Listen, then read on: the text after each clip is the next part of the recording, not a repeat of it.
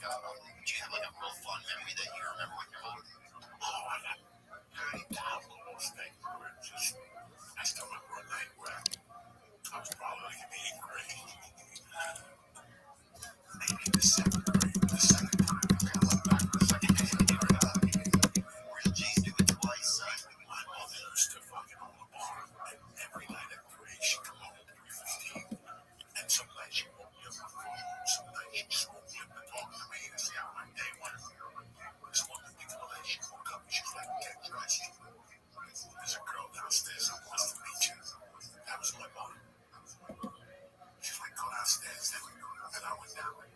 She's like, and I'm like, my uncles, and some of my men, and fucking my stepdad, and this girl was dancing with me, and I'm like, hold on. I gotta put on this suit. And I go upstairs and put on this suit. And they're all like, go, Joey, and I'm dancing with people, and I'm dancing with this girl, rubbing her tits and shit. Finally, somebody gives me like a shot of whiskey, like in the 7th grade. And all of a sudden, they're like, take her upstairs. And I'm like, and my mom was there. I didn't make eye contact with my mom. I just held her hand. She took me upstairs to the attic, not even to my bedroom. We had an attic where she was going to spend the night. And Neil, on this day, I cannot tell you if I fucked her, ate her, kissed her. I think I just passed out. Fucking anxiety. Oh, yeah. That's the type of mom I had. She brought a girl. She took me to fight somebody once. She would pick fights. She was my Dana White. When I went to Catholic school, I go home. She's like, you gotta go home and change. You gotta fight at 3:30 in front of my boss. That first time, I told him, come back here Friday at 3:30 to fight my son. Not to go up there like 2 fucking kids. It was never ending, man, with the slave. But those years is what I'm trying to do with my daughter now, because I remember how my mom got to me. And it was just real. I finally have told my daughter a couple of months ago that she was 11 years old.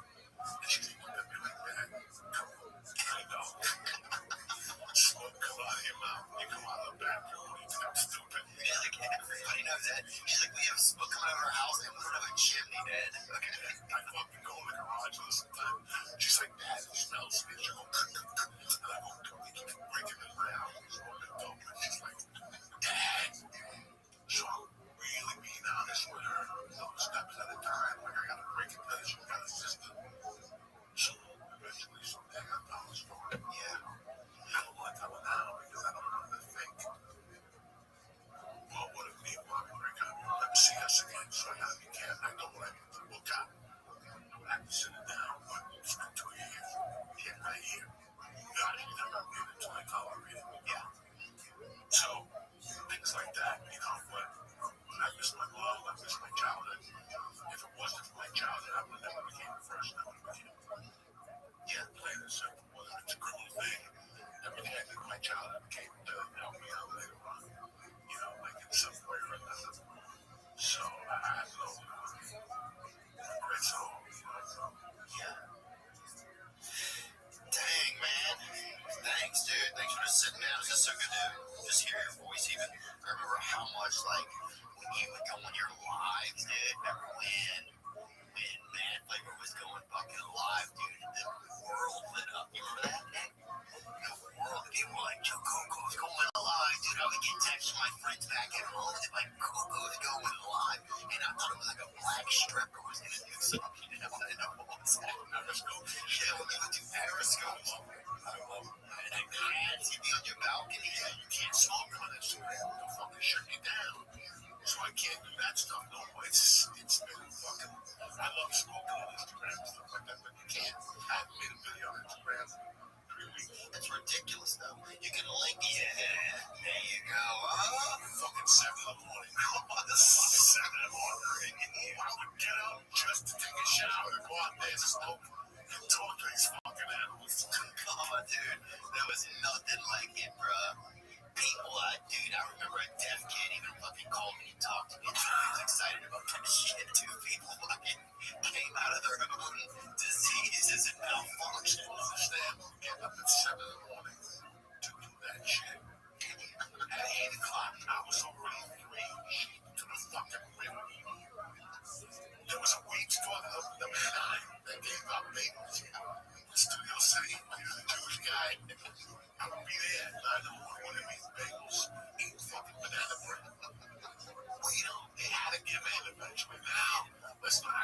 last night. That's why I was uptight last night on stage. I was wrong tonight. I don't give a fuck. Yeah. I'm gonna drop like 800,000 milligrams tonight. Go down there towards your Joe, get some fucking barbecue. Yeah, it'd be good. I'll be down there, man. Any chance you can move in Austin? Is that just a myth? You know, Joe throws it around, you know? Well, I tell you what. For my situation now, it makes sense. I miss you. I really know this. Yeah, I miss you too. I'm realizing that. I don't want to wait down here. I don't want to be down here for a week. That's too much. Days, 8, 9 cents. Get back on the way and go home. If I buy, I'll buy a condo or something, a building, just something that everything is there. Like my niece and nephew, everything. She got everything. $200 a month. Everything waits. Music, they can't cook in the building. And if I can find one of those down here, maybe get Troy Conrad in with me, maybe Lee, just somebody, you know. If I'm not in town, they're in town, right? Watching it, enjoying it. You know, they're not watching it. Somebody else will come in. I don't care. That's what I'm thinking. I can't buy a house down here. I don't want to do that. Because I don't want to resettle. I don't want to bring my daughter. She's settled right now. You know, for me to remove her again. Fuck that. Yeah. Yeah, I might. I do like going and doing sets, man. I did 24 sets last week. Yeah, and then just at the mothership. At the different clubs, 22 sets. Where'd you go?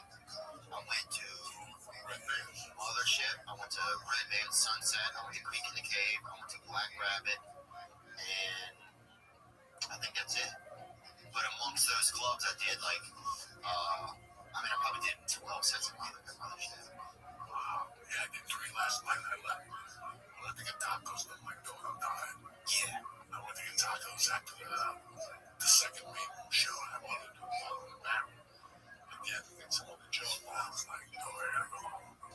Yeah, I went home, dude. Ended up jerking off. I didn't want to, but I went home, smoked some pot, watched some TV. I slept good. Got up to toilet. Oh, I hate that shit. Ate breakfast, went for a nice walk, smoked a joint, went right back upstairs, watched the rest of some police movie. I fucking slept. I got up, I watched that first day, came back. Yeah, I took a long shower, I shaved, making big raises and everything. I got scared in the sink. I shaved my fucking head, I cut my hair. You know, you get out of the shower, you do all these little things. I can see myself as I'm shaving in the shower, putting all those little cotton balls all over your face, right? And you have all this fucking Crimson freckles. Oh. It's good to see you, brother. You too, man. I'm out of here. I'm very proud of you. What you've done. You fucking animal. I love that you have a smile on your face all the time. And I will take you up on June 1st. So you're at Beacon that Friday night? Yeah, I'm at Beacon that Friday night. Just one show. Just one show. Just one. Just one, and then you're free. Yeah. You stay in the city. I can stay anywhere. Saturday. Let's go to one Saturday and then go to the fight. Saturday, perfect. Even if you don't go to the fight, it'd be perfect. No. Saturday, we'll go because you have more time. Yeah. So you come home. I'll think we're early Saturday. Yeah. Take the ferry right there. No way, really? Yeah. Drop down right down the block. That sounds good. That's JJ Braddock Park. Finish the story about JJ Braddock. Just you, but you met him. Yeah, he was home. Oh, guys. Was he still talking about fighting and stuff? Like, was he still like? He was just, I remember his son. He had a son that was a cop. I think he's still in the town. I think they still own the house. The family still owns the house. But I never saw him box. You know, he never coached me in boxing. Right. But you got to see him though. Yeah, I got to see him. And did people like think he was like a hero? Yeah, at that time I didn't know his full history. Right, you were a kid. Right, and there was somebody in our neighborhood that told us about like, and then they said if you ever go up there, one of his shows, no, never. We went up there as kids. He was outside giving like Danish $10 in his shop. That was it. Yeah, I never really saw that. I had him smoke.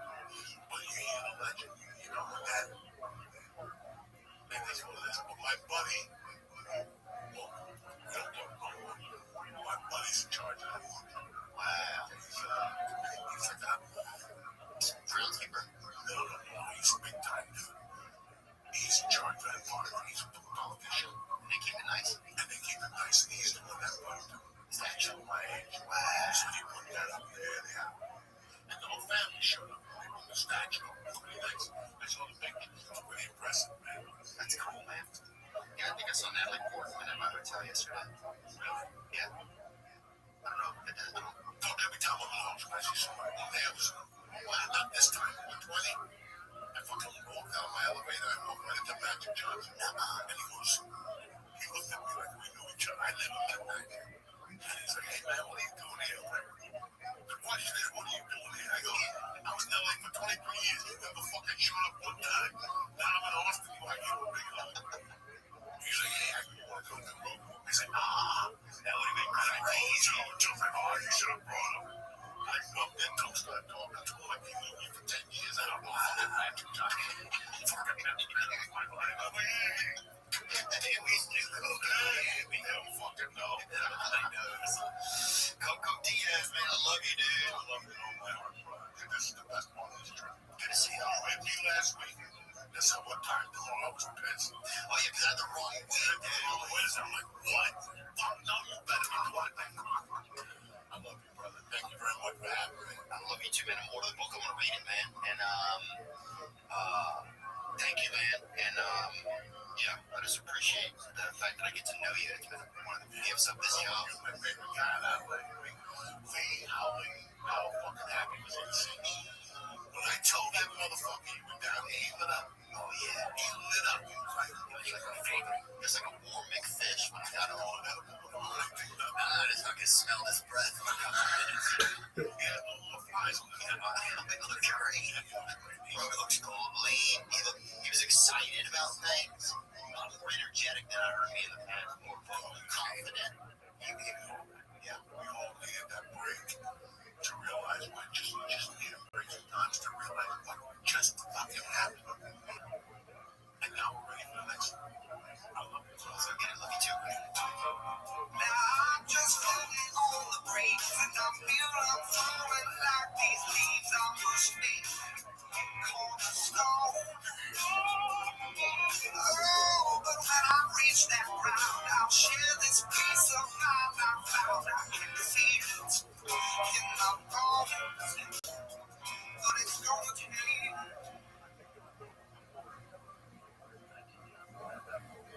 I have some new tour dates to announce. I'm going to be in St. George, Utah on July 2nd, Moncton, New Brunswick on August 10th, Bend, Oregon on September 11th, and Portland, Oregon on September 13th. Get your tickets early starting Tuesday, June 4th at 10 a.m. local time with code RATKING. General on sale starts Wednesday, June 5th at 10 a.m. local time. As well, we have shows in Montreal, Quebec, Portland, Maine, Spokane, Washington, Belfast, Ireland, Cork, Ireland, London, United Kingdom, Idaho Falls, Salt Lake City, and Las Vegas. Get all tickets through theovon.com/TOUR. Make sure not to use a secondary site. Thank you for your support. New merch. We've got some new gang hoodies.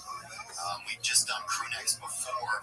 We've got some hoodies now available in heather gray, tan, light blue, and duck camo.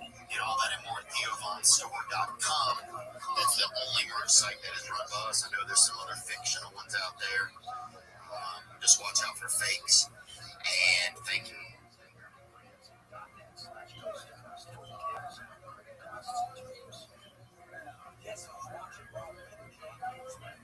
President Trump even says Friday's show is so millions are joining President Trump to watch Friday every night at Restream on Newsmax. All this week, outlets repeat his report on President Trump. It's the facts of the national government. Cities like New York, Chicago, and Los Angeles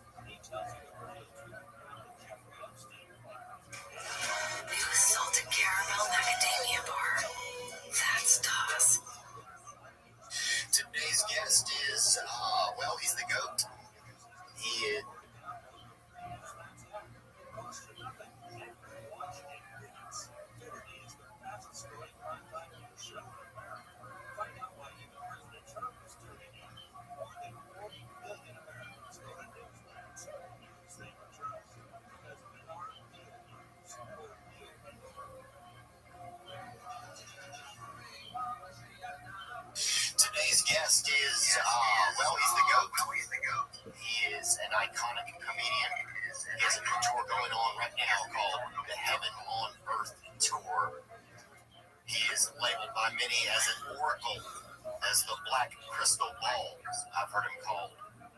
I'm thankful that he came down from the clouds today to spend time with us. Today's guest is Mr. Cat Williams. Can't crowd this bitch.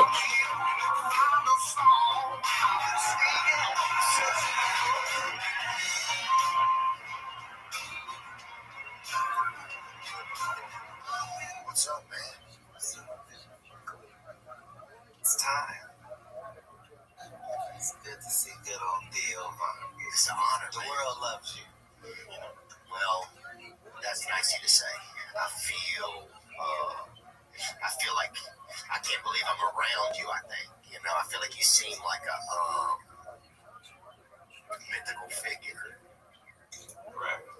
Well, Like Sasquatch or like a unicorn or something like that. yeah, and you'll still feel that way by the end. Like, I won't ruin that. Yeah, okay. That's the good thing about people like you and I. Like, if somebody thinks that they like us, and they think they've made a connection with this person on the screen, when they're around us, it's legitimate because it was legitimate. You know what I mean? Like if Theo Von wasn't successful, he doesn't have a different story. Right. You know what I mean? It's the same story. He lived that story, and that's why people gravitate to you, because there's nobody like you. Well, thanks, man. I feel the same about you. I feel like everybody does. And you have a statue of me at your house. So yeah, thank you, man. Delia, thank you for letting me even do that statue. What was that whole deal like with Michaels? That's where I got on mine. It was at Michaels. Yeah. Did you know it wasn't a collab or what was it? They just robbed my image and likeness as they could. Because they were doing it for religious purposes. Oh, yes. I allowed it to. Well, thank you. Wish you a Black Christmas. Look, I'd be honored to have one. Yeah, man. Because when I met that guy there, he said we got 2 left, man. And there was 200, and one of them was marked down because it had a chip in it. But it's still, man, it's an honor. I keep it up in my house year round, and people walk in and they're like, "No way, that's Cat Williams." It is. It is beautiful, man. Thank you. Yeah. You have a new tour, man. I know people talk about touring and comedy a lot, and I want to know what kind of keeps you still doing comedy. Like, because I think when we start out, maybe it's to be funny, and then some people get to this place where they want to have a message. And do you notice that kind of tone shift in your desire to do it over time? I don't think so. I always try to have a message, just because I enjoy the fact that while laughing and joking, you might learn something you didn't know, and I've gotten it from a comedian, and I kind of dig that. But everything else is just continuing this conversation with my fan base. Like, these are my friends that I haven't seen since the last time I was here. And here's our discussion furthering our relationship. So it hasn't felt much like work. And is the heaven on earth, or do you believe in heaven? Absolutely. And earth. Yeah, all right. Fair. Touche, man. Dude, I remember when I first, because when I was growing up, we just had, you learned about heaven and stuff, but all the pamphlets or whatever I'd seen at church or anything, it always had, it was mostly white folks, so right. And then I went to a black church one time. It was called Greater Starlight Baptist Church. That was in our town. And shout out to Greater Starlight Baptist. Oh yeah, it was nice in there. This was in Covington, Louisiana. But Slidell. Yeah, there you go. Wow. Matt Williams in the building, baby. Right. But, and that's when I realized, Don't make me go Gert. everybody's. That's when I realized, everybody's going to be in heaven. That was the first time that I realized heaven was going to be very diverse. I never thought about it. Right. And it blew my mind. I was like, oh, wow, they're going to have black folks in heaven, Asian folks, all types of folks are going to be there, you know? It's truly the only place that white people are a minority. Yeah. Is in heaven. Just because thousands of years with nobody getting to go. Yeah. Just because of fuck shit that they might not have even been involved in. You know what I mean? Yeah. Yeah, I guess I don't know if I'm starting to look forward to it. I'm excited about it. But I guess I get caught up in like a lot of worldly stuff, you know, like there's still things I want to do here, that type of thing, you know? Really? Yeah. You still got stuff you haven't done? Yeah, man, I got some things, some different things. I would like to write a book, I think. Don't say what they are, but I'm saying just the fact that you got things that you're excited about doing, that's the joy of life. That's when you're living is so many. That's why it's so difficult for these super wealthy people to be fucking happy. Like they can do everything else, but they can't fucking be happy because they've lived all their dreams. They got everything they were trying to get. They wake up and they can't score a touchdown no matter what. Yeah, it's a terrible life. But guys like you and I that still got stuff to try and taste and, you know, things to feel and people to be around. Like, it gives life a wonderful meaning. Yeah. Yeah, I think that is something that, like, if I stay kind of motivated and I have a plan a little bit, it keeps me a lot more. Like, okay, I want to do this. I still want to try that. Yeah. And I start to think, man, I'm running out of time, too. You know, if you really like to taste different things and smell different flowers and, you know, and see what's in different gardens and stuff, then you start to run out of time. No. You don't think? No, because you had to be in the position that you're in now for you to be able to make some of these things happen. Couldn't have done them at 34 or 24 or 14 because circumstantially you weren't ready. You weren't ready financially. You didn't have the time. You didn't know that's what you wanted to do. Now at this place is when you can make those things happen. Like you can do everything on that list of yours in 2025 with no fucking sweat. And your biggest problem in 26 is I gotta have a new list.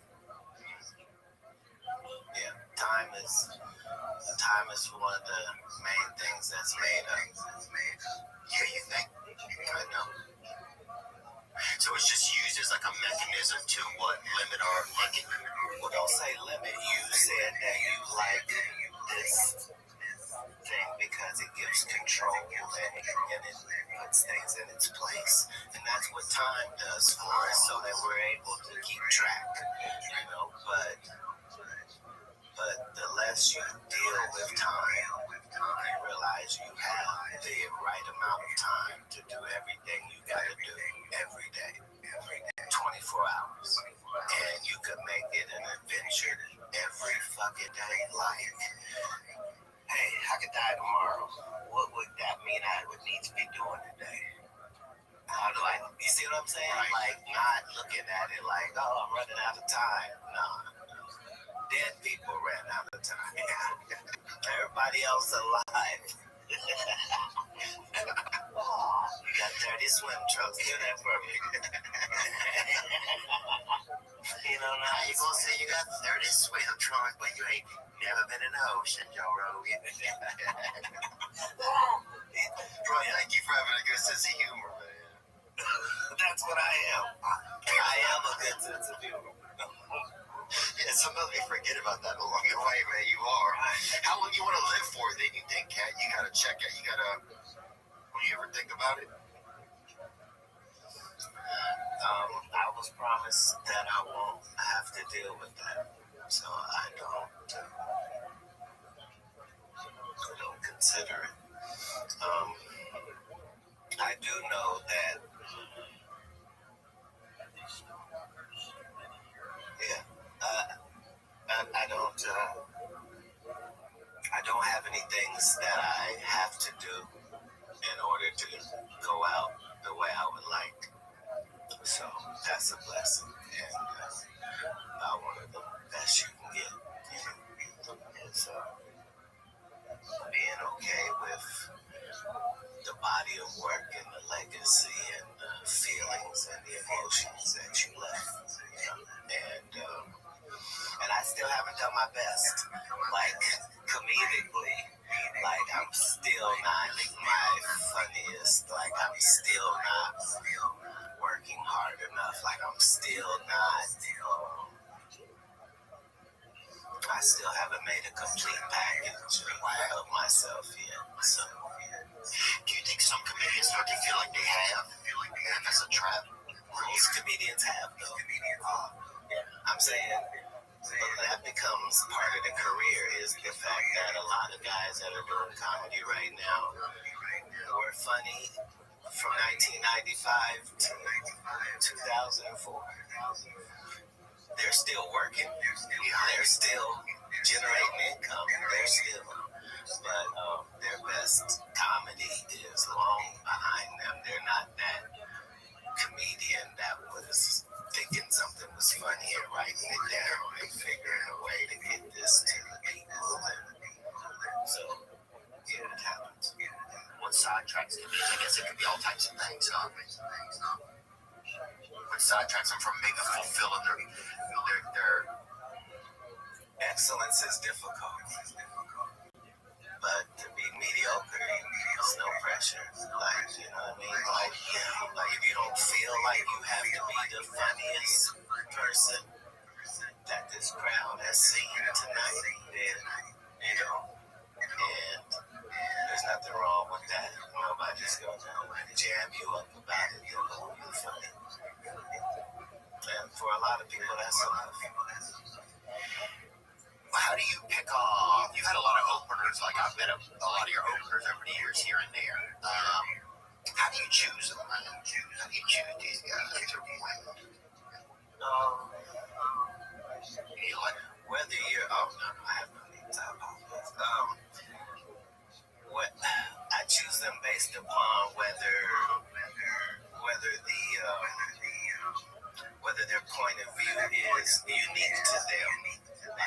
I don't care what a comedian's talking about. That's your business. I don't care what jokes you're making or how your set flows.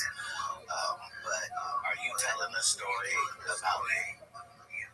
Can people see this 8 minutes, 12 minutes you're going to do and know you and have a chance to like you?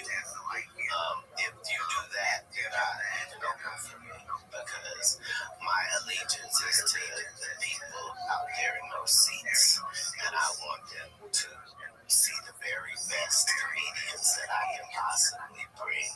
Somebody they'll enjoy, whether they're male or female or white or black. Just do they come to work? Do they have a show for you? You see?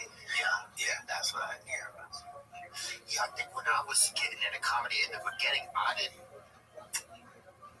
I wanted people to know me, right? Like I like the jokes, and I want them to laugh and feel good and see different ways that maybe I think and stuff. But I wanted to sell myself. That's what I always thought. Yeah. When I first started, I didn't think I don't want you to remember one joke. I want you to remember me, right? Like I felt like this desperate. That's a star, though. See, you knew that you could be a star. That's different than a performer. A performer is based upon the act. What I'm saying is, magicians ain't shit unless they doing magic. Yeah. Right? Oh, if I see the bitches, yeah, I feel it. Right. Right. Yeah. But a true comedian is above the comedy material. The jokes are secondary. You know, we like this guy, and we want to hear what this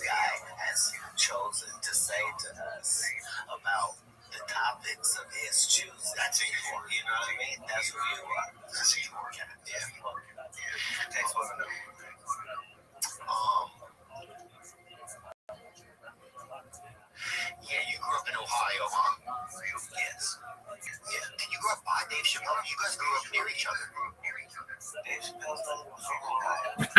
Somebody's your date. Are you really? Your house from DC. Oh, damn, my bad. Sorry. So, but then he lives in Dayton now, though. Yeah, he has a lot of. He owns probably $5 million worth of property out there. He's done really well. They got a beautiful museum out there, I like too. Dayton's a wonderful place. They have the Air Force Museum, I think it is out there. Because we have Wright-Patterson Air Force Base. It's awesome. Yeah, they have, I think Fat Man and Little Boy are in there. Or the plane that dropped. Those are planes that dropped the bombs on. I want to say Pearl Harbor in there, maybe. It could be Hiroshima. Little Boy, Fat Man.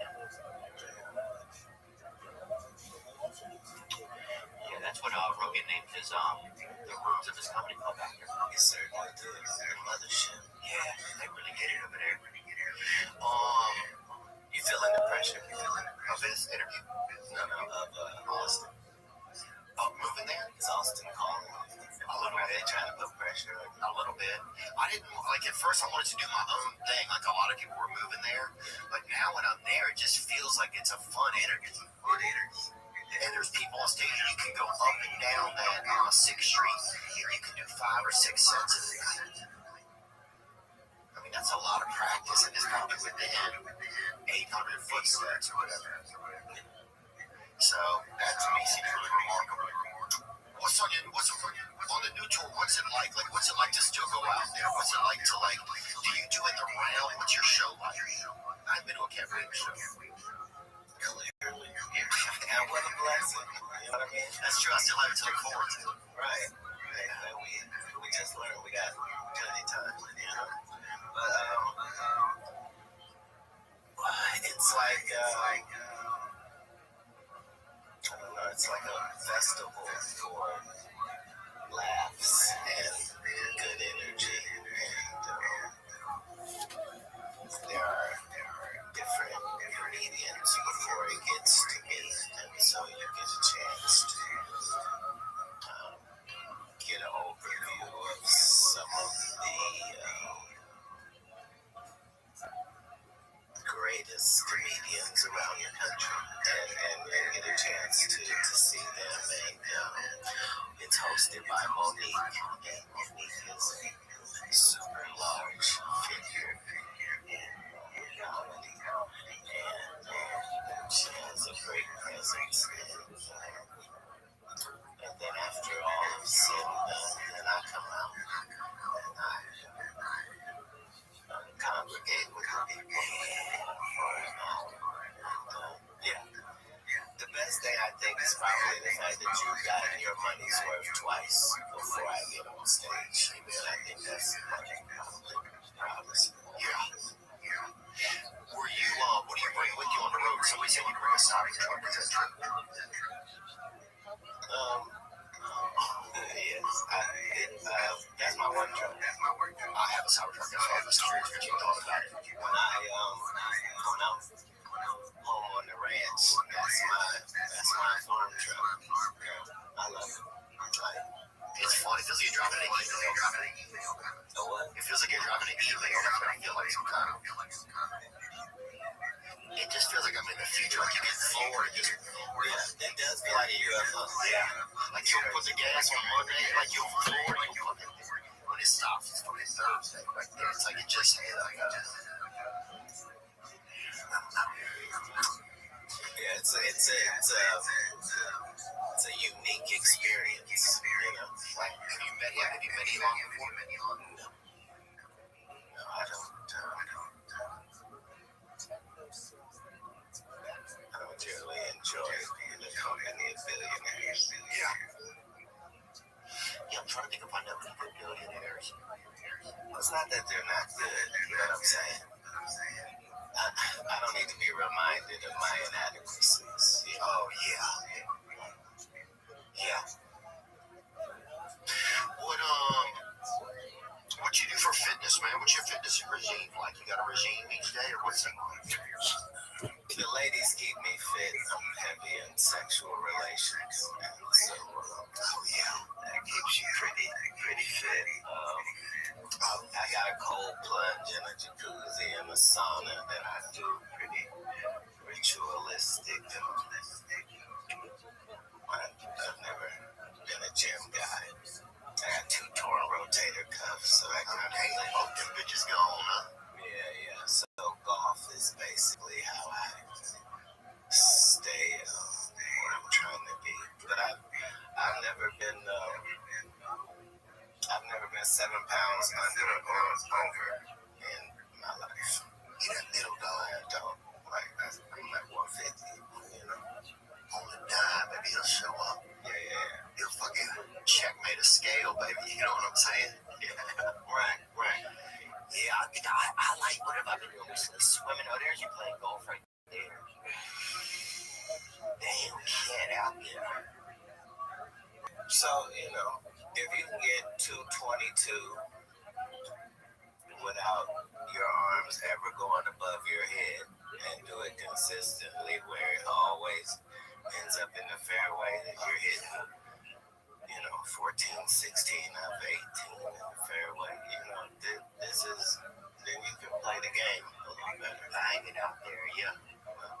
You can't get them arms. I guess at a certain point, your arms don't need to go that high in the air anyway. I'm trying to think of why. Well, it would certainly give me more yards and a fuller thing. It's just the rotator cuffs don't allow it. So I started golfing with these 80-year-old guys that, you gotta wait, like they can barely get out the car. Yeah. Then they come out there and outdrive you. Every shot is better than yours. Like, so they taught me how to play golf under Restream so as to not hurt myself. And how'd you bang them cuffs up? What happened with that? What you mean? How'd you I was in the midst of a push-up contest. No way. But I was probably at 200. I was doing too much. Did you want to push up? Yeah. Toward the cuffs, both at the same time. Rid of both them bitches, man. God, boy, you better pull up at a Jiffy Lube and get well, buddy. And the guy I'm going against, because the way it worked is you could do as many as you wanted when you stop. It's my go and I got a match. You know what I mean? So we took it to the limits. He was a horse. He took it to the limits, right? Yeah, maybe you could probably do some swimming safely. Maybe I can see you. I'm an avid water. Yeah. I'm in the water probably more than that dark koi, baby, you out there. No, I love the water. Yeah. I pray underwater, like, because, evil can't access you underwater, Oh, that's interesting. A lot of people are. Is that true? Yeah. And that's why baby a child is an amniotic fluid, huh? Yeah, like water's super powerful, like a living being. I'm sure that soon in the future they will confirm for us that water is a sentient being, and that man, it's gonna be thinking that. Well, that's why all throughout history there was always God's water, just because it's such a powerful force. Yeah. God's great. Yeah, I'm in trouble out there. I think I'm just not the best swimmer, man. I don't like to swim cap either. I never put that cap on. That just was not something that it was not God. What do you mean by not a good swimmer? I don't like it, man. I don't like being out in there. I'm kind of a land dog. I like being on land. I respect water too much. I think I get too scared in it. That's it. I get scared in it. Yeah, you have to have a real respect for it, no matter what. Like on a boat or regardless. It's one of those crazy things that, it's beautiful and wonderful and it sustains life, but it has 1,000 ways to kill you. And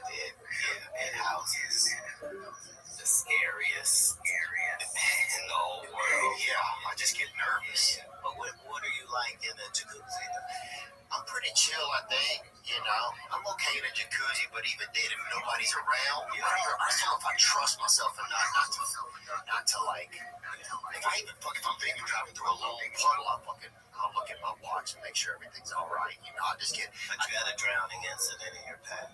I think I've just had some probably nervous experiences with it, man. We used to have a neighbor, and this guy was probably, I don't know, he had like one of them big bathtubs they had at their house, and he would make us play Navy or something. Probably yeah, but we didn't know, right? But he would have us playing Navy. You have more than 6 of those stories, so you can't. We had claims. Yeah, we had, but he'd have us play, but it was just like a lot of, you're looking at buttholes, that's what I'm saying. Yeah, that's like a while ago. Some of these guys were researching gay. I don't know what they were. You know what they were? We're sure what they were. You just made it through all the gauntlets, like as a participant. Oh yeah, bro. I put a juke on a nutsack. You know what I'm saying, bro? Like my $4. Bro, we grew up just at them, but back then they had some more pedophiles and wildness, I think, back then, man. People wouldn't, now it's all documented, you know? Right. But back then it was just, people was more, you know? I remember we had a guy, they called, one basketball coach had been like kind of tickling the kids a lot, right? And then the other guy called him, he said, hey, that's so natural. I said that so naturally. Like that's a thing. Coaches can find themselves. You're trying to get that 3-pointer out of you, bro. But they had, but they called him and said, hey, this Mr. Sharp, he said, if you keep tickling a kid, you can't coach him. But that was it. There wasn't like a lawsuit or anything. It was just more, you know, stern activity. Don't do it like that. But we had, I don't fucking know, man. What were we talking about? Oh, it's swimming, people. Swimming, man. Yeah, I think I just get too nervous in water. I know it's too powerful. That's what I know. Yeah. I know it's way more powerful than I am, man. Yeah. But it's so funny, like, yeah, because I could see, man. I think sometimes if I think about you, like, I could see you having like a show at a SeaWorld or something like that, you know? Like, you know what I'm saying? Man, like a cat. No. It'll be a one night only. Because I'm letting everybody out. Oh, you're free, bro. This is wrong. You're free. Like, I'm black. I'm not going to stand here in front of a prison and do a show. You're freeing all the black fish on everything. All the fish. Every fish in the ocean, bro. Free Nemo, bro. Till it's backwards, man. I don't know what happened yesterday. Everyone's gone. Dude, if they had one night, though, yeah, I'm talking a $320 ticket. It's a pricey ticket, but it's a one night only. Cat Williams and the Whales, baby. Right. Cat, fish. I got you. People, bro. It'd be unprecedented, man. You know? Indeed, it would be unprecedented. People would love it, man. I think people are loving the fact that you're sharing the stories. Thanks, man. Right. Yeah, like So get back to the guy in his big bathtub. Oh yeah, Roy was his name, right? Roy. And he ended up in the military. But at the time, nobody knew that. You know, we were just children, and he got a whistle or something. Somebody bought him a whistle, and so he would just have us like do these like little games, whatever, you know. And so I don't know if kids were violent during that, or sometimes people would be aggressive or something. But I think maybe that made me nervous about water. My sister almost drowned one time. I thought she did drown. She didn't, but she almost drowned once. So I think just stuff like that. We would go swim in a river, and there weren't a lot of lifeguards. So I think that's super scary because, you know, you get caught with a current or something, it's just real. It can be a lot, you know. Which river? The river we were at, I think it was probably part of the Chifunta, like a little tributary of it. Dirty water. Yeah. That's scary too. Yeah. different atmosphere, I guess, maybe. I'm trying to think what made me so scared. Hey, you know what? I don't know if I knew how to swim that great. Yeah, you fought the river. I don't know if I knew how to swim that great, to be honest with you.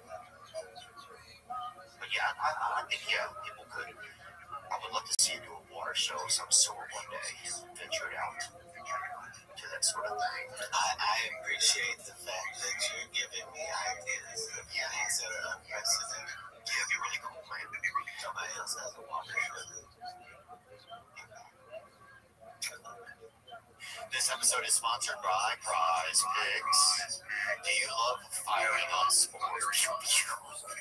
Well, Prize Picks is the best daily fantasy sports app for you. Sign up today and get $50 instantly when you play $8. You don't win or receive the $50 bonus. It's guaranteed. You can fire on all your favorite sports like the NBA, NFL, UFC, and many more. Instead of choosing teams, you choose individual players. Each player has a set projection, and you either choose more or less than that set projection. That's what I like about it. That's what makes it so unique. For example, if you think Patrick Mahomes is going to throw for more than 17 completions, you pick more. If you think Jalen Hurts is going to launch more than 22 Cubs, you pick more. If you're smart with sports and you know what players are going to perform on what nights, Prize Picks is the best app for you. With the Super Bowl on the horizon, now is the time to get in on Prize Picks. On top of the play $5, get $50 offer for all new users with code Theo. The Prize Picks group will also have a free pick live for the Super Bowl. That's right, get a free pick that you can add to your lineup. Now's the best time to get in. Use that promo code Theo and cash in those free picks on top. Thank you, Prize Picks. If you love Bitcoin or you're looking to get in crypto, then I've got the right thing for you. I've got what you need. It's MoonPay. That's what I'm introducing you to. It's the easy way to buy or sell crypto using the payment methods you already feel comfortable with. Credit card, debit, PayPal, and even Venmo. Crypto's been on a tear. And if you're thinking about diving into that digital treasure chest, MoonPay's got your back. MoonPay isn't just another player. They've got the experience to make buying crypto as smooth as a freshly paved road. Thank you, MoonPay. I've had my ups and downs with crypto. Once I got so hooked, I was checking prices more and I couldn't even feed my damn baby. I was just too busy checking prices and charts. I sold it all a few times, but like a boomerang, I'm back thanks to MoonPay. Using MoonPay's app is simpler than a one-string guitar, and it's available on iPhone and Android, so you can always have MoonPay in your pocket. So if you're looking to get into crypto, there's no better place than MoonPay. Head over to moonpay.com/THEO, or you can access them in any of your favorite crypto wallets, such as Exodus, Phantom, MetaMask, or Trust Wallet. This is not financial advice, I want to remind you. Trading crypto carries risks, and you could lose your investment. MoonPay is here to facilitate, just like I am, not to advise. Anywhere worth going is worth going in good boots. Find your perfect pair with Tecovas. Tecovas crafts quality Western boots for everyone, from generational ranchers and lifelong cowboys, first-time boot buyers. Born in Texas in 2015, Tecovas makes it easy for anyone to find their perfect boot. Every one of Tecovas boots are handcrafted with over 200 meticulous steps broken in comfort right out of the box. Now I'll say that Tecovas sent me a pair and I'm enjoying them. I like the width of the actual foot. It's not, I had me another pair and it's too narrow. My feet get all nervous and they're all tight, all just like they're just in a very small parking spot.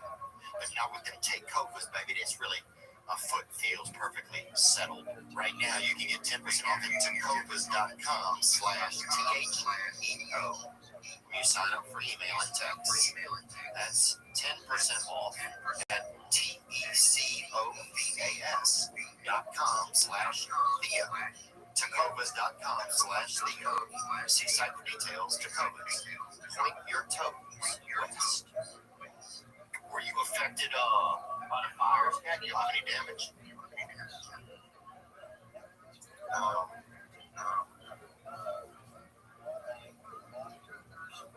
I feel like everybody in my work life lived in the Palisades. Like, yeah, it's massive gut punch. Just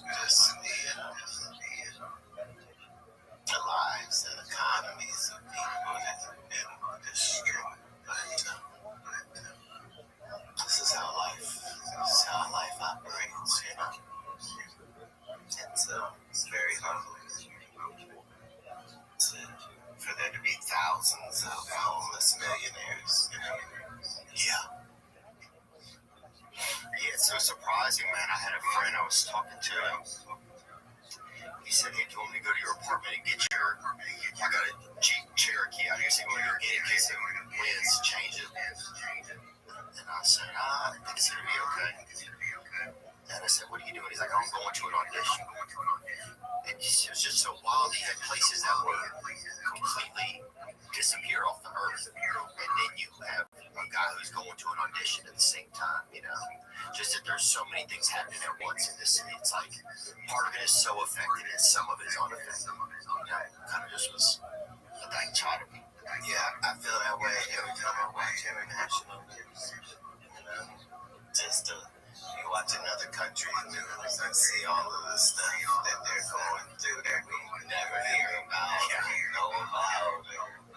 It's crazy. But LA is just so massive of a city, you know. Yeah, it's like a state almost in a way. Right, like LA is like a collection of 100 cities, you know, that make this. That's a good point. I never thought about it like that. Hollywood and Encino and Beverly Hills and all Compton, Gardena, and Inglewood and Hawthorne and Torrance and the city of Manchester and all of these places are fingers and pieces in the body that is LA. So there's no way for 6 or 7 of those parts to be going through pain and the body to be okay. But by the same token, it has to be. You know what I mean? Like, if you break your finger, the rest of your fingers still got work to do. You know what I mean? Like,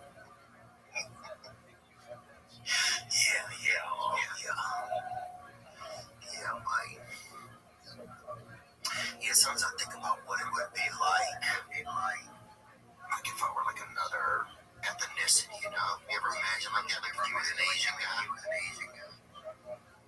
If you could handle it. You ever had dreams like that when you're Asian? I'm not sure if you have those when you're black. Like,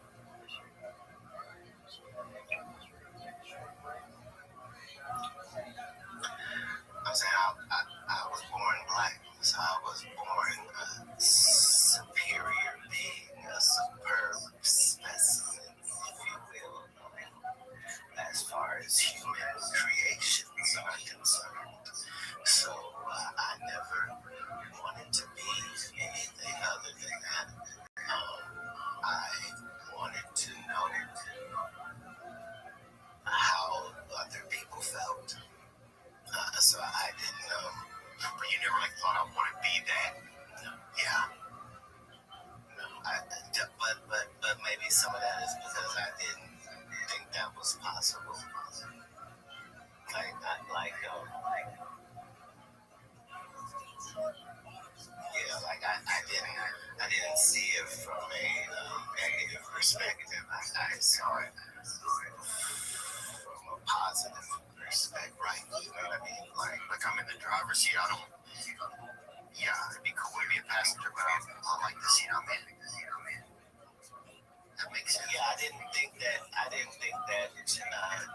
Chinese people were having more fun doing different things, or I thought they were doing different things. Yeah, and I was interested in knowing what those were, but it never dawned on me that they might be better. You know what I mean? Right. And I had white friends that were admirable, but I didn't imagine being white, and I didn't think that they imagined being black either. But you have a great imagination, which is what makes you world class. Like, you have to have that. Because I heard you tell the story. Another story. Yeah, because I think about that a lot, I guess, of what it would be like to be different ethnicities, if I could handle it. You know, if I would think it was fun.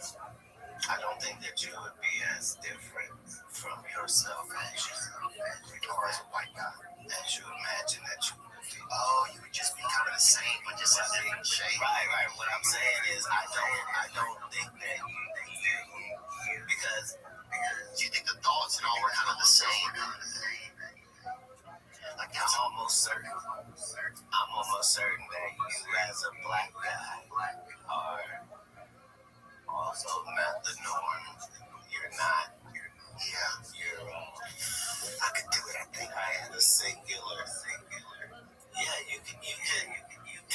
Like, you know, if I ever, I don't know what I'm trying to culture vulture or whatever, but I would like, if they ever give you, if they do, you know, if they let people, if I get to do reincarnation, I would put in an application under that. Okay, so let's work this out. Because if reincarnation is real, you have some say in it. Right, that's right, because you probably get to apply or talk to the manager. I'm saying there's nobody else's opinion that will be more valued than yours, right? So let's decide. So where are you coming back? What do you want to try first? College ethnicity, you mean? Don't go right to black. Okay, I'll wait at least around or whatever. I will do. I don't know if what I do. Asian seems so. Because it feels easy to do. I hate to say that. Just say that. Sorry. Okay. Yes, I said it. Asian people. Oh, I would be Mexican. Mexican seems cool. You're kind of almost you're like a little black or whatever, but you're just. Right, what was his name? Oh. The first Mexican that we ever had in our school. No, Constantine. No, Nicholas. Right. So you at least have some experience. Yeah. Like, you know how you could show up. You know, you could be a hero. Yeah. Not get ahead of yourself. Yeah, I would go easy into it. I wouldn't let anybody know that I had been there, that I was, it was my first time. You know, I think you'd have to be, because sometimes I believe you have first times as a human, even like you meet something, it's like, oh, this is this person's first time meeting a soul. Like, this is a damn newborn, you know? Right. And then you meet some people, you're like, damn, this person is a sensei, this person is, They've been here before. But yeah, I wouldn't go do black first, man. I would definitely keep that for like I would be honored to do it if they let me do it. That's what I would say. I don't speak for the entire delegation, but and I would do my best, man. We would be, again, as a black guy, we would be honored to have you come through, apply our path. And the only reason I said don't do it first is just because there are certain things that go along with it that you just don't know how you handle it, you know, until you got the dick of a horse, and then you just gotta figure this thing out. Yeah. Oh, yeah, you got a parallel park, even probably tougher. You know, everything is different. A little bit different, I'm sure.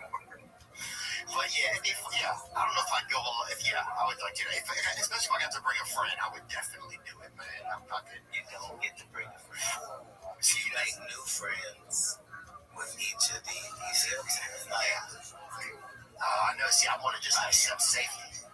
Same reason I want to be in the water. It's just when I feel risk, it makes me, I think, it makes me feel nervous. Right, but nervousness was created for that.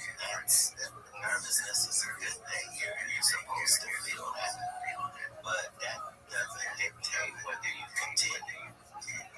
And then you can get a hold of that. Understanding that nervousness doesn't mean stop. The yellow light doesn't mean stop. The yellow light means be cautious, right? And so when you feel those nerves, understand those nerves mean, okay, don't fuck around, but you can still enjoy. Yeah. So we're going to get you closer to the water in 2025, and we're going to deal with some of these ethnic blockages, maybe. Well, if they're blockages, you're very open-minded. Yeah, thanks, man. Yeah, they're not blockages. You're not dealing with blockage. You're dealing with uncertainty as to who you are in the universe and whether or not you belong in the places you feel like. That's interesting. That is kind of how I feel. Yeah, because I'm always thinking of what this other thing would be like, right? Right. Because I never really thought about it like that. I don't believe this is your home planet. Do you believe that most of the people here that are living right now, that this is their home planet?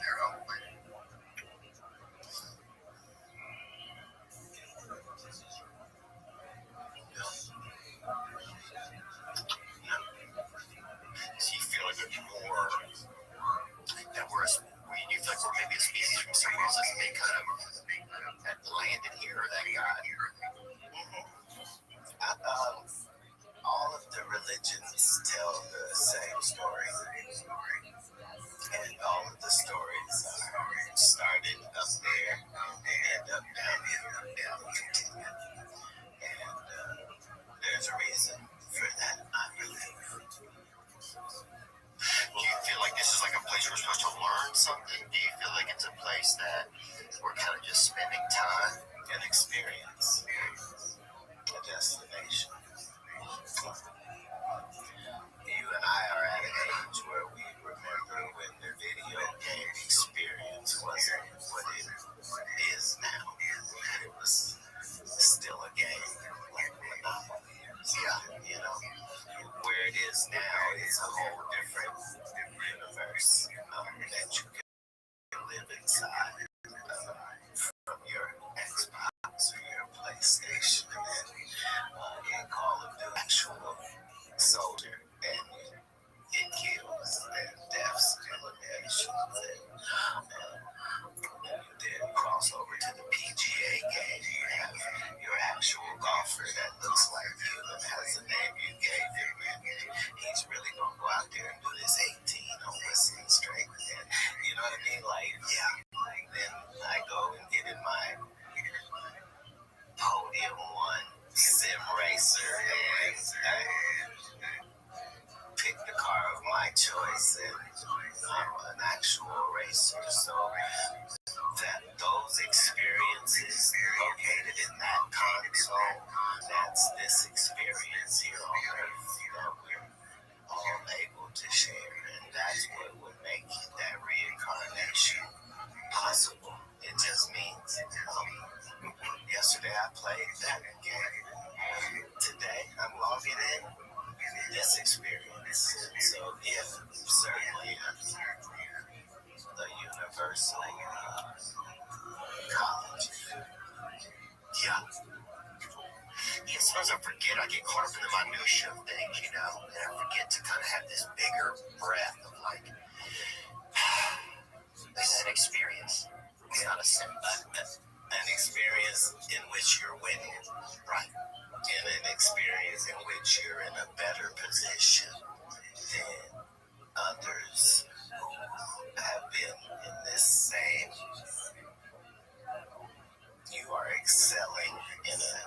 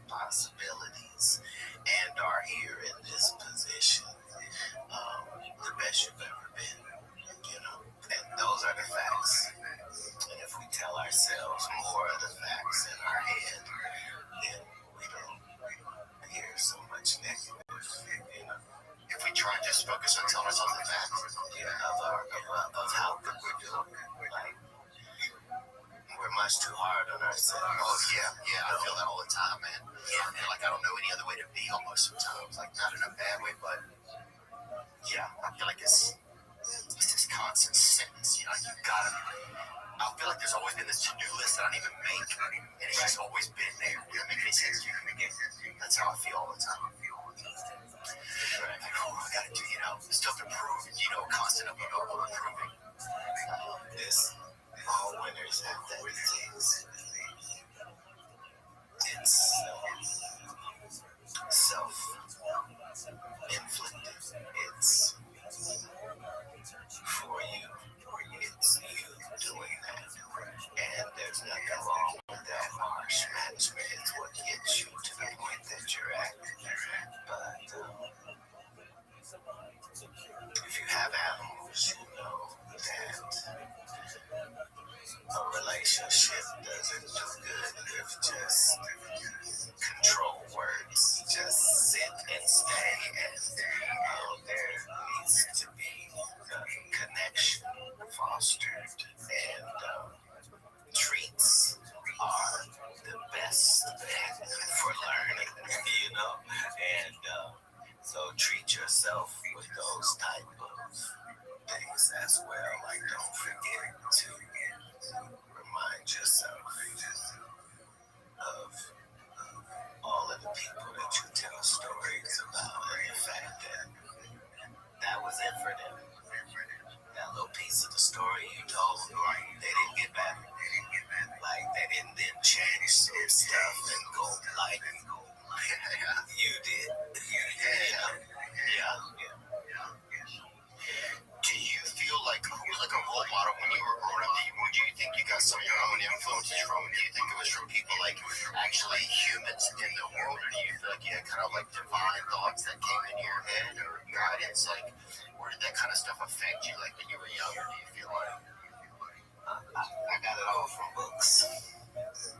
I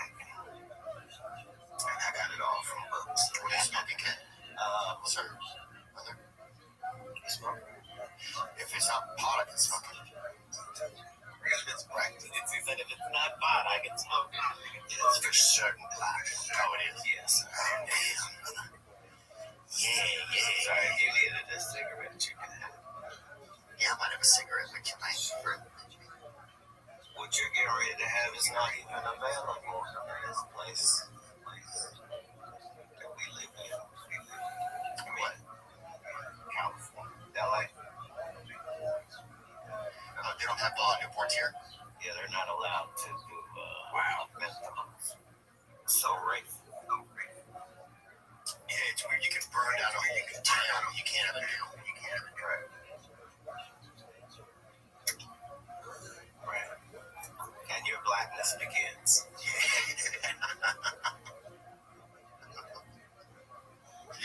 Yes, sir. Sorry, is that it? Not a lot. Yes, sir. We had some cool black kids growing up in our area, bro. Right.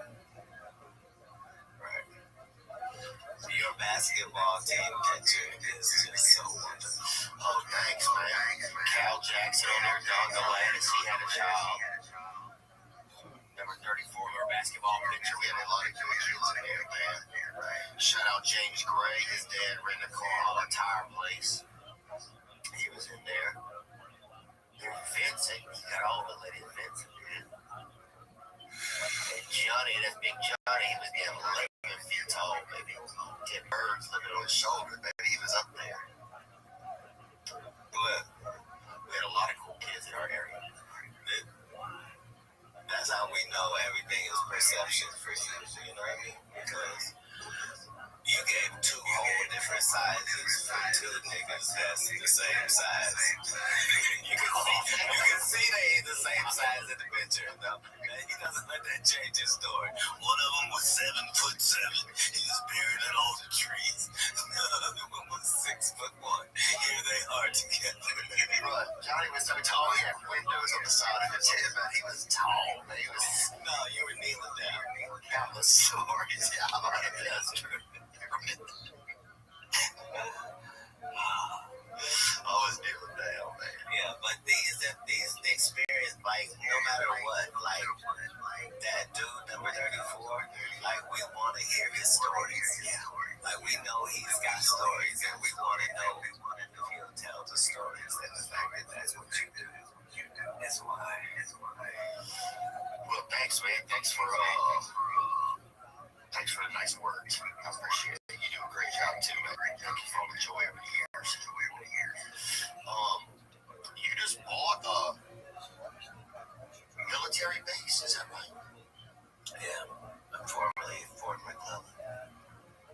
Fort McClellan. And was it an active base till recently, or I think it decommissioned in 1999. what's it like over there? Magnificent. Magnificent. It's going to be one of the greatest things that I personally have ever done. But it's This is it. that's the front side of the beginning of the campus, which is 30 buildings. 3 million indoor square feet, 4.5 miles of roads. Like, we got the best parts of the base. They had chemical testing and stuff. We don't have those parts of the base. That's Department of Homeland Security. But we just have a wonderful, blessed base at the foothills of the mountains, and it's really magical. And I was able to see what Tyler Perry was able to do with 200 or 300 acres of a military base, and how you could make a movie studio out of that. And so it hit the news recently, but I purchased it a couple years back. Yeah, I've had it, so we've been working. Was that a tough step to like take that? Like, okay, we can get this and we can do this. Like, did you reach out to Tyler Perry? Because I know he has, like, in Atlanta, he has an amazing space. Like, he may have many spaces now. This was 3 years ago. I went to a space at a train or something, and they were unbelievable. No. I wasn't looking then or now for assistance. Like, we can do this. I just needed to be able to have a home where great movies and entertainment product could be made without any of the shenanigans that are generally involved with Hollywood, and be able to crank them out. And that all it needs to do is be good. If it's good, we're going to make it. And so, even though it might have appeared from interviews of me that this guy just loves tearing people apart, really, we're trying to create something where they can provide a platform for a lot of people to show what they do. So it'd be a place where you can make other people's kind of dreams come true, like with film, television, that's right, where you can just basically have a great script and a great cast and leave your troubles at the door and walk out with the movie in the can. You know what I mean? Like, no, I like that. Doing things yourself. Yeah, because they'll let the comedy movie industry die if we allow it. You know what I mean? And nobody in the fan base ever said, "Hey, we don't want any more funny movies." Nobody said that. None of the fans ever were like, "Hey, we're tired of laughing and boo to the cop." No one ever said that. They just decided, we make more money in the superhero action department. Let's just do all those. You know what I mean? And so it'll just take for somebody in the comedy sphere to start producing funny shit. There we go. Do you already have projects kind of on tap? Yeah, we got a slate. I'm not allowed to really answer that question, but yeah, like it's a great location where it is. Like it's an hour and a half from Atlanta or less. It's 45 minutes from Birmingham. And I love that area, and they're so thirsty to be involved. That we have equal thirst, so everybody wants it to work, and so it will.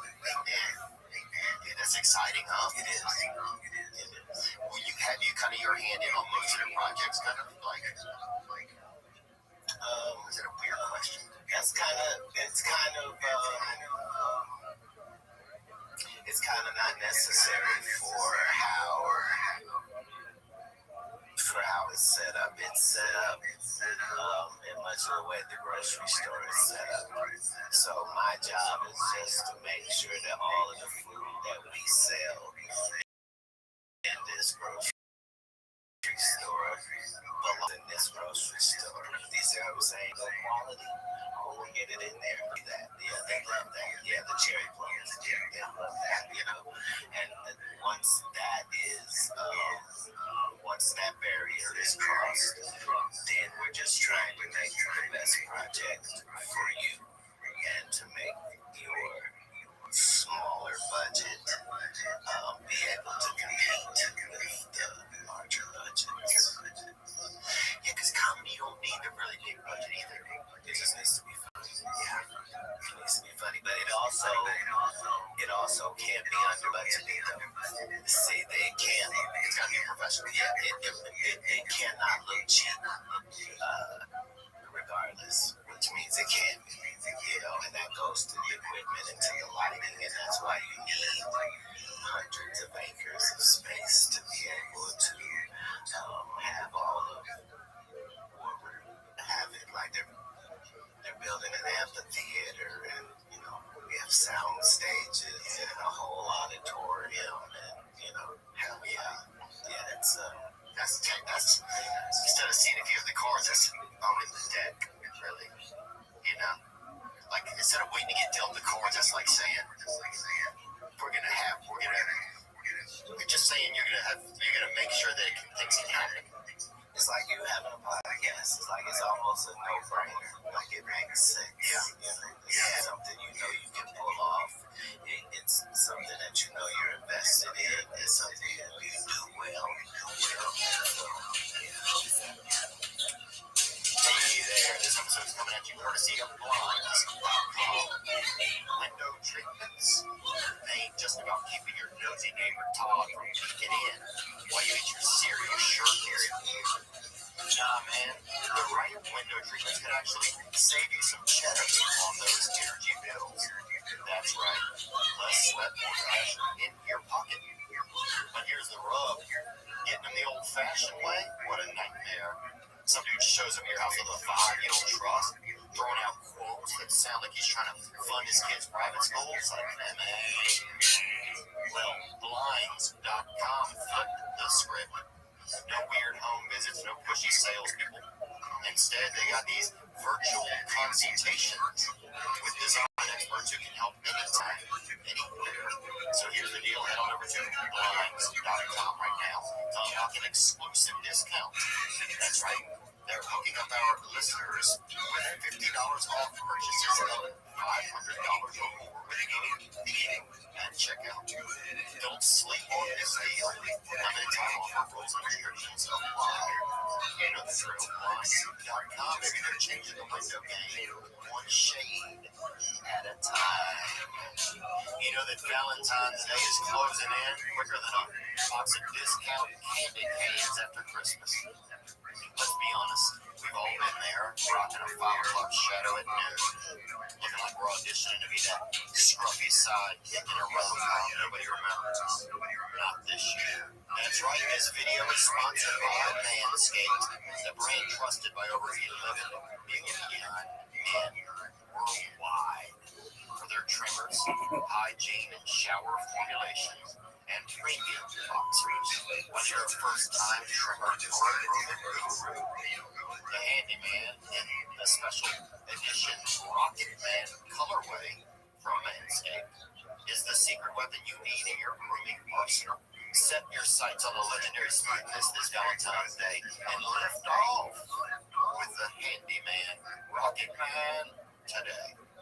Use my promo code Theo and you'll get 20% off and free international shipping at checkout.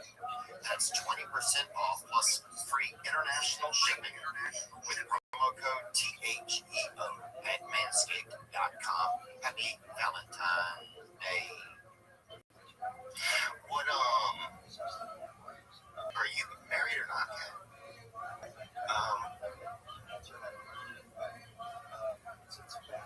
I have wives, but no. Yeah.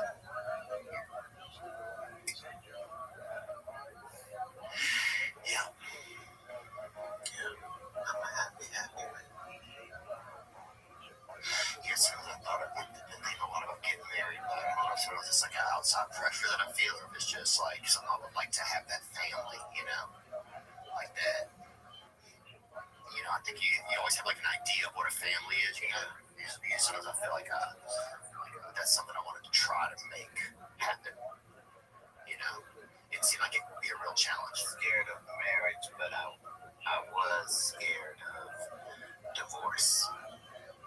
Like my parents didn't get divorced. My parents are still together. Oh wow! Like so, I never. I always felt like you only do this one time, you know. And I was always more happy of the bullets I had dodged and the people that I thought I would have married her. Like I was ready to marry.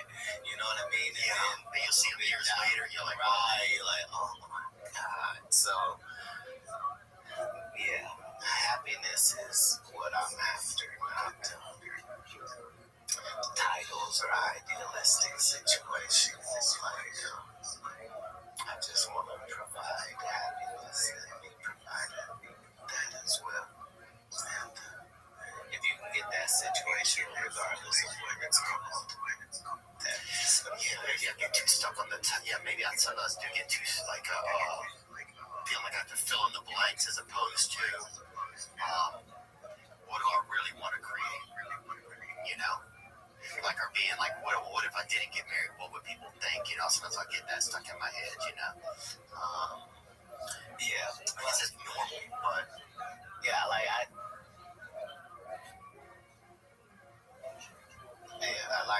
don't. I would hate to be put in a situation where I have to cheat on somebody, you know what I mean? I kind of feel like it was the point. Yeah, I don't want to set myself up for. That's a good point too. I don't want to set myself up for a situation that would be uncomfortable for me, or I would hurt somebody else's feelings. Yeah, that's something I would not enjoy. But remember, in your next life, you know, you got a black woman coming, so things are gonna change. Oh Lord, things are gonna change. It's gonna be something. It's gonna be something. God. Right. I'm like, yeah, I'm gonna have you experienced the black woman? Yeah. Pretty much. I mean, I haven't dated just a black lady. She wasn't our best representative. No. I mean, there's a cute black lady I met at the airport that if I see her again, I think I would try to ask her out, but I haven't seen her again. But I would be open to dating a cool black lady. Oh no, you know? oh no. Let's talk specifically about this one you're talking about.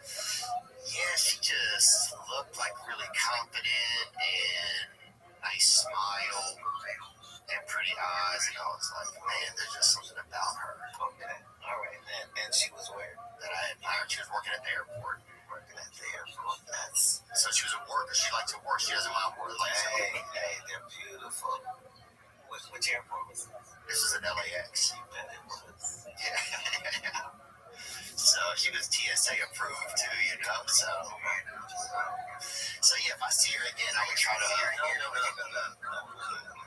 We're seeing her again. Okay, we're seeing her again because you have this feeling already. You're only saying it like, well, you never know. I might not say that you're going to see her again. Because you're gonna ask her out.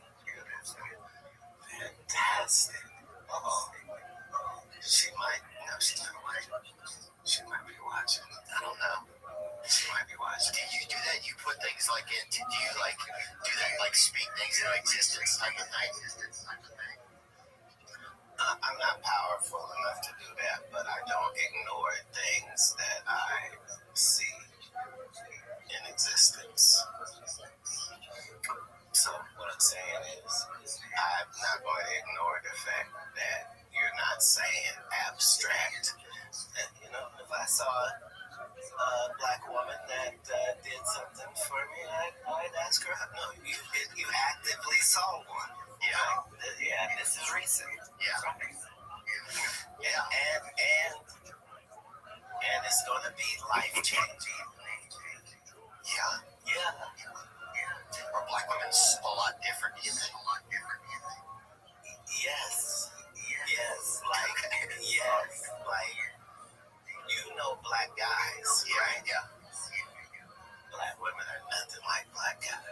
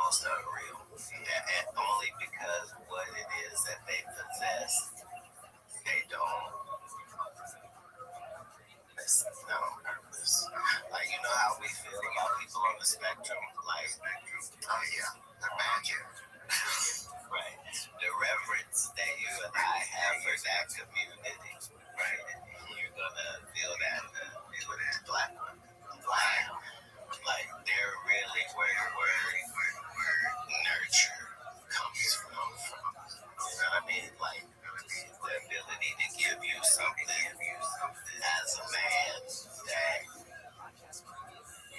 never had before, felt before, and make it comfortable for you to access that. Like, you know, really life changing.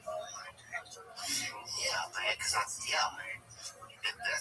this could be part of my 2025, man. It is. It clearly is. Right. We've said it. We are. We said it. Yeah. Well, you had a lot of last year. You seemed like you had a lot of predictions last year. You kind of became this oracle last year. Did you feel that? That people came to you, they almost became kind of like this, like a little bit like a crystal ball.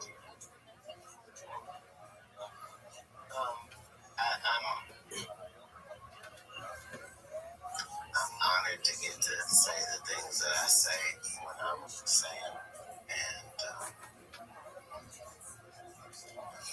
because you know that I operate from a positive first standpoint in all things. Like, I assume that it's going to work out for the best, and I understand that if it is for the worst, then I'm prepared to handle that as well. But yeah, so did you start to worry any about your own safety and stuff? Because it seemed like you really had some moments where you're kind of, almost channeling truths into the world.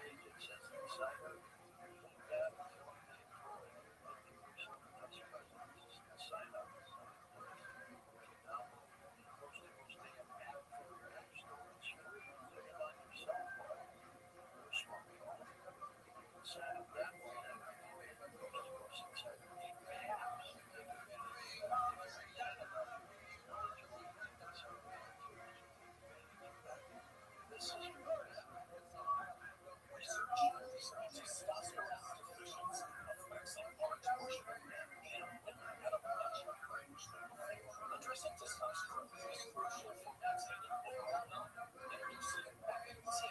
The 100% natural capsule that takes receptors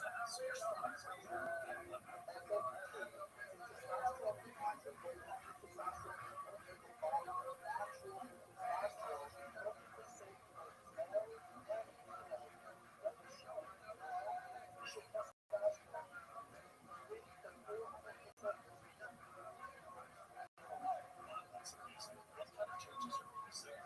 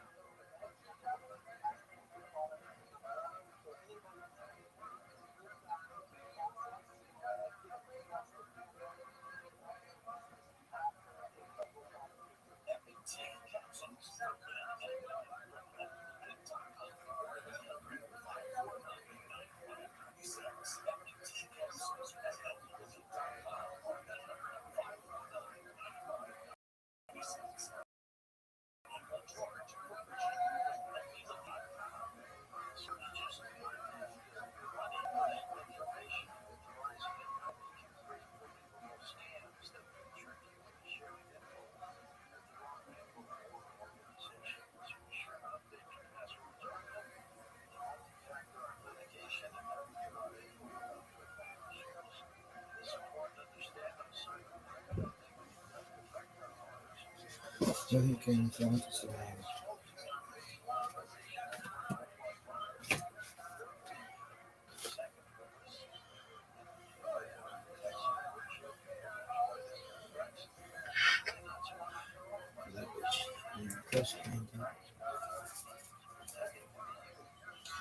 YouTubers.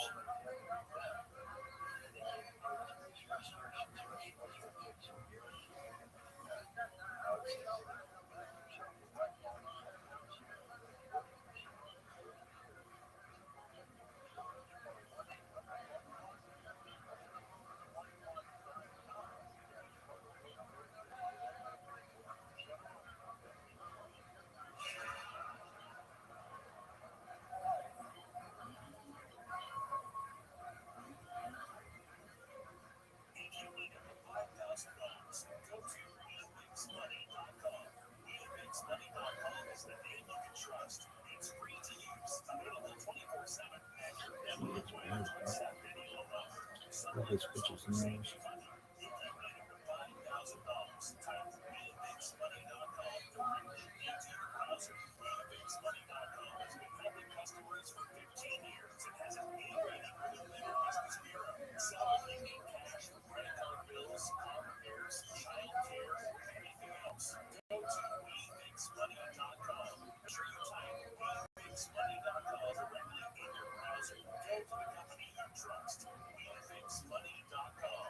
Just fill in the information and get it answered in minutes. WeFixMoney.com. Up to $5,000. Go to WeFixMoney.com. That's WeFixMoney.com.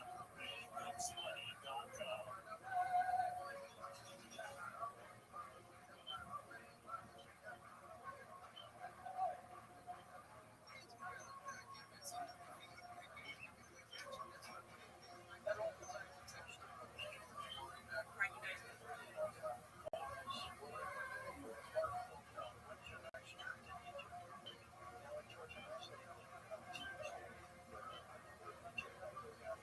All right, you guys, we're going to jump right into this with no introduction. There's a lot that I would like to speak She just to you does a guys live about. stream, which is Can't wait to hear super your impressive. feedback. A lot of lies that are being put out there, narratives that I would say are half truths or just misrepresentations entirely. And I don't really see the reason for that. First and foremost, to let you know, last week was not a dream. Charlie Kirk, my friend, is dead. And he was publicly executed. I want to make that clear. Charlie Kirk was publicly executed before the world. we're all searching for answers. The ones that are being supplied to us are not making a lot of sense. And some people, I would say, are speaking too much, or speaking on behalf of other people. I don't like it. We'll say something that I think brought the world a lot of relief, also, sadness. We were grieving with her, was when his wife, Mrs. Erica Kirk, addressed not just the nation but the entire world. Her words were very powerful. Didn't hear. We just have a very brief portion of her remarks, which you should I hate that fucking thing in the back, the fucking stretcher in the back. If you thought that my husband's mission was powerful before, you have no idea. You have no idea what you just have unleashed across this entire country. In this world, you have no idea.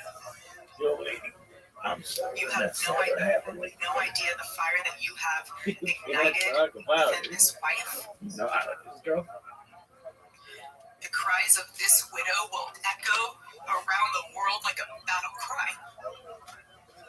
Shema, Yisra, Adonai. To everyone listening tonight across America, the movement my husband built will not die. It won't. I refuse to let that happen. It will not die. Beautiful, powerful words. Really had just one wife. What we got to see across this weekend is that there were so many people around the world, like she said, who were deeply moved by Charlie Kirk throughout their lives, and of course have been deeply moved by this tragedy and what she is describing there. That fire, a lot of us are feeling it. I am definitely feeling it. I had a very tough weekend. I will say this, my entire life I've not been much of a crier. It is not choice emotion. I'm not a person who bursts into tears. And many people are like that. This weekend, I didn't just cry, I wept. I wept for Charlie, obviously. I didn't make it through the tribute to him on Friday. And for those of you who wanted to see me in a moment of weakness, that was delivered to you. Fair. Yeah, I watched my friend get shot in the neck. That's what happened. I just want to say that he was publicly executed again for the world. The question is why, right? When you are in a state of grief, you go through a lot of emotions, and I'm arriving right now at a lot of anger. The audacity of some people. It has taken much restraint and prayer, and I had to speak with a priest. I had to go to confession. These emotions I'm having, wanting to respond with Charlie in his own words, really. People that are coming forward and saying this is what he thought and this is how he should be remembered. And it just feels really inappropriate to me. I didn't know what to do other than to scroll through messages between me and Charlie, regarding which there are a ton of them. And I kept going back and watching the many videos of us dancing to the song Power, and it felt appropriate to reach out to DA, speaking about things, talking about his mode when he wrote the song. When you wrote the song Power, why did we have it as our hype song? Because the song is about the ability to find it within yourself to become what you know you are capable of becoming inside of a matrix, when you just realize everything is dishonest, that everything is performative, that people are dishonest, that they are going to try to stop you from being great. In fact, it's the end of the song, the question that he asks at the end of the song, that's the most important. Ye asks, do you have the power to let power go? Do you have the power to say no to power? I told you guys that Charlie was going through a spiritual transformation at the end, and all of the usual suspects were really angry that I hinted towards that when he made Charlie say that. They were attacking me, trying to make me fearful, to speak out and speak about things that I know. I'm not feeling very fearful right now. I am, like I said, very angry. And I found, Charlie's favorite portion of the song. I'll show you the text between him and I, because this feels very relevant right now. This is, again, lyrics directly from the song Power, but I just needed time alone with my own thoughts. Got treasures in my mind, but couldn't open up my own vault. My childlike creativity purity and honesty is honestly being crowded by these grown thoughts. Reality is catching up with me, taking my inner child. I'm fighting for custody with these responsibilities that they entrusted me. That's a moment where he is really speaking about what it is. Like when you're saying, no, this is what, and they say, you're not allowed to believe that. You feel like you are fighting for custody of yourself. And I want to be very clear that I believe, in fact, I know that towards the end, Charlie was fighting for custody of himself. I want to say that. I want to say that plainly, and there are lies that are being told and they need to be slapped down right now.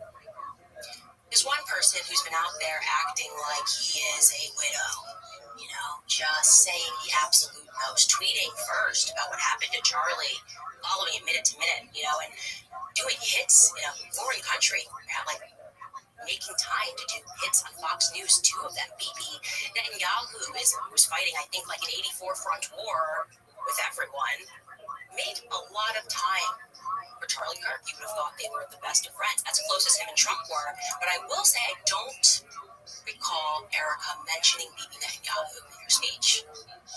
The way he's presenting it is like he was this is just the worst loss for him, but I don't think that is the truth. In fact, I know for a fact that he is misrepresenting some things that happened there towards the end.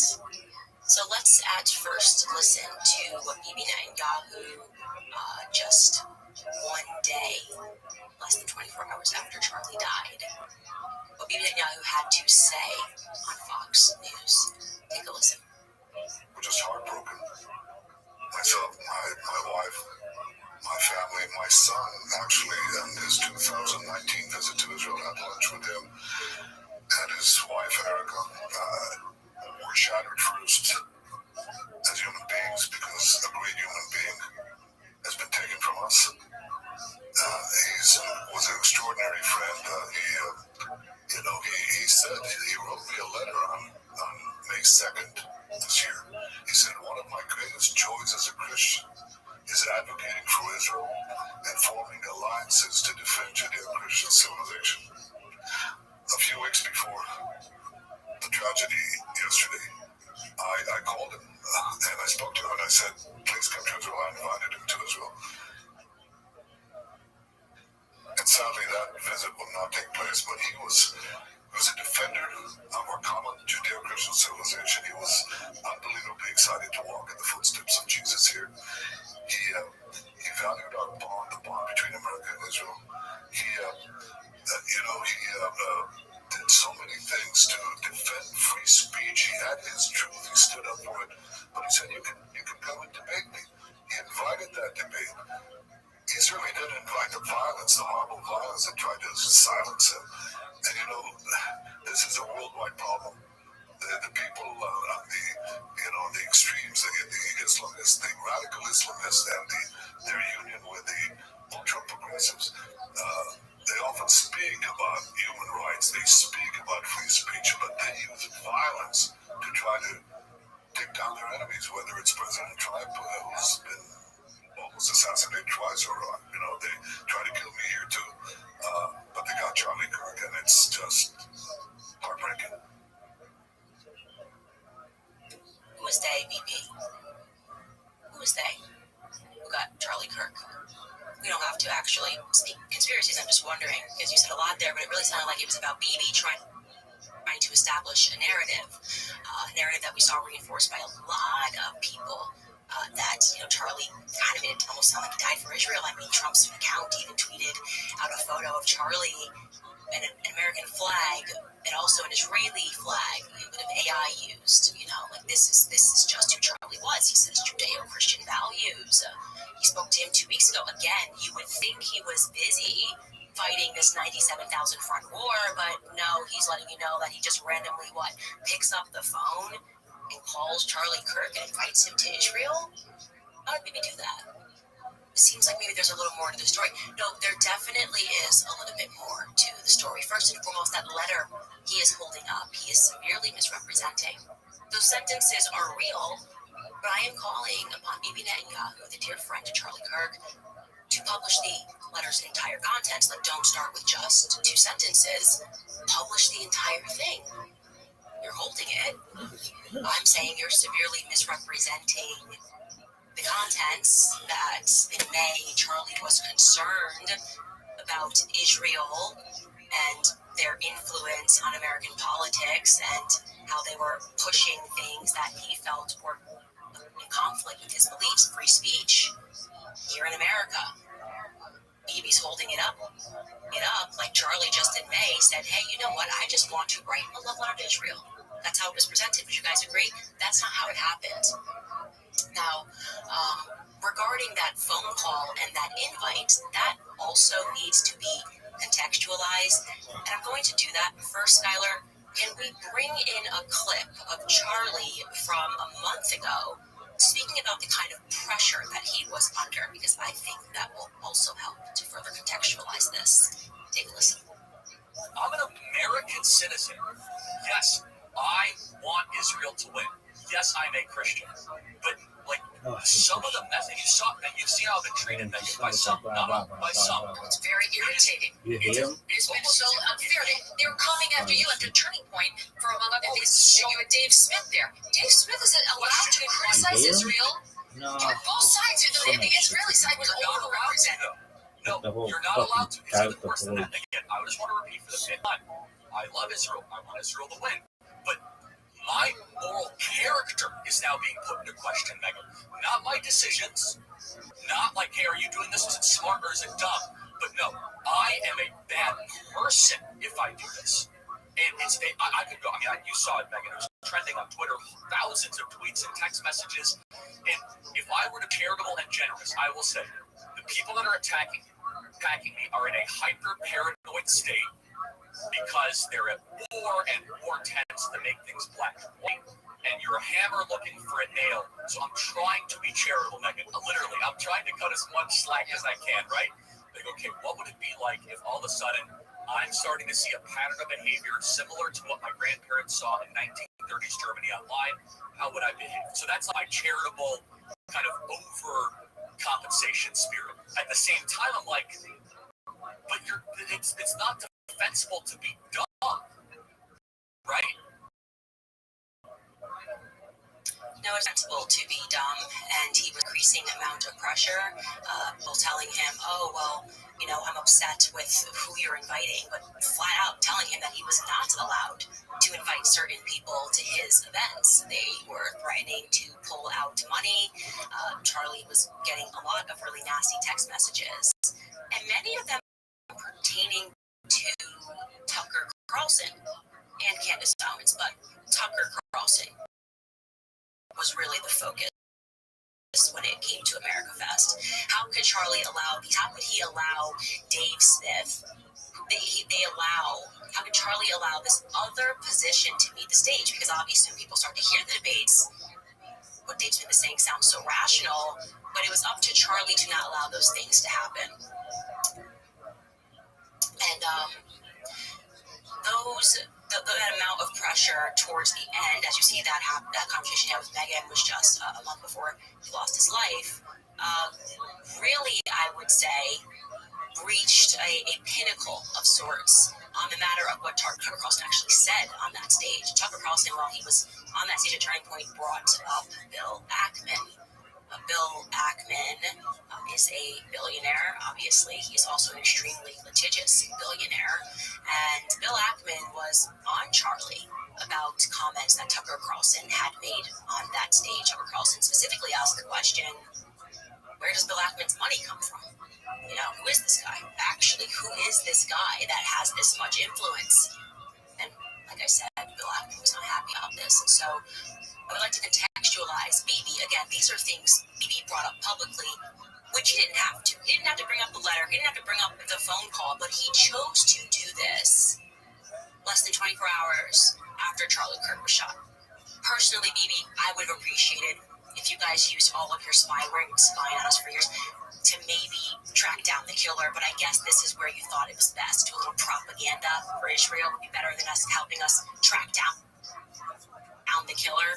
But anyway, so Bibi Netanyahu, that phone call, what took place was a a couple of weeks ago, before Charlie lost his life, Charlie was in the Hamptons, and he had more than one event, but he had essentially what was staged, an intervention was staged by Bill Ackman, because Charlie's rational thoughts about Israel, this is not the route that you should going on. And Charlie was surrounded by his friends, quote unquote friends. Bill Ackman was very upset, and threats were made. That is what I am told, and I will tell you that I am very happy for Bill Ackman to dispute this narrative. In fact, he was asked to dispute this narrative. Max Blumenthal went out to him today, and Bill Ackman came back and said, I have receipts I can show you, and he did not provide the receipts. And this is not how it went down. I know it went down this way. I'm waiting for one of them to go on record and to say that it didn't go down this way. It was at this time that Bibi Netanyahu was called and Charlie was invited to Israel. This was an under duress situation, I would say, because I've been in these situations before. When I started asking very sensible questions about Israel, as someone who had dedicated her political life to supporting Israel, many times alongside Charlie Kirk, I was met with the very same pressure. And just like Charlie was being invited to Israel, I was invited somewhere else. And when this arrived to me, it felt like a threat. You know, I gotta say that. It felt like a threat. Like, not like, hey, come here and we can educate you because you're my friend. More like, this is your last chance. That's how it felt to me. I can't speak to how it felt to Charlie. And I know that Charlie was offered a ton of money in this moment. A ton of money. Even funded, you know. Spent tons of money. Turning Point, I guess, if it needs to go to a higher level, would have gone to an even higher level than it already was at. And I know for a fact that Charlie denied that funding. That Charlie denied, what maybe didn't include there, he declined to go to Israel for, I would describe this as like, you know, free education camp. You know, we've seen it. You may not know, but we can help you. You know, we just need you to come out to Auschwitz and take a picture. Yeah.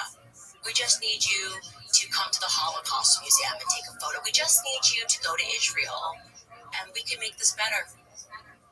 Charlie said no to Bibi. Okay.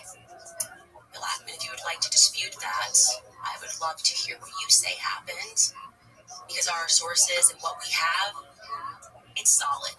Okay, there were conversations that took place, messages that were sent at that time, and they are solid. So I decided another person that was there, and I am not surprised this person was there. If you've been listening to my show, Seth Dillon. So I Seth Dillon, and I decided to message him last night about this Hamptons meeting. And Seth Dillon, who is normally very quick with a response, has not yet been able to respond. I'll show you this text message chain. And I want to be clear, I am not someone who normally publicizes text messages. But my friend was shot in the neck, and I'm just not really in the state right now to be polite when it comes to the answers that I am demanding, okay? This is me out to Seth Dillon last night. I sent him Bill Ackman's tweets because, you know, he tweeted, I feel incredibly privileged to have spent a day and shared a meal with Charlie Kirk this summer. He was a giant of a man. I said, any comment on this one, Seth? He didn't answer last night. This morning I said, need a comment ASAP, please. He didn't answer.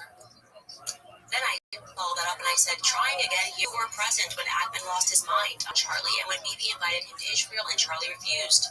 Text messages immediately following this meeting are circulating. I find Ackman's statement, as though the meeting was somehow cordial, to be incredibly disturbing. Are you at all disturbed by that tweet?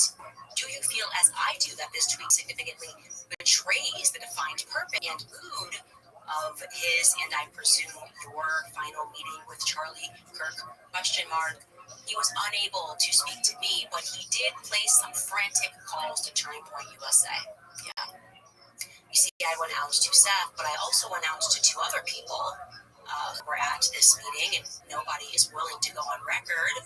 They're all messaging each other, trying to figure out a coordinated response to say that, no, this was all quite cordial, but no one wants to go on record and describe it as cordial because they know someone's leaking, because someone's got a guilty conscience about what happened at the Hamptons. So, I will again put it out there.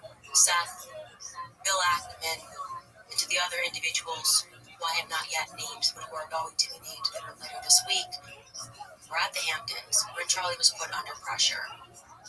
When Bibi Netanyahu called him and invited him to Israel, again in a move that would have happened to me, it wasn't Bibi Netanyahu, felt to me like a laced threat. I am inviting you guys, I will give you my platform, actually, to come clear matters up and tell us what really happened, because, I think Charlie was definitely on the brink of changing some of his perspectives. And I can tell you factually, Charlie was praying the rosary. Charlie was going to Mass. One of my last conversations with Charlie was me joking with him, saying, just make the last step, okay? You are, I said specifically, you're too smart to be a Protestant. Just take the last step, Charlie. He says, ha ha. Speaking about Mary, and typically when those steps start taking place, you stop referring to yourself, as I did, as a Judeo-Christian. Again, it is mystifying why, Bibi is out there doing the absolute most to make sure that Charlie was basically remembered as, I would argue, like a Jew, has not been yet mentioned. I didn't hear that. Erica was very clear that Charlie was a Christian, and I believe Charlie obviously was very much a Christian, and that things are not being told truthfully. In fact, I will also call upon, since we're having fun, Turning Point USA to release the audio of what Charlie Kirk, so I was in communication with Charlie at this time because I knew exactly which donors were pressuring him and why. Exactly which people that they were insisting Charlie allowed to speak at his event and why. Charlie did not necessarily want those people to speak at his event. Okay? I'm calling upon Turning Point to release the footage of what Charlie said to Tucker Carlson before he hit the stage. Before, all of that craziness and the response to Tucker Carlson's remarks played out. Charlie was mic'd. Surely Tucker Carlson was mic'd. I know Charlie was mic'd the entire time at those events, so I'm asking for everyone to just release Charlie in his own words. I feel like that's pretty fair, right? Let's stop saying how Charlie felt, and instead, if you're going to hold up the letter, release it in its entirety. Okay? What messages, Bill? It's mine. Let's all just be very forthcoming about what took place. In fact, I'm calling upon Tucker Carlson to speak about that. I know what Charlie said to him, and I'm sure Tucker Carlson won't lie about it. What did Charlie say to you? Dave Smith, what did Charlie say to you? What was Charlie? Did he seem like he was treading in a direction? Like, do we feel like what Bibi is saying is honest, a representation of what Charlie was going through? This is what I want. I think that the thing that we need here, sunlight is the best disinfectant. Now, does all of this mean that Bibi Netanyahu and that this somehow proves that Israel was involved in the assassination of Charlie Kirk? No, we have no evidence of that. We can't say that because there is no evidence of that. But I don't like little lies. That's what I will say. Something that I always say in my household is, when there is one lie, there's 20. There's no reason to lie. Bibi could have gone on Fox News and he could have told the truth. He could have said truthfully that Charlie Kirk has always loved Israel. He's always loved Israel as the Holy Land. He's been here many times, and throughout his career, he has been a faithful supporter of Israel. That's not what he said. Okay? He talks about the phone call and didn't give it the proper context. He held up the letter and didn't give it the proper context. And lies by severe omission, I'd like to be very clear, are lies. Lies by severe omission are lies. You're not going to gaslight us and tell us to shut up or call us anti-Semitic for pointing out the fact that Charlie was having a change of heart about the tactics that Israel was using in America, and that he felt when he had left that meeting that he had effectively been blackmailed. Again, my platform is yours, Seth Dillon. My platform is yours, Bill Ackman. Verify it, we can do it. I think that that's what people deserve, because everyone has PTSD. We watched Charlie get shot in the foot. That feels a little bit symbolic. It feels like they wanted us to know that his voice was problematic. Again, I don't know who they is. After we take this brief break, we're going to go through the investigation. It seems to have a lot of inconsistencies and holes in it, and we're definitely not yet at the bottom of what in fact took place. But I do know that I severely distrust people who rush to misrepresent things. And it's not a good sign when somebody has to ask you, as Greta Van Susteren asked Bibi Netanyahu in his secondary hit regarding Charlie Kirk's assassination. It's not a good sign if somebody even has to ask if you did have anything to do with the assassination. It doesn't make you a great person, okay? And that's what she asked him. Take a listen.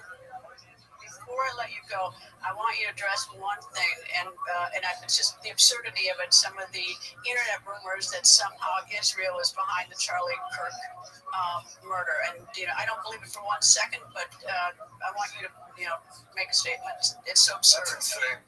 That's insane. Israel also changes the orbit of the moon. Israel pushes the sun. I mean, the whole thing it's not only insane. I think it's so absurd, so stupid, and so ridiculous. You can't believe that people are saying that they just found the perpetrator. They'll get to the bottom of this. But they go, they have no limits. When you hate Jews, when you hate the Jewish state, you're willing to say anything and promote all these absurd rumors. And by the way, they're willing to kill us all the time. I mean, that's what they do. And over the centuries, when Jews, especially in the Middle Ages, the horrific Middle Ages, the worst things were said about Jews you could possibly believe. We were poisoning the wells. We were drinking the blood of Christian children. You name it. I mean, these things. That continued actually up to the Holocaust. And the Nazis said the same thing. We're carrying vermin. We're spreading disease. And people believed it. And every time they believed it, this was a prelude to a greater and greater massacre, culminating with the worst massacre of them all, the Holocaust. Well, he's mentioned the Holocaust. Guess we can't broaden the narrative any further, guys. Holocaust, so everybody's just stopped talking about anything. Hey, he's the victim. It's absurd. It's just absurd. The Holocaust happened. You heard him. We're sick of this shit. We really are. And there will be no narrative that I will not applaud when it comes to figuring out why people are lying about the state that Charlie was in when it came to the topic of Israel. Again, you can examine Charlie in his own words. You're starting to talk about topics that you're not really allowed to talk about when you take money and big checks are being written, increasing every single day. In fact, he was the truth even about Jeffrey Epstein. Epstein, his little friend Ghislaine, and Ghislaine's father, Robert Maxwell, who's obviously a spy of the Israeli intelligence agencies, that there was something else going on here. Epstein was not some sort of whiz-kid hedge fund manager. Epstein was playing a part. Epstein was a LARPer. Epstein was cast for a specific role, and he played it really well. The sweatpants and the Harvard jacket, the kind of disheveled hair, looking as if he was so smart and above the clouds that he was doing advanced mathematic equations on the back of napkins. But if you actually go into some of the videos of people that met with Epstein at the time, they said he was awfully unimpressive when it came to finance and markets and economics. It's nothing new that if you're in the intel agencies, you want to try and get as much blackmail on powerful people as possible. Easy, not hard. And this is no longer just speculation. First of all, the evidence that shows that Epstein was a creation of either Mossad, Israeli intelligence, American intelligence, Saudi intelligence, or maybe he was just a hired gun. Maybe he was just the guy that countries would go to and park a couple $100 million and say, hey, can you get one of the members of the royal family with a 13-year-old so we can get them to do what we want to do? Members of Congress are actively being blackmailed. The Epstein playbook is being used on a daily basis. Jeffrey Epstein was not a financier. He was not a hedge fund manager. Jeffrey Epstein was a key player in a multi-decade blackmail operation against the most powerful people on the planet. Yeah, I don't know, man. I don't know. It seems to conflict with Bibi's narrative a little bit, yeah? Just a tiny bit. I do want to say this. It's important because I am angry. I will obviously, I pray to move on from this space, but it's a fire in my belly right now. To those of you who think that you are going to replace Charlie Kirk, okay? Kings are born. You don't just get to depose and tell us that we're going to follow this individual, okay? I'm one of the Masons of Turning Point USA. You put a shill in Charlie Kirk's chair, in Charlie Kirk's company, you try to tell us to follow that individual, I will be an enemy of you. There will be nothing that can stop me, okay? And I want you guys to say, this is not a threat, this is a promise. There will be nothing that can stop me. I will release every single text message. So to those of you who are trying that, I'm seeing the messages, I am telling you to back off right now. Like right now. Don't do it, okay? Don't you think about it. I know exactly who you are. I know exactly who you were that were exerting pressure. Don't you pretend to be noble now and say nice things about Charlie Kirk and think you're going to slide into his chair, okay? Over my dead body, which I'm sure can be arranged. Now, I'm going to take a pause. We're going to some sponsors, and we're going to get into what we are being told by the agencies. There are definitely some holes, maybe more is coming out. First, this is fantastic that Preborn is doing this. Every heartbeat tells a story, and at Preborn, they give moms in crisis the chance to hear that heartbeat for free, and that's exactly why I partner with Preborn, because Preborn isn't out to judge women. They're making motherhood possible. They provide free ultrasounds. They share the gospel of Jesus Christ, and more importantly, they stay after the baby is born with real practical support by giving expecting mothers diapers, baby clothes, and even housing and financial help for up to 2 years after the baby is born. That's what true Christ-centered compassion looks like, and that's how you can be a part of it. For just $28, you will give a mom a free ultrasound, one chance to see her baby, and when she does, she's twice as likely to choose life. Preborn is on a mission to save 70,000 babies this year, so don't just say that you're pro-life, you can also live that. Donate now. You can call 855-601-2229 or head to preborn.com/Candace. Again, that's preborn.com/Candace. Also remind you guys about GNO land, built by elites or big tech. What if they were actually built by and for real builders, the people? That's the question that GNO land asked, and that's why they built GNO land. They started with Golang, which is a language that real world developers already use, and they built a platform all around that. It's transparent, intuitive, and it makes sense. Not some confusing system of ones and zeros. It is open source, so imagine GitHub, but designed for on-chain collaboration and composability.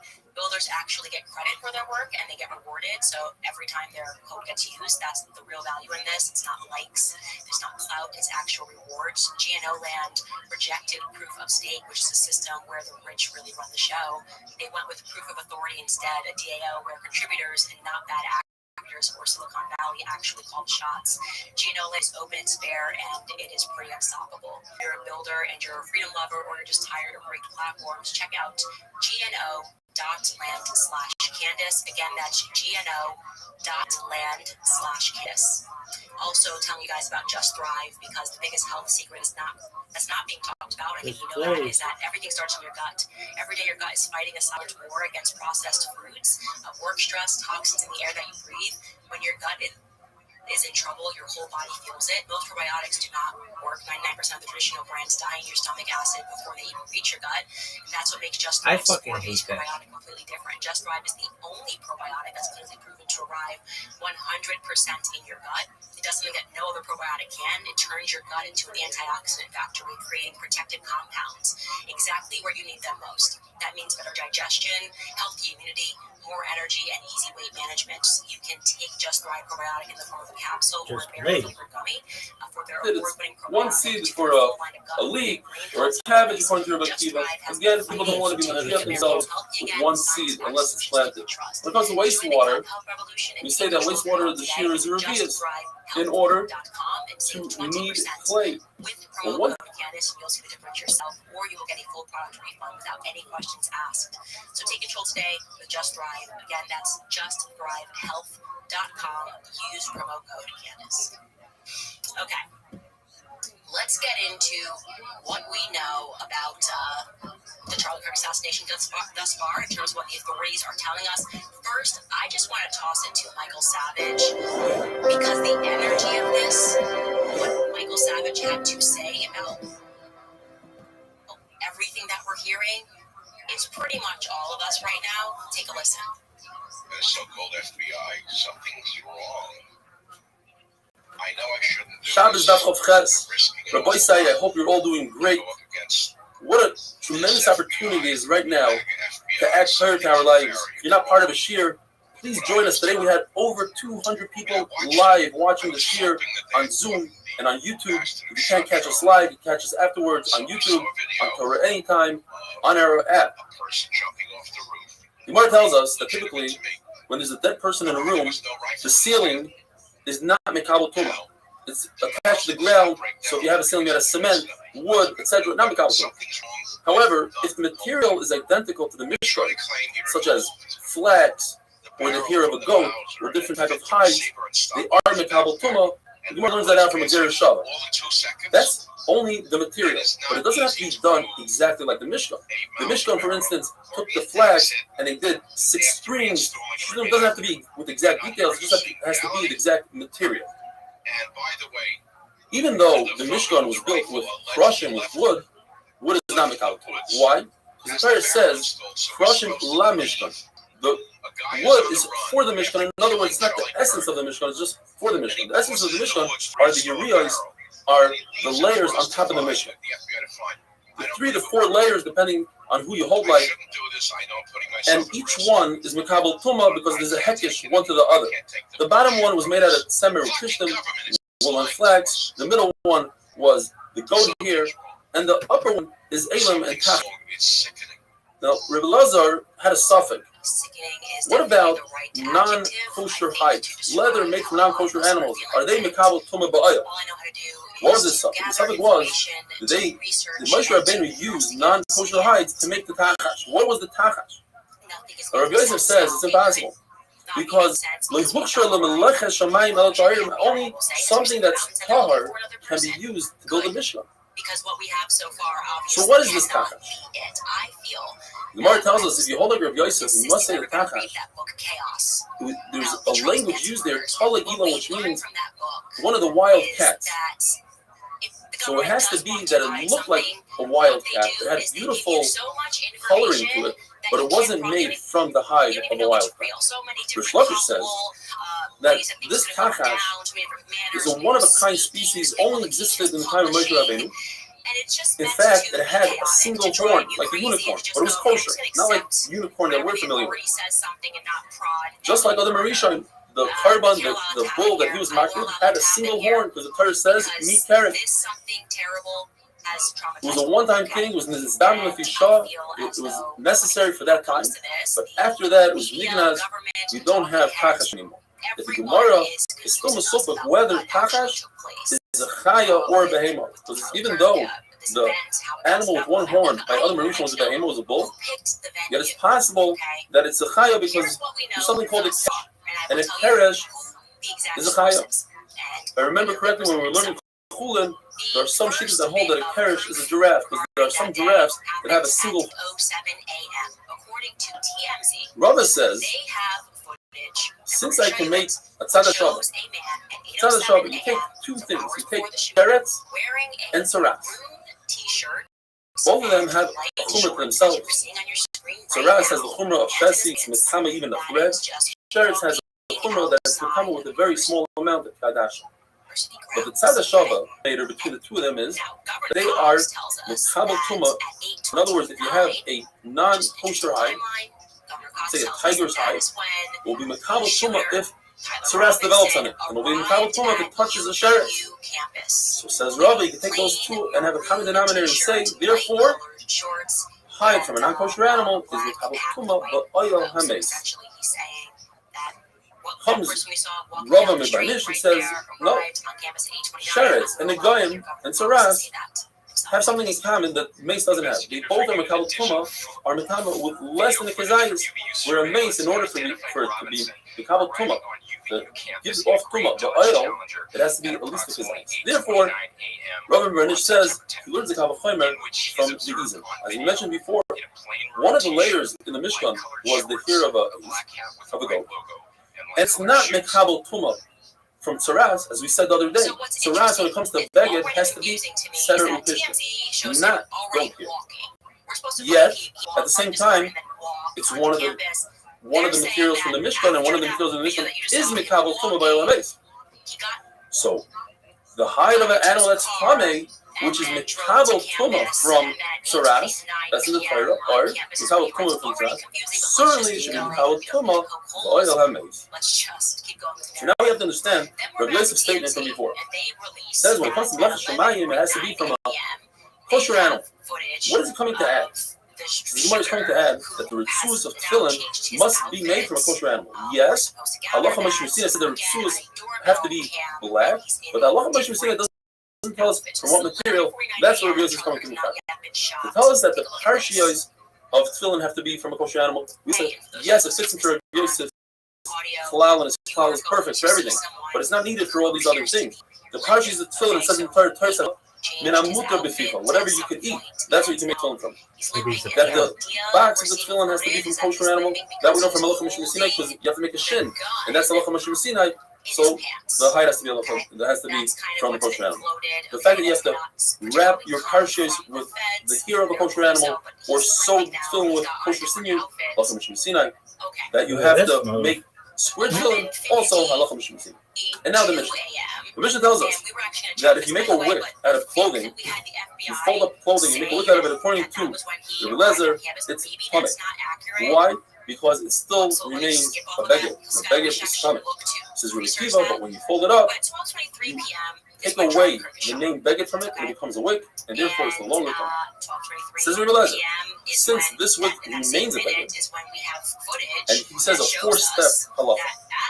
Therefore, if this beged is exactly 3 by 3 feet, and it happens to be yontif that falls out on a Friday, and we hold like hula that you must burn most of the wick. In other words, once you light it a little bit, that's not enough. You have to light the whole thing. But once you light it a little bit, you just broke the wick. You ruined it. And by ruining it, you cause noilad. If you cause noilad, Rabbi Yehuda says that it becomes muktzah. So it's also for you to light this on Yom Tov. Shows us there's another now, according to Kiva, when you fold up this wick, it's no longer a cleat, so you're just lighting wood, so you're not over anything. Yosef says, now I understand. I always heard this halacha about being exactly 3 by 3 fingers. I never understood what it meant. Based on this halacha, now I understand completely. Have a wonderful day. Confusing to us of how he was able to do that so quickly. An unbelievable amount of hunters, guns, people that reached out to me said that just didn't happen. They have exactly as Michael said, that did not happen. There is no way that happened. That cannot be accurate. Then, and this is obviously the craziest part of everything, we have decoy boy, right? So it happens, and suddenly this guy George Zinn gets arrested. I hope you all have a wonderful Shabbos, peace, safe and healthy. Going back to the mission we had yesterday,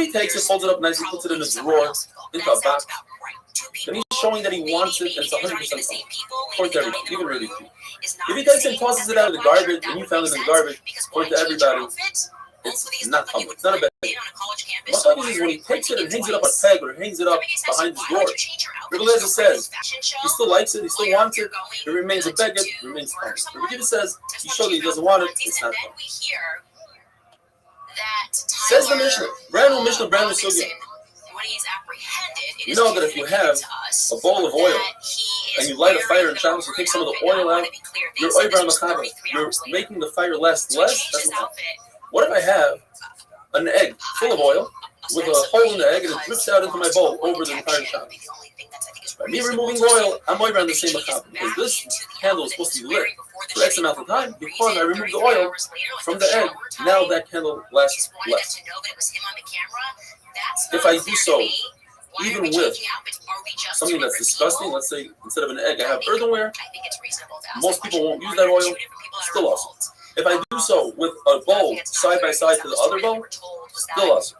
Tyler review this in all these Robinson cases. allegedly. However, if after that speaking egg with the is pastor, permanently his dad affixed turned him in, to Bill the bottom had $1 bowl, million, let's say right? my Big Ferris is still, fixed, that's how I created, he or really later cared on I about glued it Charlie. together, And, then it's mutter because now I he's know now going it's to one and the same, and I'm not going to remove father the of oil. this child who, after prayer and speaking What to does the the review pastor, though and was saying, in okay, well, Snitza. we, It's the name of the place. then, And they gave him you know, this he egg, turned himself and he in. filled it up with We were oil, and he told used he it over turned himself Shabbos. So the Gemara is in. Now different we're because in being Bisnitza, told that there were actually reasons, they hasn't were very confessed. careful. It seems like the So Gemara I'm wasn't just so happy with wondering, that. how The do you Gemara turn says, yourself in the without Rebbe ben confessing? Elazar Because gave if I Musar, say his Mochiach, his my Moicha, kid did it, to Rabbi Oven. that's enough for an Famous arrest. machlokes, are you allowed to What if the drag kid a says he bench didn't on do it? Shabbos, I knowing think that that's perhaps okay. you might How do create they arrest him a without a groove in the confession? ground, I'm going to show you and that's the Issur Charisha. Governor Cox's If statement says where it's he not a says problem, that the the Hashem kid is is not Kavan, confessed. I don't have Take a kavanah listen. to do it, it's mutter. I know you heard that report. Rabbavan, he's dragged bench over a marble floor. It's impossible to make a guma, it's impossible to make a groove. Yet Rabbi Yisrael was Moichan, and he said, listen, maybe today you won't, but tomorrow you might forget to do so. And therefore it's also. Can you tell us anything about that this morning? The Gemara tells us a three-way machloek parents. What happens if I have a very light bench? I can lift it up easily. It's extra. It's constantly with extra. I can lift it up, but I don't want it. According to Rabbi Yirmiyah, Rabbi Shimon always said his halacha is very heavy and you can't do it otherwise. But if it's light, you have no business dragging it and perhaps creating a group, and therefore, in that case, he says it's also. You say he admitted that. And we have to explain when the Mishnah talks about No, not again. he say the sapso that mentions the chair, it's not a very heavy chair. Ula says no. The machlokes is even in a very light object like a chair. The Rabbi Shimon is going to say it's mutter, but in a very heavy bench or bed, the Rabbi Yehuda would also agree that it's mutter. So why does the Mishnah talk about a bed? It's talking about a very light bed. Rabbi Yosef says no. The machlokes is in both cases. Even if it's very heavy and light, it seems as mutter, very heavy and light, the Yehuda says is possible. We're asking, from a person who's selling clothing in the street, says the Gemara, if he's just putting it on him and he's not having any benefit from it, he's not saving himself from the elements, from the heat, from the rain, it's mutter. But it's a tzaddik should put it on a stick and not hold it. Efshar, it's possible for him to get away from the whole problem of Shabbos. Yet we say it's mutter for him to carry it on himself. So that's a kasha Rabbi that says that in a situation of Efshar, allowed to do so. Have a wonderful day. Have a great Shabbos. See you tomorrow. So Governor Cox came out and told us that there were messages about the rifle drop point. Okay. Discord says not the same thing. Let's listen to Governor Cox say that on this social media app, Discord, they were discussing the rifle drop point. Take a listen. Investigators identified an individual as the roommate of Robinson. Investigators interviewed that roommate, who stated that his roommate, referring to Robinson, made it Shabbos Daf Lamed, Discord. we're starting the Mishnah on the bottom of that Chav Tes. If a person extinguishes a flame because he's fearful of the Goyim or the robbers, or he has a person who's very ill, he's potter. Meaning, it's completely mutter. Our Mishnah goes to the point of review that holds Melacha Shein Sricha L'Gufa Asur, where Rav Shimon holds it's mutter. What does that mean? The best example is the person extinguishes a flame because he wants the flame to be extinguished. In other words, it helps him burn the wick, and he wants that charcoal on the wick. That's the Melacha Shein Sricha needs it. Another example is, let's say he prefers that the candle wasn't lit to begin with. A robber is coming, he doesn't want the candle to be lit. By him extinguishing it, he gains nothing. That's the Melacha Shein Sricha. Therefore, the person extinguishes a flame because he wants to save the pot. He wants to get the oil, grab the wick, then he's chayav. On the other end, he extinguishes the flame because he has a chedesh emisik. According to Rav Shimon Uvi, potter, because he's extinguishing it not for the sake of the extinguishing, but because he just doesn't want the flame. It's also to do, but he's potter. The Gemara tells us that he asked for Kanapum, are you allowed to extinguish it? If you have a chedesh emisik and he went into a huge tangent of a God, the next 4 daf are forgotten. And he started by saying, there seems to be a contradiction in Shem HaMelech between himself and his father. On the one hand, Shem HaMelech says, "V'shabech Hanis HaMesim," I have to give praise to the dead. And he says, a live dog is better than a dead lion. The Gemara says, "Lo ya mesim." The dead can't do anything. They can't praise HaKadosh Baruch Hu. unnecessary. Says Gemara 3 shot. When a person is alive, he could learn Torah and he could do mitzvahs and he could accomplish. Once he's dead, he's over. Chashi, he's free from mitzvahs and Torah. On the other hand, when Moshe Rabbeinu davened on Klal Yisrael by Chet HaEgel, he davened and HaKadosh Baruch Hu didn't listen to him. But when he mentioned the Havais, the Schus Havais, HaKadosh Baruch Hu listened to him. So you see that the dead are greater than the alive. Another pshat. If a ruler makes a decree in our days, sometimes people listen, sometimes they don't. But when Moshe Rabbeinu made a decree thousands of years ago, he made decrees to learn the halachas of Yom Tov 30 days before Yom Tov. Or in benching, the first bracha benching, he decreed.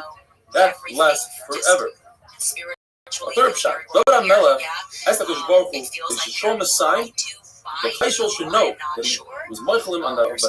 But the Baruch Hu said, I cannot give you the sign when you're alive. I'll do it after you die. In fact, David HaMelech did Chanukas HaBayis and he tried to bring the Aron into Kodesh HaKadoshim. It was too wide, he couldn't fit it into the door. So he davened 24, struck him off the hill, and he wasn't answered. When he mentioned his father David, then the doors became wider, and Klal Yisrael realized that the Baruch Hu forgave David. But it says there, the famous passage of the same Shir Yoy, Sushar M'Sheicha. The Yodai Melech HaKavod, the doors thought that Shlomo Melech is referring to himself, Melech HaKavod, the king, and they want to swallow him alive. So Shlomo Melech says, no, Hashem is referring to HaKadosh Baruch Hu. Gemara, when they finished the Chanukas HaBayis after 8 days, it's a very long pasuk. And the Gemara dashes the pasuk, Vayichol Aleim, Klal Yisrael went to the tents, they found their wives with the harem. And then it says, Smeichim, they had Hannah from the Zillah Shechina, V'Toiv, each and every one became pregnant with a boy. And then it says, the David Avler, that HaKadosh Baruch Hu forgave David, the Yisrael Am, and HaKadosh Baruch Hu forgave Klal Yisrael for eating that Yom Kippur that was so simply ate. In fact, he got awarded Gan Eden for eating on Yom Kippur. David HaMelech wanted 3 things from HaKadosh Baruch Hu. He wanted to know how his life, what year is he going to die on, and what day of the week is he going to die. The Baruch said, I cannot tell you when you're going to die, you can tell your life is going to play out, but I'll tell you the day of the week you're going to die. You're going to die on Shabbos. He said, if I die on Sunday, it's better for my family. He said, no, Sunday's already in the book of Shlomo. If I die on Friday, it says, every day that you're alive, and you yourself said it to Hillel, is better than 1,000 oilers that Shlomo is going to bring. So every Shabbos, David HaMelech would learn Torah, pasuk from Revere. He wouldn't stop learning because he knew that the Malach HaMavis cannot kill him as he's learning Torah. So Malach HaMavis made a lot of noise in the backyard. David HaMelech, as he was continuing to learn, went to see what the noise was, went down the stair, and the Malach HaMavis took out the stair, he fell, and from falling, he got scared, he stopped learning for a moment, and that moment, Malach HaMavis killed him. So Shlomo HaMelech sent to the Chachamim 2 questions. First of all, my father, the king, is lying in the sun. Can I move him on Shabbos? Second of all, can I feed it? Is a mutter to feed dogs on Shabbos? And he said, yes, you can give the nevela, which is typically muktzah, but since it has a purpose, you can give the corpse of an animal to a dog. On the other hand, you cannot touch the dead person unless you make a special heter. If you put a loaf of bread or a baby on the dead, then you can carry the dead agav the bread. So you see that a live dog has more importance than a dead king. Finally, the question that they asked Rabbi Tanchum, he said, as a mashal, because we have a pasuk b'chai b'hem, obviously you're allowed to extinguish the flame for Chodesh Yom, but he said in the derech of Agadah, because there's women and Amaratzim, so he wanted to open their hearts to Torah, and he said, a person is like, the neshama of a person candle, like Hashem's candle. So of course Hashem's candle comes before a human candle, and therefore you can extinguish the candle so that Hashem's candle can live longer. The Gemara tells us that they wanted Koheles because of the contradictions, the seemingly contradictions in Koheles. It says, but however, since Koheles starts with Torah and ends with Torah, so they decided not to. How does it start with Torah? It says,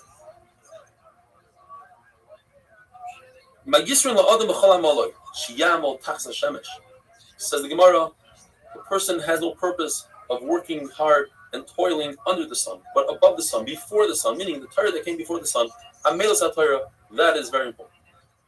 And finally it says, Gemara says 3 pshatim. First of all, the whole world was created for this individual, or he's equal to the whole world, or the whole world comes to serve this individual.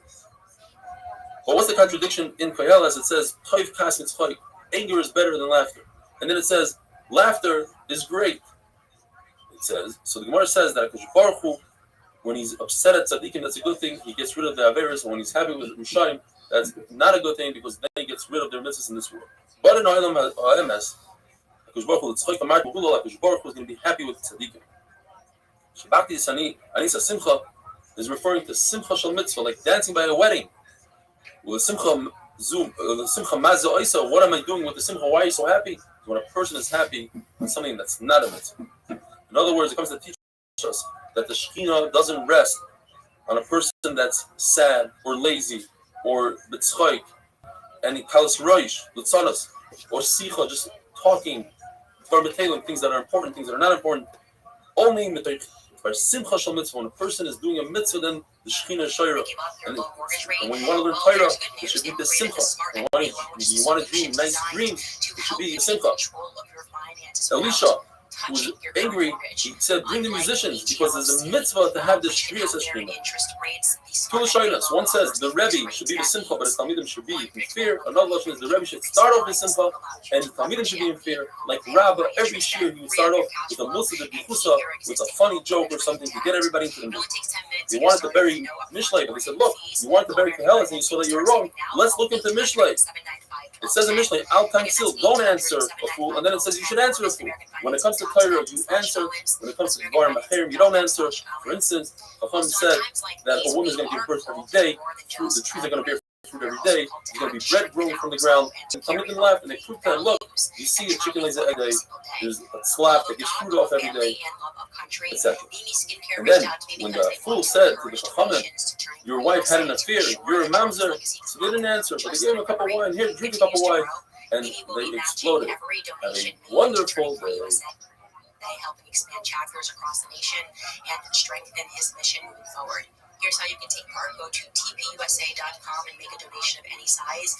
Then simply forward your receipt to faith@skincare.com. Again, that's faith@skincare.com. And Media will match it dollar for dollar.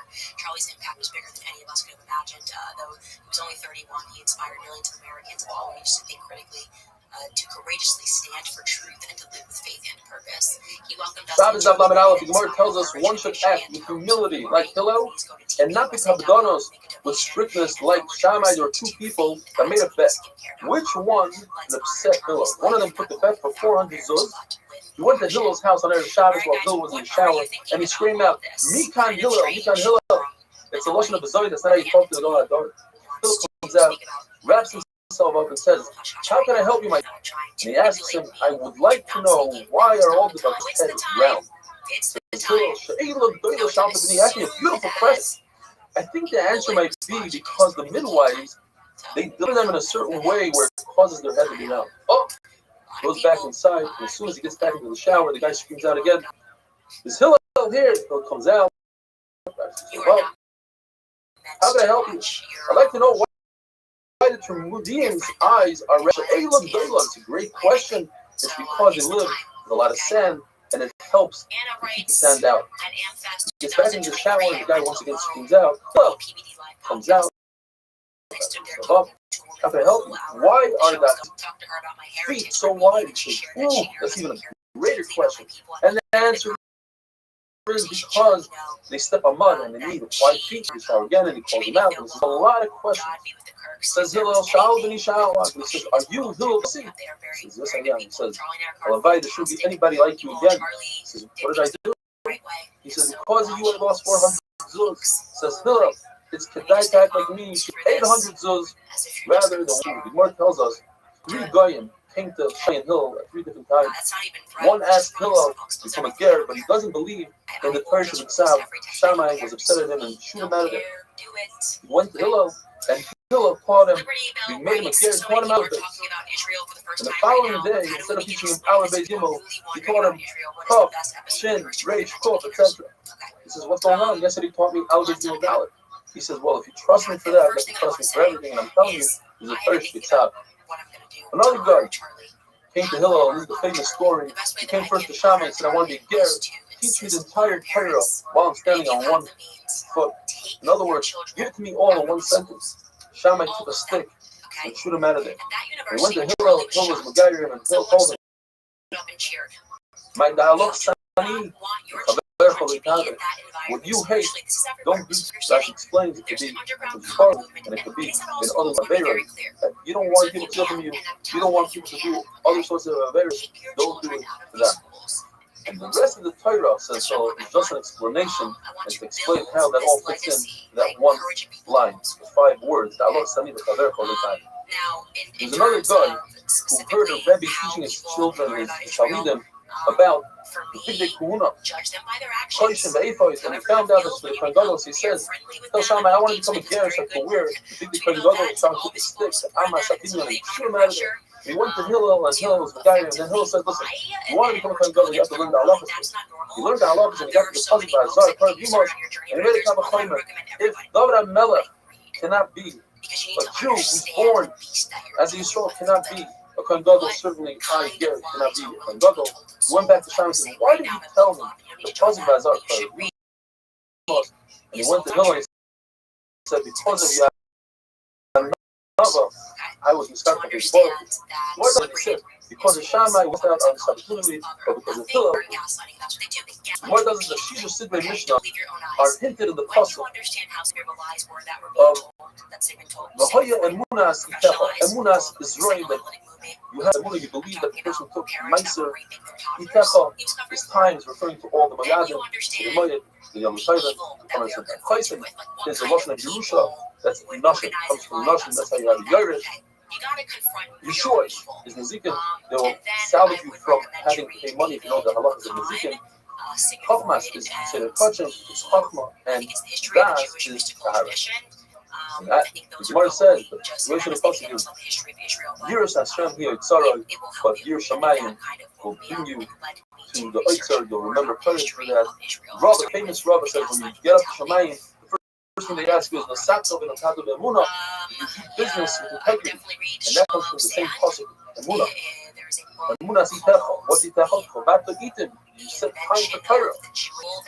And then the following word is about Kuruvu, and then comes the piece of Yeshua, choice, and then when you follow the Chachma, you understand, it's all about Torah. And then Yiras Hashem here is Tzaroi, and the Gemara tells us that if a person, it's a muscle, if a person says to somebody else, take this wheat, bring it up to the attic, and then he asks him, you put in the preservative, he says no, he says, so why, whatever you did wasn't good enough. In other words, you need Yiras Shamayim in order to learn La'alacha. You're allowed to add preservative to the wheat and charge the person to the weight of this dirt that's a preservative, because without that, the wheat will be spoiled.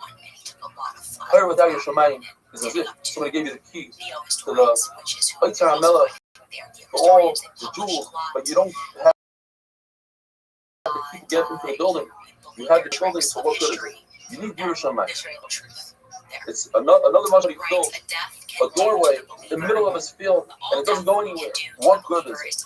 What it says in Shimon of Elazar, they saw Yaakov walking by. One of the two said, let's stand up for him because he has Yiras Shamayim. The other said, he's a big Talmid Chacham. So the other said, what good is Talmid Chacham? I'm saying Yiras Shamayim. It's much stronger. The Gemara says that must have been Rebbe Elazar. Rebbe Elazar holds Damn, girl. that the Bible doesn't have anything in this world besides Yiras Shamayim. Going back to Gehelas, there seems to be a very puzzling passage. It says, Al Tir Shahar, but don't be a big Russia. Be a small Russia. The Gemara knows. I am. If a person doesn't have anything, How you living? don't despair. Don't say, oh, I raised the oil on this. How old are you? How old are you? How old are you? Yeah, Mom, you're done. How'd you find out about me? Hey, talking to You, big dog. Oh, so scary,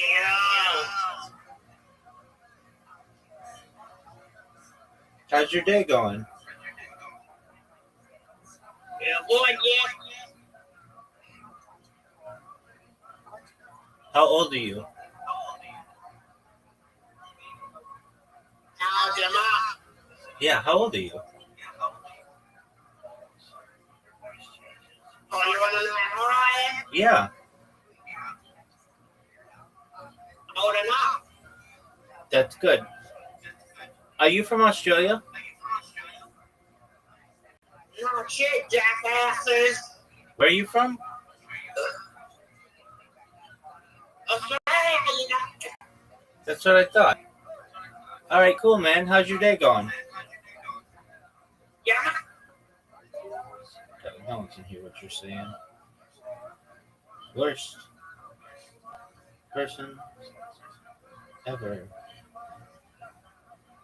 It's like, I was Michal Shabbos, so let me just throw away the entire Torah. It doesn't work like that. A person can do an Aveira and be true for that Aveira and be a great Yid. Lawyers, I'm sick of it. I am. Restream, not only are they not scared and don't think about the day of judgment, Misa, but they live without any fear and they have no humility. Says Gemara, it's like as if they have this chalev on top of their kidneys that prevents them. It's not that they don't know, they know they don't care. We learned in the Mishnah, Rabbi Yossi says that if a person extinguishes a flame to save the lamp, he's not chai. But he extinguishes the wick, then he's chai. Says Gemara, Rabbi Yossi holds like Rabbi Yehuda, the malacha, shemsvichol gufa, you don't need the actual extinction of the flame. she talks You about are garbage. chai. But she's But hot. behold that if you are soiser in order to you demolish something, in order to build, and it's in the exact same spot, and it must be the Yo, exact same dog, there he spot, is. you are right. So extinguishing a flame is soiser. How are you, big dog? Oh, dude, this is just the worst. I give that motherfucker one more try. I'd be on TV right You're to the mouse, see you're what's ruining it. happening here, and I'm shaking my However, head. it's in order for you to light it up again. Was moved by his passing. And the wick is considered a spot. Even if you move a wick somewhere else, that's its spot. It doesn't matter where it is. The spot is wherever the wick is. Whereas a lamp, the lamp has to move wherever the wick is. So if you move a lamp, but it has the same wick, it didn't move a spot. But if you remove the wick, then you move the spot. So that's why in a lamp, Rabbi Yossi holds the part. But when it comes to the wick, another shot, Rabbi Yossi says, I can't believe this bitch does this shit live. because he That wants to is the sing most the wick. impressive thing In other about words, it. he wants the extinction of the Me, wick. that she put Therefore, together it's a very called British Sanctimonies. It's in the wick. It's in the wick. Yeah, I know. I've been a little snippy Have because a it's really hard to wonderful, see people, wonderful day. especially going back into like every message that Charlie ever shared that did nothing but try to destroy him. Like just the pretense of nobility stresses me out. It does. But every week I will get better, and I'm trying. I am trying to be gracious and not angry. Anger is my choice emotion at this moment. Divine Counsel writes, Candace, I have joined you as a voice for truth. I changed my channel the day of Charlie's murder, and I took my Shabbos mask off. is not Flamet Bays. The Mishnah tells us that there are 3 causes that women die during childbirth because they aren't careful, the nida, chala, and the looks on there. It explains, since a woman wasn't careful with the inner body, so she gets punished with something from her inner body, childbirth. Lila explains, the Baruch Hu gave humans a minimum of Revi's dam. He said you have to be careful with that Revi's dam. Chala, Baruch Hu calls it rachis Arisun Seichem, he calls us, so we have to be careful with chala. And there, the neshama of a person is considered a candle, and we have to be careful with that candle. The Gemara gives us 5 Mishal, 5 parables. There are sayings that people say when a bull falls to the ground, go ahead and sharpen your knife quickly. In other words, when a person is in a situation of danger, it's more likely that additional danger will occur to that person. So a woman is giving birth, it's a time of danger for her. Second thing people say, if you beat your slave, you wait until it accumulates and then you just let it all out. So too by a woman, you're punishing her for the chet of chava. Once you're punishing, you add to it. Third saying is, let the drunk fall on his own. The fourth saying is, if you have a shepherd who's crippled and can't catch its goat, he waits by the doorway to the barn and then he catches the goat. And finally, we're in a situation where things are going well and people are giving out food. Everybody is punished. But when the situation is not that good, there's not a lot of food going around, people aren't friends, the situation isn't good for a woman, she's giving birth, she's in pain, then things go wrong. But how do we check men? We check men when they are in a situation of danger, when they go on a bridge, on a rickety bridge, or anything similar to that. The Gemara tells us the Rav wouldn't go on a boat that has a guy on it. Perhaps that guy deserves death, and the boat will go down and he'll die because of the guy. Shmuel was the exact opposite. He made sure there was a guy on the boat because Baruch Hu doesn't punish 2 nations at the same time. Yanai would check the boat to see that there are holes. He didn't want to be Samichan Anais, because if you are Samichan Anais, there's a concept called Menakim Tzuyosef. Because Baruch Hu uses your skusim to pay for those nisim, and that's not a good thing. Reb Zera wouldn't walk below palm trees during high winds for fear that the branches would fall on him. Rabbi Yitzchak says, and this is a big insight in life, don't wait until the tzara happens, don't wait until a person is sick. Daven that a person should not become sick, because once they become sick, it's harder for the refuah to come. Then you have to use a lot of skusim. As it says in the pasuk, people hanoifel mimenu. The person himself, mimenu, you need this skusim. But another drush the Gemara gives us from that pasuk, people hanoifel, the person who falls had already fallen. In other words, HaKadosh Baruch Hu knows from day one, from Sheshis Me'Bereshis, exactly what's going to happen. And the only difference is, HaKadosh Baruch Hu decides who is going to cause the harm. In other words, the person who causes the death is a bad guy. The person who causes good is a good guy. But death is going to happen. If a person knows he's about to die, say Hebrew, just like a person is taken out to death because he's over on Israel that there's a fear of me, he says Vidu. So to a person who knows he's going to die. He's got some bonkers if a person ideas. Goes into a place where there's danger, like the marketplace, there are a lot of fights. That's similar. It's to imagine to himself it's as if a cop, a police officer grabbed him. Once he feels a headache coming, it's as if they're already handcuffed. He's in chains. And once he has to lay down in bed, he's that sick that he has to go into bed. That's bad news. That's as if he's going to be judged in a life and death matter. And if he has a really good lawyer, meaning a good person, will be safe.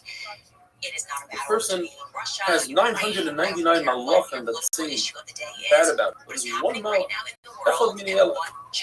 1 out of 1,000 will be safe. Gemara says, there's another malach that says 1 out of 1,000,000. In other words, one malachim, 999 reasons that he has one reason for it, 1 in 1,000,000, that will be matzah. Rabbi says that women die when they are younger. Raka says because they do laundry on Shabbos, they wash the dirty diapers on Shabbos.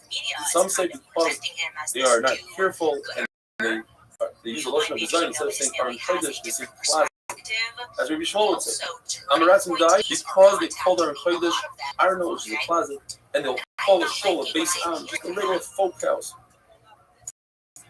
Because he says there are 3 b'dikos, meaning there are 3 checkpoints that the woman goes through to see if she's Chayv Misa, Nida, Chala, Alogas. There are 3 glues. In other words, there are 3 causes to make her die earlier, Chala, Nida, and Alogas. And Shimon Leal says that Huk Egdish and Meiser and Trumas and Meisers are the Gufei Torah. That is the center of the Torah, and we give a certain nemanos, we believe, Aretz that he took Trumas and Meisers from the Deraisa, although the Rabbanan is a concept called Mai, we don't trust him. And we trust Aretz that he wasn't Magdish this object, and therefore we could use that object. Rabbi Nassim says that because of the Aveira of not fulfilling a neder, a monetary obligation, unless it's tzedakah or any other, a person's wife will die. Rebbe says his own children will die. Now, Rebbe said that his own children will die. Rebbe himself said that but once he heard that his Rebbe said children, he took it back. If a person's children die because the person is not careful in mezuzah, or it's because he's not careful in people Torah, and the machlokes is based on the question: if you learn a pasuk, 1 pasuk back, or even 2 pasuk back? Because the pasuk says the man you be meichem. You want to live longer? What the pasuk right before is Safta. Mezuzah. From my mezuzah. 2 pasukim before that is talking about mathematics. Teach Torah to your children. You go all the way back and say even Torah and mezuzah are just mezuzah. Machlokes are made a review though.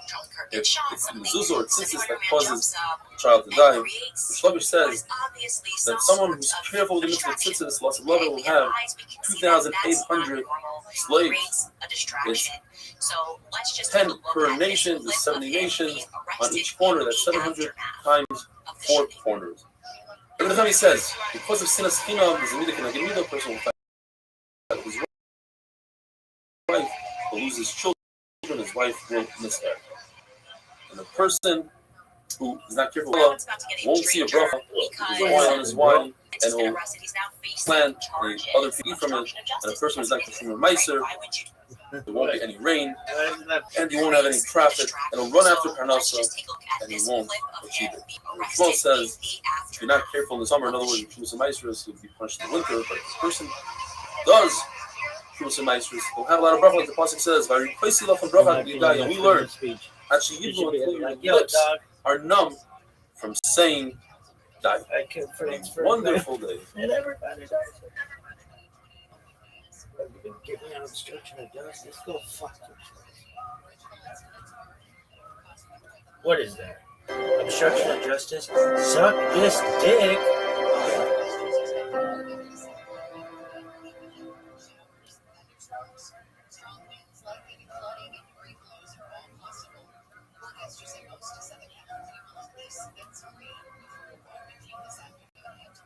Shabbos Daf Lamed Gimel. The Gemara gives us 6 categories of different averos and what the different punishments for those averos are. Starting off with gezel, stealing, locusts will come and devour the entire crop. If there's no crop, people get really hungry quickly. They'll end up chas v'shalom eating their own children. The pasuk says parais habasha, the fat cows. It says Rabbi, this is referring to these women who don't have jobs and all they do all day is shop, shop, shop. And this causes their husbands to go into debt and not have enough money, and they'll have to steal in order to pay their credit card bills. The avera of iyun, meaning if you are a judge and you have the judgment and you don't give it over to the baldin, you torture him a little bit, or a corrupt judgment, or kilkuladin means you don't look into the case deep enough. Perhaps you'll find a heter or something for the guy, and you don't. Or for the avera of bidul Torah, all these, there's chereb, this sword, this war, and the enemy comes and takes the booty. There'll be famine. You'll eat. You won't be satiated. And you'll buy bread by the way. For the avera of shua, shav, and sheker, meaning you swear falsely you did something in the past, or you're going to do something in the future, or you say that right now it's night when everybody knows it's day. In the pasuk it says the word chilul by shua. It also says chilul by chilul Shabbat and by chilul Hashem. So all 3 are the same in terms of the punishment. There'll be wild beasts. They'll come and eat the livestock. There'll be less people, and therefore the roads will be desolate. Because of the avera of Ritzicha, of murder, the Beis Hamikdash, and the Shechina was removed from Klal Yisrael. For the avera of Gilai Rais, Avodah Zarah, and not keeping Shemitah and Yovel, there'll be gullus to the world, and we will lead our country, and others will take over. For the avera of Nivel Peh, the lashon of the Gemara is this: Tzaros, Rabbos, Gzeros, Kashos, terrible decrees, terrible tzaros, and the young Bacharim will die. The orphans and the widows will cry out to Hashem, and He won't answer them. Everybody knows why a Kala gets married, but if you talk about it, even if you're supposed to live 70 years in peace, HaKadosh Baruch Hu flips it over. It's not only the person talking, it's the person that hears and doesn't make a machal also gets punished. They deepen the Gehenna for both of these people. If a person sets aside time to do an Avera, what will happen is he'll have welts and wounds on his body, and he'll even have this disease called hidrokoin. Hidrokoin comes in 3 varieties.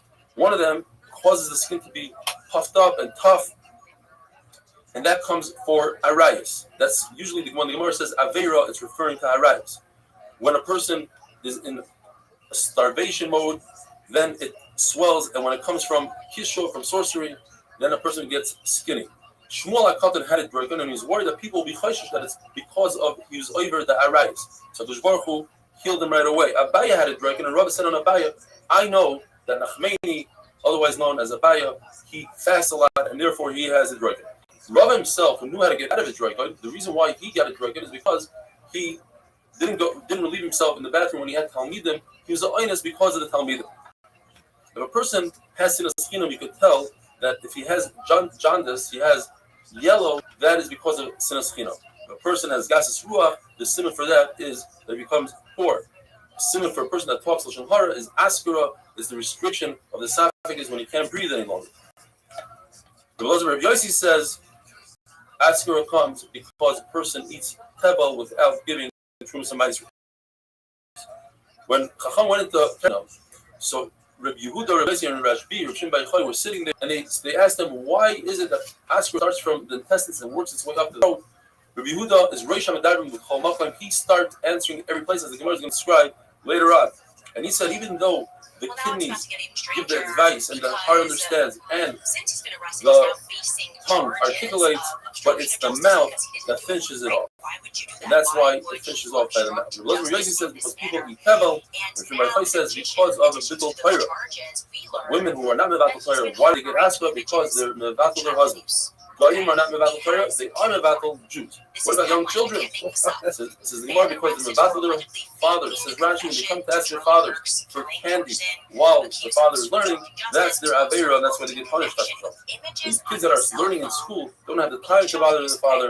Why is So it? we Because learn from when this the dar has article that after tzaddikim, being the tzaddikim arrested, take the this brunt of the averas of the 71-year-old dar. When there are no tzaddikim, then it's the children that take the avera of the dar. Why was Rabbi Yehuda the Rosh Hashanah Chamakim, as you mentioned before?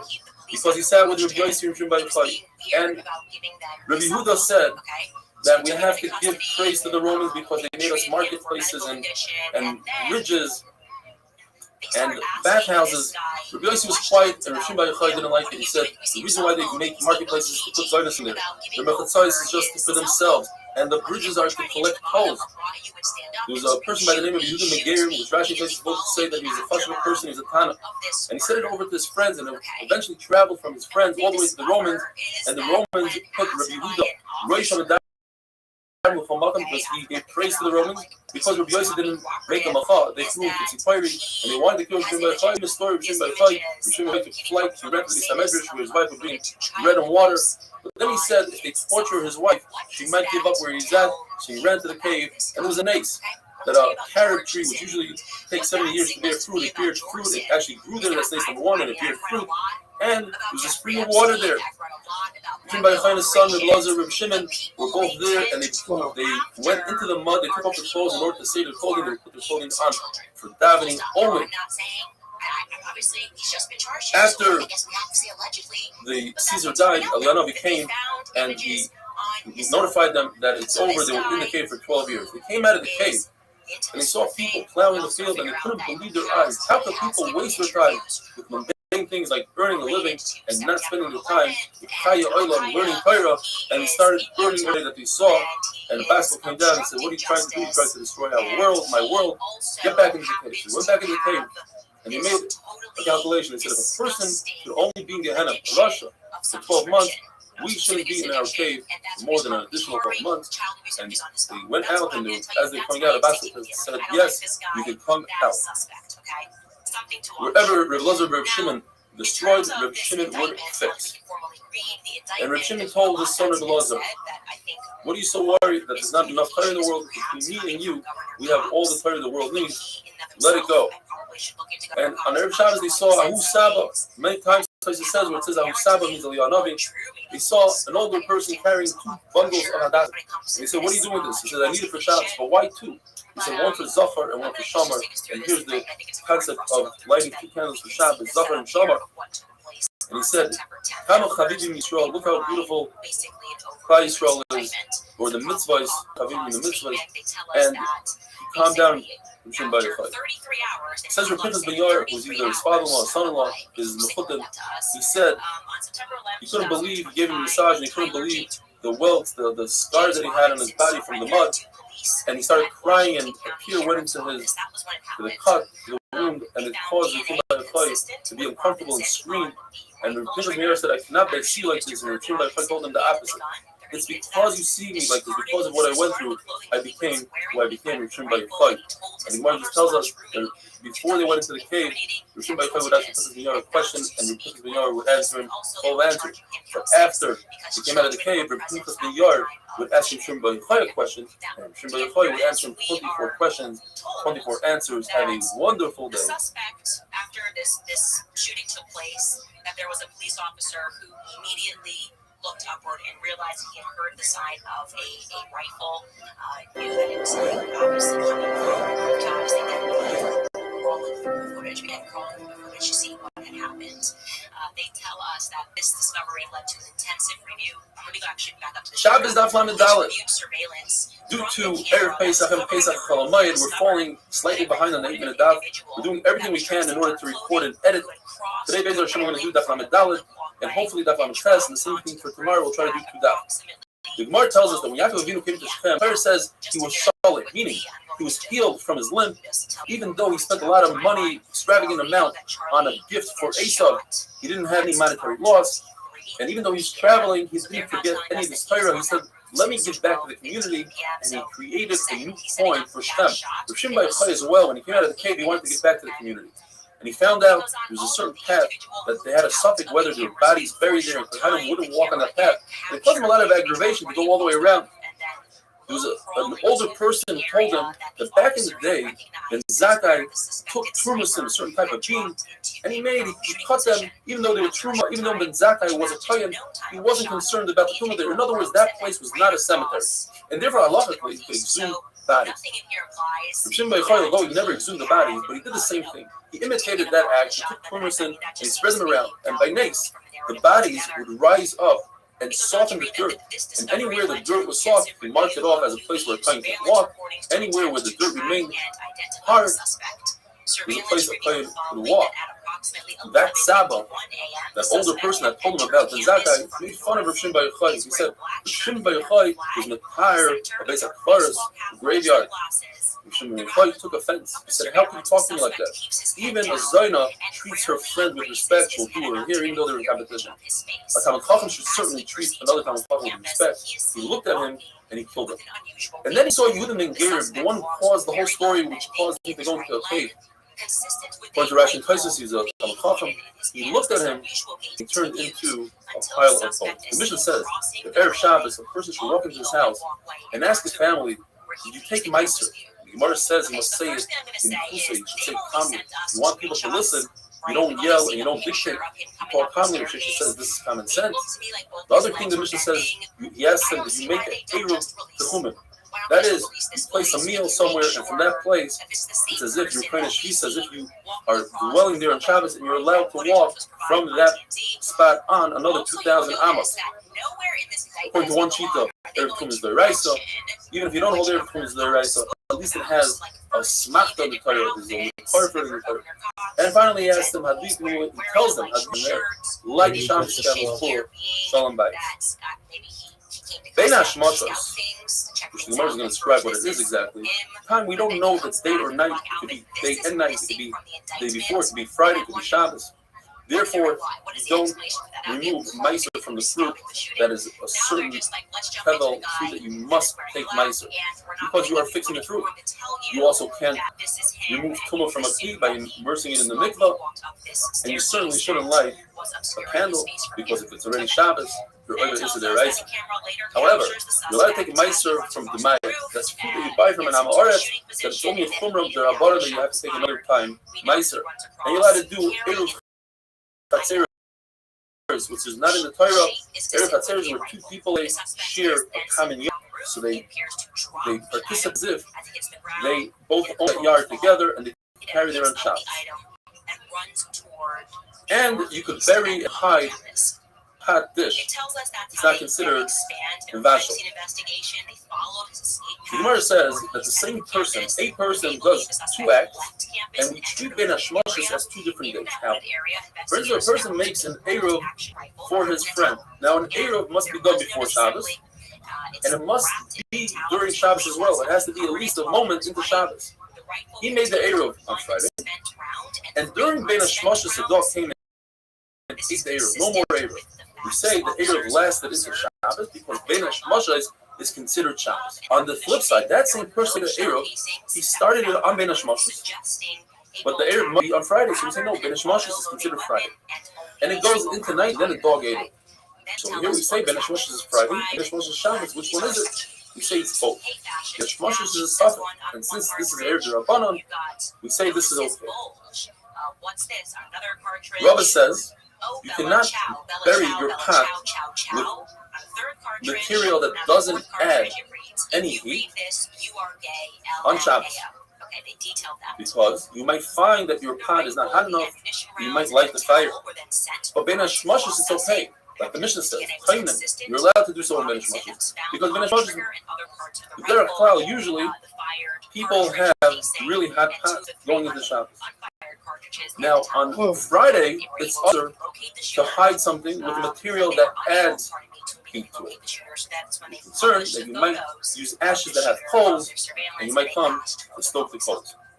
Now, as we said before, Ben Hashmoshes is suffix day, suffix night, suffix 2 days.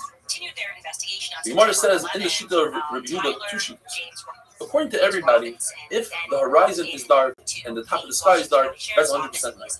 If the top of the horizon is red and the bottom is dark, according to everybody, that's Ben Hashmoshes. But if the horizon is red and the top is red, that's where the machlokes is. That time to be completely red and then to go to the bottom horizon dark and only the top red, that's a difference of 1.5 minutes. How good did that go? That's the whole machlokes. Rabbi Nehemiah says that Ben Hashmoshes lasts from Shkia until it takes a person to walk a half a mil, which is approximately 9 minutes. Yossi says Ben Hashmoshes is terrifying like the blink of an eye, and nobody knows when that exactly occurs. Now, when it comes to a Zav is someone who sees an emission. It's not carry, it's a special emission called Ziva. It comes from a disease. He has a lot of a carry for that day, becomes Torah at night. If he sees 2 emissions, he becomes a Zav. He has to wait 7 days of Tahara to any emission.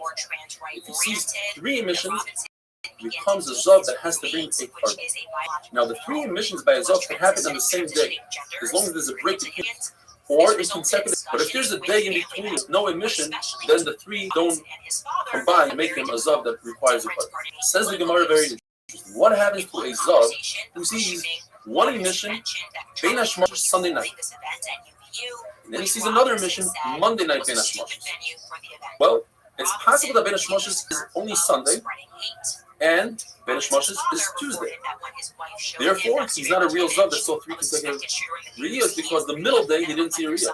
It's also possible that Ben Hashmoshes is both Sunday and Monday, and the second Ben Hashmoshes is Monday and Tuesday. And therefore it is consecutive, and therefore he has to bring a carbon. Therefore, this person has to be machmer and bring a carbon, and he's tamei, and he should wait 7 days. The same will take effect if a person only saw 1 Riyah Ben Hashmoshes. Perhaps he saw that 1 Riyah, which lasted from Sunday into Monday, and he's also a Zav. He doesn't have to bring a carbon, but he's a Zav that has to wait 7 days. A wonderful day. And he planned to take his own life. Now, his parents were then able to convince him to meet at their home, not to do that. And as they discussed the situation, Robinson implied as the way he was here, that he was the shooter, and stated that he could not go to jail and that he just wanted to end things. When asked why he did it, Robinson explained that there was too much eating. Shabbos, Daf Lamed Ches. They asked Rabbi Chia bar Abba, what's the halacha if somebody forgets a pot of food on top of a kira from before Shabbos into Shabbos, and in the kira there are coals? It's ain't a goof of tuma. He answered them very vaguely. He quotes a Mishnah in Shumos that says that if a person cooks on Shabbos, depends. If it's on purpose, he cannot eat the food. If it's by accident, he could eat the food. And in our case, Rabbi Chia bar Abba says that the person forgot. There's no difference between accident and on purpose. Now, what do you mean? Are both mutter or both usher? In fact, it's a machlokes. Rabbi Yosef said he meant that both shayit and mazid are mutter to eat. Why is mazid, when you leave it on the fire, different than mazid when you cook on Shabbos? Because mazid, by cooking on Shabbos, you're taking action. You're cooking with your hands. Leaving it on a flame, you didn't do anything. You just didn't remove it. The only issue is that there's a brisa that differentiates between shogig and mazid, and says mazid, if you leave it on purpose, it's also to eat. That would be a major question on Rabbi Yosef. But Rabbi Yosef, on the other hand, says that what Chia bar Abba meant is that both shogig and mazid are also to eat if you left it on the flame before Shabbos into Shabbos. Why is that? Because we're concerned that people will be tricky and they'll say, "Oh, I forgot the food on the flame," when in fact they didn't forget. So he said, even when it's by accident, also please. The problem is from that brisa that says that by accident you are allowed to eat.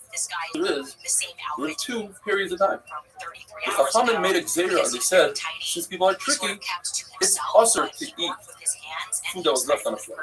And the brisa that says you're allowed to eat food when it was by accident was before that gzeira.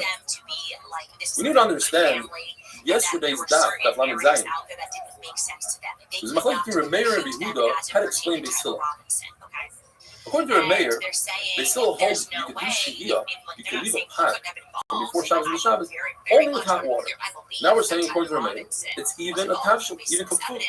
You need to explain that on Daf Lamed Zayin we're talking about lechatchila. Somebody comes to ask a rabbi, what can I leave? They'll tell them only hot water. But if he went ahead and he did so without asking the rabbi, to allow him to eat even a kasher like on today's. Now what about Rabbi Yehuda? Rabbi Yehuda says in Beisilo, you can do shia even in a tafel. And today we're saying that Rabbi Yehuda holds, according to Beisilo, only hot water. We need to explain that on Daf Lamed Zayin we're talking about when somebody removes the coals. There are no coals. So therefore, if there are no coals, we'll allow him to eat even cooked food. Today we said we're talking about there are coals in the kiyah. Since there are coals, only hot water and not cooked food. The Gemara has a suffix. What if a person went ahead and didn't listen to the Chachamim and was over and he did shehiyah? Do we penalize him and not allow him to eat the food? The Gemara wants to bring a raya from Rabbi Yossi. He said that somebody had water that was left on from before the Shabbos into Shabbos. He said you're allowed to use it. Whereas somebody had shriveled eggs, really cooked eggs, and he said you're not allowed to have it. So you see that shehiyah is awesome. Perhaps what he meant to say is next week will be awesome. In other words, don't do this again. Since you did already, you are allowed to eat. The Gemara says that Sheshis holds that according to Beisilo, we're going to the sugya of chazar, putting the pot back on the flame. According to Beisilo, saying you're allowed to do chazar, you're allowed to put the pot back on the flame. It's even on Shabbos morning, where it's not, you can't see from his action that he wants to put it back. Friday night, if somebody takes the coat off the flame, for instance, you know that he's going to put it back on. He needs it for the next day. Shabbos morning is different.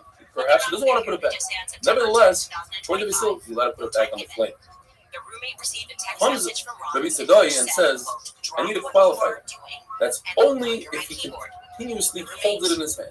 But once he puts it on the ground, it's also to put it back on the flame. Says Rabbi Yochanan, I disagree. Even if you put the pot on the ground, you can put it back on the flame. And there's a machlokes what Abaye says. According to one lashon, Abaye says you need two conditions. You need to be holding it in your hand, and you need to think in your mind that you're going to put it back on the flame. If you're missing any one of those two conditions, let's say you think in your mind you're going to put it back on the flame, but you put it on the floor, you cannot put it back. Let's say you're holding it in your hands, but you never thought that you want to put it back on the flame, you cannot put it back. Another lashon in Abaye is that Abaye said it's one or the other. Either you're thinking in your mind, in other words, I put it on the floor, but I thought in my mind the entire time I'm going to put it back on the flame, you can put it back on the flame. Or, even without thinking, as long as I'm holding it in my hands, I can put it back on the flame. The Gemara remains in a suffix, in the Teiku, these following questions. What happens if you didn't put it on the floor? The Gemara mentions floor. What if you put it on a table, on a bed? What if you hung it on a stick? Is that considered as if he's holding it in his hand? Another question the Gemara asks, what happens if he takes something off the flame and he pours it into another pot? Does that restart the whole thing and say you're not allowed to put the pot back on the flame or not? Take it.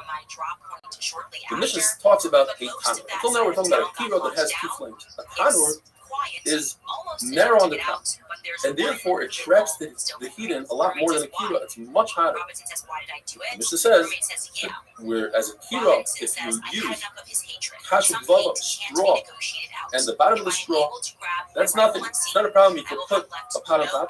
When it comes to a tanur, you cannot, because it has so much heat. It has the same halacha as real fuel. Rav Yosef says that with a tanur, I could place food up against the wall of a tanur. I can't put the food inside the tanur or on top, but I can put it on the side. Abaye argues and says tanur is so extreme, the heat is so strong, that you're not allowed to even put the food on the side of the tanur. And in fact, there's a brayso that says exactly what Abaye says, that it's also to be signed on the tanur. A kuba. It's in between a kira and a tanur. It's just like a kira, but only has one flame. It's large enough for one pot. So it's hotter than a kira. It retains the heat more than a kira, but less than a tanur. And therefore, if you use straw as the fuel, you're allowed to put a pot on top and inside. If you use real fuel, like wood, or the leftover olives or pits, it's also fuel. Yeah, exactly.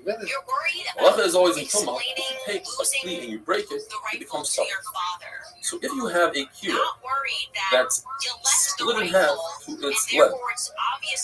It becomes tar because now you just ruined both of the burners.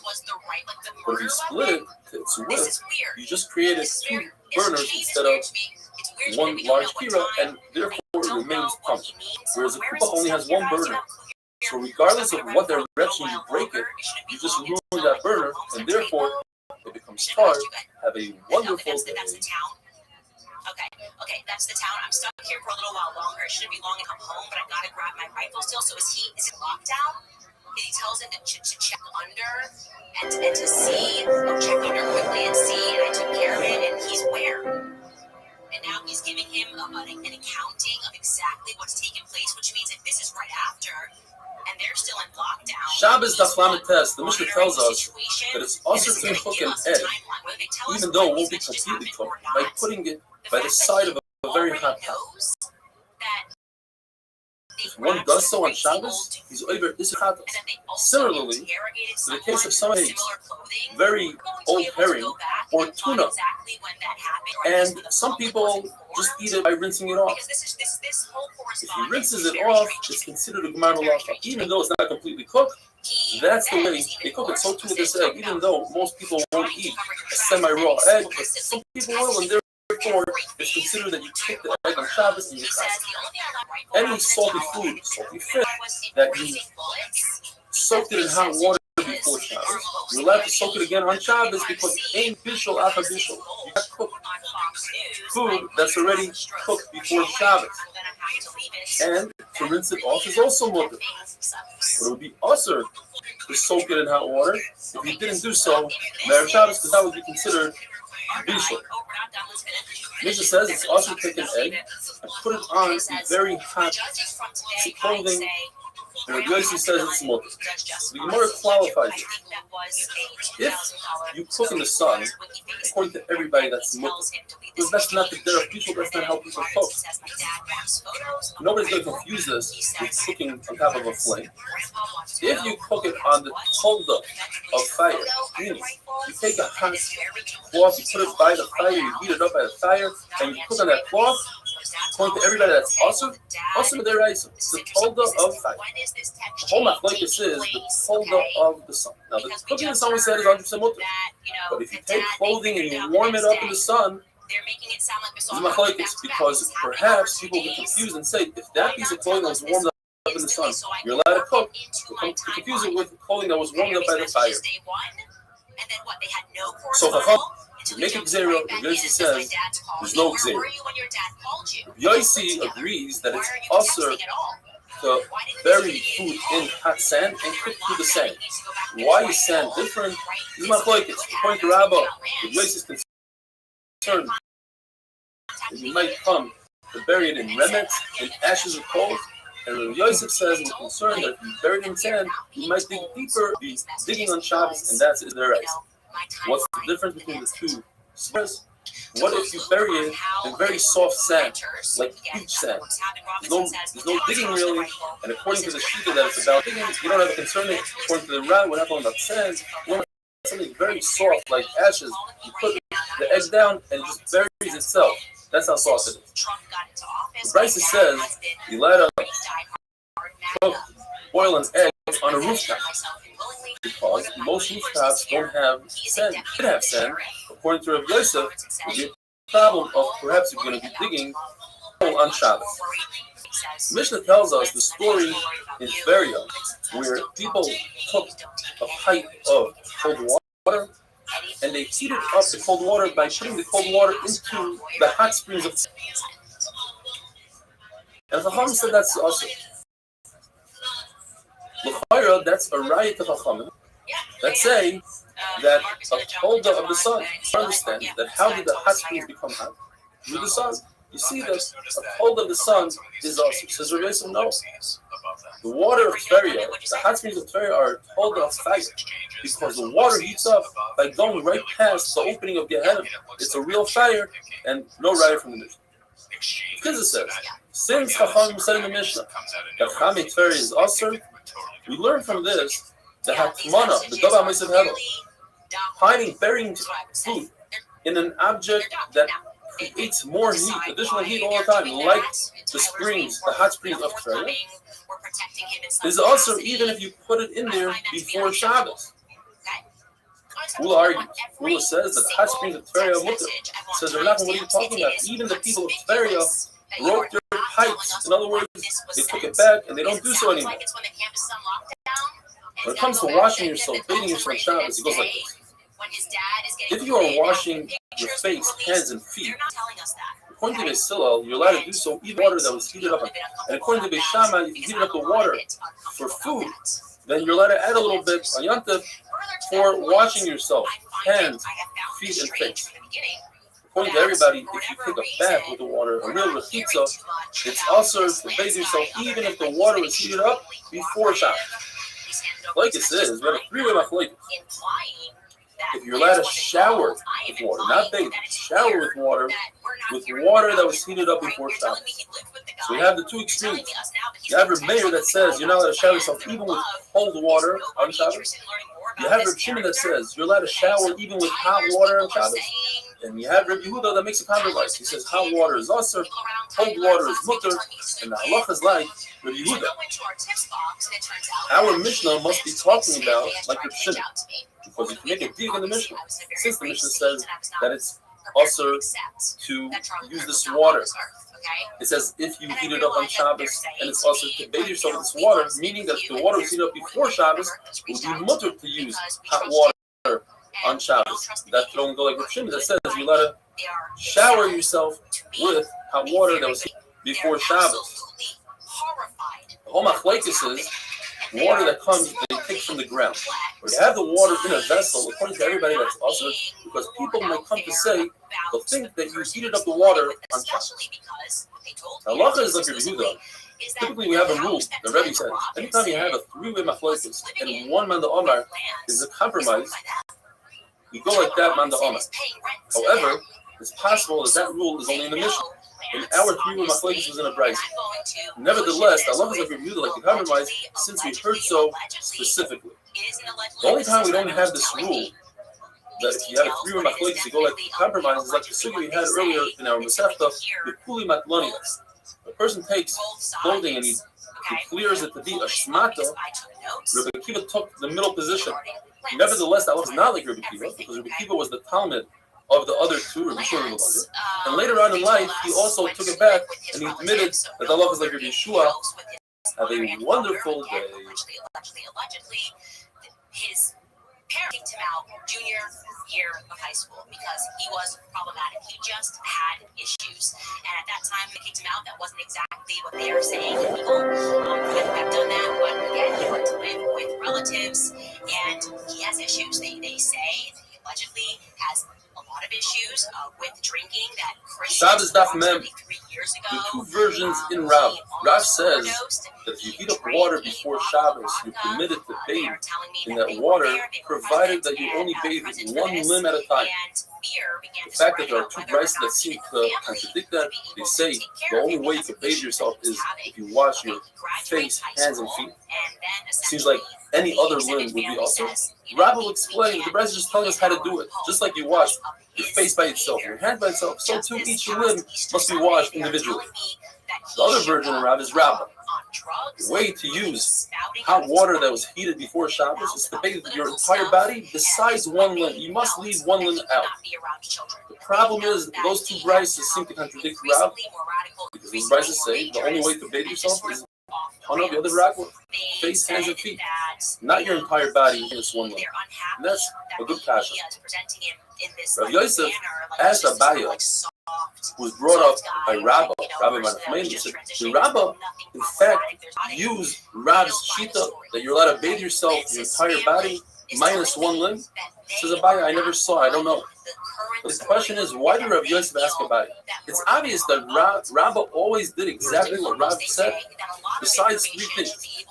You had it in the beginning of the Sefta, that you're not allowed to take tzitzis from one beggar to the other. Rav says you can.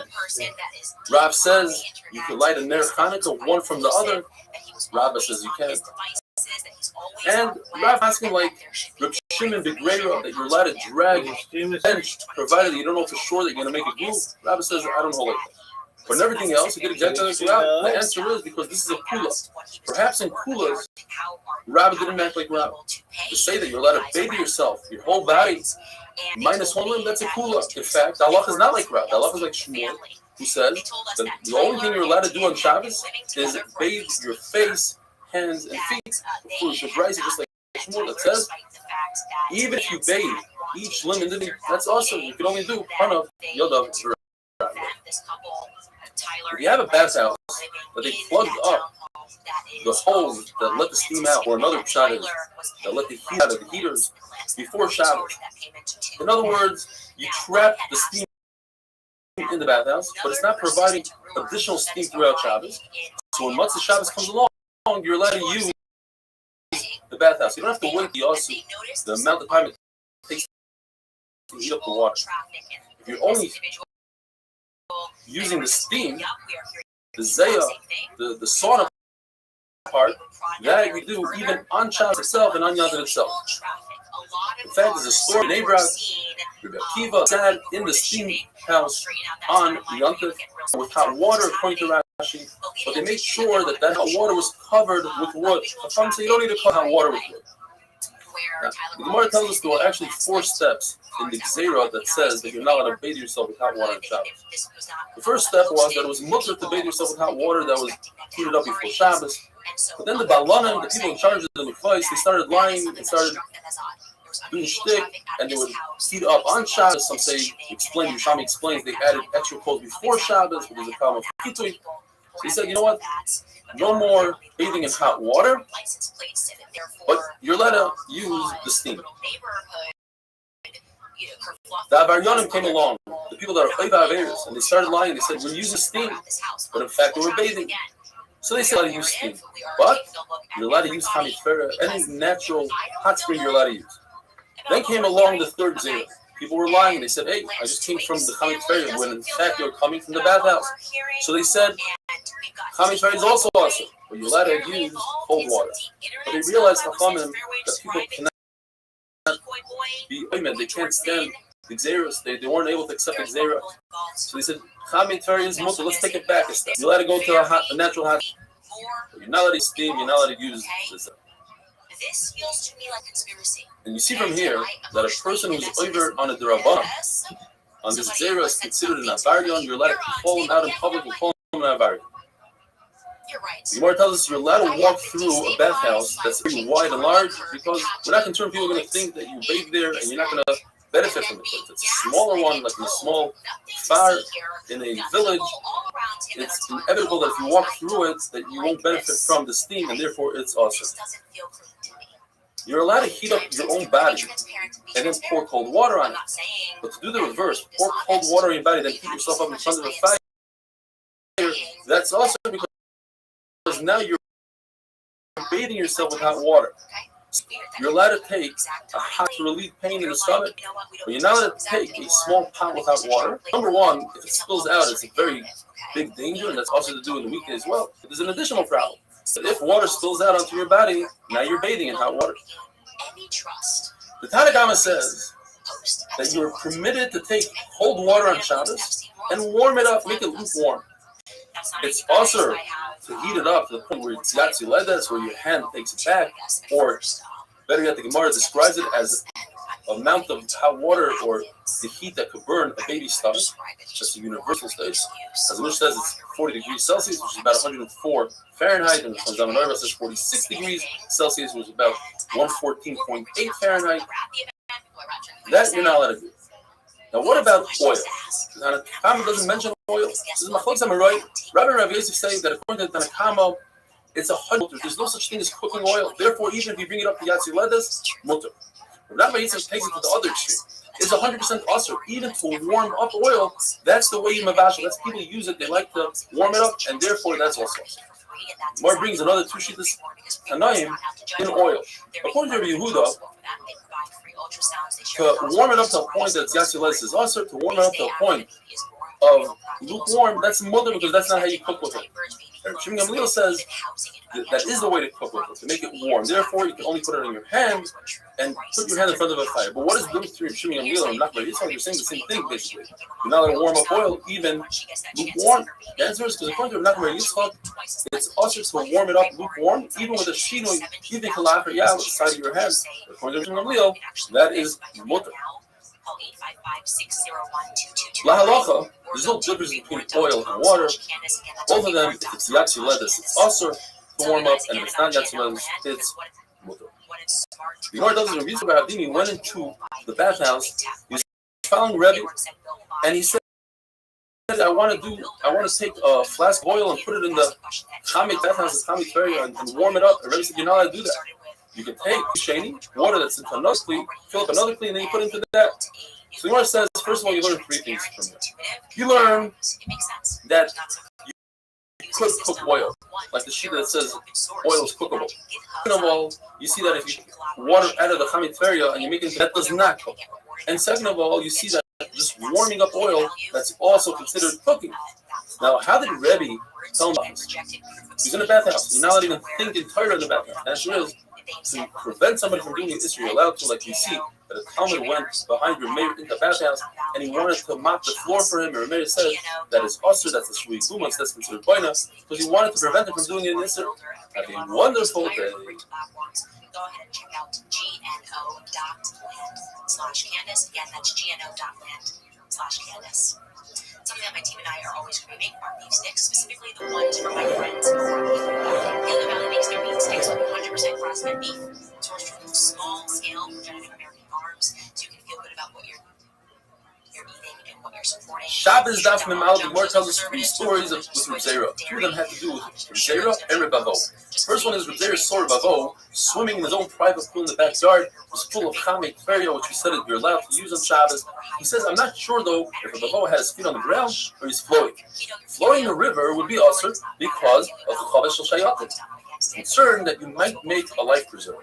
But in your own backyard, if the Gemara says it has bidude, it has straight walls, which resemble a swimming pool, they're different than a river, which goes in a gradual incline.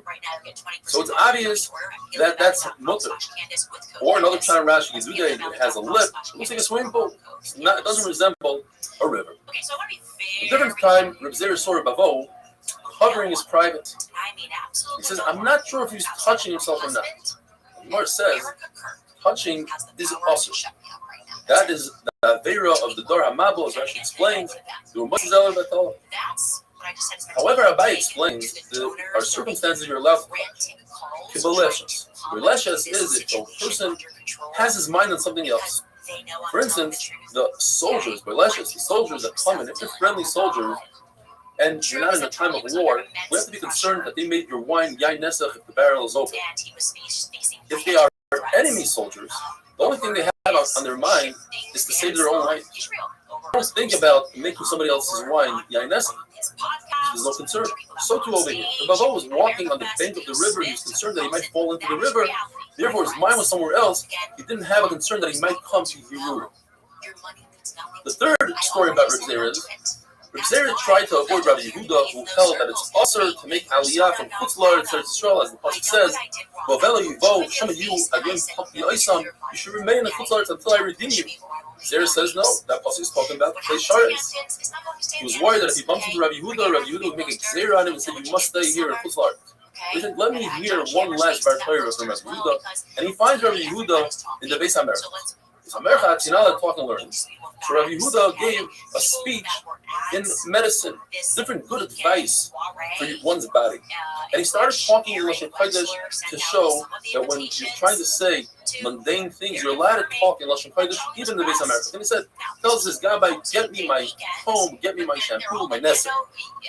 Then he tells the guys, open up your mouth when you're in the Beis HaMerchat and inhale the steam, because the steam will cause the bad sweat to leave the body. And this is the halacha that Reb Zera was very impressed with. Not halacha, but advice. He said, if I came just for this, it was worth it. Drink from the dirty, doesn't say dirty, but drink from the water of the merkat. And what's the reason the Gemara says?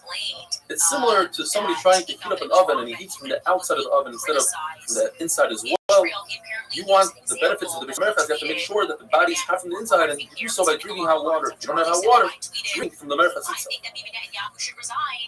Other things that the Brisa says, that if you wash yourself with hot water, make sure that you rinse yourself off with cold, similar to iron. You cook it, you bake it in hot, and then you harden it in cold water. If you bathe yourself and you don't anoint yourself with oil, it's similar to a barrel that the water can't penetrate. You want the benefits of the merchas, you need to let it penetrate with oil. Different halachas about eating. If you eat and you don't drink, that's like losing blood, and that's where the intestinal disease starts from. If you eat and you don't walk for amos, then your food starts decaying in the body, and that's where a person gets bad breath from. If a person needs to go to relieve himself, needs to go to the bathroom, and he eats on a stomach like that, it's similar to trying to start a fire in an oven with ashes that already did their purpose. You don't put food on top of fire. And this is the beginning of the cause of just bodily odor. Says the Mishnah, there's a vessel called a muliyar, and that is, it contains water on the outside, and you put coals on the outside. If one removed the coals, you didn't roof them. Therefore, this vessel is not adding any heat to the water. You're permitted to drink from this vessel on Shabbos. There's another vessel called Antichi. One shot in the Gemara is that it's like this Hira oven that we discussed, but it has a compartment for water. It would have this compartment in order to ensure that the load, similar to what we have in a car today, you put some water to cool off the engine. That water is moist. Since this cure is 6 days a week, it adds, the coals are so hot and the walls are so hot, it adds heat to the water, and therefore it's also to drink on Shabbos. Another shot is, it's a double-decker dough similar to the muliyar. Just one layer is the coals, the upper layer is the water, and therefore it adds hevel to the water. So that's the drink on Shabbos. Says the Mishnah, and according to Rav Bar Masna, the pshat of the Mishnah is that if you have a small pot that you remove all the water from it and it's still hot, you shouldn't put a small amount of water into it, because that would cook the water. You put a large amount of water, because that just makes the water warm, and that's okay. According to Restream, we say that Dovashenim Skav is mutter. Therefore, even though this water causes the pot to harden, since you don't have intent to harden it, your intent was just to warm it. We all like Reb Shimon that it's mutter. As long as it's not a secretion, in other words, it's definitely going to happen. We don't know that's definitely going to happen, therefore it's mutter. According to Abay's shot, you didn't remove you removed this kettle from the stove. And now to add a small amount of water is also because you're boiling up the water. To add a larger amount of water is mutter because it's just going to create lukewarm water. However, if there's no water left in that pot, any amount of water to be added to that pot would be awesome, because we hold like Rabbi Yehuda, the Restream is awesome. Rav says this whole halacha, these halachas are only when you put the amount of water needed to not be inside. In other words, in order to harden the kli, you have to fill up the kli all the way to the top, says Rashi. So this would be mutter if you put less than that amount. Shmuel argues that even if you fill up the kli all the way to the top, it's still mutter. Now typically, Shmuel doesn't hold like Reb Shimon. In another halacha, in a malacha shein tzricha l'gufa, as we discussed, have a piece of wood, a coal, blue red, and you're concerned that somebody might step on it, also to extinguish it. Even though shein tzricha l'gufa, you don't need that piece of wood as coal, you just don't want the fire. It's not a creative act. Reb Shimon says it's mutter, and Shmuel holds that it's usher. So you see, Shmuel doesn't hold like Reb Shimon. Shmuel says yes. In Melacha Shein Tzricha L'Gufa, he doesn't hold like Reb Shimon. But Dovashenim Skaven, he does hold like Reb Shimon.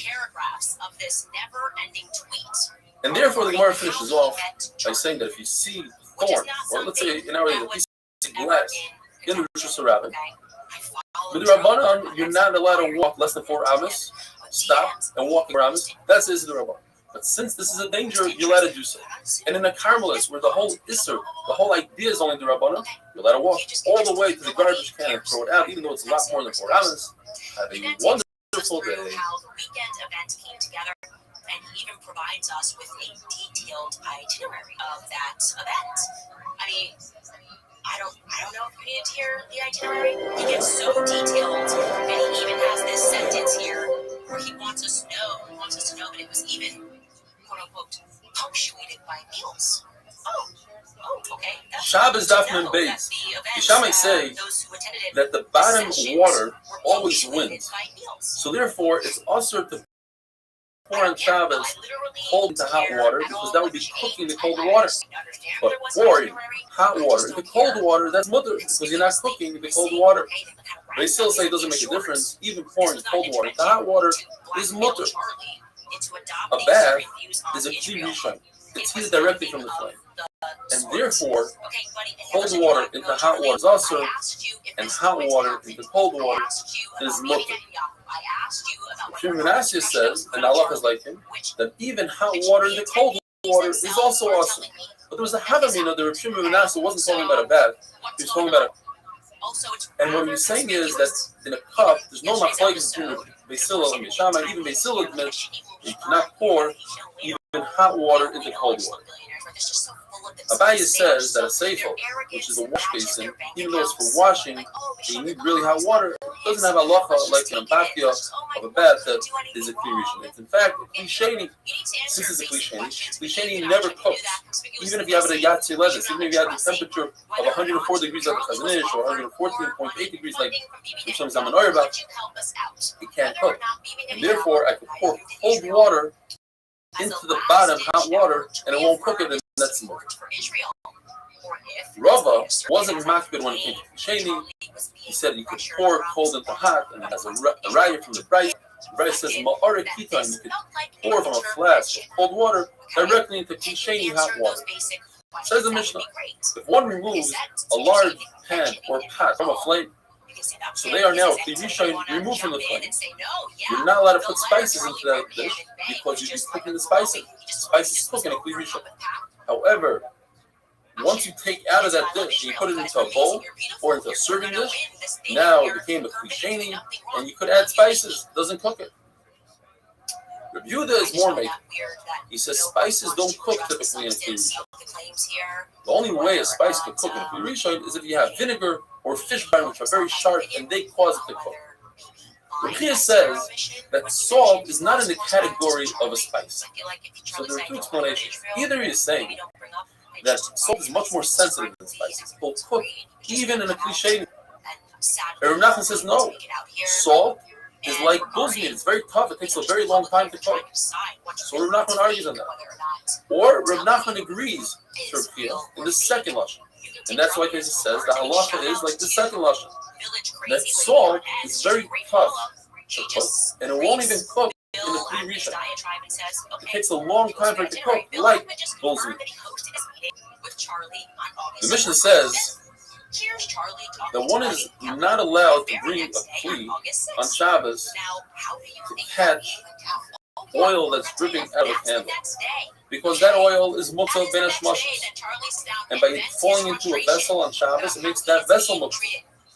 And now you're being mevatel klima yechana. You're taking a kli out of service for that Shabbos, and that's awesome. But you're allowed to put that kli there under the candle before Shabbos, as long as you don't use the oil on Shabbos. The Gemara says something similar when it comes to a chicken's egg. You're not allowed to take a kli and put it below the chicken to catch the egg on Shabbos, because you're being mevatel the klima yechana on Shabbos. You're not allowed to use the kli anymore. However, you're allowed to. Chicken already laid the egg, you're allowed to take a kli and cover the egg. People won't crush it. The Gemara says though, the only time you're allowed to do that if it's hatzola mitzuya. It's a common way to save the egg. Typically, a chicken will lay an egg in a heap of trash. So you save it on a heap of trash. But if a chicken laid it on an incline, and you want to make sure it doesn't roll down the incline, that's not a hatzola mitzuya. You're not allowed to save it like that. The Gemara brings a lot of questions from different mishnayos, and basically we'd have to say on these questions that they're considered as solid. For instance, Gemara asks, that if a barrel breaks and it's full of wine, you didn't do Trumas and Meisers on, you're allowed to save a Shabbos by putting another kli, another barrel underneath. But a barrel typically doesn't break. To say that it's talking about Hatzalah Mitsuya, that it's a barrel that does typically break by using a brand new barrel. Brand new barrels are sensitive, they break. Another mission that we have later on in the Masechta is you're allowed to take a flea to catch sparks that come out of a candle. So you must say that the sparks are Hatzalah Mitsuya. It's common for things to have sparks. Have a wonderful day. Jeffrey Epstein possibly being a Mossad agent or asset or affiliated with, that's been turned around on me too, to you must be anti-Semitic. What the hell? That's such bullshit. The same people who say you can criticize Israel, that's fine, we won't call you anti-Semitic if you criticize Israel. Yeah, turn around immediately and say you're Shabbos anti-Semitic. Daf Mem Gimel, we're trying to catch up and make up the lost daf that we had over Pesach. This is from 4 days ago. Daf Mem Gimel. We had the sheet of Chisda that you're permitted to cover an egg to protect it. You're not permitted to put a cleat under the egg to catch it. What's the difference? Rav Yosef says because you're canceling a kli. You can no longer use this kli once the egg touches it and it's molten. But when you cover an egg, you can uncover it whenever you want. So Gemara brings all the brises and mishnayos that we had the other day.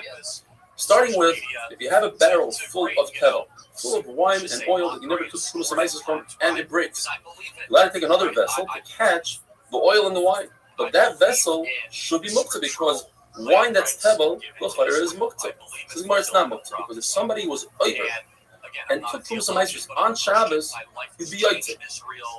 What about the fact that it says in the Mishnah that from Zayin that you're allowed to put a vessel underneath a candle to catch the sparks? You must say because the sparks are no mamashas. They're not visible. So the clean never becomes muktzah. We learned that you're allowed to take a bench to support a broken beam in the ceiling. Again, we must say that the bench is not in there completely. You can remove it easily. What about the fact that you're allowed to take a bucket to catch the rain that's coming off the roof? Rain, that is not muktzah that you can drink. There's a halacha that you're allowed to take a basket in order to help the young chickens to go back into the chicken coop. Says the Gemara, you're allowed to move that basket unless those chicks were on the basket during Ben HaShmashos. Then we say, Migid is Katsoy. Ben HaShmashos is Katsoy the Kuliyayim. Rav Yitzchak argues with Yirkus, and he says, not only is it usher to catch an egg on Shabbos, but it's also usher to cover and protect an egg on Shabbos. Why? Because he holds that you're not allowed to move any kli on Shabbos if it's for the tzorech, for the use of a item that's muktzah. But what about all these brises and mishnayos that we just mentioned? You're allowed to move a bench that's not muktzah to hold up a beam that's broken, but the beam that's broken is muktzah. You're allowed to take a basket that's not muktzah for chickens that are muktzah. We must say in all those cases that he started out carrying the bench and the basket and the bowl and all those other things with a heter. It was with Tzarech Mekayma. He had to pick up the bench because he needed it for the place. He needed the spot that the bench was fitting. Once he was holding it in his hand, we allow him to continue and support the beam. We allow him to continue and put the basket down for the chips. More asked a question from an egg that was born on Shabbos. It says you're not allowed to cover a vessel with it. And a very interesting halacha. You're not allowed to support your bed. There are people that would support beds with eggs. It can carry a lot of force, a lot of pounding. You're not allowed to do so. However, you're allowed to protect the egg that was born on Shabbos. Again, we must say, you're protecting with the cleave that you started carrying with the heter of the Tzarech Mekayma. It says you're allowed to take a machzelas, a reed, and put it on top of small stones, but the small stones are muktzah. We're talking about stones that are not muktzah, stones that they use instead of toilet paper. What about the fact that they take a machzelas and cover bricks from a building site? We're talking about the building is already done, the construction is over, and now he's using those bricks for a heter. They're not muktzah, he's using them to lean on. What about the fact that it says you're allowed to cover a beehive with a machzelas? You're allowed to cover a beehive, but you have to make sure, and you're covering it, you want to protect it from the rain and from the sun. The Gemara good, it's probably talking about the winter and the summer. Provided that you leave space for the bees to escape, you don't want to trap them, you don't want to be over unsafe. If there's honey in the beehive, then the beehive is not muktzah. You're eating from the honey. If it's in the winter, where there's no honey, you have to say that he left over 2 hives to sustain the bees over the winter. And he thought to himself he's going to eat from that honey, and therefore it's not muktzah. Or another shot is that we're not talking about the winter or the summer. We're talking about in Nisan and Tishrei when there's rain and sun and honey. So therefore, the beehive is not muktzah. All this is only according to Rabbi Yehuda, who holds there is a concept of muktzah. According to Rabbi Shimon, the beehive wouldn't be muktzah.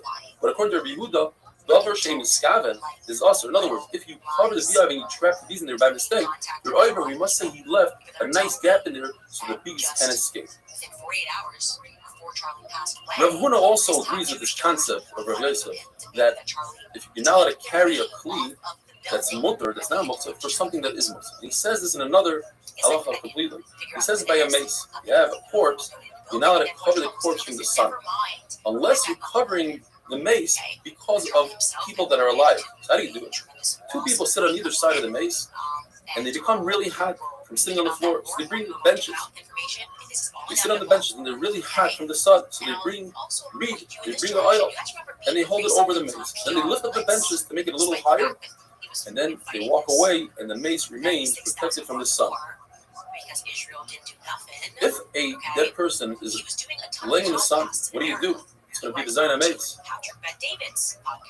The first eitzah is to use kikar retina. You use any item that's not muktzah, a baby, a loaf of bread, a carrot, whatever it is that's not muktzah, you put it on the dead person or on the bed of the dead person, and then you can move the baby and the loaf of bread, and then derech agav, you happen to be moving the dead person. If you don't have any of those items, according to Shmuel, you flip over the dead person from bed to bed till you get to the place that you need to get to. That's Tzimtzum and Aksad. He holds that's not considered carrying. Rav holds that is considered carrying, therefore that is also. What if there's a fire? If you have a kikar and tinoi, that's not a problem. If you don't have those items, well, there's a Manda Omar that says that you're allowed to save the dead person because the person is Baal al Mesa. He's going to be so concerned about the dead person, he'll be over on the Eraisa of extinguishing flame. So we rather him flip him in the Rabbanon and not the Oiver. And the halacha is like Yehuda. Rav Shimon says, today, if you have leftover oil, and we're going to see this later on, if you have leftover oil in a lamp that was extinguished, according to Rav Shimon, he doesn't hold you to Skatzoy ben Shmoshes, it's Skatzoy the Kuliyim, and therefore that oil is mutter on Shabbos. Have a wonderful day. And Charlie's honest ideas are starting to change, maybe add more color. And now he's getting financial threats. He's being called names. He increasingly, he's being told who and what he's allowed to speak to. And he's taking a stance. He's taking a stand privately to these people. And then it doesn't matter anymore because Charlie. Shabbos Daf Mem Daled, the Mishnah tells us that the Tanakama review the whole of the concept called Muktzah Machmas Miyos. Something that's disgusting. For instance, a lamp that has oil residue and ash residue, and therefore people don't touch it, and you're not allowed to move it on Shabbos. Rather in the box, it's not disgusting, so you're allowed to move it on Shabbos. Rav Shimon doesn't subscribe to the concept called the Muktzah Machmas Miyos, and therefore he allows you to move this lamp on Shabbos. However, if this lamp has an existing flame right now, then he says that it's also to move. Rashi explains the Havamina of the Gemara later on, because I'm concerned that you might come to extinguish the flame. The Maskon of the Gemara later on is that it becomes a basis of davar also. It supports a flame. The flame is muktzah, so the bottom part, the lamp, is also muktzah. Rameir doesn't either hold of muktzah machmas mios, but he holds of the concept called muktzah machmas isur. Since a flame is asur, therefore, migu diskatzoy ben hashmashos is diskatzoy l'kuliyah. You have the concept. Since it becomes a muktzah during ben hashmashos, it's lit. So even if it extinguishes later on, that is remains throughout the whole Shabbos, since it was muktzah for that moment of ben hashmashos. What about a very large vessel, a cup, a container that contains a lot of oil that can last for the entire Shabbos? According to Ula, even if there's no flame on it right now, it's muktzah according to Rabbi Yehuda, because the concept needed is katzoy ben hashmashos, it's katzoy the kuliyam, but according to Rabbi Shimon, it's not muktzah. The issue is the wording doesn't fit so well. It says avol. A small candle is also avol. Even a big one is, it should say small, large. There's no difference according to Rabbi Yehuda. Why does it say avol? Marzutra to say that it goes according to Rabbi Shimon. A small candle is not muktzah. Avol, but a larger candle that contains oil for the entire Shabbos is muktzah. Typically, Rabbi Shimon doesn't hold of the concept needed is katzoy ben hashmashos, it's katzoy the kuliyah. But in this case, since there's enough oil to last for the entire Shabbos, In his mind, he forgot about it. He doesn't want to use it. He thinks that it's going to last the whole Shabbos, so he set it aside. So even Rav Shimon agrees in this case. It remains muktzah even if there's no flame right now, according to Rav Shimon. Rabbi Lazar, the son of Rav Shimon Bar Yochai, holds like his father Rav Shimon in two things: that there's no muktzah machmas mios, and there's no muktzah machmas isur. But he argues on his father in one thing. His father holds that while the candle is lit, you cannot benefit from the oil. He holds you could benefit from the oil if it drips out, and it's not in a way that will cause the flame to diminish. If it doesn't cause any kiboy, then he says you're allowed to use the oil. There says that if you have a metal candelabra, which doesn't absorb oil, so it's not Moses, it's disgusting. According to everybody, if you lit it Ben Hashmoshes, Reb Meir and Reb Yehuda both agree you can consider Ben Hashmoshes, it's considered clear. But if it's not lit during Ben Hashmoshes, according to them, it's mutter to be metallic. Gemara talks about a bed. Similar to a table, one wants to put money on a bed. Gemara says as follows.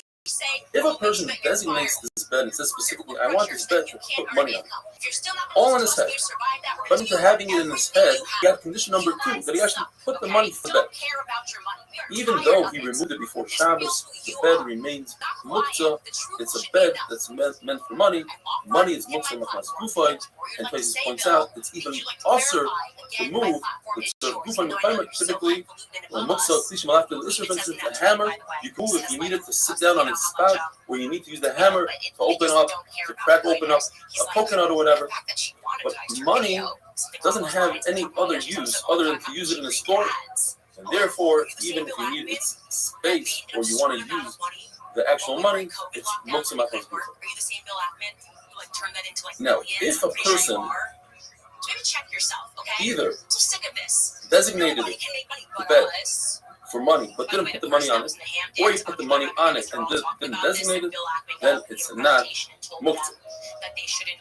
However, if he didn't designate it, but he had money on the bed during Ben Hashmoshes, then the bed remains muktzah for the rest of the Shabbos. Even if a child moves the money, it remains muktzah. We're very interesting. If you have a candle, you have a lamp, even if you plant it before Shabbos but didn't designate it, it's not muktzah. You have to designate it and light the candle in order for it to be muktzah. The Gemara's question is from muchni. Muchni is a wheel from a wagon. We'll go into all the halachas, but the question from that sugya is, you see that if there's money in the wheel before Shabbos, during Ben Hashmoshes, and you remove the money, you could move the wagon. Why do we say that if the money was on the bed and you remove the money, you cannot move the bed? And the answer is because the muchni goes according to Reb Shimon. And what we're talking about goes according to Rab, goes according to Reb Yehuda. But what is a muchni? Muchni is a wheel that's attached to a wagon. If the wheel detaches from the wagon, then we view the wheel as an independent vessel, and it has no connection to the wagon. And therefore, if Tumah, let's say, goes under the wheel, it doesn't transfer to the wagon. If Tumah goes under the wagon, it doesn't transfer to the wheel. Although they're touching, but Tumah doesn't transfer from one cleat to another unless they're one. And since they're independent of each other, it doesn't transfer. Another halacha: if a wagon or any cleat it's not a mekabel tumah, how do I measure it? According to Beis Hillel, you measure if from the outside it can displace 40 saw of water. So when you do so, you put it, let's say, in a swimming pool to see if it can displace 40 saw of water. You cannot count the wheels as part of the 40 saw because the wheels, since they detach, are not part of the wagon. Another halacha is that if you have a tool on the wagon and it is mild, it creates a tent over, let's say, a base of cars over a table. If there's a wheel there and the wheel is not part of the wagon, it cannot save that tool from tumah. And if there's money, that's halacha that the Gemara brings as a question. If there's money in the wheel, because the wheel has a base kibble, it's a key. If the money's still there, and the wheel is not part of the wagon, you cannot move the wheel on Shabbos. But if the wheel is part of the wagon, you could move the wheel because you're moving, and the wheel is bundled to the wagon. We see, as we mentioned before, that Rav goes according to Rabbi Yehuda. There's another halacha that Rav goes according to Rabbi Yehuda, which is actually the kula. And that is that if you have a lamp, Erev Shabbos, you're allowed to hang it on a tree. And we're not concerned that you might climb up the tree on Shabbos because you know that this lamp is muktzah for the entire Shabbos. According to Rav, however, on Yom you're not going to hang it on a tree because a lamp is not muktzah, and we're concerned you're going to go up the tree to retrieve your lamp. Have a wonderful day. Or visit tnusa.com/Candace. Also tell you guys about Demi Skincare. You know I love them. Look around.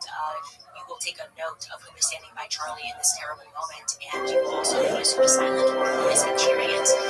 There are many businesses who refuse to say a word about this cruel act. It's not left or right again. This is about humanity. The silence speaks volumes. Now is the time to release about Shabbos Daf Mem Hey. Rav holds like Rabbi Yehuda and Muktzah, and therefore a candle that's extinguished on Shabbos remains Muktzah for the rest of the Shabbos. However, he made a dispensation when it comes to Hanukkah in the times of the Chabarim. Chabarim were people that didn't allow candles lit. Therefore, if somebody wanted to light the menorah and was scared that the Chabarim would catch him, after Ben Hashmashis, when it's already Shabbos and the candles go out, you can take the menorah back into your house. The Shas Chag, it's a special halacha. The famous saying goes, when it comes to an emergency like the Chabarim, then we can rely on the sheet of Reb Shimon that there's no muktzah. Shmuel holds in Reb Shimon that the only foods that become muktzah are raisins and grapes, figs that are set out to dry, because they have two conditions. And in order for something to become muktzah, according to Reb Shimon, you need two conditions. The chiyuv b'yadayim, putting something aside with your hand, saying, I don't want to use this anymore, and that it's not roy lachilo, you can't eat it any longer. Raisins, once you take grapes and put them in the sun, you can no longer eat it for the time being. And by putting it in the sun, you're you're setting it off to the side. Rabbi Yochanan says, when it comes to muktzah, there's an additional muktzah called muktzah machmas mitzvah, which Reb Shimon subscribes to. And that is, if you light candle for Shabbos, and that's a mitzvah, that candle becomes muktzah for the time being.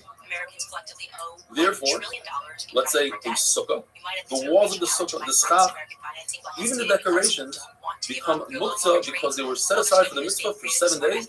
They're muktzah throughout the entire Chalamayim. According to Reb Shimon, unless somebody made a specific night and said, I want to use the wood, I want to use these decorations. What if somebody planted kernels, or you put an egg under a chicken, so you set it aside? Well, it doesn't have the conditions we need, and it's not muktzah mitzvah, so according to Reb Shimon, they are not muktzah. Going back to sukkah wood, if you have a sukkah that's standing during other Yom Tovim, like Pesach and Shavuos, you're not allowed to take wood off the sukkah. That's soiser that's breaking the sukkah. What if the sukkah fell down on Shavuos? You would also not allow to use that wood according to Rabbi Yehuda because it remains muktzah. According to Reb Shimon, it's not muktzah. Once it breaks, it falls down, and you anticipated it, it's not muktzah. On Sukkot, when according to Reb Shimon, it's muktzah, unless you made it at night. There's a brayso that says that there are other fruit, such as peaches and quinces, that you put aside on the roof and you let them dry, and they're muktzah. That must be going according to Rabbi Yehuda. But what's the chiddush? The chiddush is even though they're fruits and you're eating from them, nevertheless, by putting them on the roof, you receive das from it. You don't want to have anything to do with it, and therefore they remain muktzah according to Rabbi Yehuda. Rebbe's son, Lazar, asked Rebbe, what does Reb Shimon hold when it comes to Parsili K'mar? These are dates that will never ripen. From the fact that he asked Rebbe the question about Reb Shimon, that means, the Gemara understood, that Rebbe subscribes to Reb Shimon's shita of muktzah. Otherwise, he wouldn't ask his father, what does Reb Shimon hold about Patzili? But he told him, even though Patzili K'marim are not edible, but he never pushed it aside with his hand. So he has one out of the two conditions, and therefore they are not muktzah, according to Reb Shimon. Nevertheless, the Gemara asks a question. There's a Mishnah that tells us that on Yom Tov you're allowed to shech an animal that's yours, but if it's yours and it's in the midbar, and what that means exactly is machlokes, whether it comes back after when it starts raining. In other words, it's away for a half a year. According to Rebbe, it never comes back. The point is, that kind of animal you cannot shech hayam because you never had it in mind that you're going to have that animal. You're not allowed to give it to drink so that the skin comes off easier. You see, the Rebbe holds of muktzah. Rebbe's the one that says that the animal doesn't come back at all, and therefore it's muktzah. The Lord gives three options. Either he holds like Reb Shimon in muktzah, but this particular as like raisins. It has two conditions. First of all, you're going to be a time you that I don't want to see you anymore for a year, and so it's very difficult to catch and capture. So it has two conditions, and therefore even Reb Shimon would agree that this midbar animal is muktzah. Second answer is that Rebbe never that he holds like Reb Shimon. He was just answering what Reb Shimon would hold. In fact, Rebbe holds like Reb Yehuda, and he was answering his son what Reb Shimon would hold. Another shot is that Rebbe was talking in the opinion of Reb Yehuda. In other words, he holds like Reb Shimon and muktzah. But don't you agree that if an animal comes back year after year, that it can be considered a domesticated animal and you could shut it out? You don't agree to that. Reb Shimon and muktzah. But there's no muktzah. Why does Reb Yehuda say that chicken coop is muktzah? You must say that it's talking about a very specific case, that the chicken coop had an egg, and in the egg was a chick. And therefore, this egg is not royal achilas kels, because a dog won't eat an egg peel, and it's not royal for a human. You have a dead chicken there, we can't eat it, it's straight. Nor would go eat. Therefore, Reb Shimon does hold of muktzah machas muslim, something like money, stones, have absolutely no other use to them, and this egg with the chicken side has absolutely no other use, and therefore even Reb Shimon agrees that's muktzah. And why didn't he just say that the egg there that was born Shabbos, and Reb Shimon holds that it's noilad and it's muktzah? Because there is a shita that holds, Rav Mitzvah holds, that Reb Shimon doesn't hold of a noilad on Shabbos. In other words, since you anticipate the birth of this egg, Reb Shimon doesn't hold that it's noilad according to Rav Mitzvah. And to say that there's a dead chick there without an egg, there's a mandama that holds in Reb Shimon that you can use that dead chick, you can feed it to your animal on Shabbos, as long as you knew about it beforehand. In other words, there's one mandama that says in Reb Shimon that if the chick was healthy and it died on Shabbos, Reb Shimon holds a smuktzah, because I never thought of that. I was going to see it back. Another mandama that says that it's Rabbi Yitzchak and Rabbi Yosef holds that Rabbi Yochanan said that the halacha is like Rabbi Yehuda, that there is muktzah. And why did he have to say so? There was a story that you can learn from, and you know from that story that Rabbi Yochanan held that, like Rabbi Yehuda, that there's muktzah. A menorah, a large candelabra, fell on Ravasi. Ravasi didn't move it. Maybe he walked away from it and it fell by itself, but he didn't move it because he held of muktzah. And his Rebbe's Rabbi Yochanan. So you see from here, the Rabbi Yochanan holds of muktzah. So Gemara on today's daf says perhaps the reason why he didn't move it is because there's a new muktzah called Kaveh Muktzah. It has a very specific spot, similar to muktzah machmas starting place. If you have something really expensive, you don't want to use it, designate an area for it. And therefore, this candelabra had a designated area. That's why it was muktzah, not because of the muktzah of Rabbi Yehuda. Have a wonderful day. His sacrifice deserves eternal recognition. You always can as well. The decision is not up to me, obviously. And what I do know is that irrespective, the response to this globally has been amazing. And all of you guys, the tags that I'm seeing all over the world, the football players, the singers. Shabbos Daf Menvav. How's everybody doing? I hope you're staying safe and healthy. We finished off yesterday saying there's a story where a menorah fell on Ravasi, and he refused to move it with his hand. He said it was muktzah. What kind of muktzah? So we try to say perhaps it's called a muktzah. Yes, muktzah. Since it's a large item, has a designated spot, you don't move from that spot, it's muktzah. Says Gemara, but what do you do about kasana? It's a tent that you build over a bed.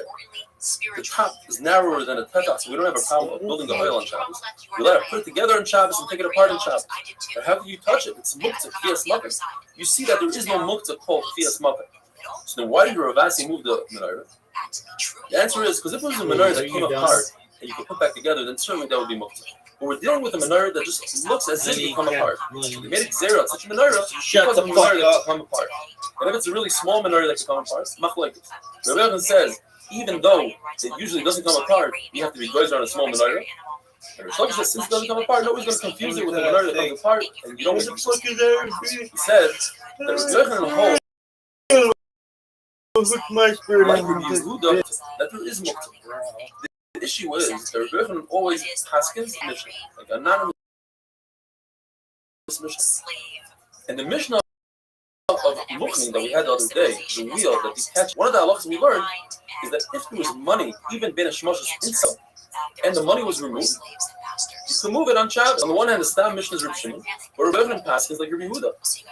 Says Reb Zera, we must learn, even though it's a better count, that the Mishnah is talking about that there's no money during ben hashmashos, and that's why you can move the wheel on Shabbos. But if there was money during ben hashmashos, in fact, the wheel would be muktzah, like Rabbi Yehuda that says, it's katzai the kuli yard. Rishon Levi said that Rebbe said a very cryptic statement. He said that a menorah is like a ner of Reb Shimon. Menorah is Reb Shimon ben ner. Meaning, could be two meanings. Either there was one psak halacha or two. Either the psak halacha was that a menorah is not. Shimon says that a candle that was lit and it was extinguished on Shabbos, the candle is no longer lit. So, in other words, the menorah is lit. Or he said two statements. A candle is more. The Gemara remained in a taker. The Gemara tells us that Rav Malkiah, different time, Rav Yosef Lila, both acted like Rav Shimon. There was no muktzah in front of the Rabbein, and both the Rabbein were mocking on them. On the other hand, Rav Avo, even though he himself held like Rav Shimon, but when he was in front of Rabbi Yochanan, out of respect to Rabbi Yochanan, he acted like Rabbi Yehuda that there is muktzah. Machlokes, Rabbi Yehuda says that if you have an earthenware lamp full of oil, it doesn't get disgusting, and therefore it's not muktzah, you're allowed to be metal. But if it has neft, kerosene, so it is muktzah. Now, we're not talking about muktzah machmas mius, because Rav Shimon doesn't hold a muktzah machmas mius. What we're discussing is since there's no other use for this candle, because it's disgusting, therefore it's like a stone that has no other use, and it's muktzah. In other words, muktzah machmas gufa. Rabbi and Rav Yosef both hold that you're allowed to carry, you're allowed to be metal, a lamp that was used with neft. The Gemara tells us an amazing story. Ravia went to visit Rabbi. He had a lot of mud on his shoes. And he sat him down, he said, sit down on his bed, and he put his shoe on the bed and put a lot of mud on the bed. And this upset Rabbi. And Rabbi decided he's going to torture Ravia with questions to punish him. Some server has a beautiful pshat. I should look into it. And he asked him, why is it that Rabbi Rav Yosef that a lamp that was used with neft, with kerosene, is not muktzah? So he told him, because you could use that for another use, cover another kli with it. He said, homes in the world, they're very much, but you could use them to cover kalim. Says Rav, no, there's a big difference. This lamp has a name of a kli on it, where a stone is not a kli. And I'll prove it to you from a Mishnah. Allah says that a woman is not allowed to walk out on Shabbos with beautiful jewelry. She might show it to her friends. But in her own chutzner, she's allowed to move it. Why? Because, Ula explains it has a name of a kli. So anything that has a name of a kli is not muktzah. Says Rav Nachman Bar Yitzchak, Baruch Rachman, Baruch Hashem, that Rabbi wasn't successful in embarrassing Rabbi Avi. The halacha is that the person has a firstborn animal, cow, sheep. He goes to the kohen, and the kohen brings it to the Beis Hamikdash. But if it befalls a mum, then the kohen could shecht it outside the Beis Hamikdash and says to do what he wants. What if he finds the mum on Yom Tov? It's muktzah according to Reb Shimon.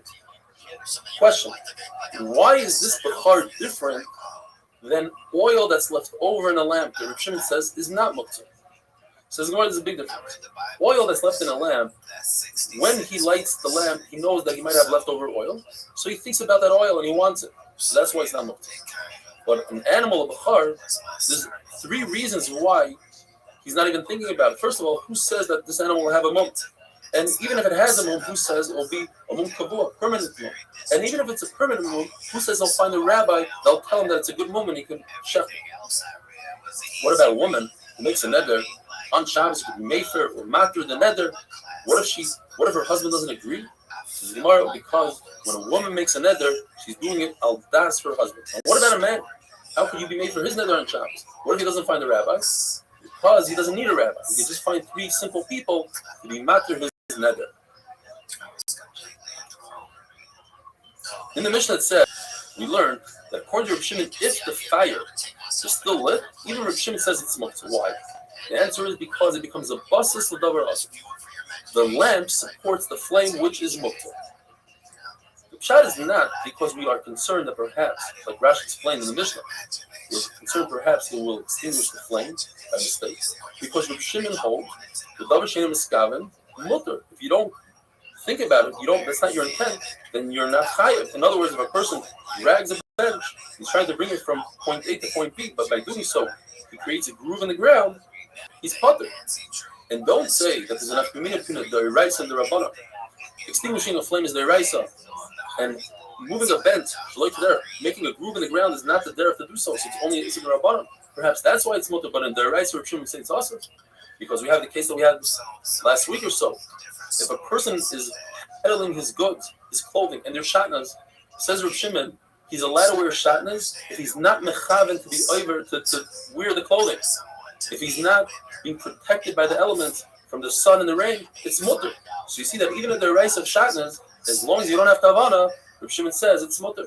Have a wonderful day.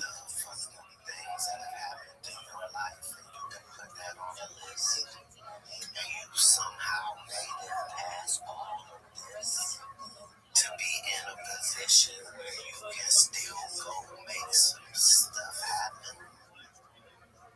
That's what you have in common with every hero of every story, of every autobiography, of every. Is that it's how much happened to you that should have broke you, that did not break you, so that you were able to then fucking ride. Amen. Did your I'm trying to think of some of my favorite books when I was a kid.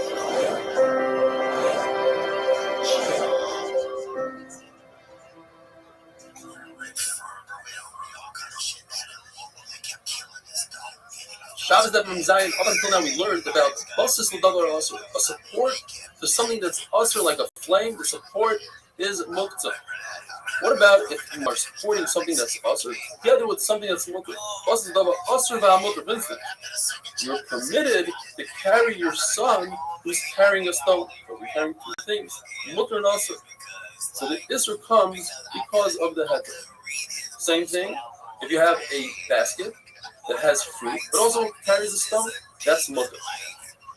Reb Zera asked Rav Asi, so then why is it that Rebbe said that it's mutter to carry a machta, a pan, that has leftover incense, the ashes of incense? The incense is muktzah. The Gemara uses a pasuk from Daniel, Yishtoimim kishol chadam. Rav Asi was in shock for a moment. And then he answered, he said, perhaps there's some leftover incense that's actually not muktzah. And that's why it's basis l'davar ha'asur v'hamuktzah. Well, Abai didn't like that. Rebbe was very wealthy. And a small amount of incense was insignificant to Rebbe. And we learned, when it comes to Tumah, a wealthy person doesn't consider a beged of an onion, 3x3 beged, or any beged made with different type of yarn or whatever, it's not considered a beged for an onion. So that's not considered non-muktzah item for Rebbe. Therefore, Abaye prefers to say that we're talking about a grapshal ring, a disgusting vessel that usually contains excrement, human waste. And there's a special halacha that since it's disgusting, you're allowed to move it out of your room, out of the house. So it says it's not, there's no comparison. A grapshal ring is an open kli. Rishachta has a net grapshal thing, ashes of incense. Therefore, Rava learns that these ashes are not muktzah because they serve a purpose. You could cover spittle, you could cover excrement. So what is the chiddush? The chiddush is that in addition to these ashes, there was something that was muktzah, there was some unburnt wood. So again, it's a basis l'davar, hamutter, ashes, va'asur, the wood. And the chiddush is you're allowed to move it. The Brisa says Both Rabbi Yehuda and Rabbi Shimon, Chloikis, is Motzi, isn't Motzi. They both agree that if you have leftover wick floating in the oil, that's considered muktzah. But the Abbas Davar also about mutter should be mutter. Says the Gemara we're talking about in Golub. Their wicks were worth a lot of money for them. And therefore, the wick, which is Davar also, overcomes the oil, which is Davar mutter. Taisa says it's very interesting. Taisa says that Golub, they have so much oil that the oil was worthless. Talking about today, that the oil prices dropped from a 20-year low. The Gemara talks about a mita shetarsim. This is a bed that comes apart. You got to put together on Shabbos. Rav and Shmuel says it's a isuder rice you chai v'chakas. Why? Because Rashi you're making the pakas. It's finishing off the binyan. And in fact, there's a brisa that says just like them. It says that if you take the final part of the menorah and you put it in, or you take a round horn and you put it together, it's difficult to put together, you're chai v'chakas. If you have like an extension stick to paint, or one of those sticks that comes together, or a simple horn, that's patur aval asur. Now, Rabbi Abba and Rabbi Huna, they argue, and they say it's completely mutter to put together a bed on Shabbos. In fact, there's a brisa that says if you have bed platforms or the bed legs or an arrow rest, you shouldn't put it back on Shabbos, and if you do, you're patur aval asur. And if you put it in forcefully, you're chai v'chatas. 100 Shimon Gamliel, and this is how Rabbi Abba and Rabbi Huna hold it. He says not only is it not patur aval asur, it's mutter. You can put together these things, and so Rava Paskin the halacha that you have one of these beds, you let it pick it up and put it back together on Shabbos. We learned in the Mishnah that if you have a lamp and the lamp is, you let it put a bowl underneath to catch the sparks, and it's not considered mevatel kli. Funny that you're canceling this kli now for Shabbos because the sparks invisible. So you're allowed to move the kli afterwards. However, that's if you put a kli without any. Now to add liquid to the kli Shabbos. If it was on Shabbos itself and you kli and you brought it to the sparks, you big sparks on Shabbos. Therefore, guys are not to put water even on Erev Shabbos. And with that, is Perek Kira, and we're starting Perek Lamed. We learned the issur of burying, insulating your pot on Shabbos, your pot of food. It's also to insulate with something that's moisef level, something that adds heat. So the Mishnah goes through the list. There's a list of things that give off a lot of heat. So much so that it doesn't matter if they are dry or moist. They add a lot of heat, such as leftover olives, the olive pits. They decompose. Manure, as we know, gives off a lot of heat. Salt, lime, calcium, and sand. And there are some that only add heat when they are moist and not when they are dry, and those are straw, grape skins, anything soft like a soft cotton, some soft wool, and grasses. Where does this halacha? If you have a box that's not moist at hevel, doesn't have heat, and you have food inside, you mat on Shabbos. It's also to put that box on top of decomposing olives. And that would be like halacha l'maisa today. You're not allowed to take a chunk pot and cover it with a blanket, and the blanket is not moist at hevel, but underneath you have a blech, a plata that adds hevel. The top is not moist at hevel, but the bottom is moist at hevel, and that's why it's awesome. The Gemara says you can't bring a raya from this halacha that our Mishnah is talking about olives, because it's possible that we're talking about any kind of atmani, even burying in sesame seed. This halacha that the hevel goes upwards is regarding talking about olives, but in general, it would be also to be mapping in anything. Having wonderful day. The timing of that was they wanted to use other people who've allegedly been involved in some of his circles they wanted to kind of use, okay, you could be next.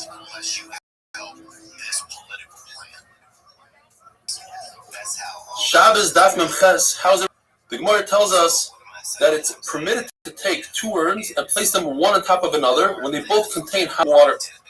The top one is not atmana. You're not burying the top one. You're just trying to prevent heat loss from the top one. However, when the servant in Reish Galusa's house put a cold cup of water on top of an urn, then Rabbi told him and said, don't do so. What's the difference? Because you're trying to introduce heat to the cold cup. That looks like hatmana. That same servant was having a very bad day. Later on, Rabbi caught him taking a head turban, placing it over a pot, and on top of the turban, he put some sort of ladle. And he yelled at him, he said, don't do so. Reb Zer says, what did he do now? He says, Rabbi, wait and see. And sure enough, the servant went and took the turban and squeezed it, or was trying to squeeze, do schita, which is also, it's libam. Says Reb Zer, but what's the difference? We all cover our pots with some sort of rag or something. Says Rabbi, that's a big difference. If you cover it with a rag, you don't care about the rag, you're not going to squeeze it out. But a head turban is important. That's why I told him, don't do so. There's muchen, which are soft wool, cotton. People set them aside to make felt out of it. And that's called muksa machmas sisur. You set it aside, you say, I'm not going to use this. Now what happens if a person, he doesn't have a choice, he ran out of straw, different material, he uses his muchen to do atmana, to insulate his pot. The Gemara says it doesn't lose its muktzah, it's still muktzah of chisarnitis. But we cannot prove this from the brisa that says that you're permitted to do atmana with muchen, and be careful not to touch it. Perhaps the brisa is talking about don't touch it before you use it as muchen, as atmana. But once you do atmana, perhaps the isur muktzah goes away. You show that you don't care about it that much. So then what's the chiddush? They can't touch muchen. Of course it's muktzah machmas chesaron kis, says the Gemara. It's coming to teach us that even though it's so nice and soft, perhaps you want to sit on it and use it as a seat, and therefore it's not muktzah. Komash malon, it is muktzah. You take a pillow with muchen, you stuff it with the soft stuff. That's makeh b'patish. Mishnah says that's an isur d'oraisa. However, if you already have it, it's a used pillow and it was already stuffed, and the muchen, the stuffing comes out, you're allowed to put it back on Shabbos, and it's not considered makeh b'patish. To take clothing that's uniform and you take a scissors and you cut out a hole for the neck, that's makeh b'patish. But to take a sword and chop off the top of a barrel, that's not makeh b'patish, because the lid of the barrel is not one with the barrel. It was never one. You just put it together and now you're taking it apart. If a person has an axe and he doesn't have the handle, and he goes and he finds some sort of stick, it's not a permanent handle, it's just a stick.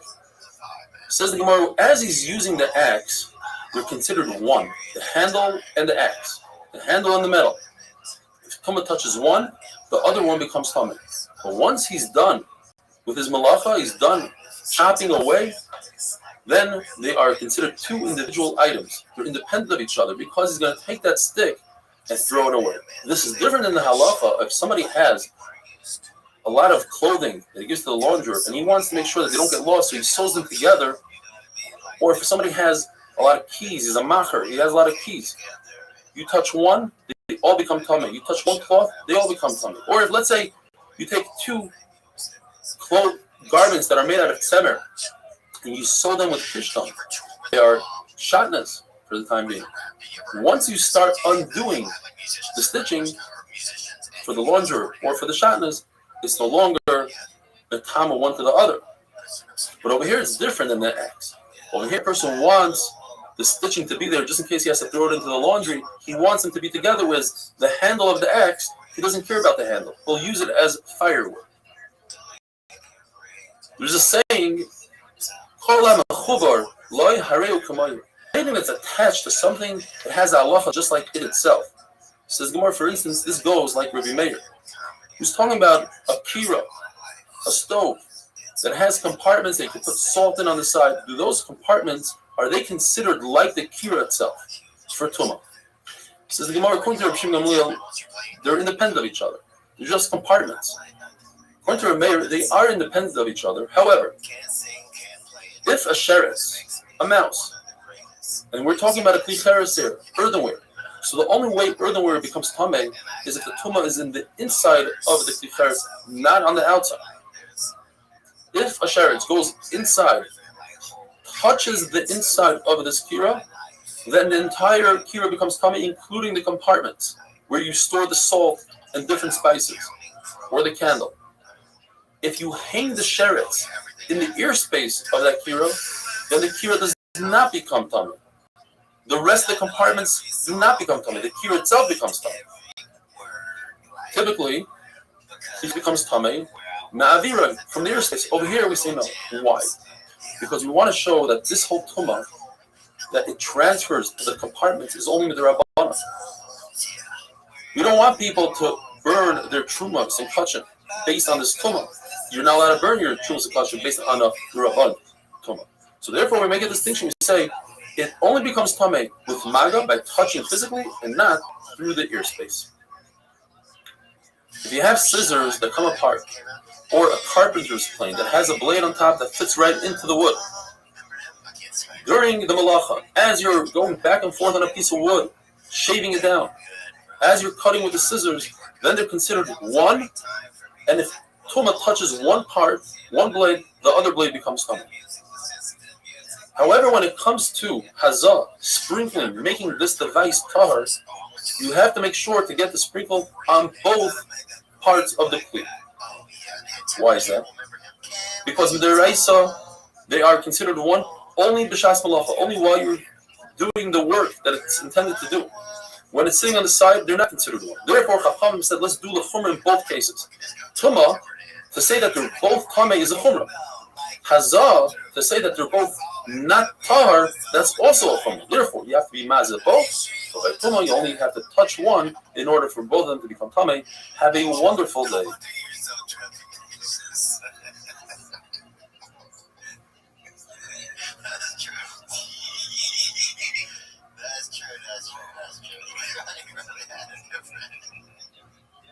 Right. The sequel, that's almost a surprise. What does it say like that, man?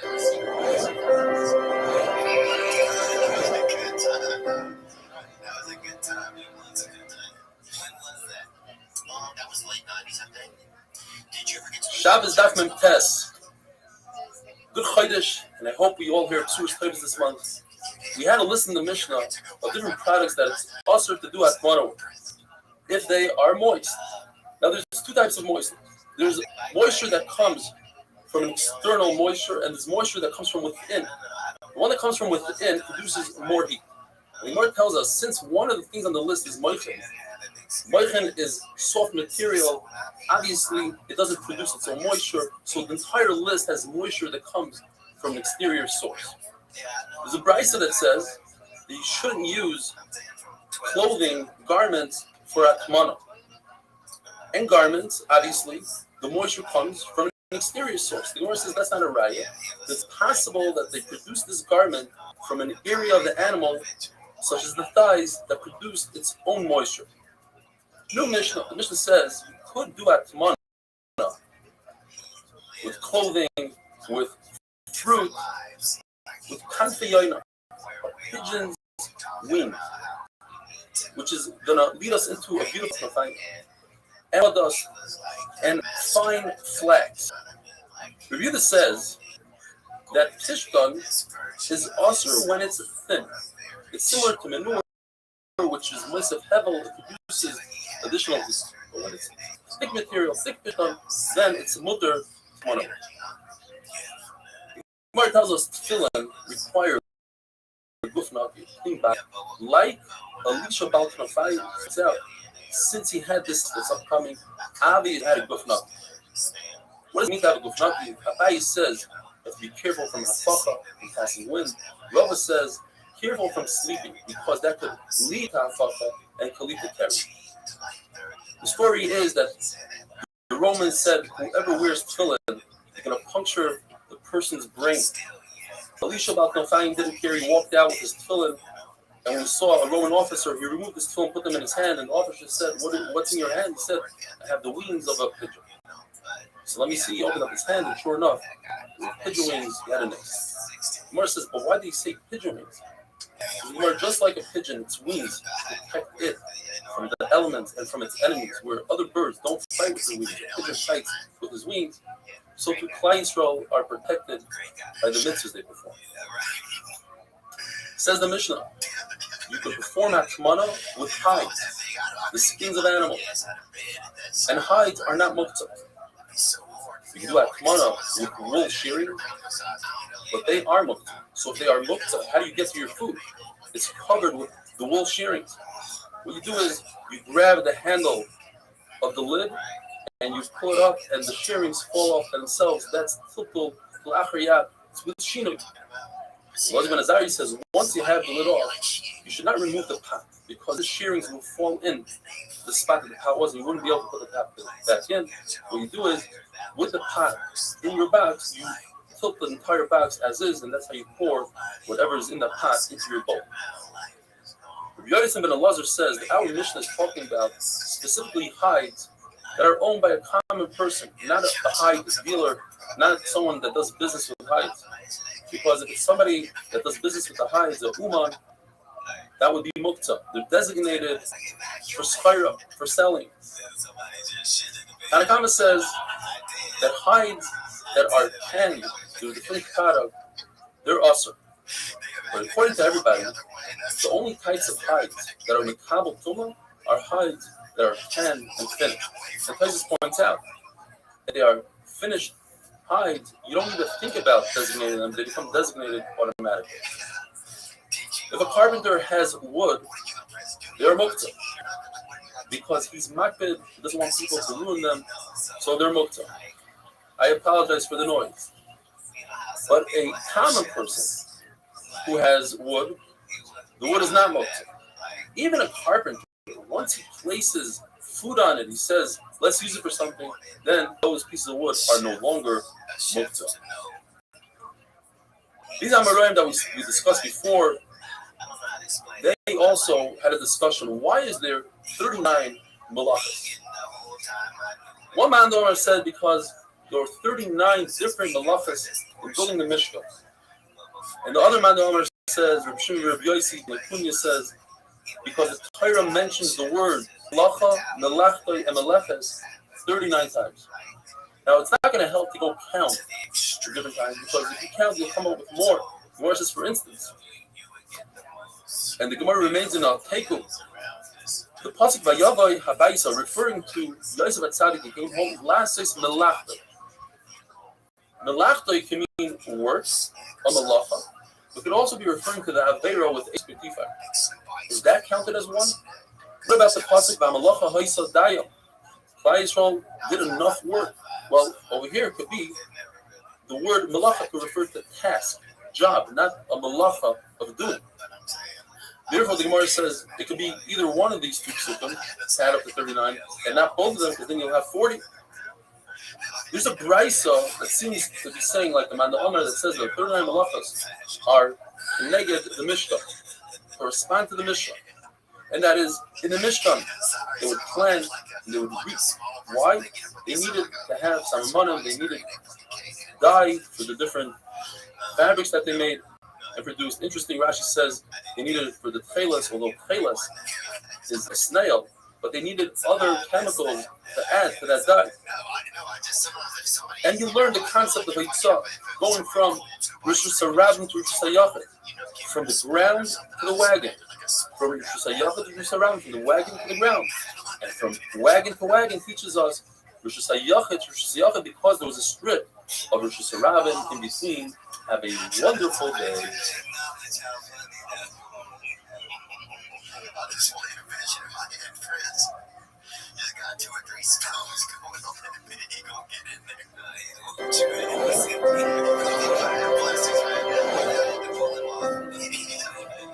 Man, he's a purple superhero and he's the king, man. I in real life, We learned that you're permitted to just do Hakmana, insulate food, with these etc. for shearings of wool. One shot according to Rava, he holds like Rebbe, that as long as you don't designate the shearings, it's usher use those shearings, but you designate them and say, I want to use these shearings for Atmana, for insulation purposes, they're no longer muktzah. Or the shot is, if somebody sets these shearings aside and says, I want to sell these later on, that automatically makes them muktzah. But if it doesn't want to sell them, they're not muktzah. We learned about the concept of muktzah machlufa, something that doesn't have usage, like a stone that is not a kli. Or in Gemara's example, you have a branch of a palm tree. It's for firewood. Muktzah machlufa. How do you switch that into not being muktzah on Shabbos? Because you're shooting on Leon and Shmuel, all you need to do is think about it in your head. Machshava. Say, I want to sit on these branches forever, or for some China, for this particular Shabbos. Rav says, no, you have to take action. You have to tie these branches together or something like that. Just like with Chanina ben Akiva, he always told me them in a time of an emergency, either Sheva Brachos or during Shiva, he said, go outside, think about these branches that we want to sit on them on Shabbos. But in a typical day, without an emergency, he held you have to take action. But Rashi says you don't have to take action, but you have to sit on that branch. You sit on it, then you show that you want to use it for non-multi purposes. There's actually a price that says that if you have cotton or wool that you want to put on a wound, so you need to dunk it in some oil and tie it to your hand in order to go out with it on Shabbos, not be over and mix up. However, if you use it in that fashion before Shabbos, it shows that's how you want to use it. It's no longer muktzah. Same thing would happen if you have straw. Straw is muktzah because they used it for building material. Then you're not allowed to smooth it out because they're muktzah. You smooth it out with the rest of your body, not with your hand. However, if you used it before Shabbos, you lay down on the bed, so you showed, I want to use it for a bed, or it's designated for the animal feed, then it's not muktzah anymore. If you take, let's say, a bucket of sand. Sand is muktzah. You bring it to your house, you want to use it to cover spit or whatever you have in your house. Those days, the floors weren't made out of concrete or tile, it was just dirt. If you designate a special spot for this dirt, it's not muktzah. Otherwise, it comes bubble to the floor and it's muktzah. It's very possible, the Gemara says, the Rabbanan agreed in dirt. Because dirt, you can't take action, you can't tie dirt, you can't change the composition of the dirt, and therefore maybe they agree that in dirt, you don't need to take action. When it comes to shining kalim, the Gemara says you can shine a kli on Shabbos, but you cannot shine silver with tartar, with some sort of something that takes off a layer of the silver. But you can do the diet. You say that you could use sand and nectar, which some translate as alum. The problem is that there's another verse that says you cannot shine your silver with nectar and sand. So what do you do? So there's three explanations of the Gemara. Either this group is like something that's like sand, like nectar and sand, where you can't take action, so action doesn't work. And therefore, either it's not muktzah, or it is muktzah, you have to take action. That's my point, you can do right. Or, the question is, the famous Mahoy here, he's not intending to remove a layer of silver, but it might happen as he's polishing the silver. And that's my point. One Bryce in the whole this muktzah goes according to Shimon. The problem is, according to Shimon, it also says in the Bryce that you shouldn't wash your hair with it as shampoo. According to Shimon, you could wash your hair with shampoo. It says that a nazir is not allowed to cut his hair, he's allowed to use sand and nectar for shampoo, even though it might remove some of the hair. So another shot is that it goes according to the that says Dam Shani Asr. It's actually my function experience. It's a technical thing. Does this product, this tartar, does it remove a layer of silver, or it doesn't remove a layer of silver? It also says in the Seifa that you may wash your face with these products. Now, what if a person has a beard? It might remove the beard. So let's say we're talking about a woman or a saras, a cotton, people that don't have beards. Rabbi Yehuda says that you can take crushed bricks and wash your face with it. We're not going to assume that it might remove facial hair. Rabbi Yosef says you're allowed to take crushed pepper according to Rava. Rabbi Yosef says sesame pulp. There's something called barba. It's made out of a third of violets, a third of aloe vera, and a third is hadassah. If you have that concoction, you can use it on your face. But if it's more than a third of aloe vera, then it becomes dangerous and might remove. According to Rabbi Yosef, even up to 50% is mutter. The Gemara tells us that our Meimer Rav Ashi used this on the face, and Mar Zutra didn't. And it's a fundamental machlokes here. Whether a man could use beauty items, these different products that beautify a person. Is it you that you ever said, are you acting like a woman? According to my Zikr also. Point out, Neymar and Rav Ashi, very interesting. It's actually a mitzvah.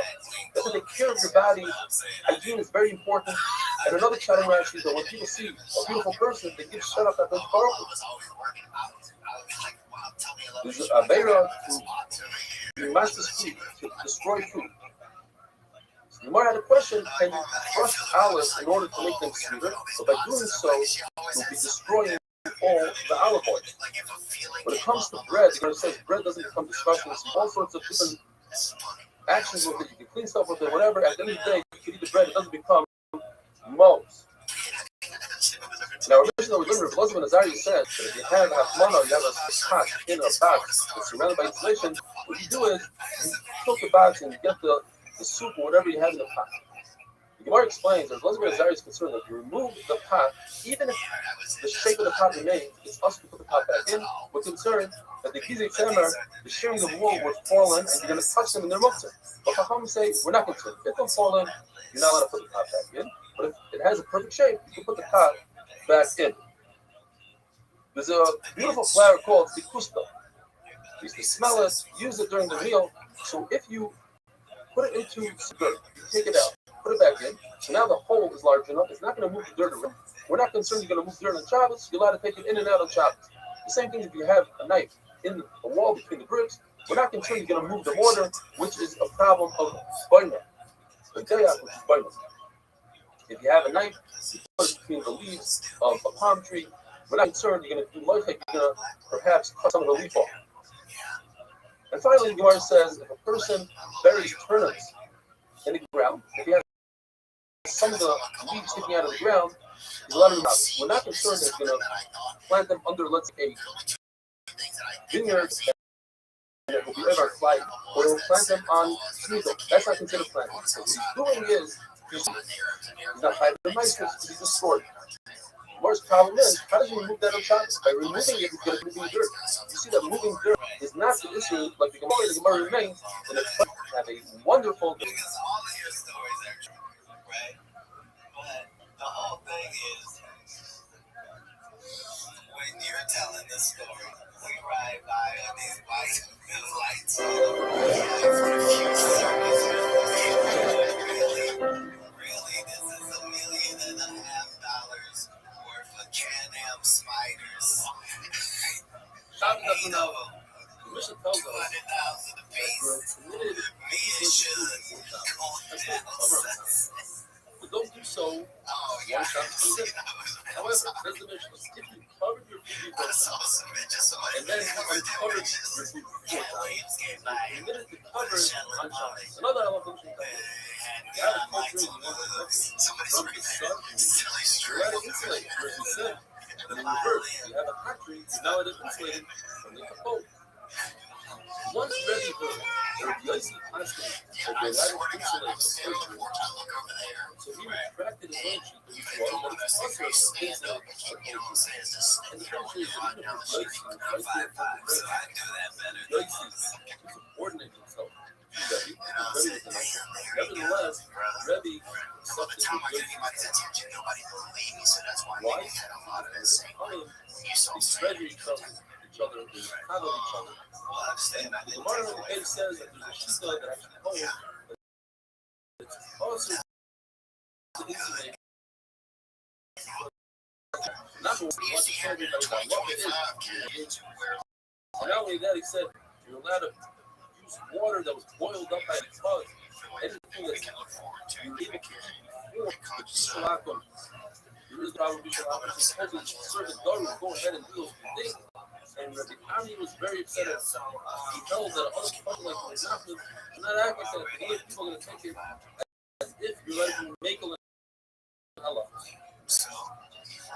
It's also to let money with some mess of people. You know, let it insulate ice, like the pieces like salt and other things that we mentioned the other year.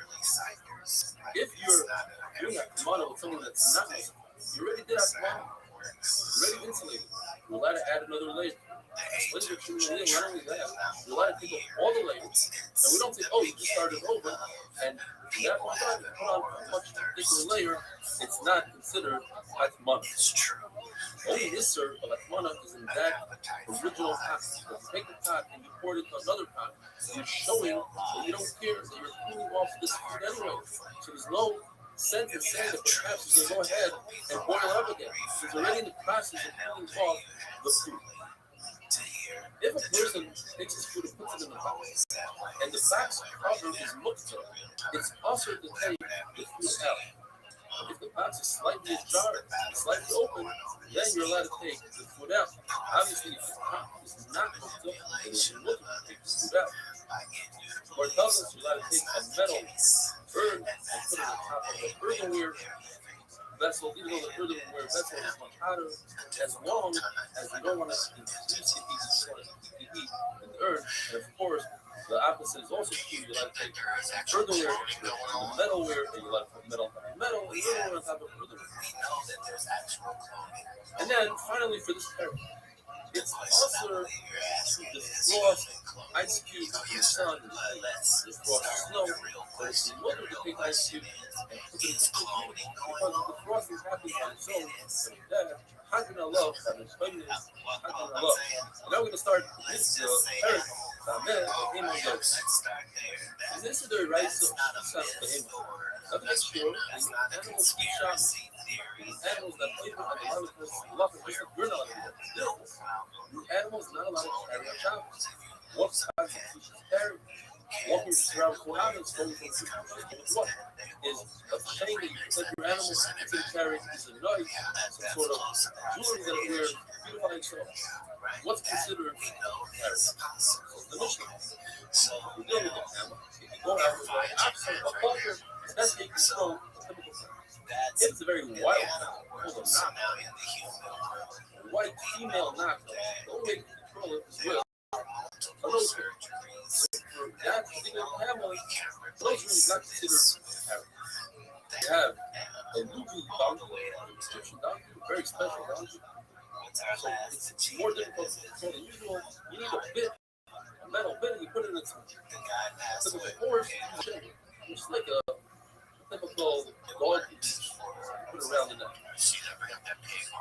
If one of these chain devices becomes to my slaves, you just sprinkle with the Torah, and you do so even though it's unnatural. And you may put the whole animal's head in the mix up, and that's enough. You don't have to take it off the animal. The Lord just tells the story. The lady wanted one of these little donkeys. He heard that it was really good, so he sent money to a very distant place. And he said, it's difficult for us to send a donkey.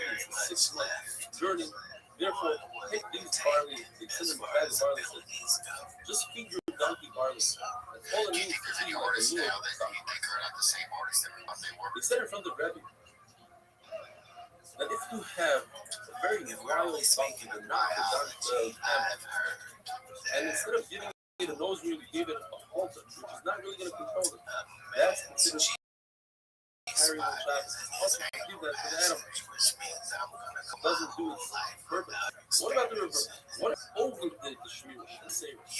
Instead of giving it to a camel, an halter, you gave it a nose ring. Is that considered carrying? There's a Bryson that says that a little donkey go out with a halter, where typically you give it the bit in its mouth, give it even lesser. This explains it can go both ways.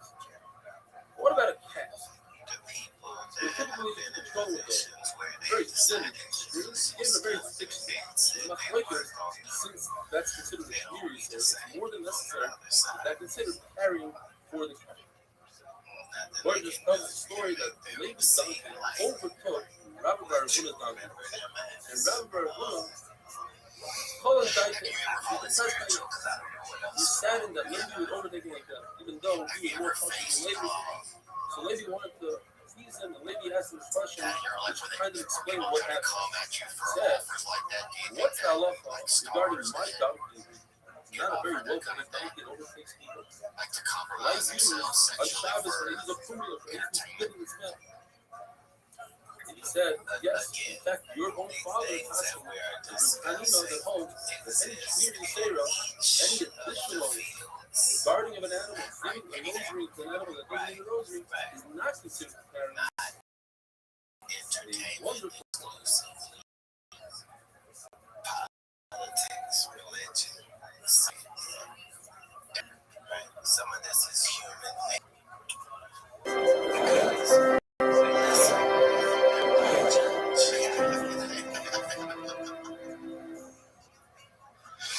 Were there things that you didn't take in your career that you feel like were Shabbos Dafnul Beis. How's everybody doing? like The other day we were learning are there things about to look out different for? You leashes and feel like collars that an animal will let it go out on Shabbos me because it's that I knew I was supposed to take it, but carry I on didn't Shabbos. want to get And off. they were discussing You books. know what I mean? According Most to of the the very stuff I narrow wouldn't test, have where you believed would put an until ox or a holder I on had to it, get easily to a squeeze that certain out of level it, to and get therefore to it see doesn't it. accomplish much. You It know doesn't what I mean? accomplish much. So That constitutes I carrying on was Shabbos. as shocked Therefore, as it's not put an ox on a goat. about If you want to put an ox on how a goat on Shabbos, powerful what you must do is look a whole fruit its horns and put the ox through it, and therefore you won't be able to get out of it. The Lord remains in a suffering and take it. What if you pass the leash to the goat's beard? Very interesting question. On the one hand, it's very dangerous for the goat to get out of it. But on the other hand, if you really wanted to, you could shake back and forth and it'll get out of it. The Gemara remains in a suffering. If you were to take a leather piece and tie it between the horns of a cow, if you did this for decorative purposes, according to everybody, that's considered carrying. Nobody in the right mind wants to support a cow. However, if you put it there in order to lead the cow, that's my question. Rav says it's also, and Shmuel says it's not considered carrying. This travel for Rav is paraduma. Not by paraduma, you're not allowed to put any kind of weight, any load on top of the paraduma. Another halacha is that put a leash on a paraduma, that doesn't constitute a weight, it's not a load. The question is why, according to Rav, you're not allowed to go out on top of the that should constitute a load. There are three answers given. Abai says we're discussing a case where you're trying to transport the paraduma to another city. In that case, it's the norm to attach a leash to guide them all the way to the other city. Rava says, that is extremely always expensive, and therefore it's the norm to add an extra level of protection to this one way, and you hurt, and you add a leash. Or, we're talking about crazy paraduma, or really wild, therefore to attach a leash to a wild cow. We learned in the Mishnah that a horse goes out with a share, a collar. Now, if the collar is there to lead the horse, everybody agrees that's it. What if you put the collar for the court? According to Rav Huna, that's okay. If you go out with something like that, and according to Shmuel, that constitutes carrying on Shabbat. In fact, Rav Huna showed, and he did a Maisa Rav, he got his horse, the piece to show him to do so on Shabbos, but the Raisa says exactly like Shmuel, that's in fact also to do so. Was he a super guy? There's two types of wrapping a leash. Wrapping a leash all the way around That's a great place. the horse's neck, and that is there to the horse, provided that you leave enough room for your hands to grab it over. Another shot of ration where the leash is slightly longer and you can grab that. And then you have a leash that's just a long leash like you have for a dog to lead the horse. There are three sayings when it comes to rabbits. One is a saying that they said, they said that there are four types of animals that go out with a halter, and one of them is a mule. The other saying is Rebbe's mule went out with a halter, but it's not clear. What do you mean? The decorative one or the leading one? And then you have Reb Shmuel, and the name of Tanina that says, in fact, Rebbe's mules went out with a decorative. The bottom line is, from all these sayings, you see that Rebbe's mules went out even with the decorative. You learn in the Mishnah that these bits and halters that become common in less ways, you can sprinkle them with the paraduma, and you can dunk the head of the animal in the mikvah, and they become hard. You shot them. What kind of rings became common? One shot is that it was a human ring that became common and was given to the animal. That's how it became common. Another shot is was an animal's ring all along, but since it serves a human being, it's like a human ring, which is Mekabel Tuma. Whereas an animal's ring is never Mekabel. Mr. Ronaldo Ram is not familiar with this. I can see what he looks like. We learned in the Mishnah that you dunk the head of the animal in the mikvah, and it's entire that ring. What about that? Is the cow? You shot either. I didn't do that by cutting it out. And that doesn't remove the tumah either because it was a human ring and remains a human ring, or according to the other shot, it was a human ring and became an animal ring. Just widening it is actually helping the ring, and therefore it doesn't remove the tumah. In order to remove the tumah, you need to be mekabel, you need to destroy. Another shot is that we're discussing a ring that had to it to begin with. They fit very loosely, and the water was able to get in between them without widening.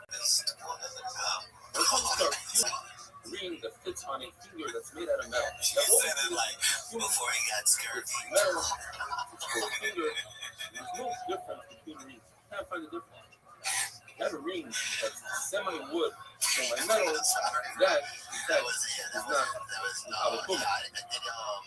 You have a ring that's for a belt, for the back of your garment, or your sleeves. That is part of it, but it's not for the finger. And as we said before, a ring for an animal, or a ring that fits on a board, some sort of vessel, you know, like you pick up a frying pan with the ring, so the ring is removed from the frying pan. That ring is not Mekabel Tuma. And the frying pan is Mekabel Tuma, it's part of the frying pan. For Shabbos purposes, for Muktzah, a ring that has a signet to it, if a woman walks out with that on Shabbos, it's a Issur Raisa. If it doesn't have the signet to it, then it's an Issur Rabbah. When it comes to a needle, if it's a whole needle without any rust, it's Mekabel Tuma. And even if it has rust, as long as it doesn't hurt the sewing process, it's Mekabel Tuma. If you never made a hole, you never made the eye for the needle, and you're planning on making that hole, so right now it's not Mekabel Tuma, it's not a clean. However, it's not Muktzah because it still serves a purpose to remove splinter.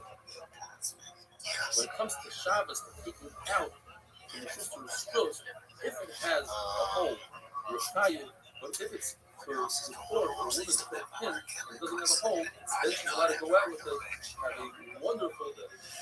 No, I don't think did you get to Bernie Mac's funeral? Did you have a big funeral?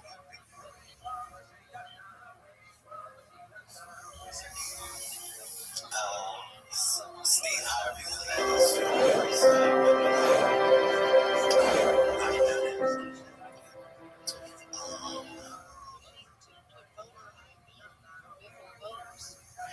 Shabbos Daf Gimel, I hope everybody's doing great. Mishnah tells us there's something called a Merdas, a saddle. It's wider than a saddle. The saddle goes on top of that. It provides for the donkey. So therefore, the donkey's allowed to go out to surround it with the saddle cloth, provided that it's tied to the donkey to get it to fall off and out. So Shmuel, and you must tie this before Shabbos. Bryce tells us a Merdas, walking animal is surrounded with Merdas, but not with a saddle. The saddle is also to put on the animal without letting him walk out. Shmuel says the saddle also provides some heat, not as much as Merdas, but provides heat, provided that we have straps on the front and the back that prevent the saddle from slipping forwards and backwards if it goes uphill or downhill. That looks like you are trying to get it ready to carry a load. A saddle is also to take off an animal from Shabbos. And the question is, why the saddle Muktzah where is a saddle cloth? It's not Muktzah. One reason given is saddle you can make the animal walk back and forth and it'll shake it off by itself, whereas Merdas, the Papa says that the difference is that a Merdas provides heat. In other words, to take away the discomfort that an animal has, and that's mutter. But to take off a saddle, that's to give it pleasure. It doesn't really mean you take off the saddle, it's giving an animal pleasure or taking away all discomfort. According to this shot, it's also to put on a saddle on Shabbos. But according to the first shot, it seems like it would be much better to put on a saddle on Shabbos. There's something called a transport, which is a feedback. You put the bag in place of a horse with a donkey. Is that mutter to put on an animal? Like, according to Shmuel, it's usher. because it's only a pleasure for the animal. It doesn't have to come down, but it's not to prevent this. In fact, Yaka said it in the video. Israel is used a very different Russian saying, hey, you will have to argue with a lion from bottle, in other words, the shoe. But Rav says that it's mutter to put a seat bag on the animal, and when Shmuel heard that Rav said this, he said, after Rav says, Rav doesn't have any clue when it comes to the shot. A horse should not go out with a chicken with ornaments such as a fox's tail, which prevents ayin hara. A dog should not go out with a pouch to catch the emissions. A goat should not go out with a pouch on its udder. We'll see much more about that later. We had it in the mission. A cow should not go out with a muzzle, because all these are considered massive a bird. A shoe on a cow is also because it might slip off. When I'm talking about a horseshoe, stronger. And this shoe halacha is performed by an animal that you don't have to pay for, because obviously a person could go out with an animal should not go out with a tomato, amulet, even if it's tomato, proof itself is owned by human beings. Human is not necessarily good tomato amulet for an animal. A human has a nozzle, has a mouth that goes with it, and provides for it, or goes to Shemayim to be kind with it, and it won't work for an animal. An animal is permitted to go out with bandage and splints and broken bone, and the center has a bell that is stuffed with a Let's say that young horses not go out with a captain or two that seems like fighting in their own backyard. It's mother. The word says you must explain that it's talking about providing something that takes away discomfort, not giving pleasure, but taking away discomfort. Young horses are very difficult for them to bend down. Therefore, it's considered discovered and similar to Merdas, which you are allowed to put on the shop. It says that you're not allowed to take off the scalp of an animal. You must say we're talking about a field scalp, and this is for pleasure, not for discomfort. Again, another Allah. An animal is not allowed to go into water. It has some sort of blood clot, or even you let it go for cold water. So it's not because of discomfort, not discomfort. It's a different question about just sending on people might think you're giving it medicine, and you come to drying herb medicine, and that's also affects my place whether this serious common money applies to an animal. There's another side. A common make it zero. Let's say, when you're about to use money, let's say your animal will die if it goes into cold water. Another example is, let's say your animal out of cook. Are you letting it fall into you? You're there, you might have to grab it, and that would be awesome. But perhaps not easy. You're allowed to use that case because it's not talking about that at all. It's within your cook is just the animal out of the cook of the shepherd. This is my focus. As we mentioned before, about Shikha Shalom. Let's jump further to the contradiction of whether or not a goat go out with a calf on its head. There's three ways to explain the contradiction. There's a version that says it's also there's a version that says it's what it's called. It's here very strongly and it won't fall off. We don't have a chance to pick it up. Otherwise, it's not a here. Another way to explain it is that the Mission itself is not like not a common when Rashi explains it. Means that the Mayor holds that couches on the others of those Rabbi says that it's also. A third explanation is that there's a third bundle of our now mission that makes a distinction between the pouch that's there to stop the milk from flowing, and that's actually considered the medicine for that for the animal's benefits, not to nurse. Versus you're just trying to catch the milk in a bucket, where that is not for the animal's purpose, it's for your purpose, and therefore it is awesome. What tells us a mice that it was an animal that had very large udders that was scraping on the ground, and for that, that's prevent discomfort for the animal, and that follows everything he said. You're allowed to provide it. One of the most incredible stories in the Shah. There's a story where a person's wife died and left him a child nursing. And the father couldn't provide the child and incorporated it. The father didn't see the child, and Mar says look how great this person was that incorporated it. Or look at this person's provide and to save people, but not to give a person away, not to add fruit to your storage. That doesn't story. One to remember today was a person who married a woman and never realized until the day she died that she was missing enough. The Gemara says, look for the Tanur. So the Gemara, perhaps she wasn't a Tanur. That's the Derech of the woman. And especially when she had a hide from her husband. Look how Tanur he was. He never looked at her in a way that he noticed that she was missing an arm. The Mishnah says that a Zafar goes down to the movement, meaning one shot is that it's protect his heart from the wolves. The wolves like to attack the heart and go after the males who stick their nose up in the sky, and it is a threat to the wolves, so they attack them. Another kind of the Gemara is that it's to tie up their Zafars so they don't move. Similarly, the opposite is Shifuzah is in the Mishnah, and that's to tie the female tail so that it will be easy for them to have a wonderful times in your life where you struggled having God in your life, or what's that been like for you?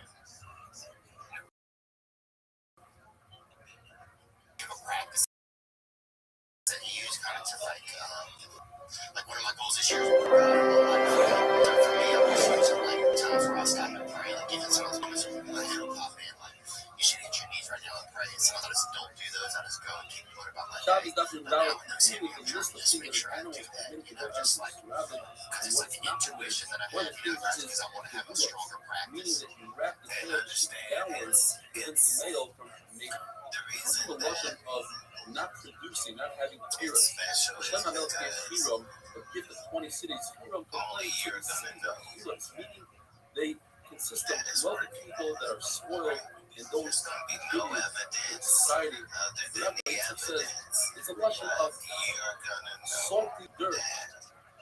Putman, that you put in to Like I preserve your meat. In other words, it doesn't talked to produce. God It's soft, and when you 5 step 6 into it, times you sink up until your people and he you has can't an plant it. accurate account Which of just how says he go learned out. about Lunas. everything. Lunas How I means think things it's are a code going. that What I protects feel like I'm the will from the day good that at, you what were I born, feel so like that I it need remains help with. perfectly white. These are our conversations. Lunas, as we learned yesterday, can either mean to cover the udders, I don't to dry it out wonder from why one point to stuff capture gets the moved out of my Not way asking like because if I you do that. asked for things to It be depends.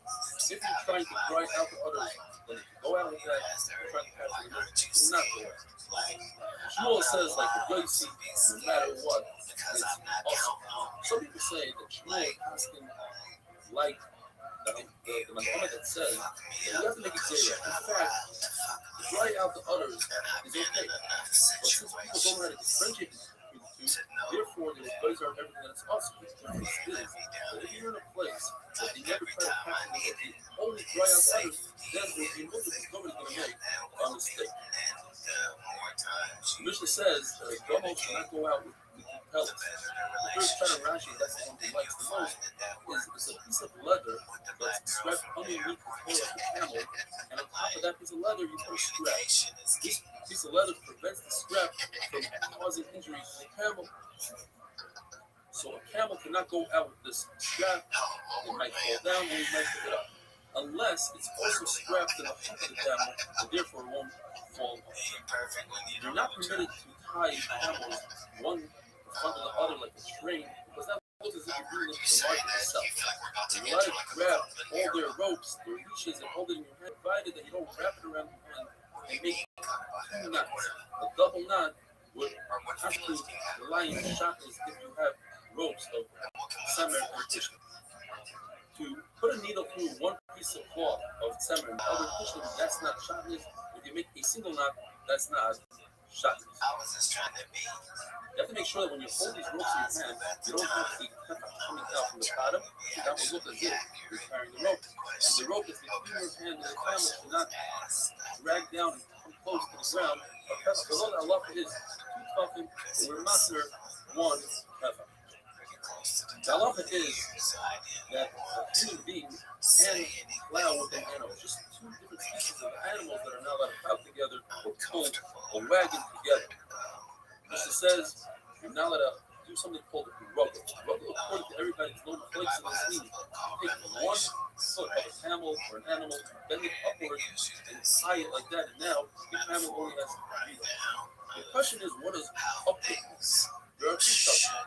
Either it means that you tie the front and the back leg like Kahidas itself. or it means you tie the two front legs or two back legs. The third shita means all three options. And Rabbi Yehuda said the middle option means the front legs and the back.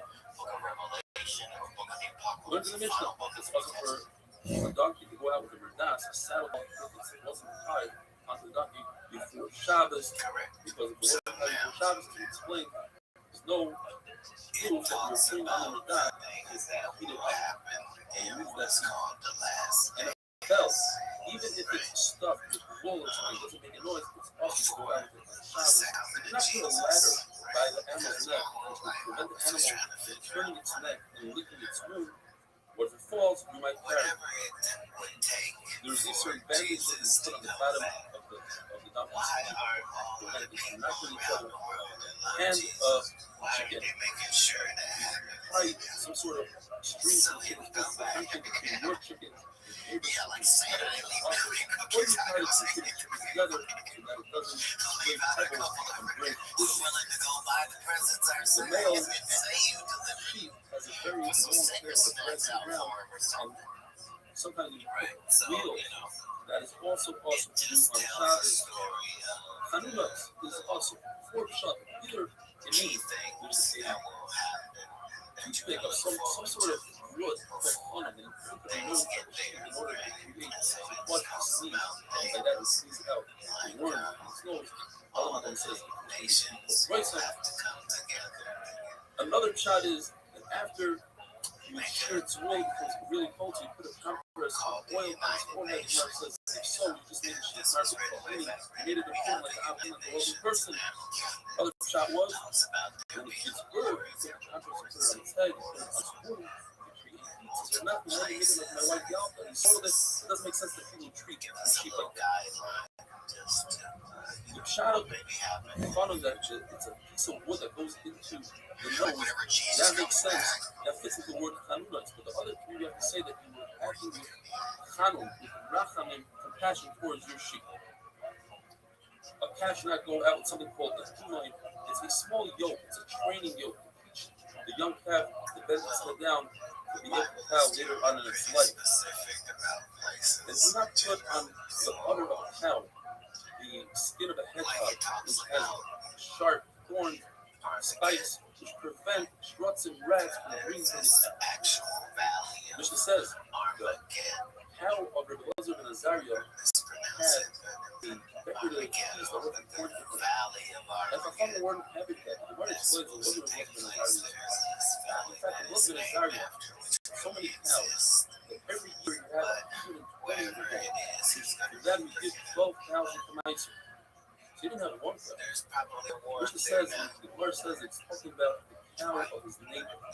And it's a field where you have to fix himself. Someone who does Navera. And since he just reviewed this for lady neighbor, it's as if he himself was a favor on Navera. Because when you don't rebuke your friend, it's as if you yourself is on Navera. Have a wonderful day. So TBD, huh? What are some of the other animals that you have there? I have heard that you have horses over there. The donkeys are the stars over there. But yeah, we got a lot of, we have cows. Shabbos definitely is. The word tells us if a person sees somebody sitting in the area and he doesn't come to call, he doesn't teach them, he doesn't teach them what's their, or if he sees his family speaking from the city, flying stroll, if he has the ability to king, and he doesn't teach them, it's as if being subsist. Shmuel, if the Lord is women to prayer, but you do this comment says, heavy, it says impossible. You don't listen to the poor at the end, they won't listen to you.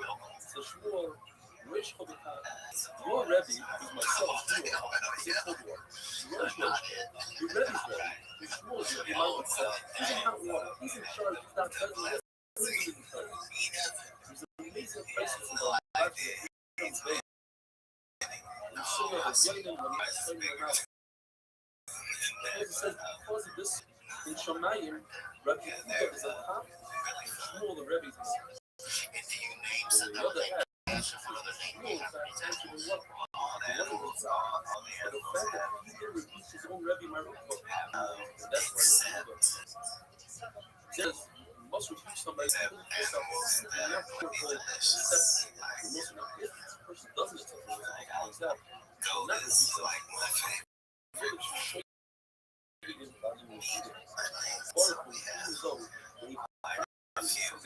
Always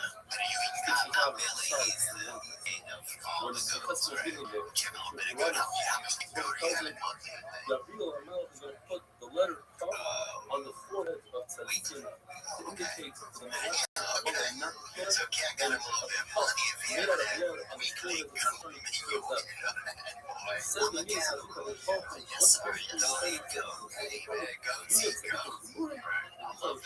say? But Tzadikim has the ability to and that I think some of them just so nervous about New York. They seem like such a like. It almost seemed like something that came out from Mount Rushmore to spend time with us today. So I think that's like the sneak about you. So I think some of them don't know when it's like okay to joke around and stuff. You know, so you just try and figure it out as you go. You know? I hope that is not correct. Always okay to joke. Destroy your break. I definitely feel that for sure. Why did I choose the letter Tav out of all the letters? Because it stands for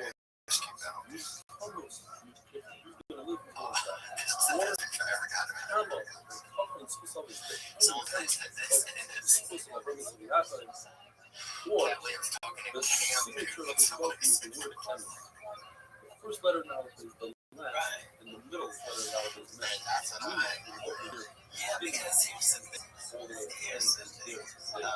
the last letter is a Tav. Everything. When did the specific stop?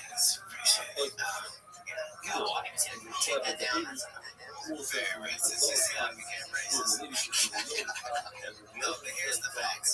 The facts are, everything we know about history. No one in this world dies unless they sin.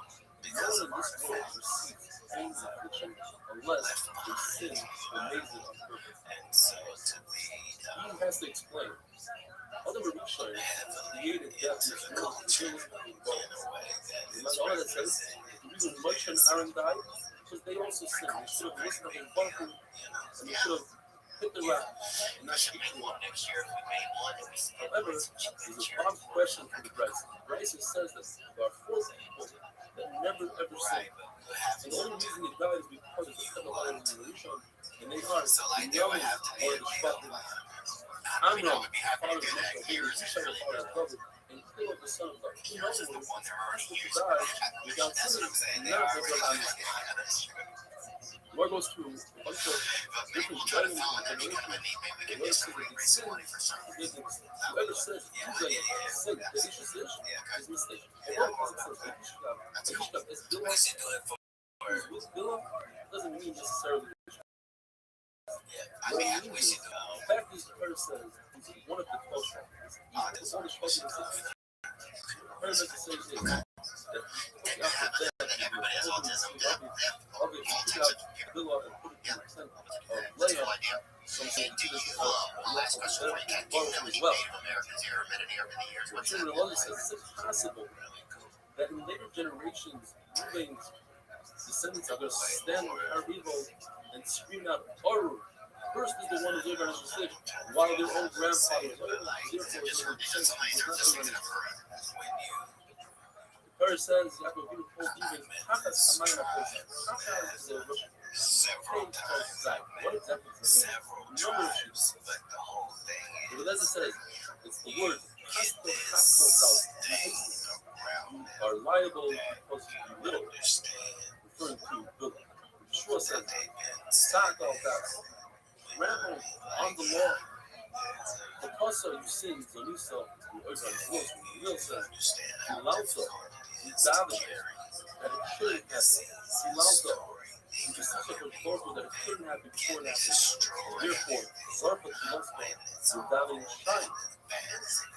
What I'm done says, let's put the word Papa Zion has faith, and that stands for Zazato, you tremble, too bad, and therefore the sin didn't happen.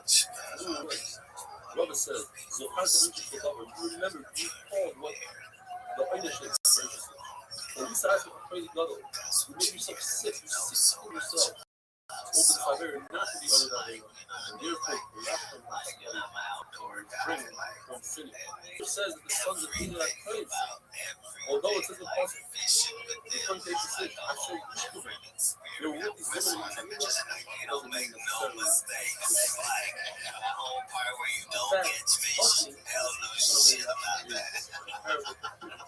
And since the prayer punishment, Lord says, Lord, a new as a prayer. Therefore, it's impossible that he goes on to some of the orders on the systematic descendants that bring the brothers of That's all. Why does the third say the women didn't allow the women to go back home in time? They didn't do it for money, because the women didn't go back to their husbands, so organizations. Finally, Nathan says that they were his son, wicked sons. In other words, because he's also says the Lord. Talking sinner. But because Christos didn't give him most of the Papa, it's as if Christos himself sees the position. Mississippi. Wonderful. So, you learning what's out there, and then you're trying to accentuate what's already out there. And 300 deer, like, and niggers running around everywhere. Shab is definitely involved. How's everybody doing? We're continuing with the theme. Sometimes it seems like from the prayer that soon Balaam sings, and in fact, it's not a sin. Ruben, he didn't sing. Today we're saying, whoever says the sons of Shmuel sing, because it says in the Pasuk, by you to us, took bribery, you're mistaken. What happened was they weren't like Shmuel, their father, who went around to do their prayer. They stayed in their place and they sent the messengers, and that's considered Bata. They try to fatten their salaries, and they received the return, and therefore they weren't as great as their father. The mayor says, since they were Levim, they were entitled to the Meiser, but they demanded the Meiser, and since they were Goyim, the judges to take the Meiser, and in return, the other Levim were affected. The Yehuda says they would give their money to the Halabatim. They would give back their money without giving the Halabatim any crime. But in return, they showed favoritism during Dini prayer, and that's wrong. The Akiva says, takes the Koyach would force extra Meiser stealing. Yosef says they took the Matzah and also stealing And collecting famous Gemara, whoever says David Amel Singh, Bathsheba, the wife of Uriah, is a snake, making a mistake. Rab says that Rebbe, who was the descendant of David, tried to find for his forefather a way out. It says in the Pasuk, David only intended to do bad, but he never sinned. As the Pasuk says, it's a real Hakita.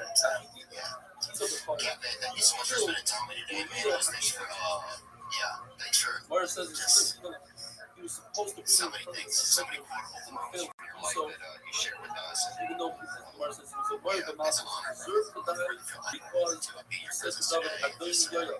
He called Yoya the master rather than David. 4 points closest. He didn't listen to David and told him to home. He deserved to die. The David should have blown him. As the Pasuk says, just like Bnei Ammon. It's not that it's horrible, the Bnei Ammon is so she to die with the fall. Let's still a capital of his wife as her own wife. As the verse says she was a wife, that means she was out. Today's guest is, he's the GOAT. Rab says on the one hand, he is an iconic comedian. He has a new tour going on right now called The Heaven Tour. He is labeled by many as an oracle. There's no platinum crystal ball. I've heard him called. Thankfully, he came down from the clouds today to spend time with us. Today's guest is Mr. Ken. the sentence is called, and the family is called, one of the servants said, oh, seven churches just felt bad, or grandson, and son of yours. They told them the later, the Irish didn't say, he was saying, he's not a Talmud Chacham, he doesn't know how to learn. But when double family Pivashis, he realized, the Loisa, as the Monk says, Pivashis really the double, which is Rebbe, the Loisa, but with the That's Irish, nice of you to say. I feel, when I feel like later I can't believe ran I'm away around from you. the light from I feel like you seem like a above the Tzipah, and says, where's me Pivashis? mythical figure. He's rebelling against. Right.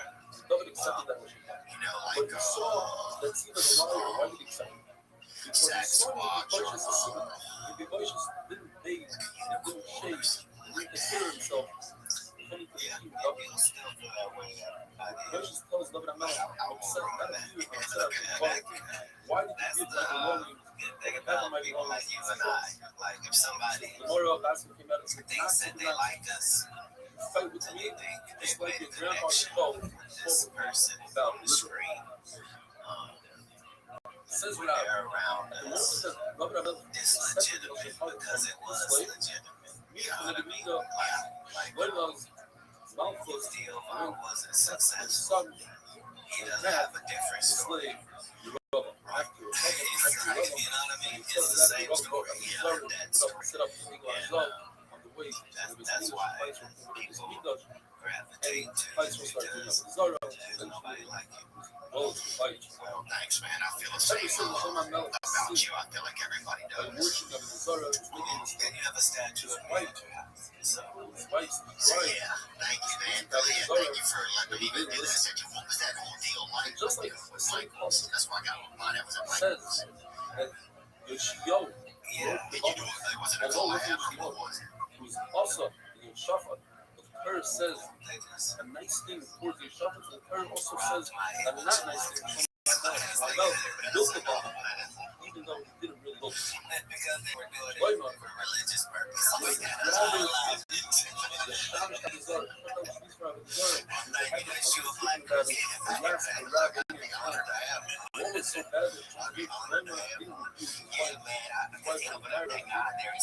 Two left, man. You know, and there was 200, but it was worked out because I had a chip. But still, man, it's an honor keeping my eyes here around. People walk in and they're like, no. Look at this cat, William. It's beautiful. You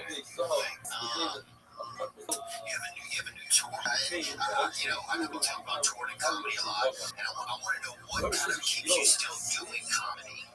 Like, did you because when you start out, maybe it's too funny, and then some people get to this place where they want to have a message. And do you notice that kind of tone shift in your desire to do it over time? Money to every single one of the I don't think so. Like, Rob argues I this always is try to have a message just because I enjoy the fact that says in our generation, while laughing, joking, you might became the rich goals. learn something you didn't know. Otherwise known as I've gotten it from a comedian.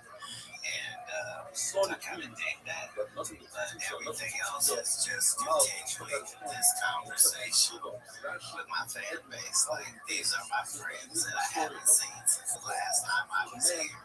And here's our discussion furthering our relationship. So much so that it became sick. Eventually, I felt much like work. Money.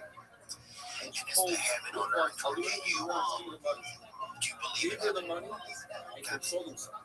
And because he controlled himself, he became the goals. One moment, Dude, I remember when I first, because when I was growing up, we just had, you learned about heaven and stuff, but all the pamphlets or whatever I'd seen at church or anything, it always had, it was Muslim white folks only, right? And then I went to a black church one time. It was a Greater Starlight Baptist Church. I was in our town. And shout out to Greater Starlight Baptist. Oh, yeah, it was nice in there. This was in our but yeah, they had about 13 miles. Slide in. Yeah, there you go. Job is not Twin Zionists amazing. We're already holding 56 documents. How Christ lies rarely perish. Okay, she gets it. Next week, shall discuss what items a woman is not permitted to wear.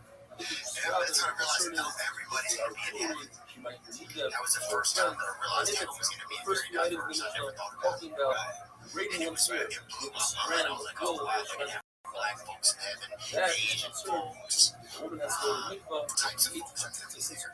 water is not It's truly the only place that strand in the people ear. are She minority. must loosen it. And she might remove it and walk 4 kilometers and just around it. The mission of this verse strands of hair that one breaks in your wrist. And it says that according to everybody, one uses strands of human hair, not human hair, in order to create your own hair. That does not create a I'm excited about it.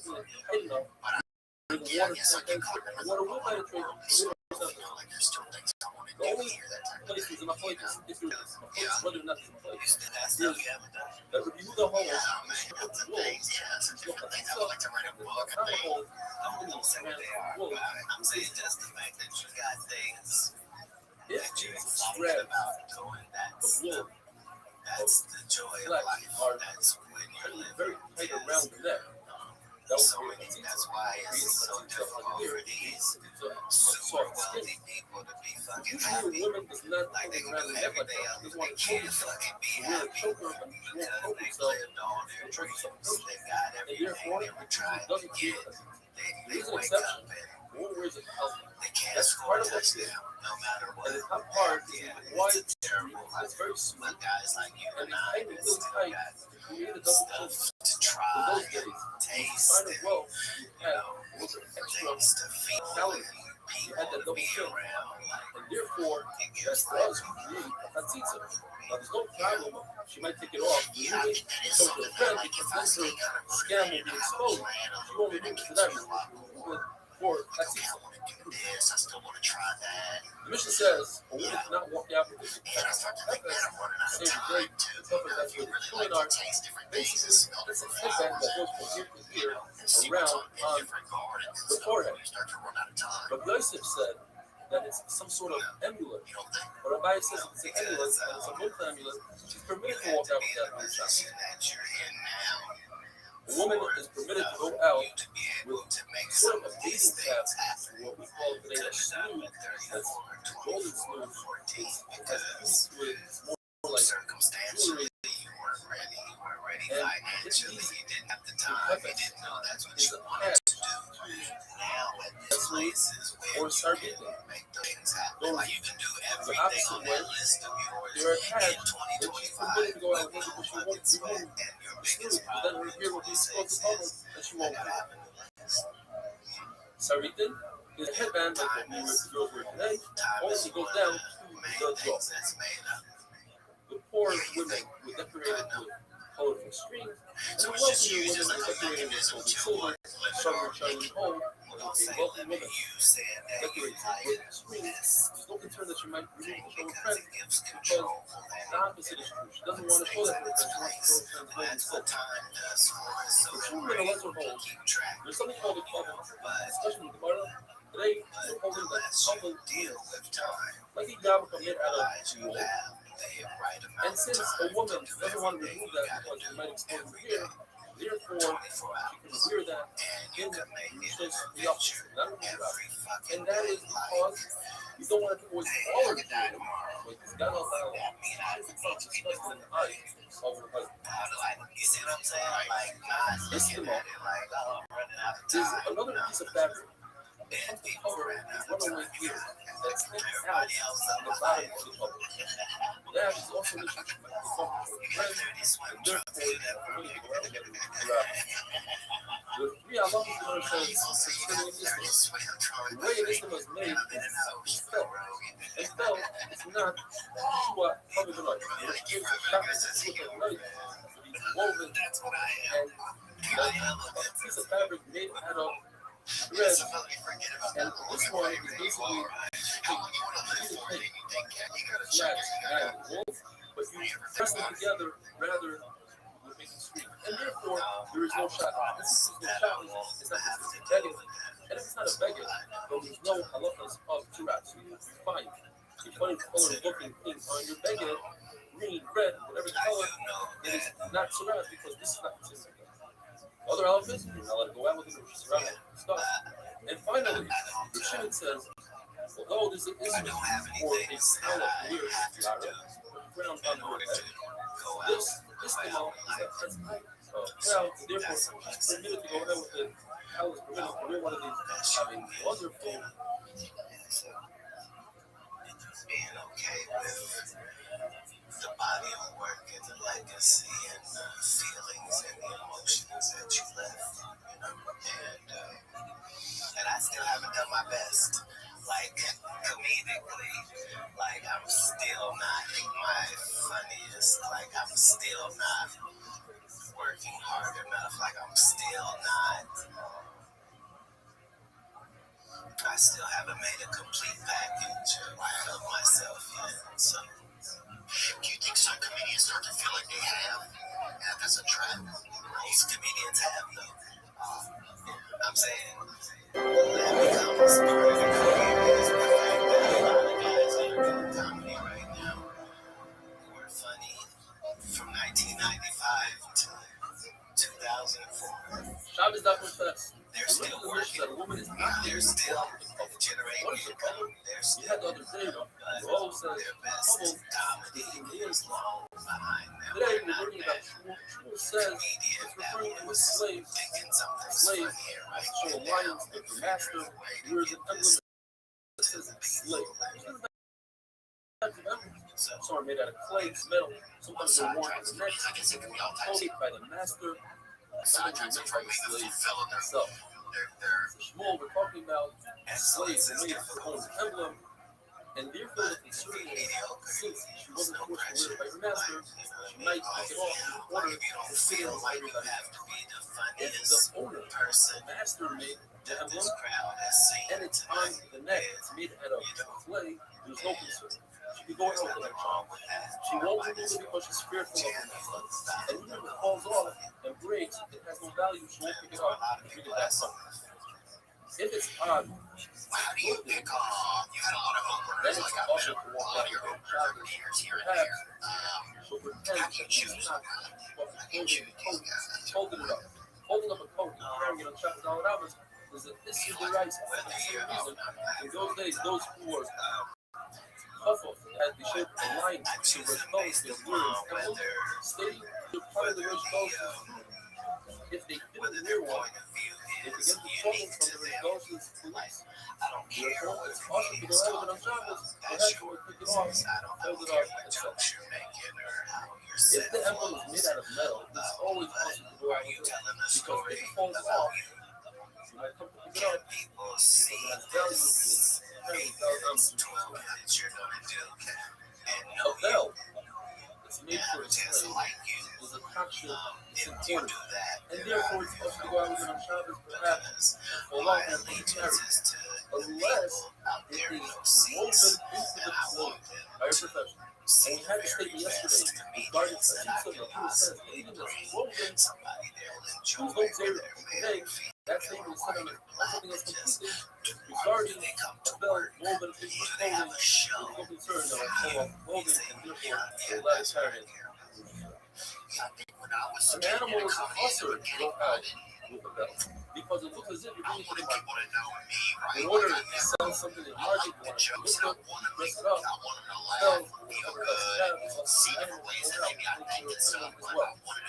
sell, an emblem for a slave is not Mikabel. What has to be important? An emblem is reserved extinct. It's made to create a slave, and it's not made to beautify them. Bell is Mikabel even without and that is the bell for a slave, because it's for a top for an ornament, and therefore it's Mikabel. For an animal, on the other hand, it's only there for the nose. So without the clapper, it's not Mikabel, but it's no longer a clean. With the clapper, it's a piece. designed to service the owner to know where the animal is, and therefore it's mechanical. The topics of A his bell shoes. opens That's the who door, you know what I mean? That's who you it's not are. about That's the who you door. working Welcome with. to the door itself doesn't have to be part of the house, which is part of the ground, not the copper. If you thought in your mind you want to take the bell off the door and use it for your animal, then it is susceptible to that because in order to make something susceptible to it, all you need is enough trauma you need to think about it. But the reverse, if it was a bell for an animal and you thought to make it a bell for a door, it remains valid because in order to take something away from susceptibility to it, you need to do it really nice and you need to change something in the bell. And just by hanging it up, screwing it and nailing it into the door, that doesn't change the bell itself. It changes the location, but not the bell itself. Any bell that was designed to create a sound, such as a bell for an animal, a bell for a child, a crib, a bell that you put on a bib, all these bells, if you're only finished once you attach a little bell to clapper, if you didn't attach a clapper and there's no malafa, it's not considered the best. Once you have that clapper in there, and you take out the clapper, it remains a Why does it remain tummy? Abaya says it remains tummy because anybody can take the clapper and reattach the bell. You don't need a professional. The question is, we learned that if you have scissors that come apart, then they are only mechanical from one part to the other. In other words, if you cut part A with the ferret, part B becomes tummy only while you're using the scissors. The same thing for the cardboard. Only while you're using it, you touch the metal, does the wood become tummy and vice versa. So if you put it aside, even if they are attached, one part does not make the other part tummy. Certainly, by a bell, if the clapper is attached to the bell itself, they should be considered one. Therefore, Rava and Rabbeinu have the reason why the bell itself is tummy, where the clapper itself is not the microphone itself, but the actual bell. The reason is because the actual bell can make sounds even without the clapper. You take the bell and you bang it against something else to make that sound. Yes, it might not be the exact sound that the bell makes, but nonetheless, it is a sound. Similarly, a basket. You have a basket that holds a very large hole in it, but if you pull out of it, it's still without a tumma that holds pomegranate. In other words, it might not serve its original purpose, but it has some other purpose without a tumma. So to this bell. And tomorrow we'll see other reasons that are wonderful. Before he gets to me, and so you get a chance to get an overview of the greatest comedians around the country, and get a chance to see them. And it's hosted by Monique. Shabbos Davin Pets. How's everybody doing? As we learned yesterday, the bell becomes tummy. Even if you remove the bell, the clapper, we don't consider the bell as a broken piece. It remains tummy. The question is why. So yesterday, Abaya says every single person put the clapper back in. Just as if it's a complete piece. Replacing Raphael says, since I have a new piece, I can use the outside of the bell as a cup to give water to the child. Even though it's a new piece, it's considered tummy. However, Rava and Rabbi Yochanan both hold in order for something to remain tummy, you have to be able to use it its original designation. Therefore, they say only way the reason why the bell remains tummy is because you can take that bell and bake it on something, and it'll make a sound of a bell. It might not be the original sound, but it'll be a sound nevertheless, and therefore it remains tummy. This is a really holding this concept. In order to because the Tumas measures, that is, the person is the Zav, the level, they sit on the chair, that chair coming Tumas measures, even if they're not sitting directly on it, things that are on top of it, and it's a really strong Tuma of concept. Allah is, since it's a congregation in the future, it actually something that's designated as a take a bucket and measure to measure something, or to knock the floor and flip it over and sit on it and say, now it's a chair. That's not enough to make it to my schedule. People someone come over and say, I'm Lloyd, but that's my flavor. Stand up, let me do my job, let me my patrol. Therefore, it doesn't come to us. Leverett holds that I'm not submitting. We don't take this kind I don't need to be reminded of my inadequacies. Whereas, by too much like I'm looking at my flavor. There's one who order to be susceptible to But you need to designate what you do that for item fitness, man, as you have to a regime, like you got a regime each day. and the second thing is, once it does become The ladies keep me fit. they hold you to do it. Let's say you have a match. You talk to me, Saturday, Thursday, it's no longer coming to us. It's no longer serve the purpose of sitting. You must see what is the service is met. It's 1.5 by 3. It means coming to us later. Whoever knows that, since it doesn't say the original purpose, all the comes, since they're living basically the item needs another case they're living. I'm trying to that I've never been an animal with metal shoes. I've never been 7 pounds under they become this, they're susceptible. Whoever says the reason is a human being, real need, in the middle of war, when he's running away, he might use that to serve the original purpose for you. Therefore, when God says, because it serves another purpose, water, according to any of the water, people will use it for water. Oil it out, to run, or really heavy, they won't use it for running, they might use it for water and for oil. We're going back to the mission. You look at the mission, women cannot be loud, eating till then. The city will know what is it. You learn it's talking about the kitchen and the lighting, this is really similar to what made it on the lighting, story, about his wife, one day, with money, he will make her figure she's on, and say he did.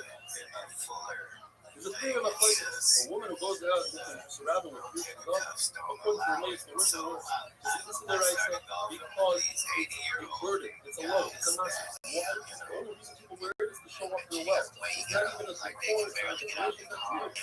For the it's true, actually, it's true, and the issue is, you might have to take it off, and rather than show you the friends, they record it. Also, you know, it's only this to wrap up. What's the last year? We're not concerned that a woman is who wears yourself. I was in the midst of a push-up contest. We're discussing the which Hollywood wears. But I was, according to Rob, it's also the guy for the time, and she will says it's looking. According to one lawsuit, we're talking about a solid piece of a solid piece of gold. And it's the solid piece of gold. The reason my point to everybody is also. Here's my point, it's going to feel like a time, and there's studs of gold in it. The question is whether or not she will take off something like that to show to a friend that it's touched enough to show her friends. Another lawsuit is, under a that if it's made out of fabric, it's going to that's what you go out and do. I think that all the show. Stuff like this is in a solid piece, and the question is, maybe she where is it? A noble woman, and don't take it off the shoulders. So Yoy says, Paskin, like Ravashi, that Akila is Mutter. You might tell the story. When Rebbe was on his deathbed, he told him, Chanina, I want you to be the Rosh Hashiva. After Rebbe was lived there, Chanina said, there's the office of being salty to everybody else, so we have to be the Rosh Hashiva. But he started speaking going to this country and lived with the ladies. When they told Rebbe that the very tall, touched the kind of coffin came, and he was limping, Rebbe knew right away it's ladies. And he said, it has to be that Rebbe. And therefore, this company said, Chanina became Rosh Hashiva. Because ladies would have been subordinate to the office. And the fact that Rebbe said, Chanina, you should be a Shiva, sounds like a coffee time and Rebbe came and he made a question and said, Akila is Mutter. Most of the Shaitim learned that he said all things, all the items, whether it's solid or fabric, Mutter, and that is that day that he made that Russia, 24 women in our Robert Barrow, who got you in the fight zone, and two more came out of one courtyard. Hines, all his corners and players, many more people have England on the places than we have in our team. A beautiful belt, we're a proud of. One lucky says, it's made out of fabric, and it has stuffed gold, and it's like a towel made out of gold, which is a top shit. Nobody will take that off. So when you pick up a belt, your clothing might fall off, and one won't be. Another luxury, and it's a solid belt. The reason why you let it wear it is because you like the king. All kings wear this team. Bush, you put one belt on top of another belt, that's already a burden, and it's awesome. A pure set, you can totally around the body. It's a chance. It's tied well, it's awesome. Possible, we discussed already, we took this, with Zuman, is a nose ring, but an earring. The woman is not partial to take it off, hard to get to. And then we learned about a ring, which we will go on tomorrow, then explain the studio of the ring, as a signature. Wonderful. I think they had like one of the big bathtubs they had in their house, and they would make us play Navy or something called Navy. We didn't know, right? But he would have us play Navy and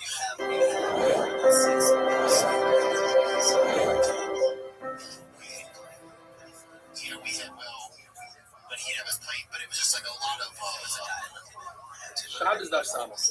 We learned in our Mishnah that a woman naturally attitude with a ring that doesn't have signet. And that's the secret of when the guy from the Mishnah does have a signet, and it's also even in the very right. The problem is that the Mishnah came tells us that what's considered to be a ring that has a signet or doesn't have a signet. You see, even though it has a signet, it's considered jewelry. You go out with this Rabbi, and normally also the Rabbi. Says Rava, perhaps the Mishnah came to read as if it has a signet, then it's jewelry for a man. Because the doctor for a man is to use a signet and sign it. Not the doctor for a man. If it does have a signet, it's jewelry for a man. We're not going to get too careful. When it comes to Tuma, all you need is a clean vessel. And if it has a signet, then it's a clean vessel. It's not attached, it's not jewelry, and therefore it's not a Tuma. When it comes to Shabbos, what we're looking for is this still considered jewelry or considered a burden, a master? As a signet, it's considered a master, therefore it's also to go out with it. The Mishnah tells us a woman should not go out that doesn't have a home. What is the needle that has a serve? Well, if she takes the needle and wraps her ear around it, and then takes the needle and puts it underneath the spot, the covering of her head, we're not concerned she's going to take it out of her. We should show her here, and that's not sleep. The needle that she's using to part of the ear, then it is also. According to Rava, this particular needle has on the other side a foot, and therefore during the week she held her here, and on Shabbos, jewelry, she puts it into her head. Therefore, it's also using Shabbos. Says the Mishnah, there's a very interesting area that you're not allowed to walk out of Shabbos with sandals that have nails in them. Why? Because of a Maaseh Sha'ala, there's a story that the Jews were hiding from the enemy. And they were like in Corona. They can come into a house, you cannot leave. And if you leave the house, you cannot come in. Or they come. And they noticed footsteps leading away from the house. In fact, what happened was somebody was walking in this room and he was wearing a sandal of sumo backwards. He put it on both legs. Men say, do not walk out on Shabbos with sandal of sumo. And since the story happened on Shabbos, there is only on Shabbos and Yom Tov, which is very similar to Shabbos. There's another Zera. By many classes, the ashes of the Torah Aduma, they once shipped the ashes over the Jordan River on a ship. And they realized later on that it was a kazayis of a person there, which is the time they ruined the ashes, which were very valuable. They made Zera that not transport ashes over any body of water in any form. It doesn't matter if the ship is this way. Something from one of our activities has to be exactly like the Zera. only over the Jordan River and only in a ship that is swim across the Jordan River to pay and to use a ship on any other river. It's also in our case, many of our people with myths, exert also luxury products are sold similar. Xera is only exactly like it happened in the shoe that happened, the story that happened over there was a sandal that had nails to strengthen the sandal, but not for the core. So if you use nails as the core, it's looker. And any other shoe that's not exactly like Xera would be looker, as we're going to describe in a minute. Rabbi Yochanan says like Rabbi Uriah, which is that you're allowed to have up to 5 nails per shoe, 2 on each side and 1 in the back. It's also possible that Rabbi Yochanan holds you can have 7 in a case where you're using these nails to lift up the shoe. So according to Tanina, because if you're Muslim, you can have 7 per shoe, 3 sides and the back. And according to Rabbi, 13 on a shoe that you're trying to raise, and 7. If you killed a piece of shoe and you sewed it into the sandal, that's multiple, because it's not like Xera. The Xera without a piece. The Brisa says also to wear one of these sandal shoes on Shabbos, you can go from one bed in your house to the other. These following cases we're allowed to do. We're allowed to take a sandal sumer and cover another vessel. We're allowed to take a sandal sumer and lift up the bed with it. Rabbi Elazar Rashid says that's awesome. Although it makes a lot of sense, but since it's one against men, you don't pass it. If it covers the whole bottom of the shoe, look, that's not what Xera was. They use a pass, narrow nails, wide nails, or you cover the entire bottom of the nails. It's like what Xera was. Are worn out, but you can tell that there was nails there. So that's not how it's created, that's not how you make it. Look, if you have 4 nails on a very tight shoe, or 5 on not too tight, look. Rabbi says, if not for the fact that people call me a person that's making it, I would say a lot of things. But he's saying, can you put these 4 nails in the shoe and say, cement in the shoe?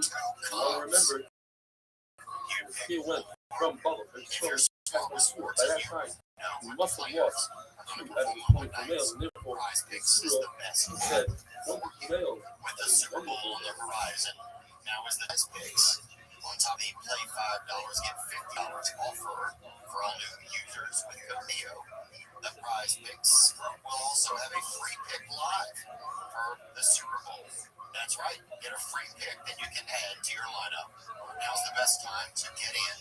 Use that promo code Theo and cash in those free picks on top of that. Thank you, Prize Picks. If you love Bitcoin or you're looking to get into crypto, then I've got the right thing for you. I've got what you need. It's MoonPay. That's what I'm introducing you to. It's the easy way to buy or sell crypto using the payment methods you already feel comfortable with. Credit card, debit, PayPal, and even Venmo. Crypto's been on a Shabbos Daf Samach If you're Aleph. thinking about The one diving into condition that of that digital person treasure has chest, 1 shoe. It's also for him to go out of his rather he doesn't have a concern as according to Rashi. 2 possibilities. Either the concern that people might think that he's carrying a second shoe, or perhaps people might make fun of him that 1 shoe and then remove that 1. It's not for him enough. If the person does have a rule, he's permitted to go out with 1 shoe. Like they say, on what foot is he wearing that 1 shoe? According to Rav Huna, he's wearing that shoe on the foot that has the injury. And we don't have the 2 reasons. Since he has an injury, and since Rav Huna holds that the reason why you wear a shoe is for protection purposes, not for comfort purposes. He won't remove the shoe when he's made fun of. And people are not going to think that he's hiding a second shoe because they see that he's injured. According to Pia Barat, wears the 1 shoe on the foot that does not have an injury. And again, since they see him looking, they realize that yes, the reason why a person wears a shoe is according to Pia Barat is for comfort and not for protection. He's moving, and therefore he doesn't have a shoe on the injured foot. They will make fun of him. Or the reason is Tacovas because they may think that he's carrying second shoes. They won't think that because they see that he's renting. generational ranters and lifelong The other one once cowboys. asked for his shoes. He was given the right shoe. Born in The shoe Texas for in his right foot. 2015, And he Tacovas commented and makes it said, easy for anyone a to find Sise their Maka, perfect made it as if Every I one of had a movie. Tacovas boots are The simple handcrafted meaning with would be, over since 200 they gave him meticulous the right steps foot, of broken in comfort. and the real one holds that you have to put your left foot I'll on, say that therefore he Tacovas does not sent me put a on pair and I'm his enjoying left it. foot because he I already like put the on his width of the actual foot. It's You're not gonna think that he has a like preview another on pair his is right too foot. narrow.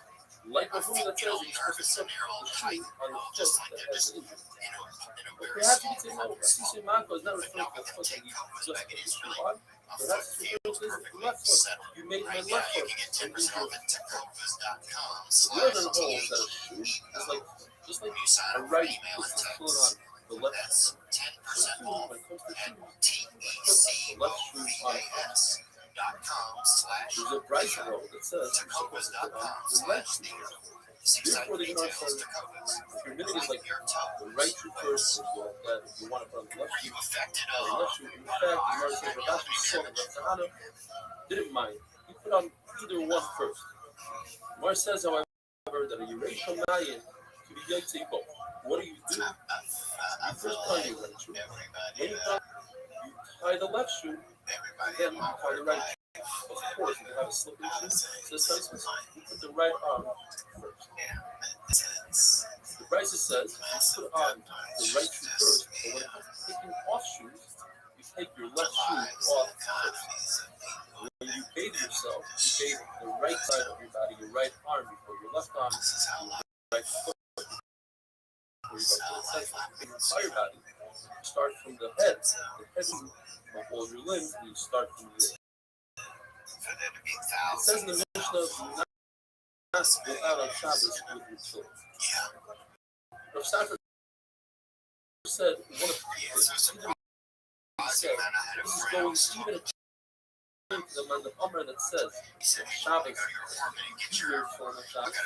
Nevertheless, do not go outside because perhaps you have to go to the bathroom and you have to remove the tefillin and you'll be carrying Daladam to your Another way to learn Rav Stanford is that it says in the Mishnah that if you did go out with tefillin and a people in the Mishnah, Shabbos says, even if you hold like the Manon that says, Shabbos is not a during the week, as it's in the Mishnah, but a person should not go out into the Rabbin with a kamea that's not a monk, with an amulet that wasn't written by a professional. It's written by a professional. You go out with this Rabbin, even if it's a professional kamea, meaning that the person that wrote it is a professional. Certainly, if the kamea itself, the amulet itself, already heal people, you can go out with this Rabbin. It doesn't make a difference if the amulet is words written or it's words. Even if the person doesn't have a disease that's dangerous, even if he's not even sick, he's just concerned that perhaps because of his genetic makeup, he will have a particular disease. His family has epilepsy, for instance.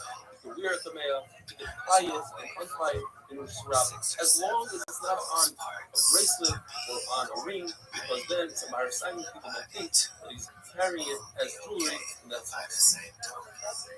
what exactly is the commandment? There seems to be some confusion in the sugya between the Rishonim. Even within Rashi himself, there seems to be a contradiction. We're going to go according to Rashi based on some Rishonim.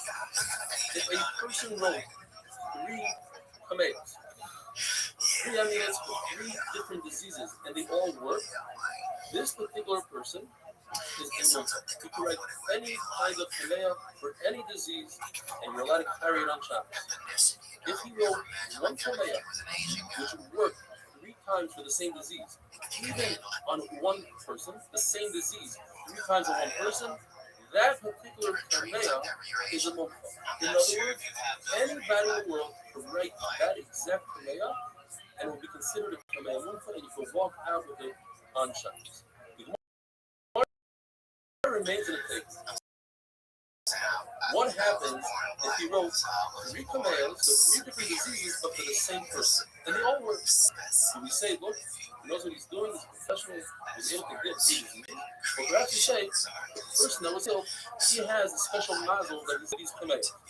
He means in himself. But Kameya and Bracha says, the Bracha of Shemar Esrei and Shana, even though they have the name of Hashem and Psukim, you don't save them from a fire on Shabbos. However, obviously you have to bury them Geniza, just like you bury even a leg of a table that has Hashem on it. If the Kameya is covered with leather, you can bring it into the bathroom. If it's made out of herbs, you can bring it into the bathroom. If it's a chayla that has a sakana, his life is in danger, so you can go into the bathroom even if it's not covered with leather. But for somebody that's not a chayla with a sakana, if it's covered with leather, you may go into the bathroom. Even a chayla she has with a sakana, he's in danger. He's not allowed to walk down with Kameya. Fill it. It seems like they are covered with leather, but since they have a shin, and the shin is part of Shem Hashem, because you have a dalet on the back of your tools that tells you, they have a yud on the tools that you have, together they spell Hashem's name, therefore it's also to go into the bathroom with having a wonderful day. I had white friends that were admirable, but I didn't imagine being white, and I didn't think that they imagined being black inside.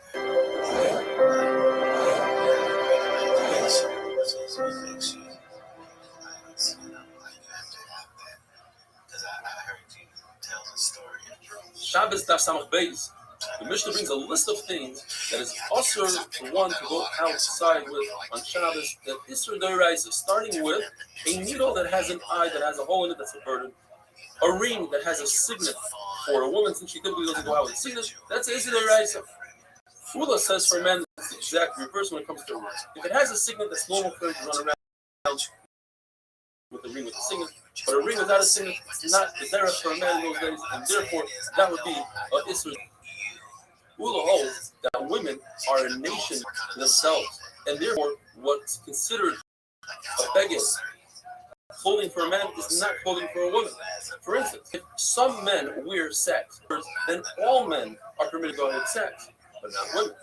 When it comes to saving tefillin from danger of being destroyed on Shabbos, the way to save them is you put on a pair of tefillin, you go out the safety, and you remove them, and you come back and try to save another pair.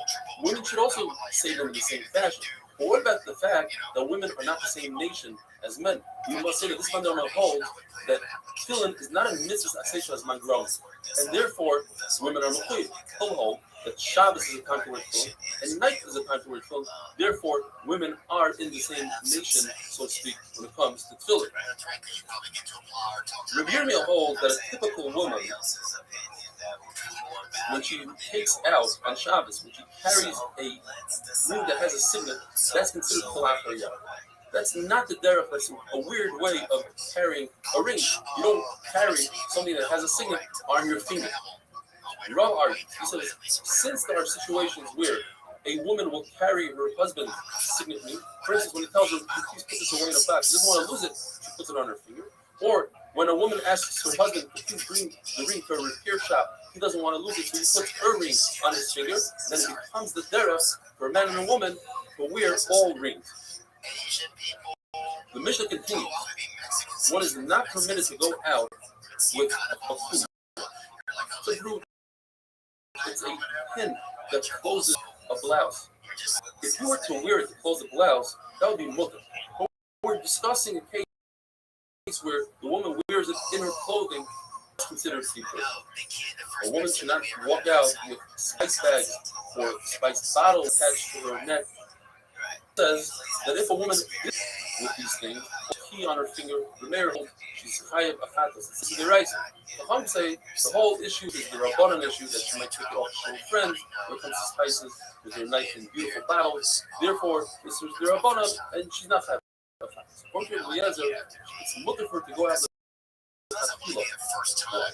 because only women wear these bottles, and such a woman won't dare take off the spice that masks the smell. And now we go to Thomas Bates. According to everybody, there's no machlokes that if the bottle is empty, it's considered carried. Even though the bottle might have some remnants of the perfume and it smells good, it's still considered carried. In other words, the bottle is not buckled to the smell that's not there. So the Gemara wants to say, perhaps, according to Rav Ava, that the same would apply if you have a vessel that contains food that's less than a gregaris, less than the sheep.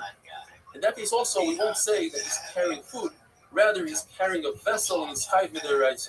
Rav Ashi argues, he says, no, when it comes to perfume, there's physically nothing there. It might smell good, but there's nothing there. When it comes to food, although it's less than the shear, but there's something there, and therefore perhaps the kli is buckled with whatever's left over of the food. Lahalacha, Chachamim made zeros that we should remember the Korban Habayis, and they said, if you have a combination of joy and pleasure, kindness and simcha, those two things combined, you shouldn't do that after they feel good. Therefore, so anoint yourself that's pleasurable, but it doesn't bring simcha. To drink wine, two people out of one cup with straws, or to juggle wine and drink it, that brings pleasure, but not simcha. And therefore, it's Muslim. The Gemara, we're going to Agata today. The Gemara brings Psukim. Hashem Mamite Shed. It's referring to Klai Yisrael, Yerushalayim, that they put their beds together and they were over on the they were switching couples. They left the Shikha Zera there. And the Gemara tells us that three things cause a person to lose his money. A person who urinates in front of his bed undressed. It doesn't mean he's dafka in front of his bed and undressed. It just means if he does it in a disgusting way in a place where he typically doesn't do it, it could be in front of his table, and he doesn't bother to go to the bathroom. There's a malach, Rashi explains, that loves disgust, and he goes there, and that malach, which is in charge of poor people, will create a situation where you lose your life. If a person has zilzul and tilas adama, he doesn't care about the tilas adama, he doesn't wash his hands at all. Not the pshat that he washes with the revias and doesn't wash his hands carefully. Or Rav Chizah says he became wealthy because he used extra water. And finally, if a person's wife curses him because he has the means to buy her jewelry and he doesn't buy her, and she's upset about that, that will bring him to lose his money. The Yeshaya, the Navi tells them, because the women who are married women, they try to entice the men, they would go with famous kufa with their heads up in the sky. And Rashi says since their heads were up in the sky, it was hard for them to see where they were walking, so they walk small steps, their toe to their ankle. They'll put a lot of makeup on and a wink to the boys, and the tall ones would walk with shorter ones so that they look better. They would also put perfume in a bottle by their feet, and when they walk by the boys, they hang it on the floor so that it sprays, and it would be like a mat. Would put the eris into the boys, they bring them in Sahara. What was their punishment? Connected me. Everything they did, they got punished. In the place that they put the perfume, their flesh decayed. In a place where they put a nice belt, they got wounded. They did their job, enticed the boys, they became bald. They were everybody that had put a sack. As Rava says, instead of beauty, they had wounds. Gemara says, some say they even got saras. Gemara tells us that they said, we don't care, let the guy take us. We're beautiful. And the guy took them, and immediately Hakadosh Baruch Hu made them disgusting to the point where they threw them off the carriages and the wagons and killed them. Why? Because they saw a lot of damida or a lot of hair. They were disgusted by them. The Gemara says the people of Yerushalayim were disgusting. They said in a remez, they were referring to Znus, and they would say, ask each other, what do you have for breakfast? Meaning for Znus. Do you have a well-kneaded dough? In other words, a non-basula? Do you have white wine or dark wine? Do you have a wide bed, a narrow bed, skinny, fat? Do you have a good friend, meaning good-looking? And finally, Rebbe says that in Yerushalayim they had cinnamon trees that made such a beautiful smell throughout the entire city. But after the Korban, all we were left with was one barley amount, which is at the king of Tzimtzumai. Have a wonderful day. Pick the car of my choice, and I'm an actual racer, so that those experiences located in that nose, that's this experience here on Earth that you're able to share, and that's what would make that reincarnation possible. Shabbos Daf Samach It just Gimel. means The Mishnah tells us that according to the Chachamim, the disciplinary ranks of the one kind of rabbin with war gear, such as armor, a sword, an arrow, a spear, even a claw that fall at them with spikes, a bolo. It's not considered jewelry. Nobody shows off with it. It's disgusting, actually. According to Lezer, people like to show off with it, and therefore it's considered jewelry. It's only us and Rabban to go out. According to one Lashon of Lezer, when Mashiach comes, we no longer need these tools, and therefore nobody's going to use them as jewelry. He argues with this Shita on Shmuel, who holds that when Mashiach comes, nothing's going to change. The only thing that's going to change is that Yisrael is not going to be in Golos anymore. It's all going to be in Eretz Yisrael. There are going to be wars between the Goyim, and these tools will be necessary. According to another Lashon, though, according to Lezer, these tools, in fact, won't be buckles for flying Yisrael, and he holds like Shmuel. In other words, he argues around why do Eliezer holds that these tools are considered normally captured jewelry? Because it says in the Pasuk, take your sword and put it into its holster on your hip. This should be your splendor and your glory. The Gemara says, wait a minute, the Pasuk is referring to the Torah. So the Gemara, yes, it's referring to the Torah. We cannot look away from the simple meaning of it. The simple meaning of what it says, take your sword, referring to a real sword.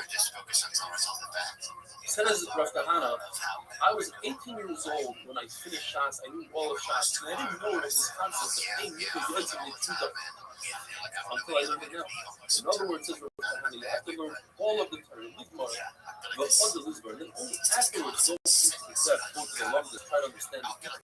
First, you have to know all of Torah. The Gemara goes into a series of chabrusas, that learning together, and there are different levels. Two come in the Chachamim that sharpen each other with halacha, with Torah, so the Baruch gives them hatzlacha, and they rise to greatness. But they have to be learning the Shema, and they can't be learning for Gaiva. And then they'll be Zaycha to Torah that was given in the right hand. It says in the Pasuk, the famous Pasuk, Oyref and Yamin, the Yamina, the Smoila, says the Gemara, it doesn't necessarily mean that if you learn Torah with the right, in other words, you do everything to the end. You'll only get Arichas Yomim longevity, and you won't get Oishim. It means you'll get longevity and wealth. But if you learn Torah like a lefty, in other words, not complete, you don't go down to its depth, then you'll be Zaycha to something, you'll be Zaycha to wealth, but not to longevity. If two Chachamim sit together and they're calm with each other, they talk in calmness, they listen to each other, so Midah Keneged Midah, they both will sit down and listen to them. If they teach each other Torah, in other words, they accept from each other, then Midah Keneged Midah, the Baruch will listen to them and answer them. Just like you accepted me, the Baruch will accept what you're asking from him and give it to you. But if you don't do that, you don't listen, you don't accept your the Baruch will leave. If two people get together to understand Torah, then the Baruch loves them. Says, that's talking about a situation where they already had the seed. They heard some of this Torah, now they want to elaborate. And they don't have to teach them, so the Baruch loves them.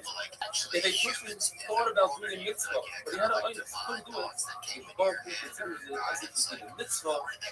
If you do a mitzvah as you're supposed to, with all the halachas and everything around it, then you won't hear a bad surah rab. And even if the Baruch makes a gzeira, you can be after the gzeira. The Lord tells us, what's better, to give a poor person alone, or to give him a gift? The answer is to give him alone, because a gift will be embarrassed. A loan, he'll be happy, he thinks he can pay back. Says Gemara, there's something better than both of those. And that is, doing business with the poor person. Giving somebody money and invest. And you share the investment. That person feels good. He feels like he's doing something. He's accomplishing. The Maharsha says maybe he'll get even more money because of that. And Therefore, it's bad. A Kamakakum who has bad midos, he takes revenge, he's making an like a snake. It's better to be his friend because you learn something from the Torah rather to be an Amaharet's friend. And Miramis' friend, who could steer you wrongly in the Torah, even though he has beautiful midas, he's a pious person, he's a chassid. Pasuk says, "Smach b'chura b'chor b'yalitecha." In other words, when you're young, enjoy life, do what you want, follow your heart. And that same pasuk, the Torah flips around and says, "That you should know that from Eden to Yafa should know what do you do? What's going on? One shot is the Torah is talking about the Yitzhar heart type, and then the pasuk goes to the Yitzhar heart, or vice versa. The Torah starts with the Yitzhar heart, and then moves on to the Yitzhar type. What the Torah is telling us. You learn as much as Torah as you can. But when you learn, you do the Daf Yomi, you admit it, apply it to yourself. Don't just learn it. You have to apply it. You should know it. And Baruch knows that you know this stuff now. You better apply it to your life. The beautiful mashal of the Dubno Maggid who says that there was a poor person who didn't have to take his name, and he went to Shul to look for a meal. And the guy said, "You know what? Why do you need to order a meal? Come with me to the hotel. There's a special hotel here that gives free room and board. Stay as long as you want." He goes to the hotel with the guy. He checks it into the Ritz Carlton. And he stays there for a week. He was about to check out. The person at the front desk says $7,700 to $1,100 a night. He says, the guy told me it's free. The guy liked me. He didn't know what to do. The guy in the lobby, the guy told him, listen, you told me to check out. Stay there. Stay for a month, stay for a year. Who cares? You don't have money. Stay for long as you says it didn't matter. The person wakes up at big life and says, what did I do? I did all these I heard. Let's do truth. Says the HR, don't. That's not a good idea. Stay in. Go check out. Keep on doing your favors. That doesn't make sense. We're learning who knows how much currency you do learn. Says the Gemara, there's a woman who Gemara is discussing dogs and shouldn't be a gadol for a rat. If you had a dog, it chases away the poor people, you won't fuck it. Says the Gemara, a woman walked to his house to bake bread, and he had a dog, and it barked and it scared her, and she lost her pregnancy. And he says, why are you so scared of the dog? I took out his teeth, he doesn't have claws. She says, it's too late. My pregnancy is over. In other words, be careful with the bad dog. We had in the Mishnah, Biris is a belt that goes around the sock to make sure the socks don't fall off. According to Ravin, it's a Biris is one belt and a Pavel is it's two belts. And according to Ravuna, it's two belts with a chain between them. Why do we need a chain? So that in certain families that had very large steps, they don't prevent them from having large steps and need psulim. And Rabbi agreed to that shot that he said he woke up from his sleep, he heard it. He said, when you found it through the soul. That is wonderful thing. That's the front side of the beginning of the campus, which is 30 buildings. 3 million indoor square feet. 4.5 miles of roads. Like, How are you all doing? We got the best parts of the place. They had chemical testing and stuff. We don't have those. Even though it's not part of the Homeland Security, but we just have a wonderful, blessed space at the foothills of the mountains, and it's really magical. And I was able to see what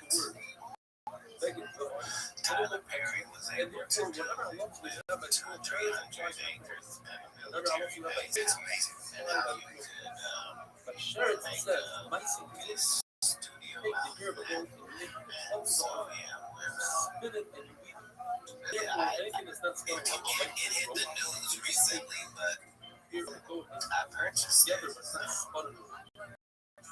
It's not without years. I've had it so was it a tough step to like take that?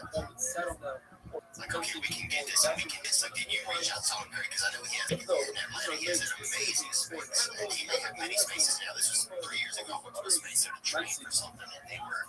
It was unbelievable. I wasn't looking for assistance. But we do this. I just need to be able to have have a home where great movies and entertainment product could be made without any of the shenanigans that are generally involved with Hollywood. And be able to crank them out. we're by both And all it needs to do but is by be us, good. by sharing It's the good. links, we have a We're gonna make word. it. And Then so, why? Because both even though it might have appeared have a from package. interviews with me that But she was this guy saying, just loves tearing people apart, really, we're trying to create something where what question we you can provide a say, platform well, it's not for running out.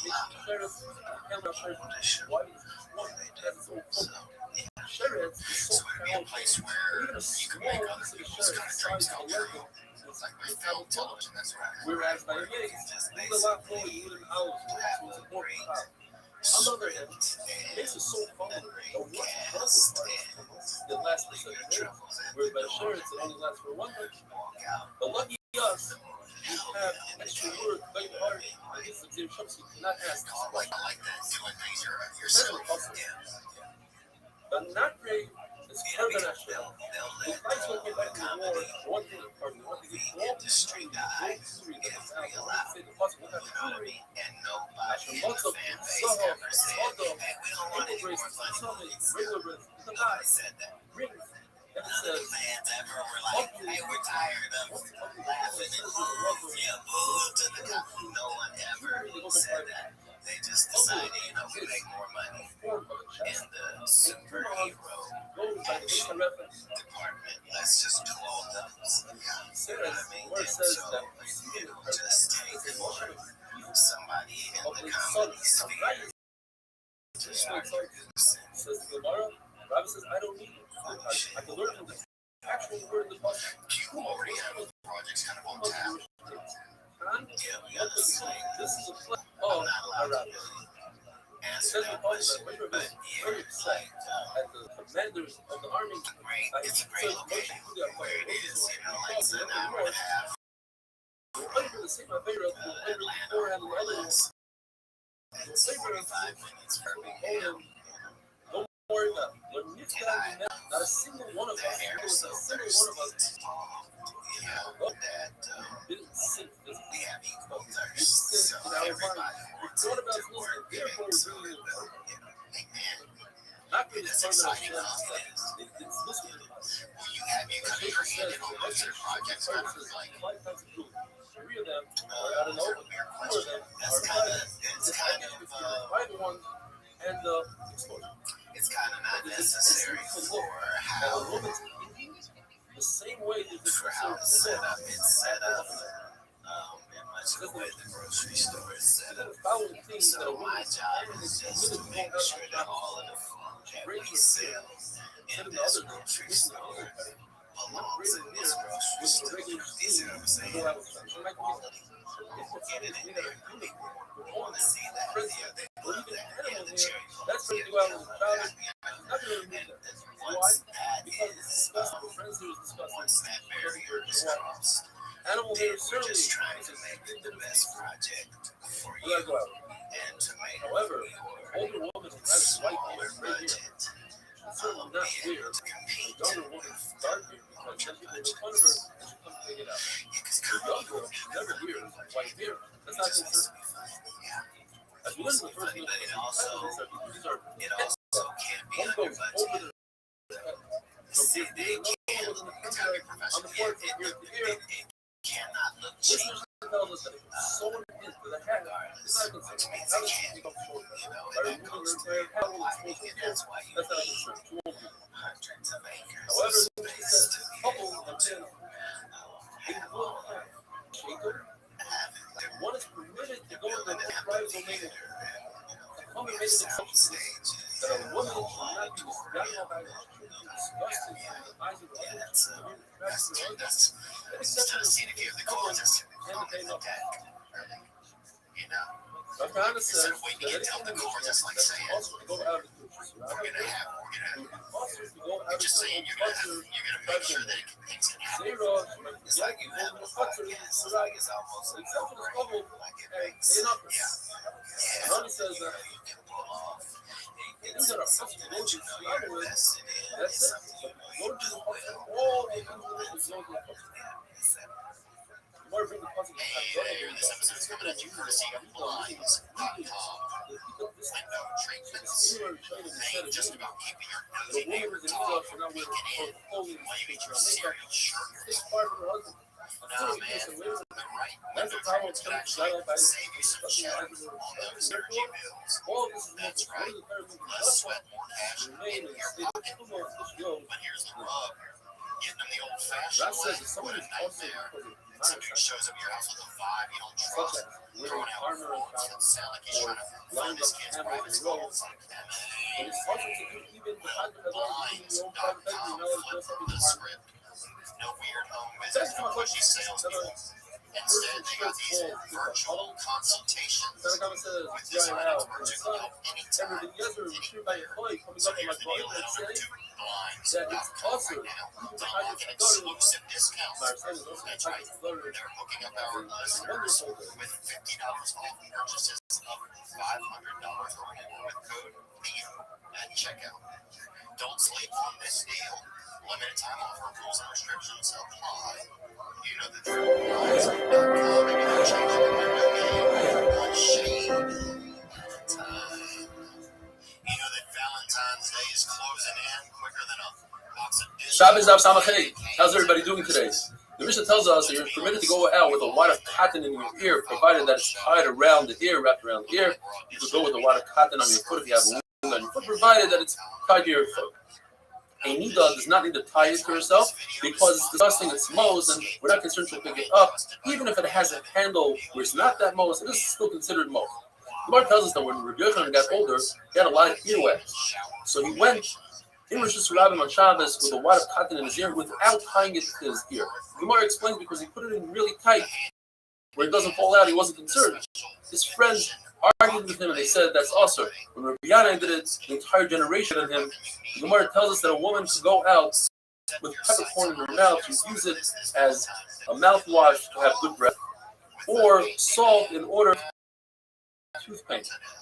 Other things that we're permitted to go out with, such as ginger and cinnamon, much to go out with or not. A person has a false tooth. If it's made out of gold, concern is, according to Muhammad, a woman might take it out to show her friends what it is. Rabbi says that's not a concern because that'll cause her an embarrassment. She won't remove it. If it's made out of silver, there's no reason for a person to show off silver. You're allowed to go a false tooth. That's only if it looks like other teeth or if it's from another human being. This is part of Rebbe. Rebbe says that if embarrassment, we're not concerned she'll show it. I learned earlier that if a woman wears a slate on, it's a full flask of perfume. The only people that wear it are people that have body odor, and she won't remove it because that will tell other people of her issue. Other Madam Restream ben Elazar, he says that anything under the svacha, the wool cap, a person is allowed to go. So let's say she takes a needle and wraps her hair around it, and then she puts it under the svacha, you're allowed to go out on Shabbos. What's the concern? She might show it off. She won't, because in order to get to it, she has to expose her hair. She's a married woman. She wouldn't do so. Says the Mishnah, if a person has a wound on the bottom of their foot, what they would do is they would take a coin, a selah, and put it under the foot, and that would heal. Because it has three attributes. Number one, it's hard. Two, it has moisture. And three, it has a form to it.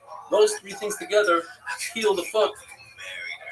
This matbeah is for refuah, and therefore you're allowed to go out with it.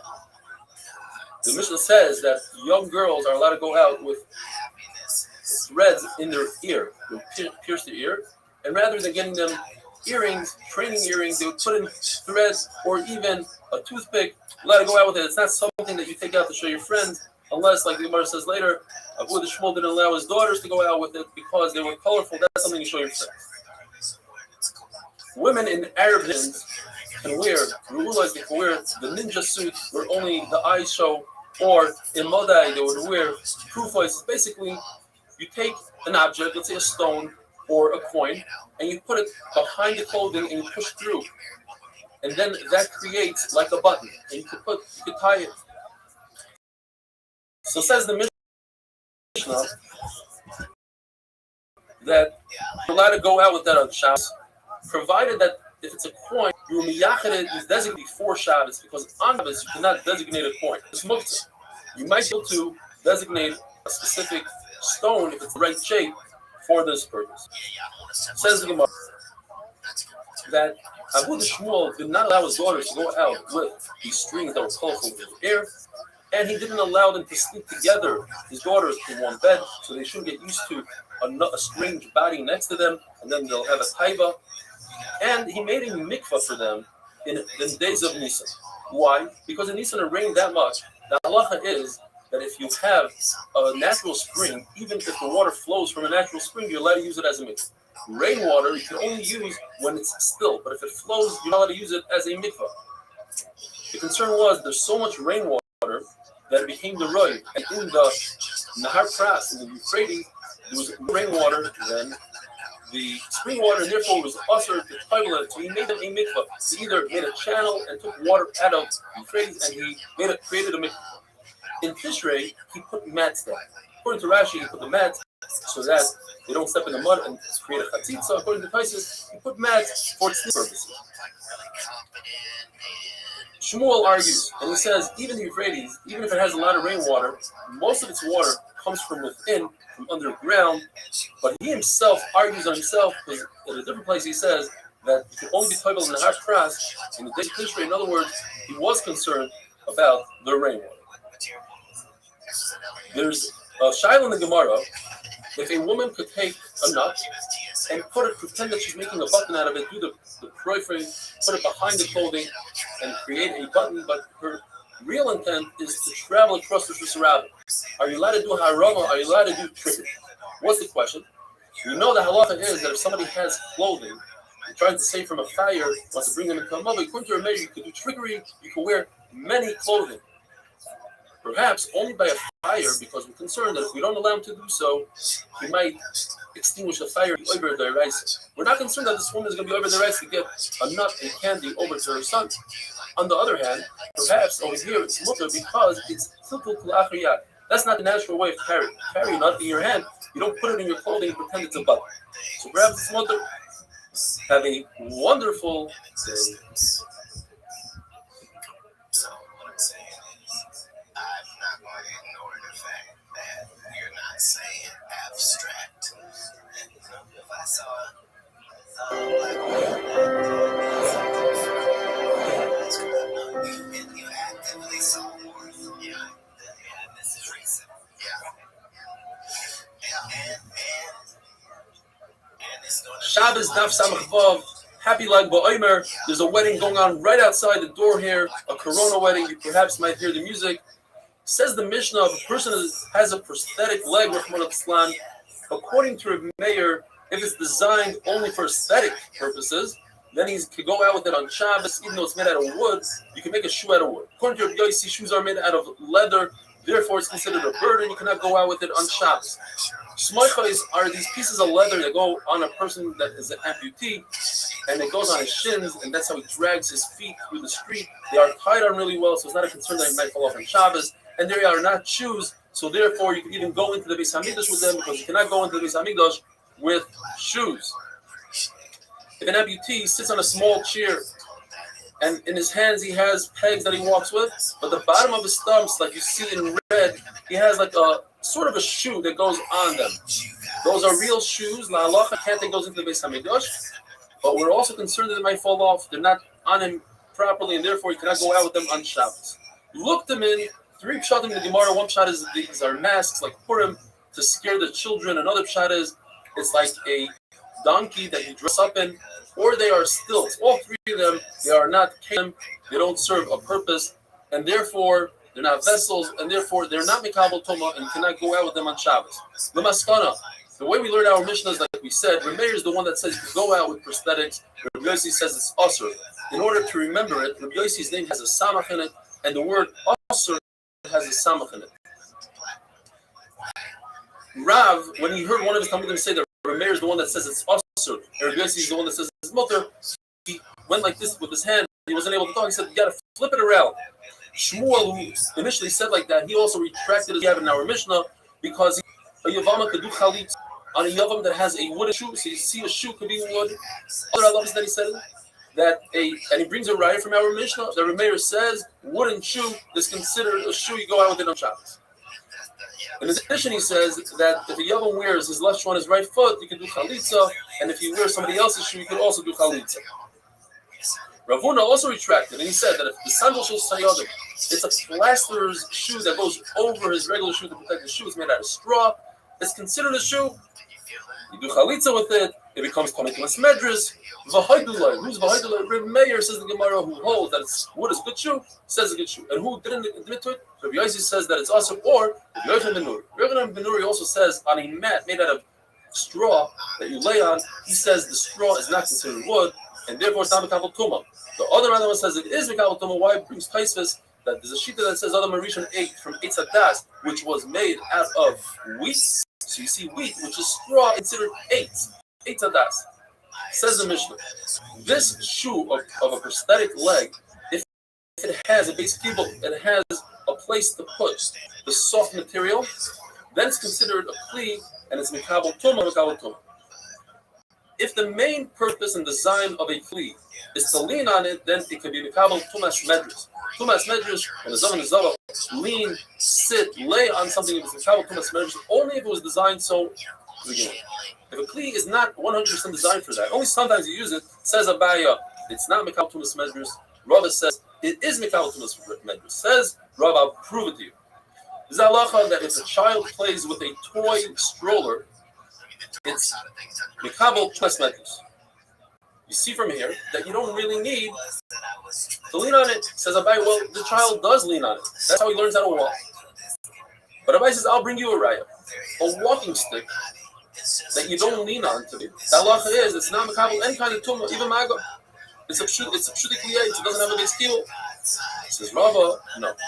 A walking stick, you're right, is never designed to lean on it at all. It's only designed for walking straight steps and to straighten up the old man's spine.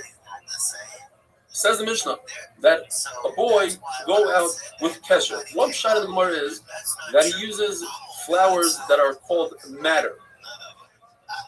And says the Gemara that if you use 3 of these, they will contain the disease. 5 of them will heal the disease, and 7 of them are so strong that even through witchcraft the person won't get this disease. The Mishnah also says that the Bnei Melachim, the children of kings, they go out with these bells. It's not only the children of kings, anybody, but typically only the Bnei Melachim go out with it. Rav Achabar says that this matter stuff that we discussed is only if it never saw the sun, moon, or rain, and never heard the sound of metal, of a chicken, or of footsteps. Says the Gemara, then basically there's no such thing as matter. You're getting rid of this whole healing thing. There's another shot what a kesher is. There's a son that he's homesick. Before he goes away to camp or whatever, the father takes off his left strap, his right strap from his right foot, and straps it on his left hand like you do with tefillin. If you reverse it, like I almost did, then it's a sakana. If you take a hot cup that had water in it, hot before, and you put it on an intestinal ache, and you manipulate it, that's okay to do on Shabbos. It's not considered shtikas hamamanim. It's not healing. You are manipulating with your hand. You can take a baby who has his bones out of place and wrap him up real tight. That's also allowed on Shabbos. To take oil and salt and smear it on the palm of your hands and the bottom of your feet in order to alleviate someone who's too drunk.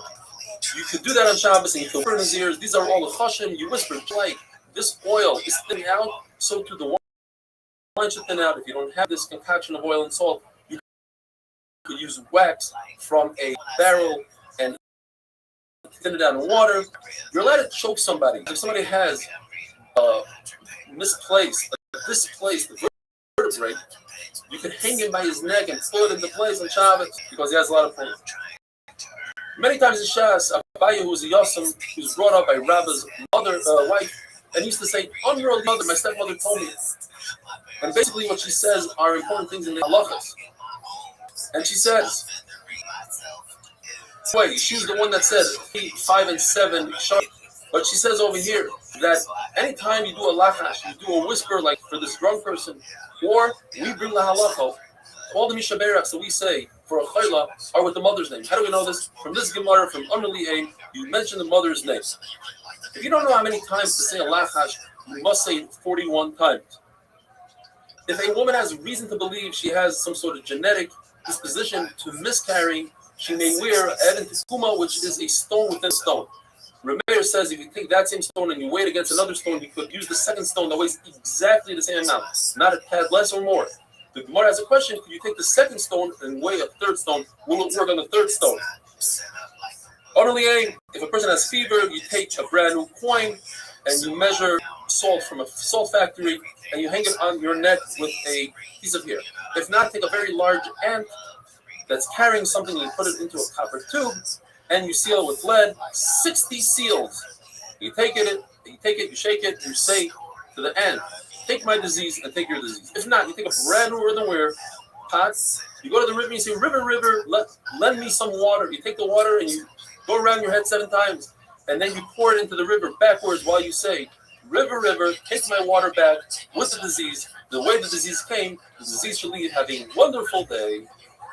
It's fuel for your imagination. It's like, that's how you get your head, right? But I didn't want to use my imagination. I wanted this imagination. I wanted to know what Huckleberry Finn, and I wanted to know what they were doing. Shabbos, Daf Samach Zayin, Happy Life Ba'omer. We're back to the sugi of supernatural healing powers. This is a very interesting one. If a person has fever every 3 days, he has to do things with the number 7. He takes 7 branches from 7 different date trees, 7 splinters from 7 different beams, 7 pegs from 7 different bridges, 7 ashes from 7 different ovens, 7 dirts from 7 different ships, and cells of cumin from cumin. And here's a one: 7 beard hairs of an old dog. You pile together, put it in a strand of hair, wrap it around your neck. That's the school of 4 roof. If a person has really high fever, you take a knife that's completely metal, no handle, and you go over to a thorn bush, a sneh. Put your hair around it, and you say the pasuk, "Vayalach Hashem Elav." The second pasuk. These are psukim referring to that the sneh wasn't eaten up, so the disease shouldn't eat up the body. And on the second day, you go over there, you make another notch in the sneh like you did in the first day, and you say, "Vayar Hashem Kisar Lirai." Hashem saw. The word "sar" means go away. And the third day, you notch out the sneh again, and you say the pasuk, "Don't come close to me. Go away, disease." And you tell the sneh. We know that the reason why the Baruch was mashing the shechina on you is not because you're such a great treat. The opposite. It's because you're so humble, and that will increase a person's humility, which will overcome the disease. And you bend down to it, and you cut down the sneh, and you say, just like the fire ran away from Hananiah, Mishael, and Azariah by Kishon Eish, so too my fever, my fire should run away from me. If a person has a shin or a very painful blisters, or he has a shade demons, or the shade of the Mesakise, Gemara gives a series of different words that a person will say. Restream like Ba'omer says, Klal Yisrael is royalty, and royalty wears golden bells, and you go out with it on Shabbos. Unlike a slave, like we said, you cannot go out with a bell, you can no fall. He's royal. Rav says that's provided that it's tied tightly to his clothes. Says the Mishnah, continuing with supernatural things, a person can go out with the egg of a grasshopper if he's concerned of earache. Machlokes whether he can go out or not, we'll see in a second. The tooth of a fox. Well, if it's a live fox, that wakes the person up. If he's sleeping, if he's dead, it's good for Samia. If a person has problems falling asleep, he uses this tooth. The nail, a person that was hung or a wound, according to our mayor, you're allowed to use this stuff. It's refuah. According to Chaman, that's darki amoyer. The same way Seleichud is a deraisa to act like a guy with superstition. Abai and Rava say anything that it's obvious that it creates refuah. You drink a potion, you put herbs on a wound, and you know that it's going to work. There's no darki amoyer. The issue is when you know that it's not going to work. It's darki amoyer. You're acting like a guy. If a person has a tree that is really strong and the fruit fall off the tree prematurely, there are two things you can do. You load it up with stones. That's a natural scientific way of weakening the tree and therefore prolonging the fruit on the tree. Second way is to paint the tree red. Why is that not supernatural? Because what you're trying to do is to invoke other people that see this to get them to daven to you. As it says in the Torah, the Torah calls out Ayin Hameh to have people have compassion for him and daven for him. The Madonna that says you take a cluster of dates and put it on a date tree for the same reason you want people to daven for you. Restream Rabban said all the halachas of a Murray, that's Interceptum, Perizayim Ches, that discussed in Murray, they're all false, you're not allowed to do them. There are only two. And in fact, the Maharil brings, these two are the only two refuahs in the entire Shabbos, Daf Samach Zayin, which are Balim Menusa, they work even in our day. And that is, if a person has a bone stuck in his throat, he takes a bone from the same type of bone, let's say it's a chicken bone, you take another chicken bone, put it on top of your head, and you say a couple of words, and if you have a bone of a fish, you put it, you do the same thing, you say these words, and it works. Now the Gemara brings at least 14 different things that are considered documented by you. If a person says, my mazel should get greater, or he says, I shouldn't get tired, he uses a lashon of God Yodin. If you says that lashon is worse than documented, that's actually a bizarre. The person switches his name with his wife at nighttime. He calls himself, his wife's name, and she calls him her name, his name. That's also documented. If you say, my barrel should be stronger, he uses a lashon of Dan Yodin. That is documented. If he says once again, Dan is a lashon of Zara, completely awesome. Another thing, if you tell a raven, scream, or you tell a female raven, shrieky, and turn your tail, and everything will be good, that's not going to If you see a chicken acting wrongly, in other words, the chicken, instead of crowing in the morning, he crows at night, or he crows like a raven, and he says, I'm going to shut it because of that, that's not going to Same thing if a female chicken, like a male chicken, if a person says, I'll drink, but I'll leave over eggs on a wall in order to save the chicks, or dances in front of the chicks, or counts to 71, or a woman who dances in front of a kutach, which is, or she urinates in front of the dish, or she tells people don't talk loudly when I eat my lentils, or she says let's scream so that the people. All these things are documentary. These are things that are more scientific. You take a splinter of mulberry in order to increase the speed of the dish, or you take broken glass. That is scientifically proven to work. Chachamim say if you use glass, you have other issues. The issue is sakana. You don't want to really eat glass. Not a very good idea. To say the wine, l'chaim, which the mouth of Rabbanim, that's a factor of Akiva. He said l'chaim to the Chachamim and to the Talmidim that thins out the oil and creates a brighter flame. That's scientifically proven. You let it take clay, mud, and put it underneath the flame so it should go slower. It chills it out a little bit, and the flame will slower. Rav Zucker says, if you were to cause your flame not to increase but to consume more oil, you're over an Isra Raisa, according to most Rishonim of Palm Pashkas. You're consuming oil when you don't need to. With that, we finish the amazing parak of Bamet Isha. And tomorrow, we are going to start the Neder. Wow, Godol, have a wonderful day.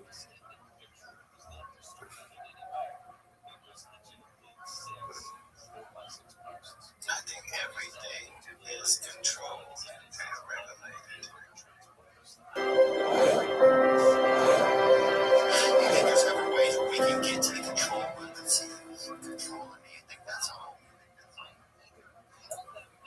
We're past that. Shabbos Daf Samach Ches. We're starting a brand new parak Klal Gadol, one of the most famous programs in Shas. Klal Gadol, there's three major rules the Mishnah tells us. The first rule, Klal Aleph, let's call it, is a person that doesn't know about Shabbos. And therefore, he only brings one chatos on all the Shabbosim and all the various he ever committed because there was only one mistake that he made. He didn't know about Shabbos. The second rule is, if a person knew about Shabbos, but he forgot that today is Shabbos, so he's chayiv on each and every Shabbos. And the third rule in the Mishnah is, if a person forgot about the malacha, he knew today is Shabbos, but he forgot that the malacha he's doing is asur, so he's chayiv for each av malacha, including if he did call one av, he's chayiv only one carbon for the two of them. But for every av malacha he's chayiv one. This is the Gemara. Why is it called oven? Because compared to Hilchos Shemitah, which it also says Klal Gadol, Shabbos is a major rule. Why is it a major rule? Because Hilchos Shabbos applies even when things are not attached to the ground. For instance, cooking, you're not cooking attached to the ground, it's on the oven. So that's a major rule. So then why does it say major rule by Shemitah? Because Shemitah compared to Meiser is a major rule. Meiser doesn't apply to animal food, only to human food. Therefore, Shemitah is a major rule. Shemitah does apply to animal food.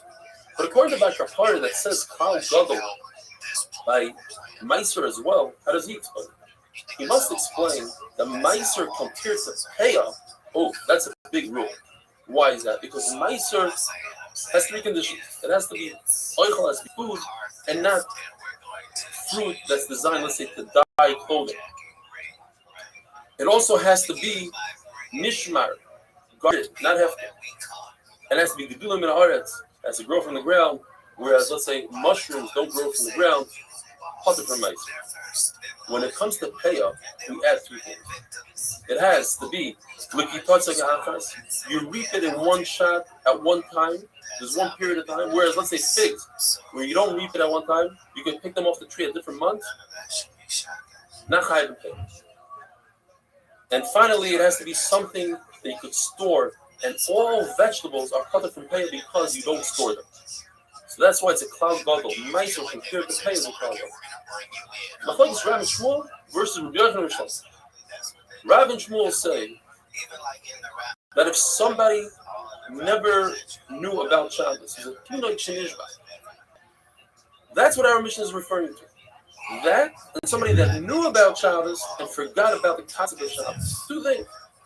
Those two cases, you're chayav a carbon. So even somebody that becomes about tshuva, he never knew about Shabbos, he grew up in who knows where, never heard about Shabbos, and when he becomes about tshuva, he must bring a carbon according to Rav and Shmuel. You see, no.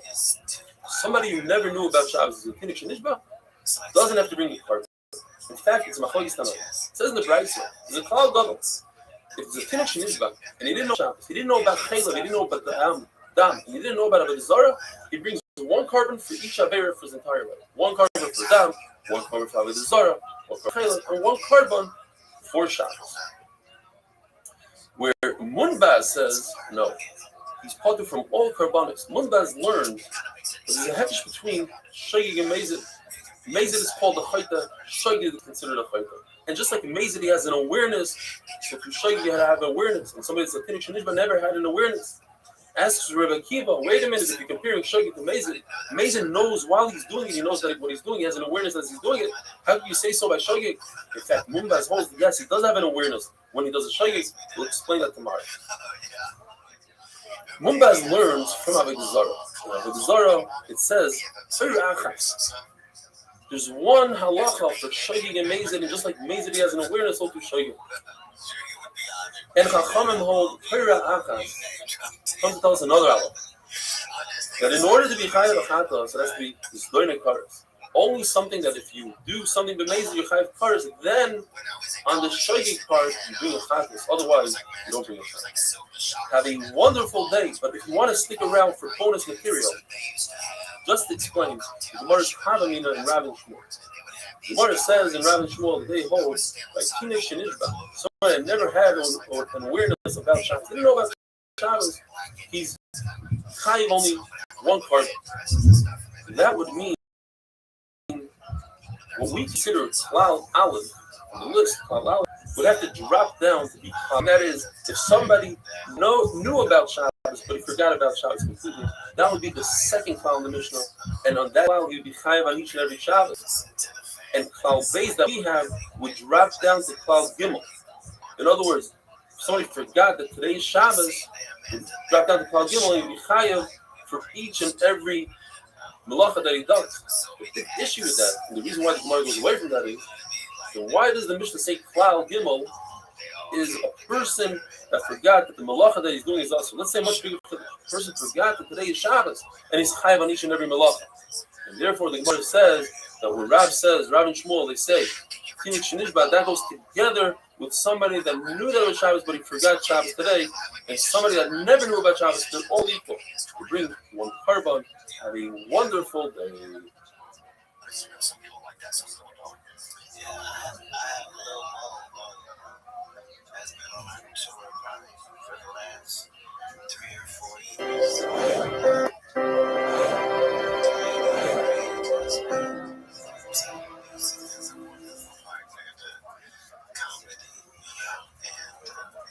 Shabbos daf samach tes. If someone were to ask you to define the word shaygig, you'd probably say shaygig means the person doesn't know that this aver is usher. Well, there's a three-way machlokes. Mumbaz has an incredible shita that shaygig means the person knows that what he's doing is wrong, he just doesn't know he has to bring a carbon. That's considered a shaygig. The fact is a brisa that says exactly like Mumbaz. Brisa says, how do you define the perfect shaygig? Somebody that doesn't know it's Shabbos and doesn't know the malach is usher. And how do you define the perfect mezid? Somebody that knows it's Shabbos and somebody that knows that the malach is usher. And what if somebody knows one out of the two? He knows it's Shabbos, he doesn't know the malach is usher. He knows the malach is usher, he doesn't know it's Shabbos. Or what if he doesn't know you have to bring a carbon, which is exactly Mumbaz's case. And the Brisa says in all three of these things, you bring a carbon, he's considered a shaygig. Perfect proof for Mumbaz. Chachamim argue, they say no. Somebody that doesn't know that you have to bring a carbon is not considered a shaygig. So what is considered a shaygig according to Chachamim? According to Rabbi Yochanan, if a person doesn't know about kares, forgets about the kares, that's considered shaygig. According to Restream, you have to forget about the lav and the kares. Two things. And it brings a pasuk. It says in the pasuk, Asher loiseh asenu b'shgaga ve'ashem. Pasuk is referring to lav and kares. It doesn't know both. That's considered a shaygig. So no. That pasuk is talking about a mummer, so it's off the derech, that does an avera, the shaygig, he doesn't bring a carbon. Why? Because even if he knew that what he was doing is wrong, he wouldn't refrain from doing the avera. So now that it's a shaygig, he shouldn't bring a carbon. There's the Mishnah that says there's 39 malachas, and the famous question, why tell us a number? And Rabbi Yochanan goes on to explain, to tell us that if somebody did 39 malachas, he's chayav 39 karbanos. The big question is, how in the world is it possible for somebody to be over on all 39 malachas? The minute he doesn't know that there's 39 malachas, if he got all 39 malachas, then there's no Shabbos for him. He wouldn't be a shaygig. Understood. As long as a person forgets kares, that's considered shaygig. So here's the case: all 39. But according to Rishlokish, he has to forget the kares and the lav. So then, what is he exactly a shaygig? How does he know the shaygig? The answer is that according to Rabbi Kiva, there's a 40th avera, the iraisa, and that's chumen. To walk 2,000 amos out of the chum. The only difference between chum and all the other ones is that chum doesn't bring a carbon. And he knew about chum, but he didn't know about the other 39. When somebody swears falsely about the past or about the future, he says, I ate this and that, or I didn't eat this and that, or he says, I am to eat, or I'm not going to. There's a big chiddush in Shavuos HaBittul. They have to bring a carbon on the lap. According to Abaya, even Rabbi Yochanan, who typically says that to forget kares is considered a shaygig, but here, since there's no kares, to forget that you have to bring a carbon is not considered a shaygig, even though the carbon is a. Now, what is the shaygig? It's very easy to find the shaygig in Shavuos HaBittul when it comes to the future. He swears he's not going to eat, and then he ate a mistake. So that's a shaygig. But what about the past? How is it possible to get a Shavuos HaBittul in the past? When you swear, you have to be aware. And he wasn't aware that he didn't eat. He wasn't aware that he didn't eat. So what exactly is he swearing falsely by mistake? So one pshat is that goes according to Mumbaz, that he forgot that there's a carbon. But another pshat is that it goes according to Chachamim, that typically Chachamim hold that forgetting a carbon is not considered a shaygig. Over here, by Shavuos HaBittul, since that's the only thing you have is a carbon, that is the shaygig. He forgot because the carbon here is a chiddush. And that would be a bomb question on Abaya, who says that according to everybody, you have to be shaygig in the lav and not in the carbon. If somebody eats truma, the mezid, he's chayav mis b'dei shamayim. The shaygig, he has to pay back the truma plus a fifth. What if he doesn't know that there's mis b'dei shamayim? Is that considered a shogeg? According to Abaye, Rebbe will hold that Misa V'dei Shemayim is not like Paris, and therefore it's not a shogeg, and he doesn't pay the extra fee. According to Rava, Rebbe will hold Misa V'dei Shemayim equals Paris. It's like the same thing as Paris, and therefore you do pay the chayim. What if somebody found himself in the desert, lost track, doesn't have a calendar, doesn't know when does he keep Shabbos? Do malacha today? Can he not do malacha? Rav says the moment he realizes that he's lost, he doesn't know what day it is. He counts 6 days of weekdays, and on the 7th day he rests Shabbos.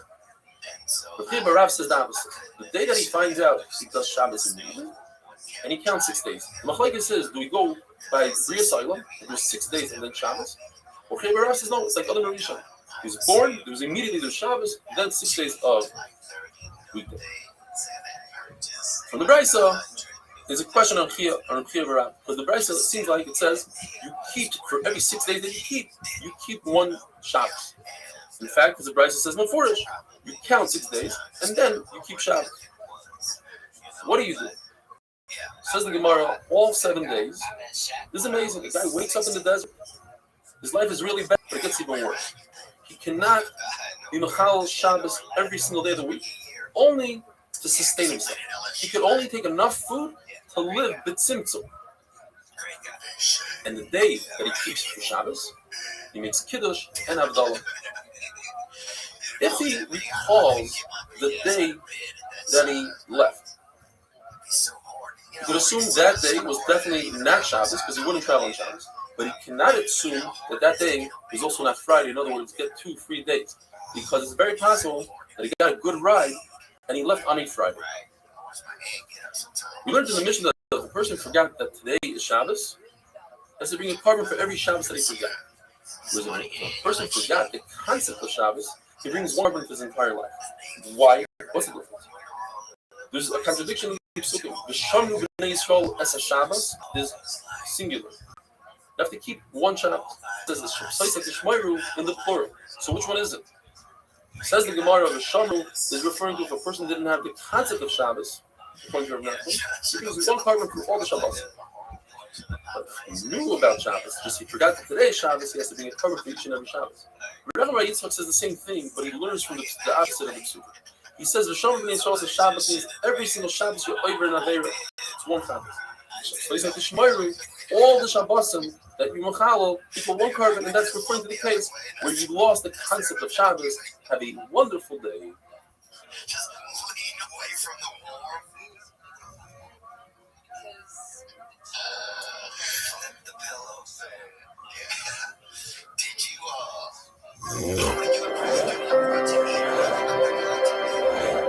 because he's a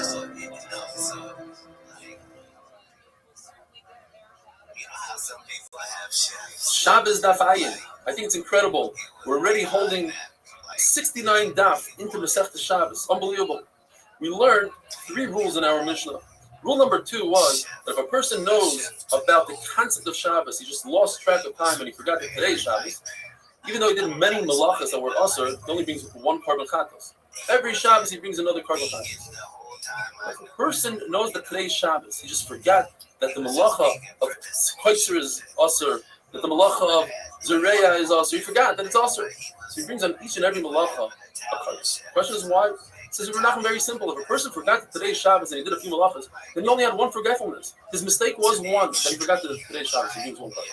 But if a person forgets different malachas, he forgot different things. So he has to bring a carbon on each forgetfulness. But how do we know that you're chayiv on each and every malacha? Perhaps all the malachas of Shabbos are included in one avera, Chilul Shabbos. How do we know to differentiate between malacha and malacha? It says Shmuel because the Torah says Kol ha'oisa me'alacha yumas. If you do a malacha b'mezid, you die, you get the death penalty. So then why does the Torah repeat itself and say mois yumas? The answer is because the Torah is not talking about mezid.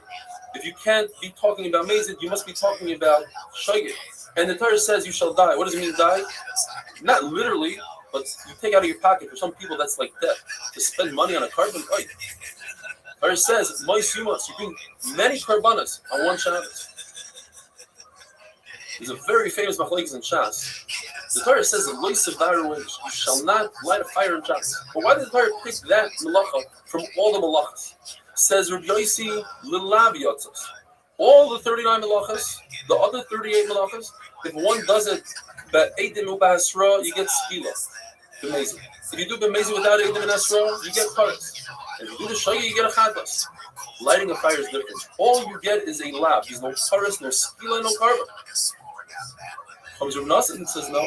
The reason why the Torah points out Eish is to tell us lechali, that every single malacha you bring it your own carbon if you're over it, just like Shmuel says. It says Eila Hadvarim. Eila Aleph Lamed Hey is 36. Hadvarim is 3. Why? Because Dvarim is plural 2. Hadvarim with Hey Yediyah is the third one. 3 plus 36, 39 malachas. If you do them, you're chayiv a carbon for each and every one. According to Rabbi Yossi, he learns this concept of dividing the malachas, and for each one you have to bring a carbon from the pasuk of Va'asa me'achas me'hein. He learns 4 drushes from those 3 words. Me'achas, which is the extra man, me'heina is extra man. And he learns me'achas means that if a person would write on Shabbos the word Shimon, the name Shimon, and he ended up writing just the first 2 letters, Shem, he's also over, because that's all you need is 2 oisios, and Mishimon is chayiv. The mem of Mehena teaches us colors, not only I, but even for the colors. And then he goes on to learn Achas Mehena means Achas Shihi Hena. In other words, if a person knew that it's Shabbos, but he forgot about the malachas, he's chayiv for each and every malacha. This is what Shmuel was saying. Or Hena, Shi Achas teaches us that if a person forgot that it's Shabbos, but he knew about the malachas, so he's chayiv for Shabbos. Now the reason why Shmuel didn't learn from Rabbi Yossi's limud of 4 limudim from the Asam Me'achas Mehena is because he doesn't want to learn. He could learn 2 things. He learned of Taldos and learns Shem Mishimai, but then learns Achas Shehena Vehena.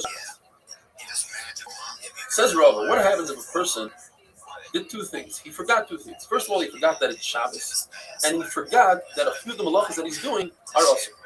What comes first? If you say that a person that forgot Shabbos only has to bring 1 carbon, so even though that he forgot a bunch of malachas, he only has 1 carbon.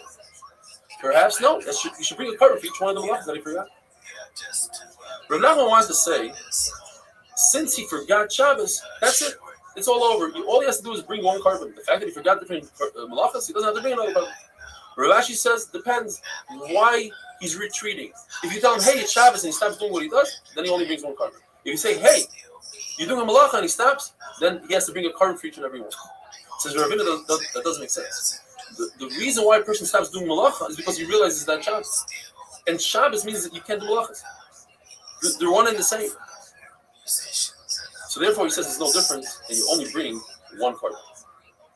As we had yesterday, the Mishnah, in this paragraph later on says there are 39 malachas. And the Gemara asks the question, why does it say a number? We know how to count. Says Rabbi Yochanan to tell us that if you do 39 malachas, it's possible up until 39 malachas, you're chayiv up to 39 karbanis in 1 helam, in 1 awareness, 1 shot. Now, if we hold like Rabbi Yochanan, that knowing that what you're doing is wrong, just you forgot that there's an Isra Karas, and that's considered a Shaygin, that's an awareness. You're aware that there's a Shabbos. You know that it's Shabbos today because you know there's an Isra. But according to Rish Lakish, that in order to be over a Shaygin, in order to be over 39 malachas, you can't know that it's also before. You don't know that there's a lot, you know. So then, he's not aware that it's Shabbos. And we said if he's not aware that it's Shabbos, he only brings 1 carbon. So how's it possible that he's chayiv 39 karbanos? The answer is because Rish is going to hold, like you said yesterday, like Rabbi Kiva. Kiva holds them in the right side of the Isser Tchumen. You can't go out of 2,000 amas from your domain. So that's number 40. You're just not chayiv a carbon. She's aware of Shabbos and the fact that you can't walk more than 2,000 amas. But he forgot about the 39 malachas. That's how he's chayiv 39 karbanos. Have a wonderful day. And I did, and it was, I think she kind of appreciated it, but it was still, I don't think much. She's very good. But yeah, I like Tim and Carol.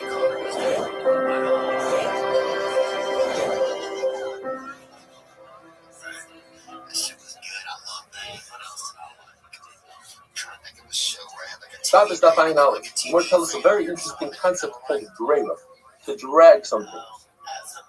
If somebody did tzira and china, he reaped and he ground two malachas, but not knowing that it's Shabbos. You bring one carbon for those two malachas. And then in one awareness, he continued doing those two malachas. He did tzira and china again.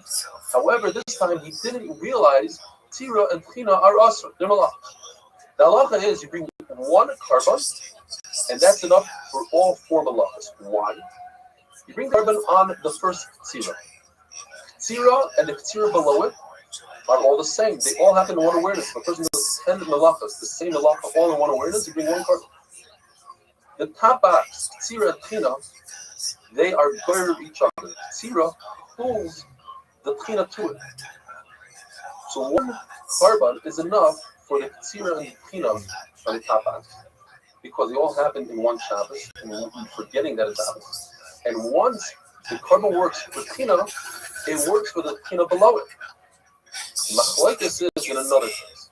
The same exact case, but his idea, his knowledge of what happened, occurred first to the tzira that he forgot that the malach is also. The bottom box. Now, the bottom box is not connected to china. They're separate boxes because the two malachas are individual. Therefore, Abaye says you go upwards. Tzira and tzira, we said it happened in one awareness, one carbon for both. Then it turns left. It goes from tzira to china. That even rubber. The question is, now that china is involved, you go downwards to the china below it. According to Abaye, you do two grades. You go from tzira to china, and from china to china, two graders. According to Rabbi, I only go one grader. So I go from tzira to tzira, and then from tzira to china, one carbon for three things. But the china on the bottom of shiglas halachas, you need to bring your own carbon. If a person ate two zeisei chela, 2 hours worth of chela, 1 and 2, and then he had a knowledge that he ate zayis number 1, and then he continued eating a third zayis. The center chela, the center olive worth of chela, is connected in awareness of olive number 1 and connected to awareness of olive number 3. So if you were to bring a carbon for the center one, it would work for 1 and 3. But what if you brought a carbon just for number 1? According to Abaye, it works on all the kazesim because of the concept of greira. 1 is connected to 2, and 2 pulls in 3. According to Rabbi, it doesn't work. It works on 1 and 2 and not on 3. And if I bring a carbon on 3, it only works for 3 and not for 1 and 2. But after Rabbi heard the concept of greira from Abaye, he admitted to Abaye that it works, but it only works once and not twice, as he explained before. Rabbi Zera, using Abaye Rabbi, where Abaye Rabbi say that sira that was done to Shigga Shabbos, I forgot that it's Shabbos, the carbon I beat on that to work on sira that I forgot that the malach was up. Even though there are 2 types of averos, one is getting at the Shabbos, one is getting at the malach, one carbon works for both. Rabbi Zera argues and says no. And therefore, if I have a half a kazayas of Shigga Shabbos, it doesn't combine with a half a kazayas of Shigga Malachas to be mechayiv me one carbon. Rabbi Shua says that 2 kazeisei chela that were cooked 2 different ways. Let's say 2 pieces of chicken. One was Kentucky Fried Chicken, which is great, and one was Panda Express, which is great. One is fried, and one is Chinese. Even though they're both chicken, each lesson is prepared differently to type 2 katas. One lesson says, even so, that they are completely different, but when it comes to 2 halves, one was Kentucky Fried, but only a half a kazai, and the other one was Panda Express, a half a kazai, they are mitzvah together to create one whole kazayas that you would be kind of a carbon, because Yeshua doesn't say the law, you'd be makel the pattern of the The other lashon is no. Yeshua is consistent throughout. If it means that half kazayas and half kazayas do not combine together, it makes it kula. He still goes with his shita that 2 types of food are not the same. The Gemara tells us that, that when you have 4 different types of food that are also eaten, caleb, dab, noisham, people eat 4 korbanos.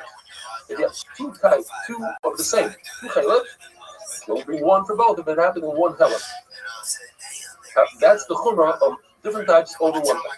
Now, 1 type has a chumrah over 2 types, And that is, if a person ate a half a kazayis, and then another half a kazayis, even though he had knowledge in between the two half a kazayis, that knowledge is not enough to be machalik and say that he doesn't have to bring a carbon. Big machlokes in the sugya between the Rebbe and the Shlokish, it takes up almost the full oven. If a person ate 2 kazayis in one awareness, but his knowledge on kazayis number 1 happened before the knowledge of number 2, how many karbanos does he bring? 1 or 2? He brings 2 karbanos. He brings a pasik hatasai, each chet and chet. And the Shlokish says you bring 2 hatasai, even part of it you bring a carbon.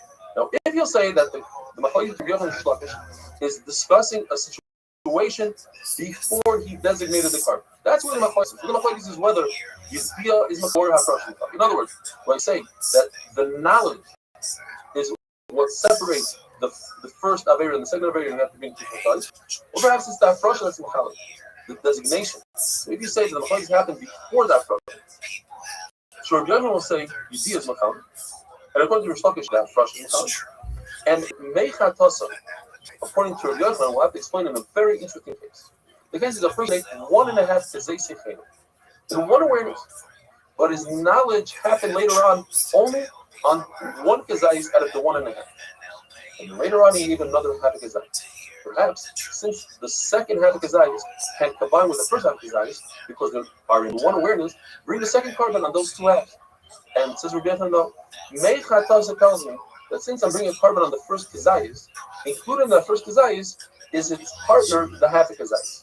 And that half a kazayis cannot be mitzvah to the second half of kazayis. And if we're going to say that the machlokes is on after the designation, and Rabbi Yochanan is going to say that hafrash is a machalik, and Rishon will say kapara machalik, that only once you shut the animal and you use rito, the kapara, that's when you start all over again and bring another carbon. Then al chatasai, what does Rishon do with al chatasai? He'll say that pasuk is referring to after the kapara.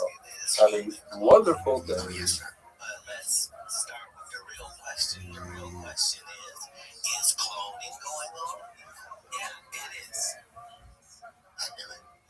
Well, I'm saying, let's just say that. Let's start there. That's not a myth, or that's not a conspiracy theory that we are at the point. Shabbos daf ayin beis. I didn't want to say anything, but yesterday's daf ayin aleph was one of the most difficult dafim, at least for me, to give over. Today's daf is a lot easier.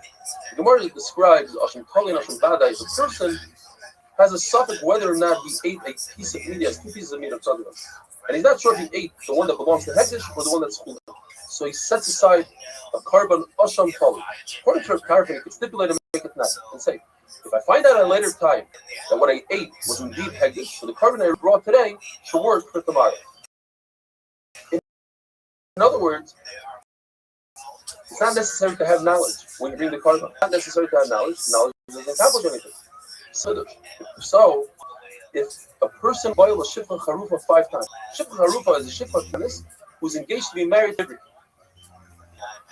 and a person had 5 relationships with her, and in between each relationship, he had a knowledge, had a idea. Since idea, the knowledge, doesn't accomplish anything, I can bring 1 carbon at the end, and it would pocket all 5 acts. The Gemara goes on to say that according to everybody, the person designated a carbon for his first act, that designation stops everything. It's machal. And anything past that designation, you'd have to bring another carbon. But according to Rabbi Kiva, who argues on Rabbi Kiva, he says that by Osham Vade, you need knowledge in order to bring the carbon. Then Osham Vade is no different than a chatas. And just like we had the other day, that the if a person ate 2 pieces of chayla in one awareness, and then he had knowledge that one of those pieces was chayla, that knowledge, yediyah, is machalik according to Rabbi Yochanan. It separates and divides, and therefore you would have to bring 2 karbanos. According to Rishlokish, the yediyah is not machalik, you bring 1 carbon. The same Allah would apply to Hashem. So if a person had a yediyah in between acts, you would have to bring 2 karbanos. According to Rabbi Yochanan, according to Rishlokish, just 1 carbon. And now we go on to the sugya of nisasek. Nisasek is someone that's preoccupied. He does something inadvertently because he's preoccupied. For instance, if there's a knife on the ground and he lifts it up to himself, and by doing so he cuts a fruit off the ground, does zero. That's a Masasik. He's completely putter according to everybody. But what happens if he intends to cut fruit A, which is detached from the ground, but he ends up cutting fruit B, which is attached to the ground? According to Rava, this is not a chaticha d'isur. He didn't intend to do a wrongful cutting, and therefore he's putter. But according to Abaya, he intended to cut. You're right, it's not a wrongful cutting, but he intended to cut, and he accomplished cutting, and therefore it's a shaggy, and he's cut. Gemara goes on to bring a raya, the Rava, from a brisa that has a reisha and a seifa. The reisha, the Gemara says, is referring to why Shabbos is more stringent than other averos, meaning avodah zarah. Avodah zarah. In other words, if a person does 2 malachas on Shabbos, he's chayav 2 korbanos. That's very stringent. Versus avodah zarah, he does 3 avodah zarahs in one awareness.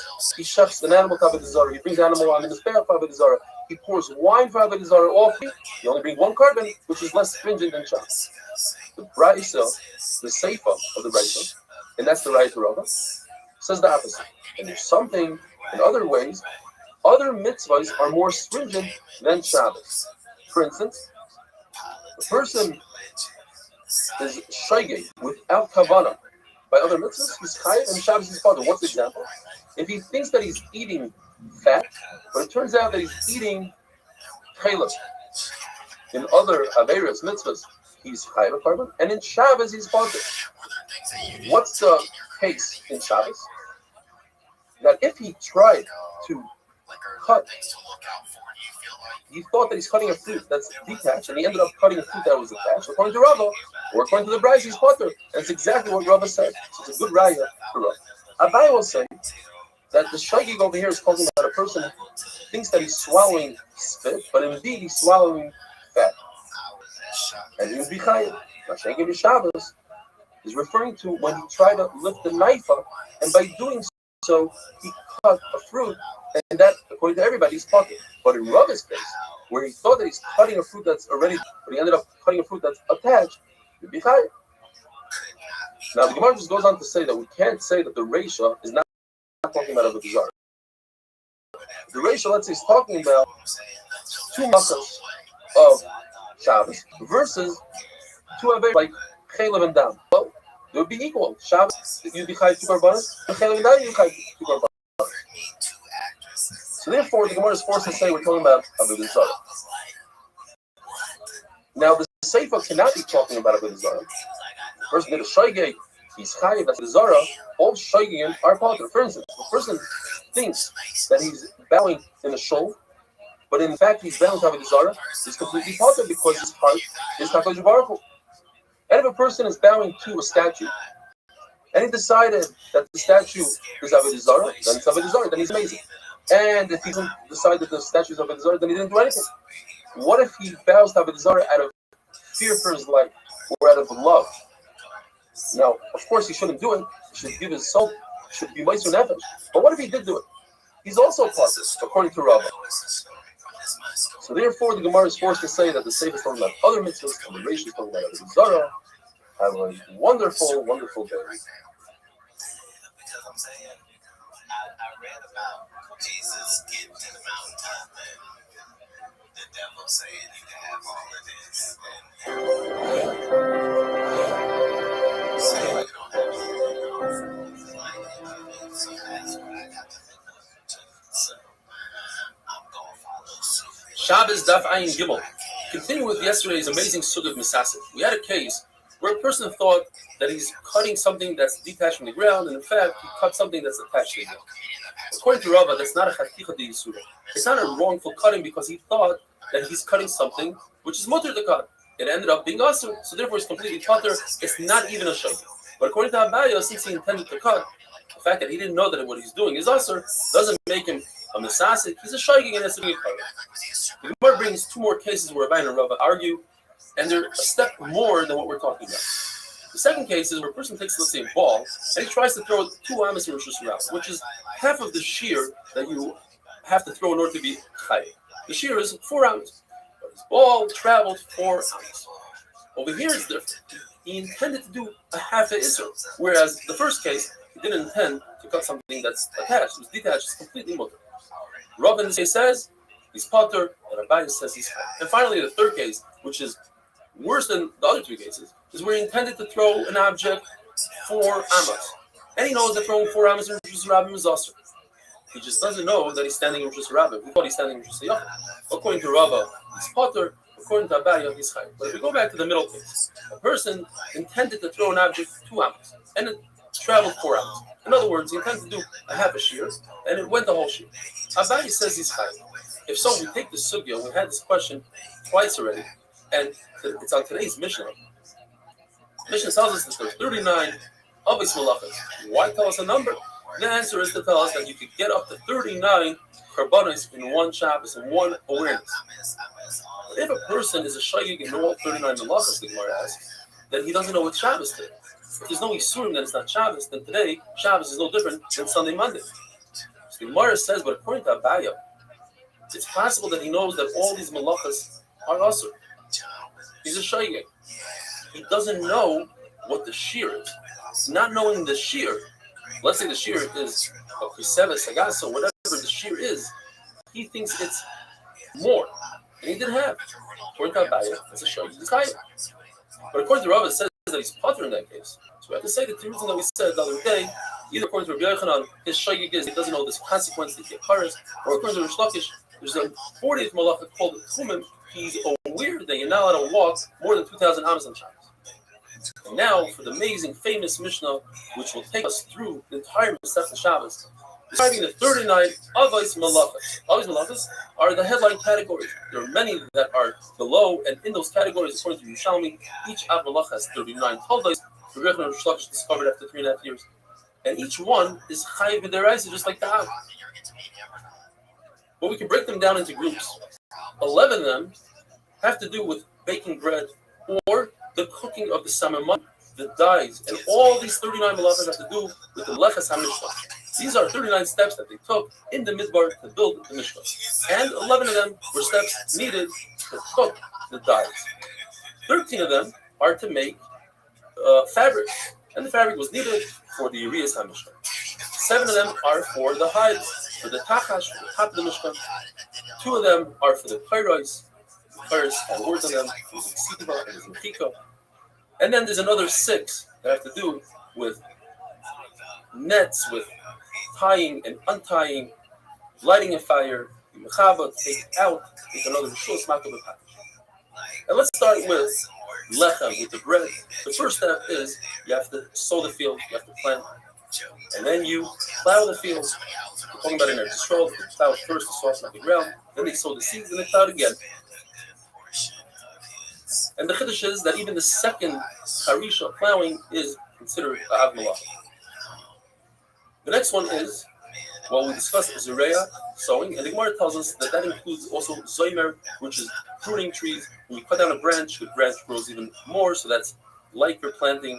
Noiteya is when you plant a sapling of a tree. Magrit is when you take a vine and you put it into the ground. Market is to graft. All these are all under one umbrella of as malach. If you do all of them, you're only high of one carbon. Chayrish is the plow. That includes all chayfer, to dig, and chayrish to make a furrow. And they're all considered one malach. You do all 3 of them, you're high of one carbon. Chayritzer, to harvest the wheat, and that includes boitzer, anovim, grapes, boiter tmarim, dates, masik zeis, olives, figs. They're all considered one malach. You do all of them on one Shabbos, one awareness, you have one carbon. Ma'amer means to gather. Rava says includes things that are not gedulei karka, like gathering salt in a factory, piling it up in a pile. Abaye says it's only gedulei karka, something that grows in the ground. Dash, to thresh, to separate the kernel from the shaft. That includes menafet, and menafet, that's to beat flax and cotton. It's considered one malacha. If you do all 3 of those, you have one carbon.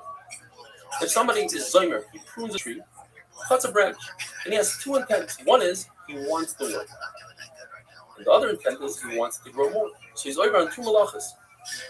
And the same would apply to aspasta. If you have straw for an animal, you cut it and it grows more. You want it for your animal, you want it to grow more. And the same thing with beets. You chayev for kaitzer and noitaya. You're planting. In other words, you want it to grow more, and you want the actual item. If you have a small pile of dirt, it depends where you are. So it's all in the intent. If it's in your house, you want your floor to be flat and straight, that's boina. If you are in a field, that's firish because you're softening up the dirt for seeding. If you have a small hole in the ground and you fill it up, if it's your house, that's boina. You're fixing the floor. And if it's in the field, it's firish. An amazing shiloh. You dig a hole in the ground, but not because you want the hole, but because you want the dirt. You are even according to Rabbi Yehuda that says, "Melacha shein tzricha legufa," you are chayav. Meaning, if you do a melacha, but you don't want that one, the melacha is the solution. For instance, you have a dead body in your house and it's making a terrible odor. You take the body out. You don't want to take it out. What you want is you don't want to smell. You don't care about the outcome. You don't care about carrying. You care about not having a smell. Over here, you don't care about having a hole. You care about having dirt. But in this case, you would agree that since you are metaltal, you're doing something. You are potter. But Papa says that you take dirt and you throw it at a country in order to get the dates. You're chayiv on two things. First of all, you are chaylish, which is chaitzer. You're taking fruit off the tree. Second of all, you're mefarid, which is the malach of dash. You are breaking things up. You're separating. You're separating the dates from the wood around. Rav Ashi says no. Since that's not the way to do it, you are potter. And tomorrow we'll be talking about the three types of separation. Boyer, Zoyra, and Merake have a wonderful day. You know what I mean? Just on this base schedule that has no schedule except it's crazy. Life changing. Say it happened. But you have pets. Shabbos Daf Ayin Daled. Within the 39 malachas, 3 of them are one and the same. Zoyra, winnowing, boirer, selecting, merakit, sifting. They accomplish the same thing. You're separating the good from the bad. Yet, since they are 3 necessary processes in the making of bread, the Mishnah brings them down to tell us that if one were to do all 3 in one awareness, you were to bring 3 separate korbanos. Kaitish, pounding, should be another malacha. It's something that is necessary to make bread. Says Abaya, but since poor people skip that process, the Mishnah skips it as well. It's not one of them. Don't tell me that it's because there are only 39 malachas and Kodesh would be the 40th, because since we have 3 separating malachas, you can take one of those 3, take it out of the Mishnah, put Kodesh in instead. The Gemara brings a brisa that's a riddle. And there are 5 attempts to solve the riddle, but what we could take out from those 5 attempts are 3 major halachas regarding boirer on Shabbos. You could do boirer on Shabbos if it's if it's food from within the waste and not the waste from the food. And if you do it biyad with your hand and not a kli, and if you do it la'alter for immediate consumption and not for even that day Shabbos, but later on. What are the 5 attempts? The first attempt was, the brisa says that if you have food in front of you and you could do boirer and eat it, you could do boirer and give it to your friend, and then the brisa does a 180. You cannot do boirer, and if you do boirer, you have to bring a chatas. Perhaps the Reish is talking about for that day, and that's mutter, but if you do it for Sunday, that's a chiyuv chatas. The Gemara says that can't be. There is no malacha that you could cook on Shabbos. We can't cook for Sunday. Perhaps the brisa is talking about a half a shear. If you do a half a boirer, half the amount, that's okay. But if you do the full amount, that's a chiyuv chatas. Chatzi shir also in the Gemara says it's impossible. There is no malacha that you could do a half of it. Even a half would be awesome. You just don't get a punishment.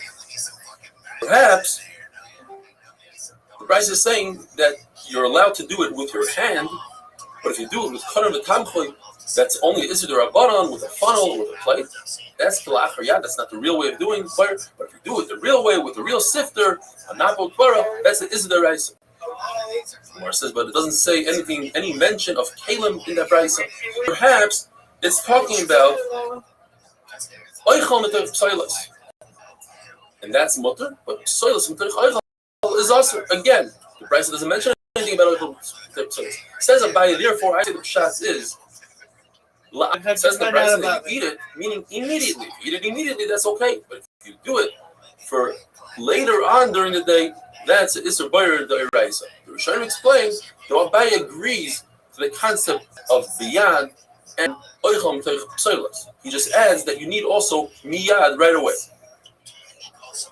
Gemara tells a story that Bibi threw a whole box of fruit that included different leaves and soilas on the table in front of Rav Ami and Rav Asi. And Rav Dimi saw this and he wasn't sure if it was because Rav Bibi held that even oichal with the soilas is usher, and therefore he spread it on the table that there shouldn't be a problem with buyer. It just selected itself. He just grabbed an apple, or perhaps he wanted to show ayin yafa. He wanted to show that he's large. He threw all the fruit on the table.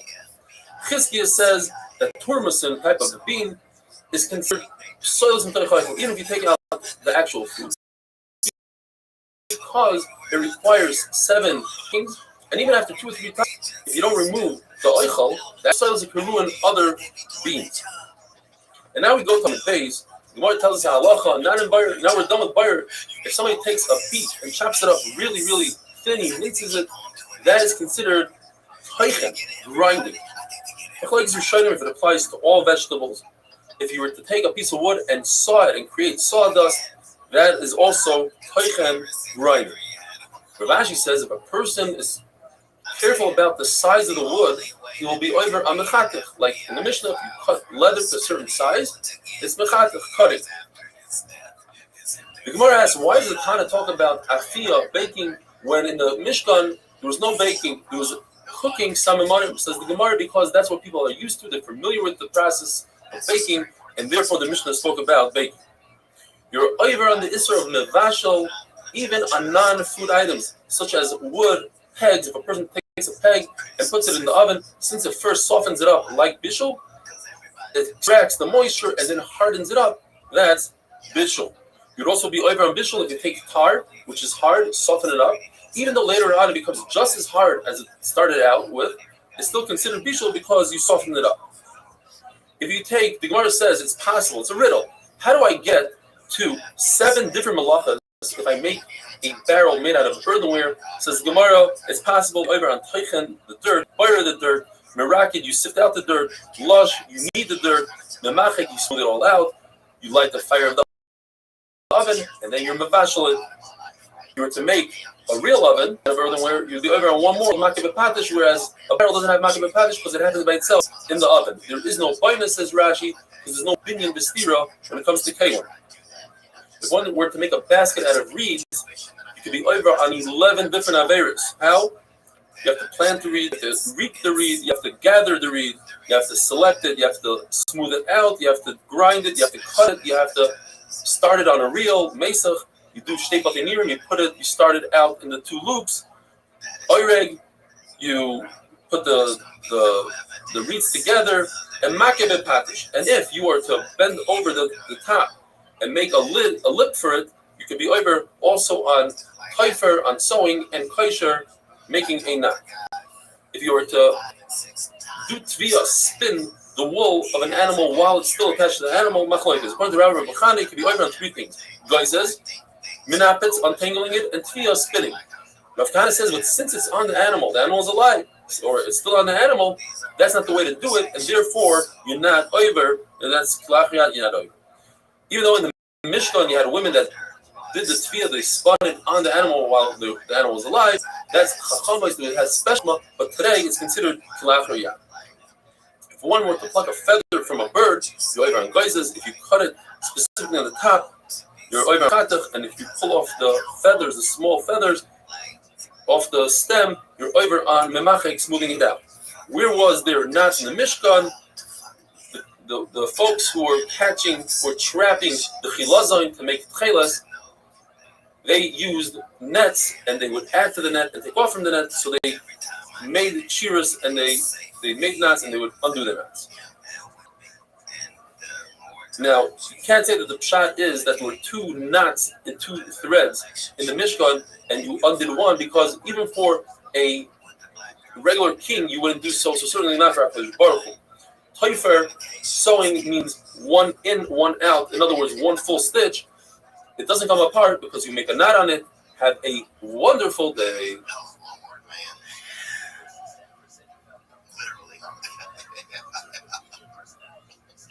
Perfect when you don't even try. I heard you say that you feel like we're about to enter like a golden era.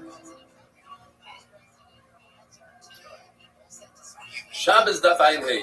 One of the Lamitas Malachas in the Mishnah is Kireya Almanas Litvar, tearing in order to sew. Where in the Mishnah do we find this? If a worm, for instance, made a hole in one of the panels, we don't just leave it as is and sew it, we tear it even more in order to make a proper stitch. Rav Zutra heard three things from Rav at the same exact time, and they are seemingly connected. If a person takes a thread and tightens the thread in order to pull two pieces of garment together, that is considered sewing. If a person learns Torah from a Magosh, what is a Magosh? Machlokes, he's Chayev Misa. Rav says a Magosh is a Megadev, somebody that constantly talks about Avodah Zarah, and the concern is it will influence you, Avodah Zarah. And we see that Rav said that if a person learns from a Magosh, even one thing, is Chayev Misa. Obviously, he's not talking about a Mechashev, a sorcerer, because it's not also to learn from a sorcerer in order to understand what they do and how to prevent it. But it is also to learn from Avodah Zarah. Shmuel, on the other hand, says a Magosh is a Mechashev, a sorcerer. And the third thing he said is that if a person knows how to calculate mazalos and kufais, the constellations and those sort of things, and he doesn't do so, he's over on the pasuk V'Spoil Hashem Yabitu, the beautiful creations of HaKadosh Baruch Hu. They don't see U'Maaseh Yodav Le'ro, and they don't see his handiwork, and therefore it's also to talk to such a person. Rabbi Yochanan says, in fact, it's a mitzvah to calculate kufais and mazalos, as it says in the pasuk Shmat Masisim Ki Chochmaschem U'Binaschem. This is your chachma Le'nei Oamim, towards the nation. Explains Rashi that you will know through the mazalos when it will start raining, when it will be hot, etc. One of the malachas in the Mishnah is Hatzot Tzvi, capturing an animal, a deer. Included in that is trapping a fish, a chilazoin, the snail that you make the chelas from. If you squeeze the dye out of the chilazoin, you're not over on dash, according to the Tanakama, which is threshing. Dash is only in the Gidulei Karka, something that grows from the ground. The argument and says you can do dash even on an animal. You're not over on the Kilos Hashama, although you killed this snail, you're not over on the Kilos Hashama. Even Rav Shimon admits, like Rachel, that if you were to chop an animal's head off and say, I didn't mean to kill it, you know that obviously he's going to die. In this case, since he wants the snail to stay alive, it's in his benefit that the snail should continue living, since the dye will be clear, therefore is considered a misasek, and he's potter. What is the isser to chef an animal? According to Shmuel, it's the Netilas Neshama. According to Rav, there's also Netilas Neshama, but in addition to that, there's the isser of Tzeveya of a dye. Says Rav, I don't want people in future generations to make fun of me and laugh. Let me explain myself. A person would prefer to have blood on the neck of the animal by the Makam Shchita so that other people will see that it's fresh meat and they'll come and they'll buy it. It says in the Mishnah, two malachas. If you salt the hide and you tan the hide. Rabbi and Shlomo both say that those are one of the same, and therefore let's take one of those away and instead insert the malacha of misartet, of creating lines like we have in the Sefer Torah, putting lines into the hide. This is Asur Daraisa. Rabbi Ravuna says, and this is explained by Ravashi, if you salt meat because you want to keep it for long term, you want to go on the way with it, that is ma'abed, that's tanning. Rava says there's no such thing as tanning food, not Asur. The Mishnah says, smoothing out and cutting. Says Ravacha Bar Chanina, you could be over a memachik of smoothing out if you smooth out dirt between the pillars of a building. Rishon Levi says 3 halachas. If you cut wood for a fence and you sharpen the top so people can't climb over, you're over on mechatik, on cutting wood in specific lengths. If you take a bandage and you put it over a wound and you have a cream and ointment and you smooth out the ointment, that is memachik. Anything that you're doing a Gemara Malacha, you're finishing off the object, that's called Makeh B'Kadish, one of the last Malachas in the Mishnah. For instance, if you take a stone that's already not attached, detached from the ground, and you smooth it out, or you make a depiction on a kli, you blow glass, or if you have a garment that the small things in it, little fibers bother you, and you take them out, that's Makeh B'Kadish. They had writing in the Mishkan, and that was just like on a sukkah panel, you write, this is 1, 2, north, south. They have the same thing on the Torahs of the Mishnah. However, erasing is more stringent than writing. Writing, you need 2 ICOs. Doesn't matter how big the but erasing, even erasing one very large joint where you can write 2 ICOs, would also be over. The Rosh puts out. It doesn't have to be erasing a letter, it could be erasing a glob of ink, as long as you're making room to write 2 letters. We learned in the Mishnah, these are the Avis Malachos. What is it? These are the Avis Malachos. Tell us that there are more than the 39 mentions, although according to Rebbe you're also chayav on every tolda. If you do it together with the Av, you'd be chayav. In addition to the Av, you'd be chayav for the tolda. Our Mishnah holds you're chayav 1 for the Av, and all the toldas are included in that Av. According to Rebbe Yehuda, there are an additional 2 malachas, bringing you up to 41.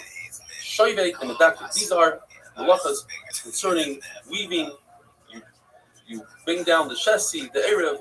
What we have in our Mishnah are 1 less than 40, meaning we don't include those 2. Those 2 are included in Mesa and Oire. Says the new Mishnah. There's another rule, not a large rule like the first Mishnah, not a major rule, but a rule, nevertheless. And we're talking about Itzah for the next few days. We're talking about Itzah for a while. In order to be over on Itzah from one rishus to another rishus, it has to be an item that you typically store, and it has the right shear that you store. If typical people don't store this, but you store it, you yourself will be over and no one else. In Machlokes Gemara, what's an item that people don't store? One man says Dam Nida, the other man says Asherah tree. Another is Zara tree, which is also bad enough. Another one says Dam Nida certainly would agree with Asherah, since it's also bad enough, it's not something people store. Although Dam Nida, even once you showed it to the Rav, it doesn't need for it at all. You couldn't possibly feed it to a cat. The Prophet says that's a terrible idea. The person that the dam comes from will suffer if a cat drinks that blood. And finally, our Mishnah cannot be going according to Restream by Yochai, who says that there's a difference between a wealthy person and a poor person in terms of the shear. Different people need different amounts, and our Mishnah argues and says everybody has the same shear. Have a wonderful day. Mystique about you, so I think sometimes I'll know when it's like okay to joke around and stuff, so you just try and figure it out as you go, I hope that is not correct. Just say that. It's a joke around. And I appreciate it. I definitely feel that for sure more than other interviews. Shabbos Daf Ayin Vav. We're continuing with yesterday's Mishnah. What constitutes an object that people care about, and therefore it's also to bring out from one domain to another domain? Reb Shimon Elazar comes up with the third opinion, and he says, if this object typically people don't care about, but you do care about it, you showed interest in it, and you keep it, you just cause the entire world to be over the Isra of Eitzah if they take it out. Says the Mishnah, when it comes to animal food, what's the shear? Says the Mishnah, well, it depends on every type of food and who eats this food. For instance, if you're talking about teven, which is the top part of the straw which cows eat, then it all depends on the cow. So the shear is a cow's mouthful of teven. Anything less than that, you're not tired. If you're talking about atzah, which is bean straw, which only camels typically eat, so then the shear is a camel's mouthful, which is larger than a cow's mouthful. If you're talking about the bottom part of the straw, the tash, that's what sheep eat. So it's a sheep's mouthful, which is, in fact, a gregaris, a dry fig. Grass and garlic and onion leaves, if they're dry, that becomes goat food, and it's a goat's mouthful.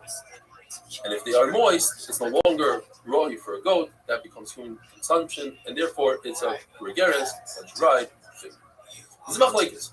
What happens if a person takes out camel food, this bean straw, and he takes out the right amount for a cow? A cow's mouthful, and he wants to give it to the cow. The Rebbe says, since it's a chiluk b'chad, cows typically don't eat this, then he's fine. The Shach says, but occasionally the cow would eat it, it's chayav. But everybody agrees if you take out regular straw for a camel, but the shear of a cow, mouthful. Now you have a proper shear. Yes, you're going to feed it to a camel, and the camel's mouth is much larger. Nevertheless, you're chayav because you take out the proper shear for a cow.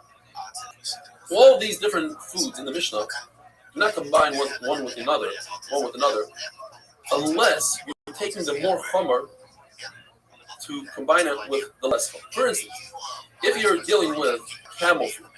And the shear is a camel's mouthful. It's a lot. But you're missing a half a dried fig. And you take sheep food, which all you need is a dried fig, and you take a half of that and add it to the camel food, then you have a full shear. But if you do the reverse, you're missing a half a gregaris for sheep food, and you try to take a half a gregaris of camel food of bean straw, that's not going to work. And the reason is because people would take and combine these foods to show as samples to sell. And we have a similar halacha when it comes to different garments and different fabrics.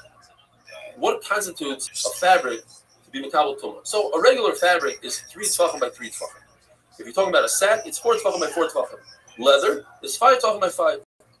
And a reed mat is 6 by 6. Each one can combine with the one below. So the mat can combine with the leather, and the leather can combine with the sack, etc. Why? Because they can combine to the tumah of Moshe. So since there's a situation where they can combine with each other, they combine in all situations, and therefore, by us also, since there's a situation where you sample this and sell it together, they combine together. Human food, the shear for Eitzah is a gregaris, a dry fig. That's why all food can combine with each other because they all share the same shear. When it comes to human food, we don't consider the pit, the shell, the oikets, the little piece, the little branch that sticks out, subin amursin, which is fine bran, coarse bran. Rabbi Yehuda says that the peel of lentils and beans are mitzvah to the actual food, but old beans are not mitzvah because they look like dead flies in your food. The coarse fine bran are mitzvah for the shear of challah. Why? Because it's considered lechem haaretz. Poor people eat it, so it's considered bread. But in terms of Shabbos, when you need something chashuv, then a chashuv is not considered food, and therefore, for the shear of Shabbos, and with this, we finished Perek Klal Gadol, Hadron Aloch Klal Gadol. The next Perek is called Yain. We're continuing the halachas of Eitzah. When it comes to liquids, what is the shear? So wine, the shear is enough to make kiddush, which is a quarter of a revius of wine, which you would add 3/4 of a revius of water to. When it comes to milk, as much as you can swallow. Honey, as much as you put on a wound. And oil enough to anoint a small limb. Water, in order to make anointment for an eye. And other liquids is a revius, and other waste liquids is a revius. Reb Shimon says all the shiurim in the Mishnah are one, and that is a revius. Now, if you decided to keep and hide, put aside the smaller shiurim, then you just created those smaller shiurim a chiyuv. However, the Tanna Kama holds that once you decide that something is valuable to you, and you don't need the shiurim of the Mishnah, even less than those shiurim, also are chayiv and mitzvah. Have a wonderful day.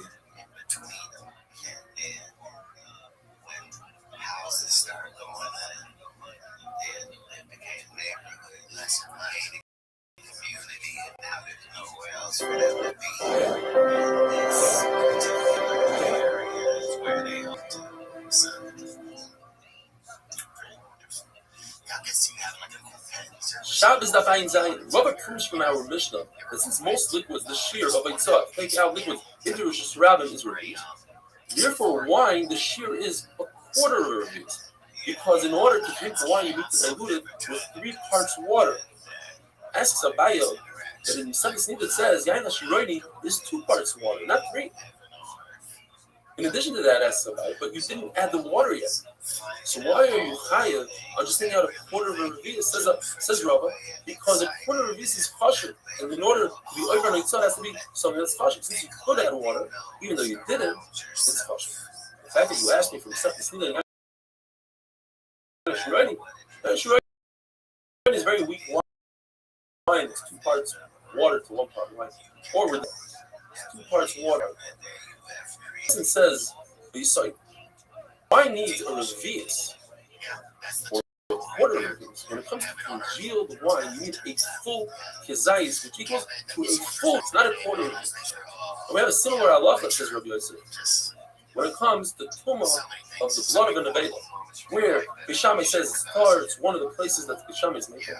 And Basil say it's coming provided that's a full reveals, which in turn could turn into a kazayas of congealed blood. Kazayas. The Gemara has two questions. When it comes to Tumah, the shear is a kazayas. When it comes to Shabbos, the shear is a reveals.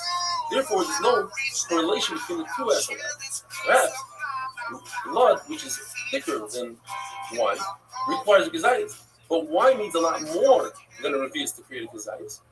And therefore, if you take out into Rosh Hashanah less than a kazayas congealed wine, maybe you're already over. Maybe in that you have a reveal. On the other hand, perhaps wine this then needs a reveal. Perhaps blood that's thicker needs less than a reveal to create a kazayas. The Mishnah uses the word gemiyah. The shear for milk is the swallow. Gemiyah. Says the Gemara, Mishnah, gemiyah spelled with an aleph, not an ayin. But there are three other Mishnahs in some Shabbos that have a word that could be spelled either way, aleph or ayin, and they're all spelled with the ayin. Yar'inim, oinimais, and ma'amtzi. They're all with the ayin. The milk of an animal, the shear is enough to swallow, the goat, the milk of a woman, and the white of an egg is enough to put into the ointment called keeler. And keeler itself is enough to mix it with water. That's the shear the Gemara remains in the taking. As Rashi explains, we're talking about putting this ointment in 2 eyes.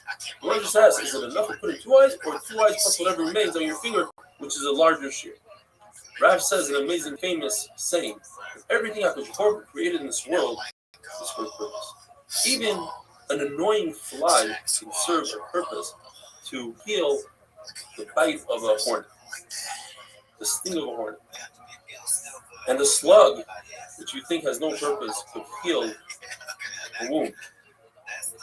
A mosquito could heal a snake bite, and the snake itself could heal boils. That is, if you take a black snake and a white snake and you boil them up and smear it on the wound.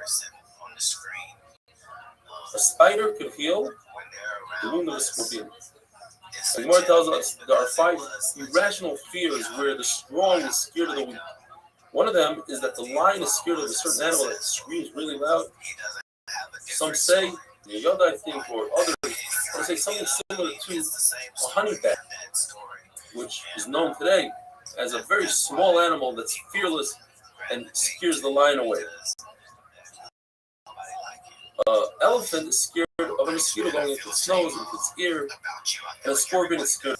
An eagle is scared of a swallow, and the leviathan is scared of the kilbis. There are 3 animals that, as they age, they get stronger. A snake, a fish, as we know, gets larger as it grows, as it gets older, and a pig. Reb Zera bumped into Rabbi Yehuda when it looked like Rabbi Yehuda was in a very good mood. And he figured now is a great time for him to ask all the questions in Yonei de Alma, things that seem mundane. And he started off asking them, why do the goats go in front of the sheep? And he said that's like weird story. Goats that are dark are like the push of the darkness entering the light. Why do sheep have a tail that covers their rear where goats don't? It tells them because the sheep's wool for clothing, we cover ourselves, therefore the sheep covers us. Does a camel have a very short tail because it eats from the thorn? The thorn didn't want to stuff it. Why do cows, bulls have long tails?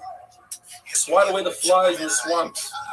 Why do grasshoppers have very flexible antennas? Because they jump around in tough trees. If they were harder, they would break off. If someone wants to blind a poor grasshopper or an ant, they can remove his antenna. Why does Baruch Hu create the eyelids of a chicken that they go from bottom up? Look at all these questions that he's asking him. He noticed all these things in the Bria, and he wanted to hear an answer. And if you look at the Maharsha and others, explain the deeper meaning behind these questions and answers. He says that Baruch Hu didn't want the chickens to be blinded by the smoke that comes up, and chickens roost on higher places. And then he asked him the meaning and the significance of somewhere around 15 words in Aramaic.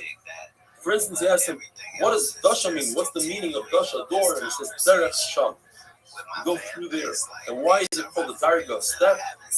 derech God, go to the rooftop.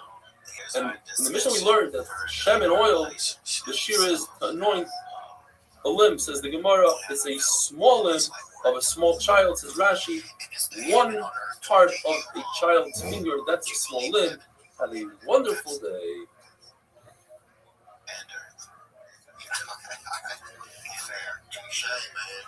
Dude, I remember when I first, because when I was growing up, we just had, some of the families or whatever I'd seen in church or anything, it always had, it was mostly white folks only, right?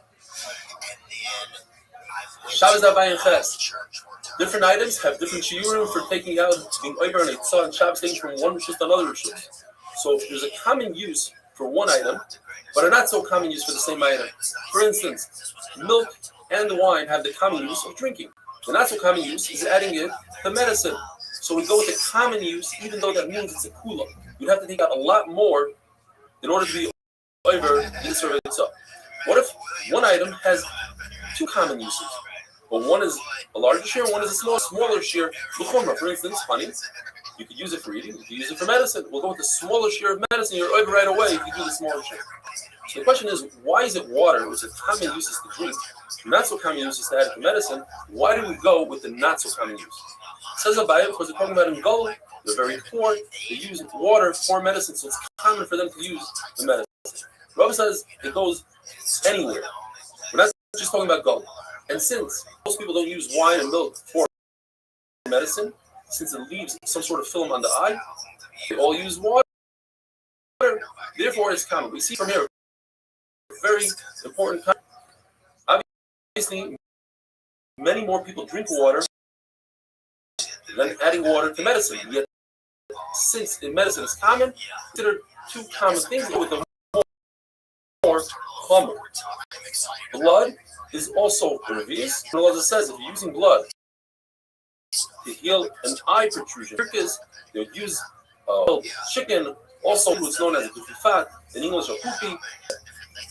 You use it enough blood for one eye. The person has a cataract, they'll use enough mole for one. Moles are found inside the house. Cataracts are inside the house. Yes, there's a protrusion in the eye. The dukifat is outside. Doesn't make me some room. Takes some of these items out. And he takes a common item that people keep and are interested in, and he takes it into Rishis Rabbim. Of course, he's chayv. What if he takes an item that nobody cares about, but is ready? He's chayv. According to Rashi, but this goes according to Rishon Elazar, who holds that once one person makes an item important, it becomes important to the whole world. Taisa says it can go according to everybody. But once a Rebbe makes it important, then his Talmud automatically thinks it's important as well. Chacham agreed to Rishon Elazar when it comes to wastewater. The shear is a revius. What can you do with wastewater? You use it to knead clay. Now we do find that the shear for kneading clay is a lot less. The size of the opening of the hole where you put the bellows into an oven. That's if you already have ready-made clay. Then the shear is much smaller. But no one is going to go through the tircha and the burden to start making clay from scratch unless it's a much larger shear of a revius. And we find that concept later on tomorrow's daf as well. Says the Mishnah, when it comes to rope, the shear is enough rope that you can make a handle for a basket. When it comes to gemi reed, it's enough to make a loop on a sifter to hang up. Now, nobody uses rope on a sifter because that could scratch the sifter. According to Rabbi Yehuda, enough reed to take a measurement of the kid's foot so you can go to the shoemaker to make him a shoe. Paper, enough for a receipt that you paid your taxes. Once you show the tax collector that you paid your taxes, the receipt has no value. According to Rabbi Yehuda, it does have a value. Why? A number of pshatim. According to Rava, we're dealing with the main tax guy and a smaller tax guy. The main tax guy gives you a code, so if you use that code, you don't really need a receipt. According to Abaye, the tax guy, the main guy, has runners. And if the runners catch you, you want to produce a receipt. According to Rabbi Yehuda, according to Tanakh, you don't really need to produce a receipt. You just go back to the main tax guy, he'll recognize you. And Rav Ashi says, people want to keep tax according to Rabbi Yehuda, so you can show them letters, and they'll see that you're a trustworthy. Once you erase a paper that has no purpose, you can't write on it. What could you do with it? You could cover a small flask, so the shear is the size of a small flask. When it comes to leather, If it's semi-10, you can write a kameh on it, so it's the size of a kameh. Chlaf, which we write tefillin and some prayers on, enough to write the smallest part of tefillin, Shema Yisrael Hashem Elokeinu Hashem Echad. Enough to write 2 large letters. Chol, which is makeup for the eye, enough to do one eye. Glue, enough to catch birds.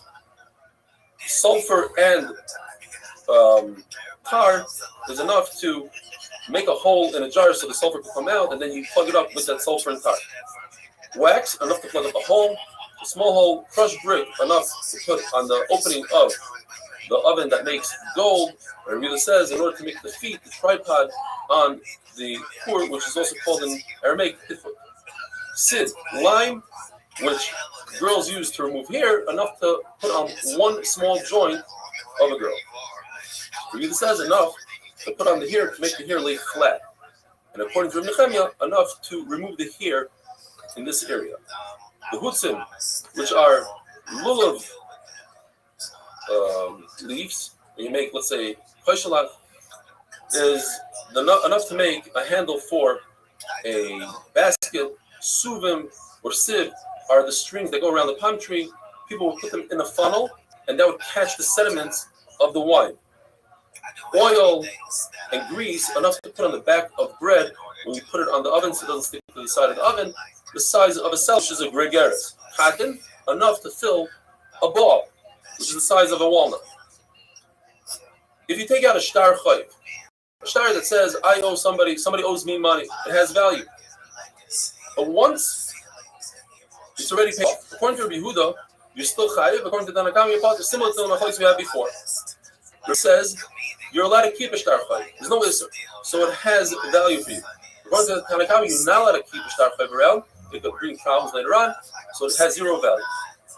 According to Abaya, everybody admits if the shtar was paid off, you're not allowed to keep it in your possession. The machlokes says, what happens in a case where the loiva admits that he wrote a shtar? Does he have to be mekai in that shtar? Does he have to make a new document stating that the original shtar is a good shtar? According to Rabbi Yehuda, since he does not have to produce such a document, so the original shtar has value. And that's why if you take out the original shtar, you're chayav. Rava says everybody admits you have to be mekai in it. The machlokes says, what happens if the loiva doesn't want to pay? And meanwhile, Malva produces the shtar. And he takes it out into your surabim. Since that shtar has value now, because he could use it to collect, and without it he cannot, therefore he's chayav. Rashi says we're talking about the loiva, not the malva. We're talking about a special document that the loiva has in his possession that says he paid off already. And he uses that document to show other lenders that he's a trustworthy borrower. And he pays off his debt. And therefore it has shavios, it has chashivos, and your chayiv, you take that out into surabim. Have a wonderful day.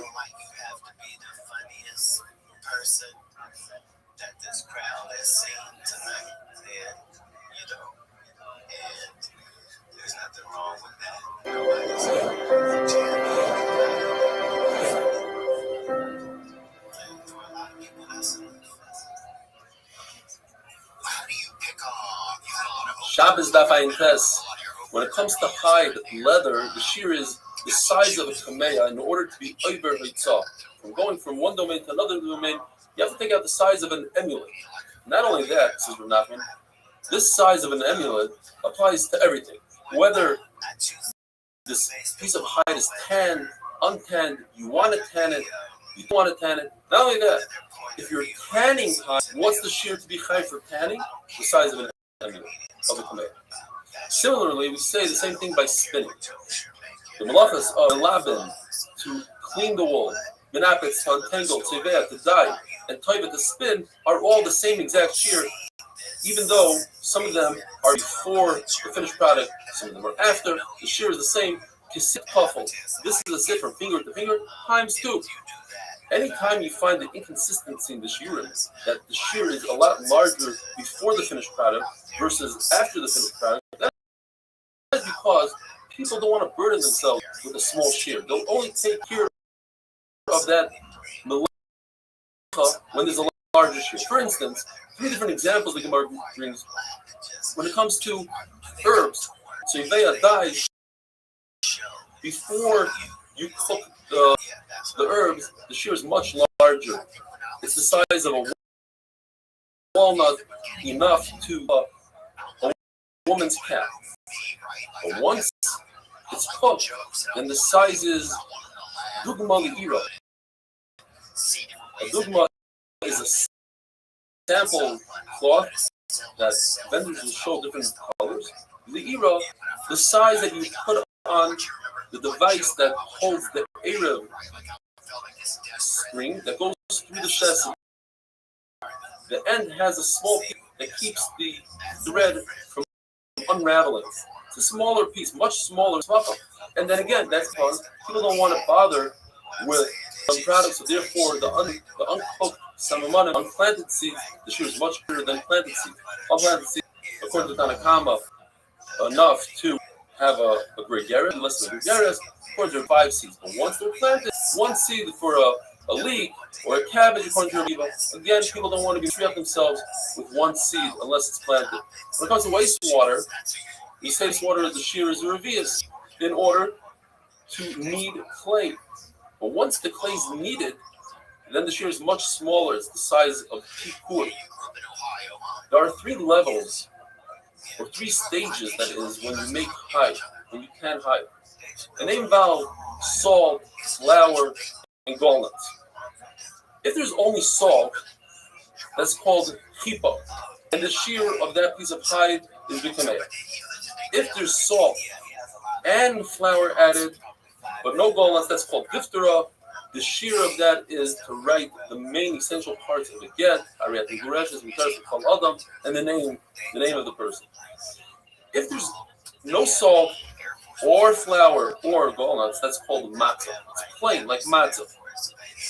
And that the size is in order to protect a weight. That's a much larger shear than a kameah, and that's because it's moist and you cannot tan it. The tumah of medrash, when a zav nida sit or stand on a piece of fabric, leather, as we had the other day, maybe a week ago or so, is 3x3 tefachim for a piece of cloth, 4x4 tefachim for a sack, 5x5 for a piece of leather. All of a sudden now it's 5x5 tefachim for leather, and not the size of the kameah. And the answer is because we're dealing with something that's really hard. The only thing you can produce from leather are table, things like that. We said in the Mishnah, enough shear for clef is enough to write the smallest part of the film, which is Shema. And the Brisa says the sustos is enough to write a mezuzah. What's the sustos? Well, the parchment comes in something called gevil. If you separate the two, you have the part closer to the flesh of the animal is called the sustos, and the part closer to the hair of the animal is called flap, according to Taisvas. And according to Taisvas, we write on the part that's further away, on the opposite side of the hair and the opposite side of the flesh. Tefillin are only written on klaf. Mezuzah, the Maskan of the Gemara, is graded on klaf, but also on the sustos. And the Sefer Torah is graded on klaf and sustos and on gvil when they're still connected. The sustos, which is not roi for tefillin, therefore it means a larger shear, the size of a mezuzah. Sometimes you could call the parsha of tefillin by the name of mezuzah. For instance, the halacha is that if tefillin has the ritzua, you shouldn't touch it. That's one of the 18 enactments of Beis Shammai. It's the Tamid Yadayim, the Tamid the hands for truma. Ritzua by itself, not. Restream says you have to touch the actual back of the tefillin. Zaka says you have to touch the actual mezuzah of the tefillin, meaning the parsha of the tefillin. Rav says a statement. The sustos is like flap. Starting the Gemara, what he meant to say is opposite of what we would think. That klaf is like the sustos. In other words, just like a mezuzah can be written on the sustos, it can also be written on klaf. The halacha is that the Sefer Torah tefillin that you're about to put in the shemos, you cannot cut out the mezuzah and use it as a mezuzah. Because you don't go downwards in Kedusha, you go upwards.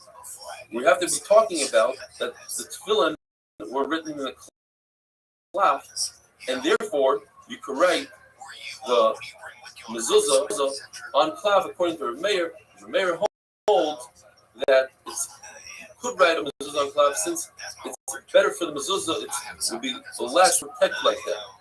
Have a wonderful day. That's my farm trip. It's funny. It feels like you're dropping an email. It feels like you're dropping an email. That's what I feel like sometimes. It just feels like I'm in the future. Like you get forward and just, it does feel like a UFO. Yeah. Like you put the gas on one day, like you're forward. Shabbos daf pay. How much ink does one have to take out from Rosh Hashanah into Rosh Hashanah in order to be over and saw? 2 letters worth. It doesn't matter if it's dry, if it's in a pen or in an inkwell. 2 letters worth. The Gemara remains in a suffix. What happens if you take 1 letter's worth in a pen and 1 letter's worth in an inkwell or ink in a pen? A different combination. Teku.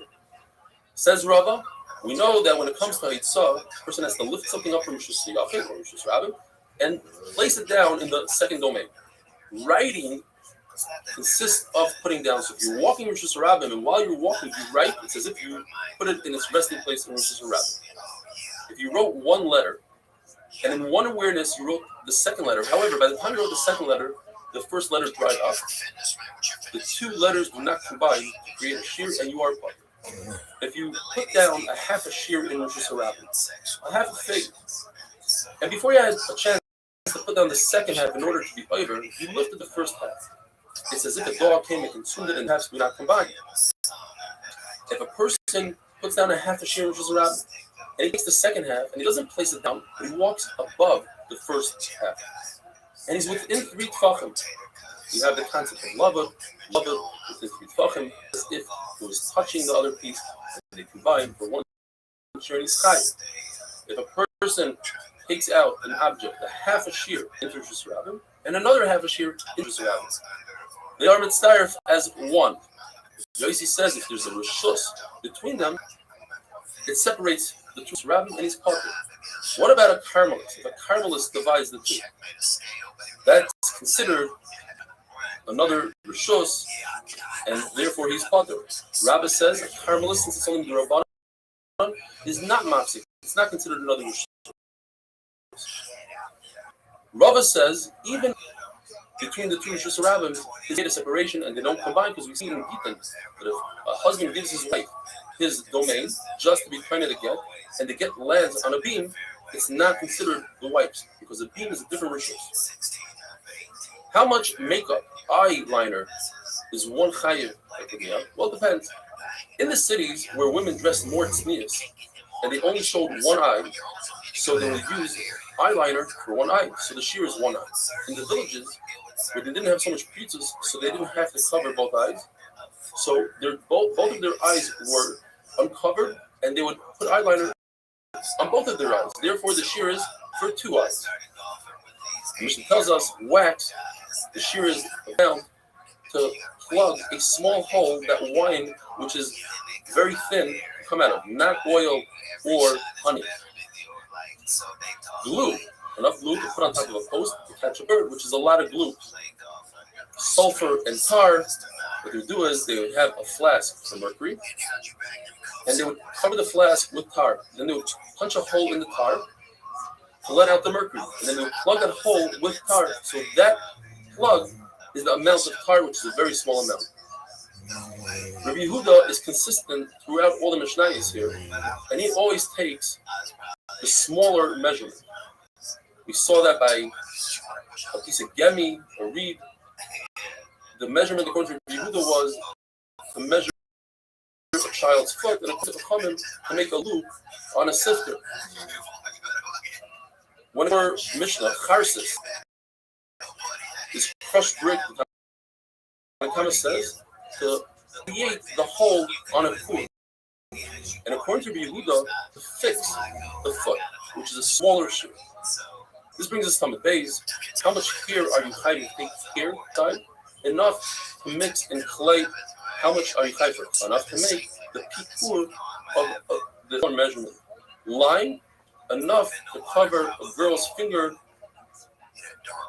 The Gemara tells us that a girl that isn't 12 years old and she's embarrassed from her hair, if she's young, if she's poor, she would use lime If she's wealthy, she would use fine flour. And if she comes from kingdom, from the kings, she's a princess, she'd use shemen hamor, like in Megillah Esther, shisha chadashim shemen hamor.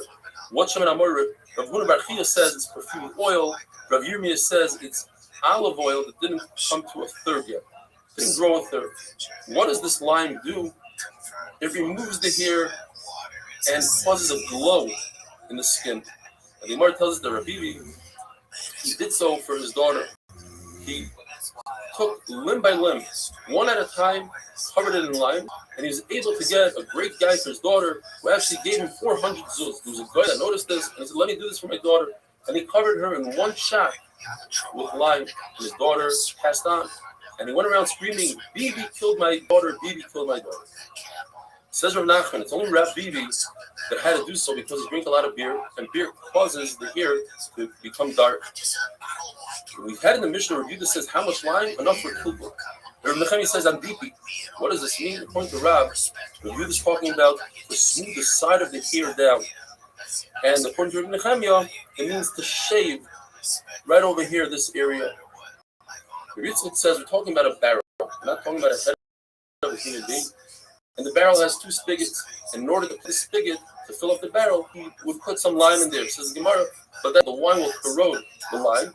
The wine will come out. Says Rav Kahana, we're talking about a measuring cup. In order to make indications in the measuring cup, for instance, there is a measuring cup called a hin. The hin, halfway was for the par, a third was for the ayil, a quarter was for the crevice, or the pshat is a forehead. You put on the forehead. Says the Gemara story about the forehead. In Galil, they asked the Galil, somebody that came from Galil, who came to Bavel, they asked him to darshan and Maisim Merkava, like we're going to have the Hashem now, which is the Maisim Merkava. And he said, no, I can't. Because one shot is, he said, Reb Nechemia, darshan and Maisim Merkava, came a hornet and bit him. According to others, the shot is he himself darshan and a hornet came and bit him on the forehead. What's very interesting that Ben Yoyada says that in the time of a Mageva, you're supposed to wear a mask, not like we do today, over our mouth and nose, but rather on the forehead. And he brings this Gemara to explain that the forehead is where the Malach HaMavos sees a person's deeds. So if you cover the forehead, you won't have any clue. It says in the Mishnah, how about red clay? Rabbi Akiva says enough to seal a cargo sack on a ship. I'm saying enough to seal a letter, which is much less. Fertilizer and very thin sand for your Akiva, enough to fertilize one pad or another sheet, enough to fertilize a leaf. If you have a reed, a piece of reed, what you do with it? You write, you can make a pen, and it has to come up to the joints in the fingers. Machlekes, the Shiloh Gemara Teku, is it the joint that connects to the hand, or is this joint over here? If the reed is too thick and you can't make a pen out of it, or it's broken enough to use it as fuel to cook the fastest cooking egg, which is a chicken egg mixed with oil on the stove, the size of a gregar. Not an egg, but the size of a gregar. Thick sand, enough to have it travel full. In other words, sand is good for lime. That goes according to Rabbi Yehuda, that says that for an abayis you cannot use, or according to Rava, it goes according to everybody. In other words, sand is lime. And the sand, since you can't use lime by adding sand in our days, it makes the lime dark. Therefore, you could use it at a wonderful. But they had, but they called him and said, hey, Mr. Sharpie said, if you keep tickling a kid, you can't coach him. It wasn't like a lawsuit or anything. It was just, stern activity. Don't do it. Don't do it like that. But yeah, I don't know. Shabbos Pei Aleph. How much bone do you have to take out from one rishus to another rishus in order to be chayiv? Nakama holds enough to make a small spoon, according to Yehuda, enough to make the teeth of a lock. Before you put those teeth into the lock, they don't serve any purpose, so they are tahar, they're not makabel tumah. Once you put them into a lock, they are makabel tumah. The pshutei kli etzem, simple pieces of bone that have no shape, have no form, are not like wood, they are like metal that are makabel tumah. Once you attach them to a gate, they become mechuber lekarka, they become attached to the ground. No longer can they be makabel tumah. How much glass they have to take out from one domain to another in order to be chayiv? Enough to sharpen a weaver's tool. Some say enough to cut 2 woven threads from the spool from the loom. A stone. How large of a stone are you chayiv on? Enough. It has enough mass that you can throw it at a bird. For the blessed Ben Yitzchak, it's enough to throw it at a animal, and it has to be significant. The animal feels it. How much? It weighs 10 zuz. Usually, stones are muktzah. However, when it comes to kavod habriyos, human dignity, Chachamim relaxed that restriction. Zunin came into the Beis Medrash and he asked, how many stones is one permitted to bring into the bathroom to use as toilet paper? So they told him 3. And it's the same achloikus with Meir and Yehuda when it comes to esrog. The Meir says that esrog has to be a minimal of a walnut. Yehuda says a minimal of an egg. And the same thing applies here when it comes to the stones. The Meir says 3 stones that are the size of a walnut. Yehuda says stones that are the size of an egg. However, the Chacham in the Beis Medrash told Zoinin that it's 3 different sizes. One is the size of an olive, the other is the size of a walnut, and the other one is the size of an egg, and you use them consecutively. Says Zoinin, wait a minute. Does that mean I have to carry around a scale? I have to get the exact measurements? So he said, you're right. The shear is whatever fits into your hand. We don't care. 5 stones, 2 stones, what size, whatever fits into your hand, that is the shear.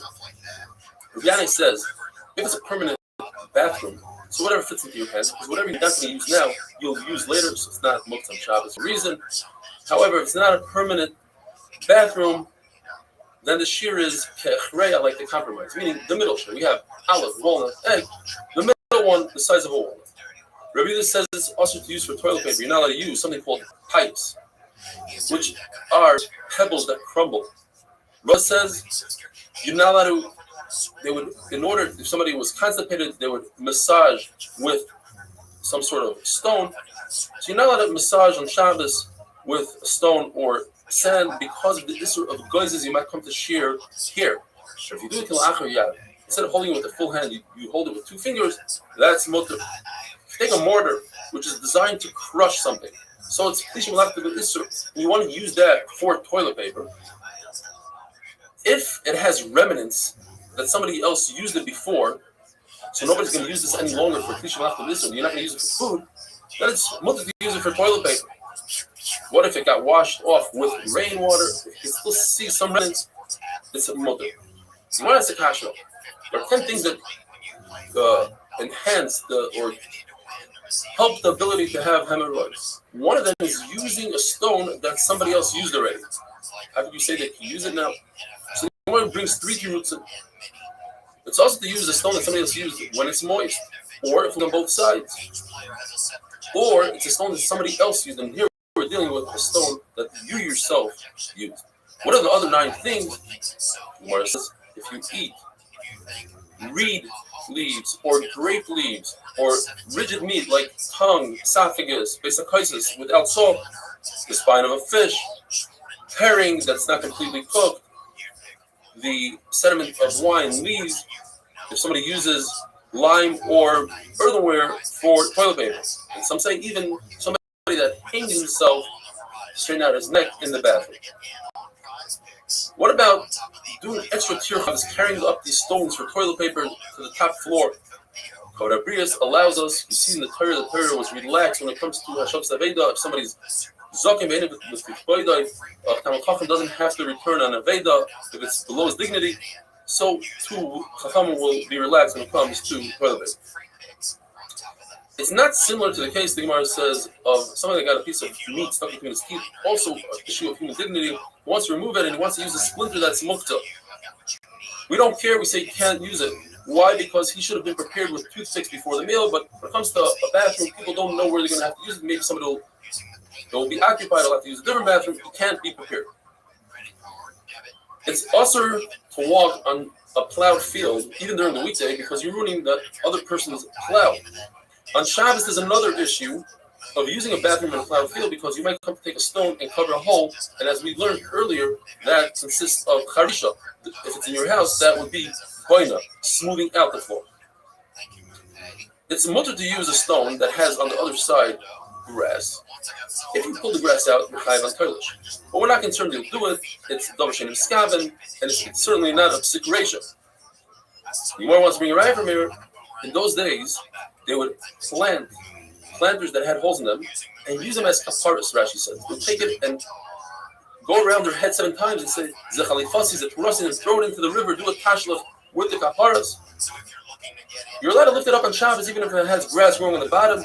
Based on this halacha, you're allowed to pick up a rock. Says Gemara, what's the connection? Stone, I need to do it. I need it right now for human dignity, but I don't have to pick up this pot.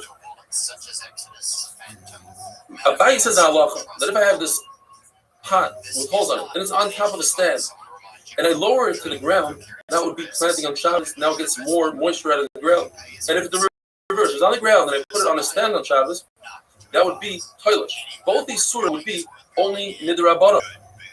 Rabbi Yochanan says, only is it usher to use earthenware because of kishul. Even on Shabbos, it's usher to use.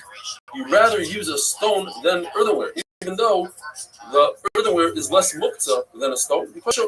Rav explains Rabbi Yochanan about. He's talking about the problem of shearing here on Shabbos and it's darshan and sasser.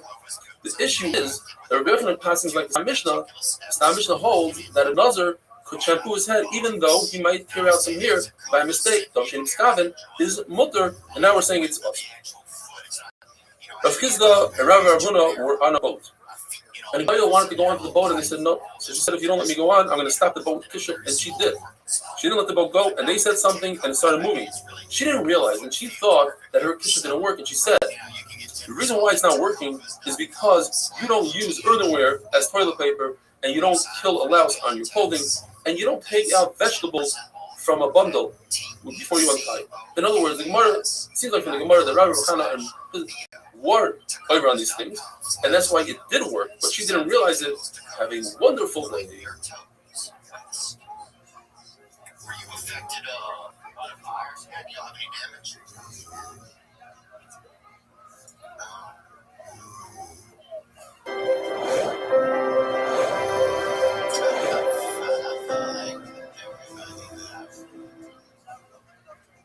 Everybody in my work life.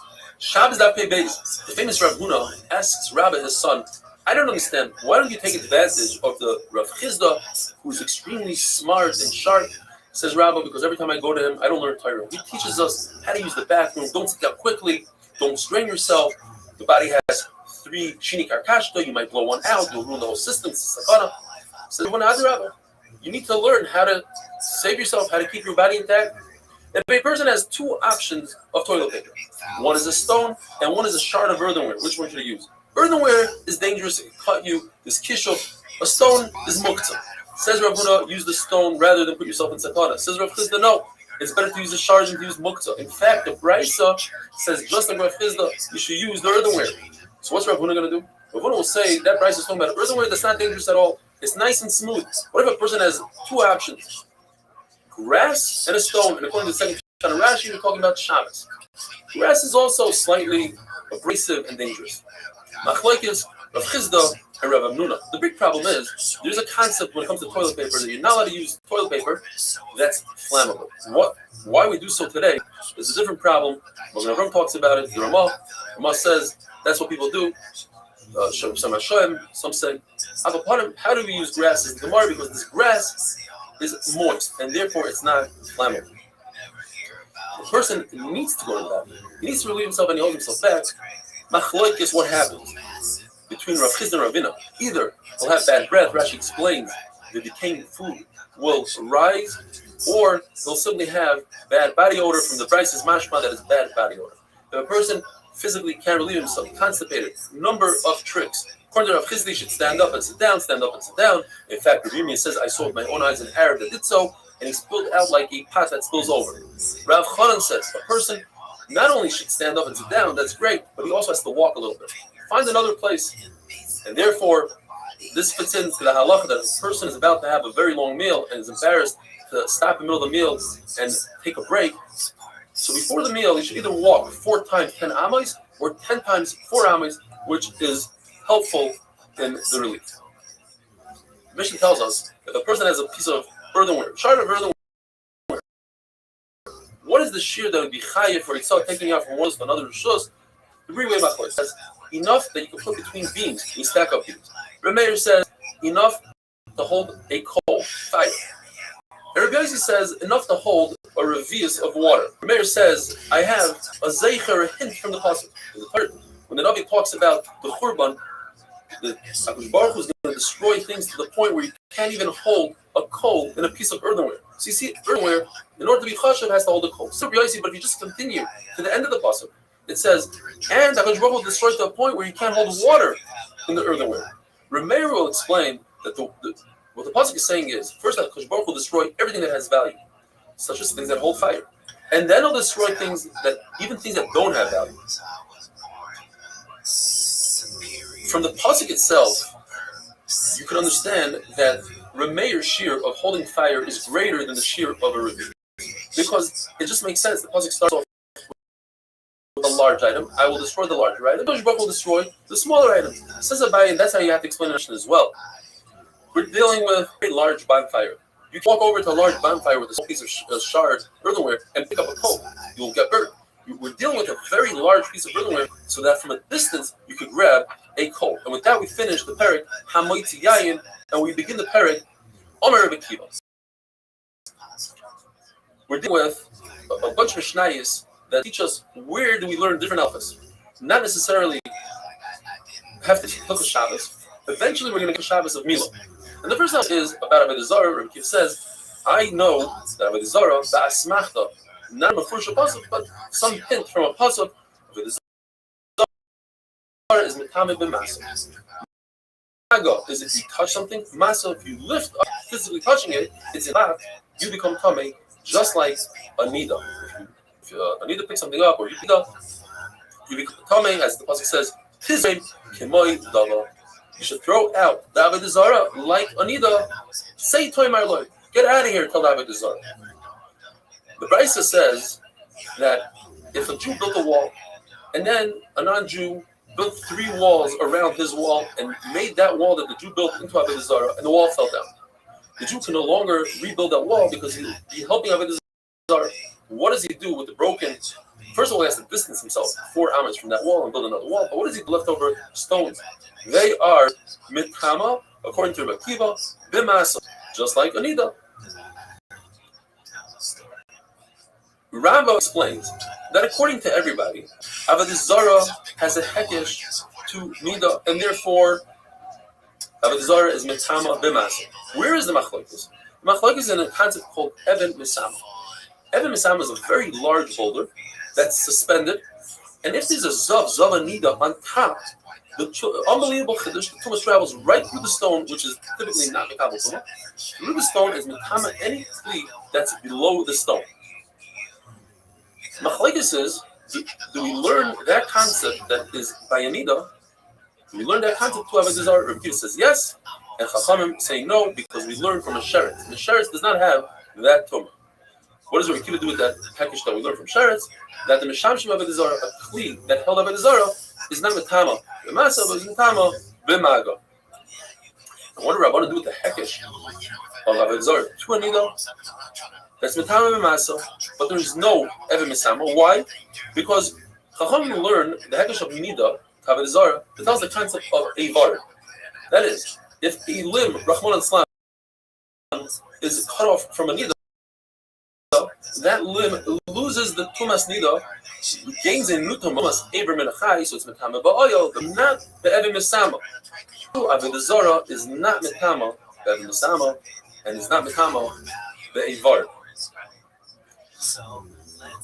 The fact that Rav Chama on tomorrow's daf had a suffix whether or not this Eivar, if a limb of Avodah Zarah is attached, it's one of these attachable Avodah Zarah's pieces come off on and off. One piece came off. Is that mitama be'Eivar? Over here you see it's not. Obviously we have to say Rav Chama was asking in Rebbe Kiva. The Azri uses hekesh all the way thin if it means that it will be a kula by saying that there is no tumah on that Eivar. The Azri learns a whole new shot in the Gemara. According to everybody, there's no Eben by Avodah Zarah. Even Rebbe Kiva holds there's no concept of Eben Misam by Avodah Zarah. So where's the machlokes between Rebbe Kiva and Chachamim? Whether or not there's tumas masa by Avodah Zarah. Rebbe Kiva says, yes, I learned from Anida that there's tumas masa. Rabbanan say, no, I learned from Sheretz that there's no tumas masa. And Rebbe Kiva learns the hekesh that from Sheretz, that the Mishamshim of the Sheretz, the Kli of a Dizara, is not Metamim Masa. And Rabbanan are going to learn the Hekesh Tanida that there's no Tuma Be'evar. Have a wonderful day. Yeah, I would go easy to it. I wouldn't let anybody know that I had been there, that it was my first time. You know, I think because maybe a first time as a human, even like it may some people, it's like, well, this is this person's first time being a human, being a soul. We're continuing with Mishnayos for the theme. How do you learn certain halachas that are not necessarily connected to the Sefet Shabbos? How do you know these halachas not based on a pure limud, rather on a smachta, a good raya from a pasuk? How do you know that Shifra Zera, as the name implies, it's roila hazriya, it's viable? How do you know that you'll come a woman 3 days after relations? Because it says in the pasuk, separate from your wives for 3 days. And this is the reason, because we want the women to be the tahara during Matan Torah. How do you know you're allowed to be Mechal Shabbos and cook up hot water for a baby 3 days after the bris milah? It says by Shem that Shimon and Levi waited for 3 days after the bris. When they're in pain, you see that 3 days after the bris, the baby's considered a Chodesh Shechon Mechal Shabbos in those days. How do you know that the Sawyer HaMishtalea, the Lazazel, the one, the goat you throw off a cliff on Yom Kippur, you grab a band around the neck, a red band, and another band you tie to the cliff, and you watch the band change colors from red to white? There's a pasuk in Shai that says, if your sins are red, they'll turn white like snow. How do you know that on Yom Kippur, you're not allowed to anoint yourself, you're not allowed to put oil on your body, you're not allowed to drink? Because the word shemen and water come in the same pasuk, but this is machlokes whether an anonymous Mishnah can be going according to two different Tanoim. If you hold that a Stam Mishnah could go according to two different Tanoim, so the ratio does not go according to the Lazar ben Azariah, as we're going to see soon, who hold that a woman is only coming for 2 days. Our Mishnah says 2 days. But the same can go according to the Lazar ben Azariah by Mila. Say the Mishnah has to go according to one Tana, so we have to switch the word in the ratio. Instead of saying that 3 days you're coming, you have to say 3 days you are coming. Elazar ben Azariah, as we said, says that a woman who's elected Shifra Zera is veiled for 2 days. In other words, minimum 2 aynos, maximum 4 aynos. So ayna is night and day, 12 hours.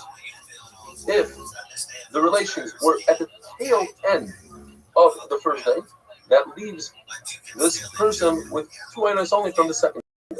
If it was all the way in the beginning of the day, the relation, then she has 4 aynos.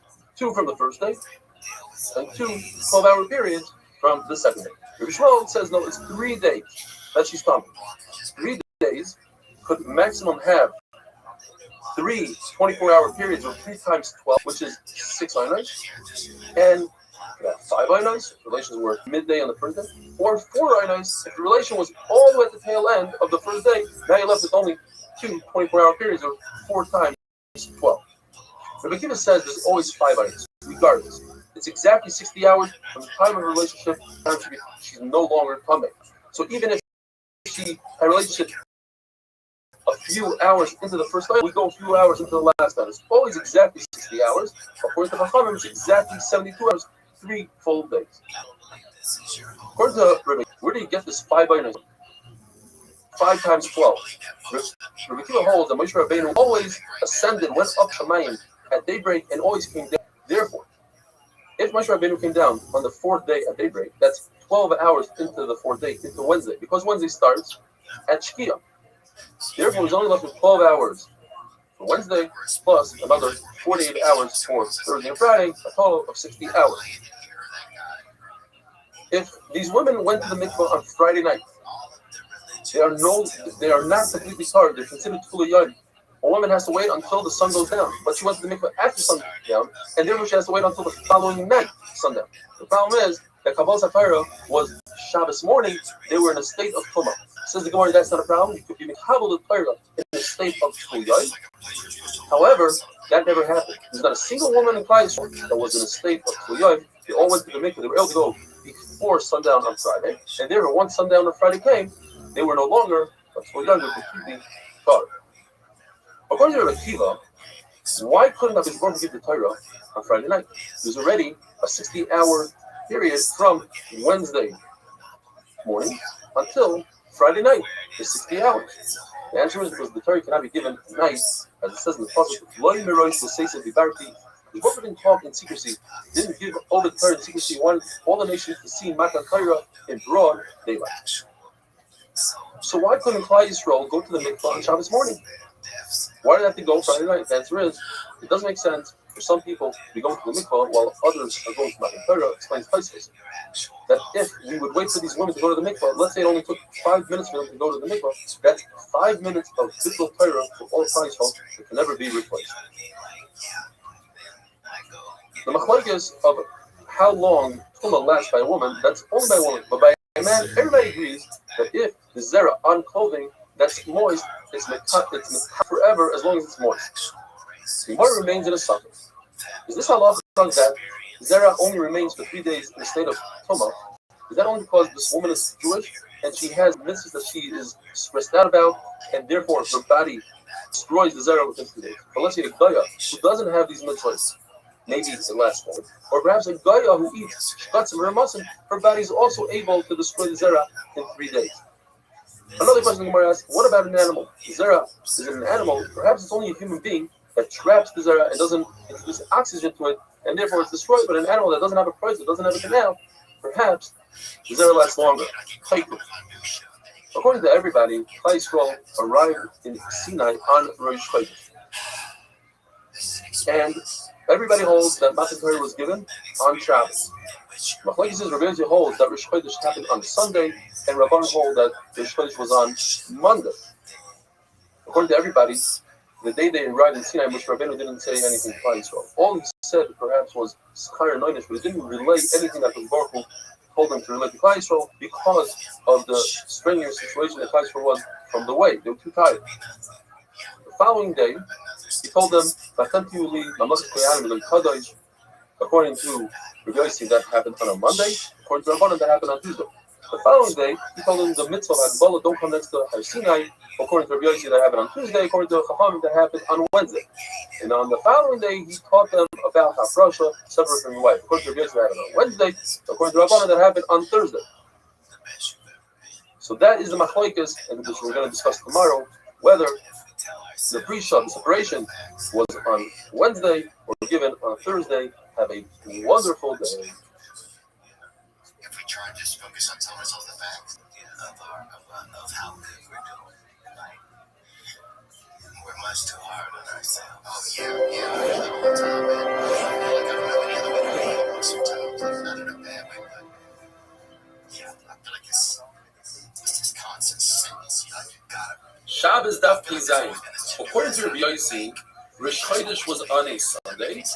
HaKadosh Baruch Hu commanded Klal Yisrael to separate from the wives Wednesday, and Matan Torah happened on. The issue is that the pasuk says "V'kidashtem hayoim u'machar," only 2 days separation. If so, Wednesday and Thursday, Matan Torah should have been on Friday, not on Shabbos. The same issue is with the pasuk "V'hayu necholim layom hashlishi." On the third day, you were good to go for Matan Torah. Rabbi Yossi must explain that Moshe Rabbeinu added an additional day on his own. He said, tomorrow, when HaKadosh Baruch Hu says, tomorrow, he meant a full day, 24 hours. So therefore, if it's 2 days, it's 2 times 24 hours, I have to add another day, and HaKadosh Baruch Hu agreed with him, because in fact, HaKadosh Baruch Hu gave the Torah on Shabbos. This is one of the 3 things that Moshe Rabbeinu did on his own. HaKadosh Baruch Hu agreed with him. HaKadosh Baruch Hu agreed with Moshe Rabbeinu when Moshe Rabbeinu separated Moshe Rabbeinu made a Gavachayim. If Klal Yisrael have a date with HaKadosh Baruch Hu, they know exactly when you're going to receive the Torah. HaKadosh Baruch Hu said you have to separate from the wives 3 days earlier. So I, Moshe Rabbeinu, who HaKadosh Baruch Hu speaks to me all the time, and I don't know exactly when he'll speak to me, I certainly should separate from my wife, and HaKadosh Baruch Hu agree with him. You see, or Hel Peh Damer Boy, HaKadosh Baruch Hu said, I commanded Moshe Rabbeinu to do so. If Moshe Rabbeinu wouldn't have came up with this own idea by himself, HaKadosh Baruch Hu was mitzvah himself. HaKadosh Baruch Hu agreed with Moshe Rabbeinu when Moshe Rabbeinu broke the luchos. Moshe Rabbeinu made a cheshbon. If Pesach cannot be done by a mumar, it's off the derech. Certainly, Klal Yisrael, or mumar, they did the egel, they shouldn't received the Torah, and he broke the luchos, and Baruch Hu agreed, like it says, Asher Shibarto, Yasher Shibarto. I agree the fact that you broke the luchos. It says in the Brayso that on the Shlishi, the third day, and the Gemara explains, it's the third day from when Moshe Rabbeinu started talking to Klal Yisrael about Matan Torah, about the Schar and Oynesh. It was the third day of the month and the third day of the week. According to Chachamim, that Rosh Chodesh occurred on Monday. So it happened actually, the third day that we're talking about was on Wednesday. So we must say this goes according to Rabbi Yosef. But Yosef Moshe's Divrei Al Hashem, there's two psukim. One says, Moshe returned to HaKadosh Baruch Hu with Klal Yisrael. So then it says, Vayagid Moshe's Divrei Al Hashem. Nam Shatamir. Rabbi Yosef Yehuda says that on the third day, Kadosh Baruch Hu commanded Klal Yisrael on Hezbollah, don't touch the mountain. Rebbe says that first Moshe Rabbeinu told Klal Yisrael about the Oynesh. Shibuk. Vayoshev is Lashon Shibuk. Shoivavim. Distance. Keep away. And afterwards, Moshe Rabbeinu told them about the Sechar, about the reward. Like Vayaged is Lashon of Agada. Things that pull people in. When you teach them Agada, people come close. And some say the opposite. First, Moshe Rabbeinu told them about the Sechar, about the reward. Vayoshev is Lashon of Mashivim. And then afterwards, he taught them about Oynesh, about a punishment. Vayagid is Lashon of vegan, says Rashi, like bitter vegetables. Right? It says Shish on the sixth day. Sixth day of what? Machloikas, according to Rabbi Yossi, it means the sixth day of the month and the sixth day in the week, on Friday. According to Rava, it's the sixth day from when they rested. And according to Rav Achar Bayakoi, the same day that they rested is the day that they left. And there's a fundamental legacy. Klal Yisrael received Shabbos, the halachas of Shabbos before Matan Torah. The question is, what did they receive? Did they receive all the halachas, including Chumen, because it explains it means Chayitzah, going, and they wouldn't be able to travel. And therefore, when they traveled on Sunday, it means they traveled and they rested on Sunday. Or perhaps they received milk of Shabbos, but they didn't receive the Isra of Chayitzah and Chumen. Therefore, it's possible that they traveled on Shabbos, they still didn't have that Isra. It says in the Brayso that first Nisan that Klal Yisrael left Mitzrayim, first the Shech to the Korban Pesach. That night was Makas B'chayra, and the following day, on the 15th of Nisan, they left Mitzrayim. Now we know that whatever day of the week out, that means Rosh Chodesh was that same day. The Brayso says that was a Thursday. They left on Thursday. That means Rosh Chodesh was on a Thursday. If Rosh Chodesh is on a Thursday, then the following Rosh Chodesh is always either one day after that Thursday or 2 days after the Thursday, depending if it's a full month or a missing month. So if it's a 29-day month, then it's 1 day later. Nisan is always a full month. That means that if Rosh Chodesh was on a Thursday, the following month's Rosh Chodesh was 2 days later on Shabbos.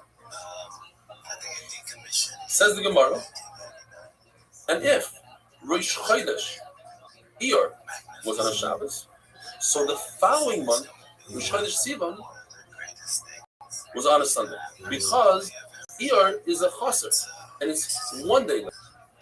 Shabbos means the following Rosh Chodesh is on a Sunday. Now, according to Rabbanon, that Rosh Chodesh fell out on a Monday, we have to say that they made us another Hebrew Chodesh that year on Iyar, and therefore Rosh Chodesh came on Sunday, and Rosh Sivan on. The Torah says, "Vayi b'chodesh harishon, b'shana hashenish, ve'echad ha'chodesh." The second year, first of the month, hukam ha'mishkan. That's when Mishkan was permanent. So not only did they put the Mishkan up, but there's 10 things that happened. Number one, it happened on a Sunday, the day that the world was created. Second of all, that's the day that the Nisim broke the Rabbanos. Third of all, that's when the Kohanim started doing Avodah. Fourth of all, that's when they started bringing Korbanos of the Tzibur, like the Tamid. That's when fire came down from Shemayim. That's the fifth thing. Sixth thing was they started eating kachim in the closed area of Mechitza. The seventh thing is the Shekhinah, the Shire in the Mikdash. The eighth thing, they started doing Birkus Kahan. The ninth thing is there was the Isra Bamos, and that was the first of the Chadashim. There's a rule that if Yom Tov falls out on a certain day this year, we know that last year the same Yom Tov fell out 4 days earlier, and if there's a leap year, 5 days earlier. So the Torah tells us specifically that Rosh Chodesh Nisan on the second year fell out on a Sunday. Then we know that the year before it fell out on Wednesday. And if Rosh Chodesh Nisan fell out on a Wednesday, the following month, Iyar, always falls out 2 days later in the week because Nisan is a Molech. It fell out on Erev Shabbos. If that's so, the following month, Sivan, falls out 1 day later in the week because Iyar is a Chaser. So Sivan fell out on Shabbos itself. That does not fit in. Not with Rabbi Yossi, not Chacham. I'm going to have to answer similar answers. Rabbi Yossi is going to say that year happened to have, and Chacham are going to say that there was 1 month, and that fills in the gap. Have a wonderful day.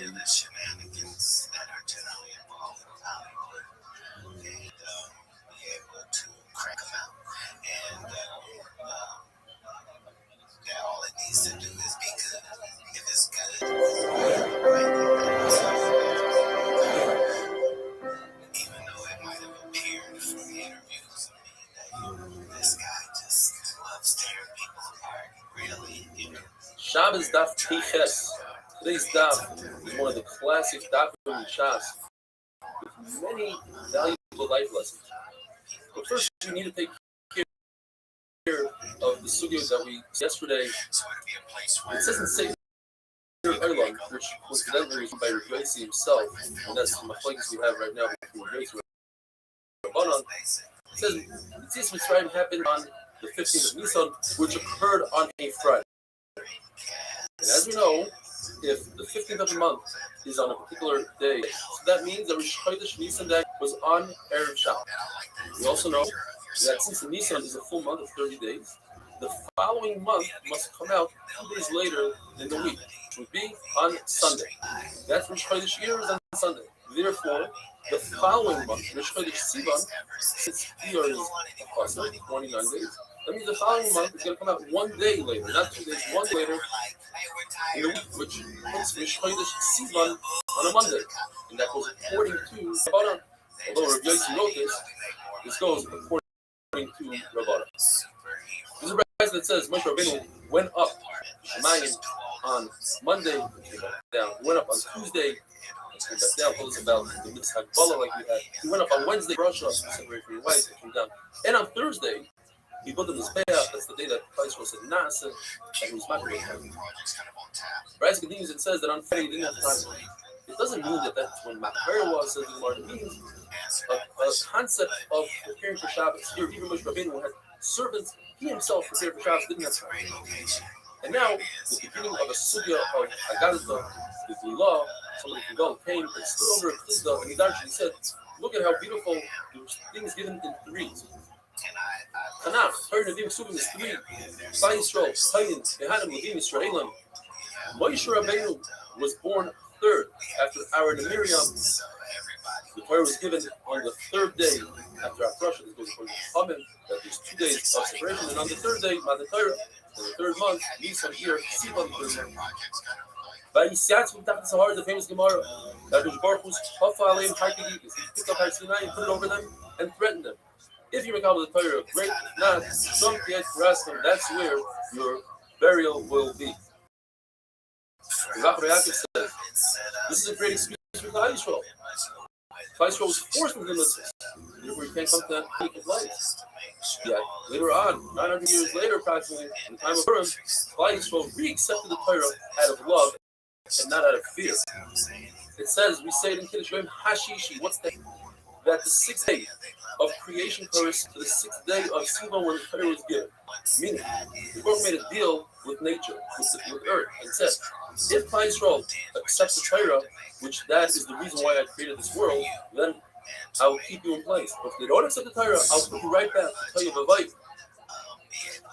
When Klal Yisrael said, Na'aseh v'nishma, 600,000 malachim, corresponding to 600,000 men, Klal Yisrael came down and put on each Jew 2 crowns, one for Nasa and one for Nishma, and then by Tzeta Egel, 1.2 million Malachim came down and took away those crowns. And Har Sinai is where they got the crown. Har Sinai is where they took the crowns. And Moshe Rabbeinu was Zoicha to take all the crowns, but As Lavai, the Baruch Hu will return the crowns to Klal Yisrael. The Baruch Hu told Klal Yisrael, who gave you the secret, and you say, Nasa, we will do, and then understand what you have to do. You learn this from the Malach, and the Malach also, they do before they understand what they need to do. Like, also says, like an apple, places explains referring to an esrog. An esrog can live on a tree from year to year, you don't have to pick it off. So the fruit comes before the leaves. Like Klal Yisrael says, Nasa, before Mishra. There was a min, a Kaifer, who saw Rava sitting on his finger, brushing his finger while his finger was bleeding because he's speaking and learning, and he didn't realize that he was bleeding, and the min tells Rava, I'm a Pziza, you're an impulsive nation. You say, you will do before you know, and here also, you sit down on your finger before you think. And Rava said, we're a nation that goes after Baruch Hu with out of love. We know that Baruch Hu is not going to steer us wrong. He wants our best interest, and therefore we need to know what it says in the Torah. We know that it's a gift for us. You, on the other hand, you will go with your mind. The Baruch says, I fell in love because of one of your eyes, but after you did Torah, you kept the Torah, it's b'shtein in both of your eyes. The Gemara tells us that Klal Yisrael acted one of the worst things possibly imaginable. Is a Kala in the Zana under a chuppah. In other words, Klal Yisrael, as they received the Torah, they were getting married to the Torah, and went and had an affair with Avodah with the Egel Azal. It's like the Baruch was sitting there by his chuppah, and we come and we give our perfume somewhere else. Yet, the Baruch didn't. Right in the pasuk, the Sriach gave us a nice lesson called Lasa. And this is one of the most famous, amazing Gemaras. How does a Jew act when somebody insults him? Well, there's three levels. There's people that are insulted and they don't respond. That's a tremendous level. There's people that hear their shame, which is even worse, and they don't respond. And the third level is even greater than the first two. And that is, you hear your shame and you take it with love. You take that shame and you say, I deserve it, I want it. And that the Torah says, the first creation that was insulted was the sun, insulted by the moon, and the sun didn't respond. And what happened? The moon was reduced and only gets its light from the sun that didn't respond.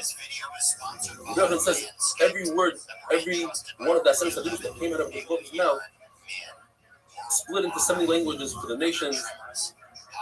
The Torah had a marshal, the nimshal, to a prince. A prince could kill at will and let people live. And so too, if a person learns Torah, might, in other words, he, with all his might, he tries to understand Shat and Torah and to understand the secrets, then it's the gift of life. On the other hand, if people learn with the left, they learn in order to outdo somebody else and to show them up. That because so Hamar Doidili Ben Shadayolin, even though his work was upset at us because it's like an ego, unless he commanded us to make the Mishkan, which resembles Shaddai. Every word, every dibur of that such that his Baruch said, the entire world filled up with perfume, and Klal Yisrael's Neshama left them, and they were backed up 12 mil at the end of the encampment. What happened was that his Baruch brought a wind, got rid of the perfume, and then the next brought in more. His Baruch was Mechayim Mason with the dew, and then he again said another dibur, and then they died. And the Malachim, they encouraged Klal Yisrael to walk back like a mother encourages her child to walk. When Moshe Rabbeinu went up to Shemayim to receive this Torah, how would a human being get this Torah?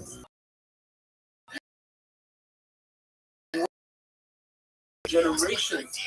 Well, now to what's the dumb, and we wrote Moshe Rabbeinu answer them. Moshe Rabbeinu was fearful to answer them. His Baruch told him, hold on to the piece of covet. And Moshe Rabbeinu said, look at the Torah. Nothing in the Torah really. Malachim. You don't have parents. You don't have Receipt Kina. You don't have Yitzhahara. You don't have Shabbos. You don't work. They agreed to him, and they all gave him secrets of their own, including the Malcham Mother. Taught Moshe Rabbeinu how to use Torah to save Klal Yisrael from the pandemic and tell them exactly where to stand between the alive and the dead. And with that, had a wonderful. This is what I'm after. Titles are idealistic situations. Shabbos Daf Pei Tes, we're continuing with the beautiful Agata Gemara. Shimon Levi said a number of statements. After Moshe Rabbeinu came down with the Torah, the Yisborah made sure that the Tzachara was occupied and didn't realize given, and the Tzachara suddenly realized that it's not Shemayim. He says, where's the Torah? He says, I gave it to the earth. He goes down and he asks the earth, where is it? I don't know. He goes to the ocean, to the Tahayim, to the Gehenna, nobody knows where it is. He goes back to Restream, I searched everywhere. He says, I gave it to Ben Amram. We know Amram is one of the 4 tzaddikim that never sinned. I gave it to his son. The Torah goes to Moshe Rabbeinu. He says, where's the Torah? Moshe looks at him. He says, you think I'm worthy to have the Torah? I don't know what you're talking about. Rabbeinu Shalom heard this. He says, Moshe Vadoy Hasna, you're saying a lie? He says, Moshe Rabbeinu, you delight with the Torah every day. You have a chemda benuza, coveted, beautiful Torah. You think I'm worthy of having the Torah? Rabbeinu Shalom says, since you put yourself down like that, I'm going to name the Torah after you. Zichru Torah Moshe Avdi. At a certain point when Moshe Rabbeinu was in Shemayim, he knows that the Rebbeinu Shalom is writing sorry crowns, like we have Tagim, Shatin's Gas, little Tagim, like Tagim letters. They ask the Rebbeinu Shalom, what is that? It's the whole Gemara Menachas. But the Rebbeinu Shalom tells Moshe Rabbeinu, why did you say hello to me? It's their ferret to say hello to somebody. It's not their ferret for a servant to say to the master hello. The Gemara tells us when it says in the pasuk Vayara on Koishesh Moshe Lover. Moshe Rabbeinu was delayed in his coming down from the mountain. That's why the place called it says the Gemara Koishesh is a lashon of Koishesh. The 6th hour of the day, noon came, and Moshe Rabbeinu didn't come down. Tells the Gemara the story. The Yitzhak first asked Klal Yisrael, "Where's Moshe Rabbeinu?" Now Moshe told Klal Yisrael down after 40 days. What he meant was he goes to the town. Klal Yisrael thought he meant a day early, and the Sahara made people in the world dark like a cloud. And he was Klal Yisrael. Was your Rebbe? Didn't listen to him. He's dead. They didn't listen to him. And finally, he showed them a depiction of Moshe as if he's dead. And then they realized that we're coming back. Rav says that the word Sinai perhaps means Nisim Habit Klal Yisrael. The word Sinai, the Gemara says, Siman type does it fit? So the Gemara says, what does Sinai mean? That's the mountain that caused Sinai to the nations. Once we got the 30 day, then the Sinai Klal Yisrael. We see the same thing about Restream. He says there were 5 names in the Midbar, 5 different locations in the one Midbar. One is called Midbar Sin. That's where the Tzivoy, that's where the inhabitants of the Torah were given Klal Yisrael. Midbar Kadesh. Klal Yisrael became Kadesh. Kadmos is where the Torah that was there before the world existed. Even number 4 is Para. Para V'Rabu. After they separated from their wives, Shulachem Aleichem go back. And Rashi says that every woman became pregnant with a Ben Zachar. And finally, Sinai. Sinai, from the going to the Yidden, one man says the name is Sinai, but we call it Chayrev. One man says it's Chayrev, but we call it Sinai, and Chayrev is a lashon of Kurva, of destruction to the guy. The pasuk says,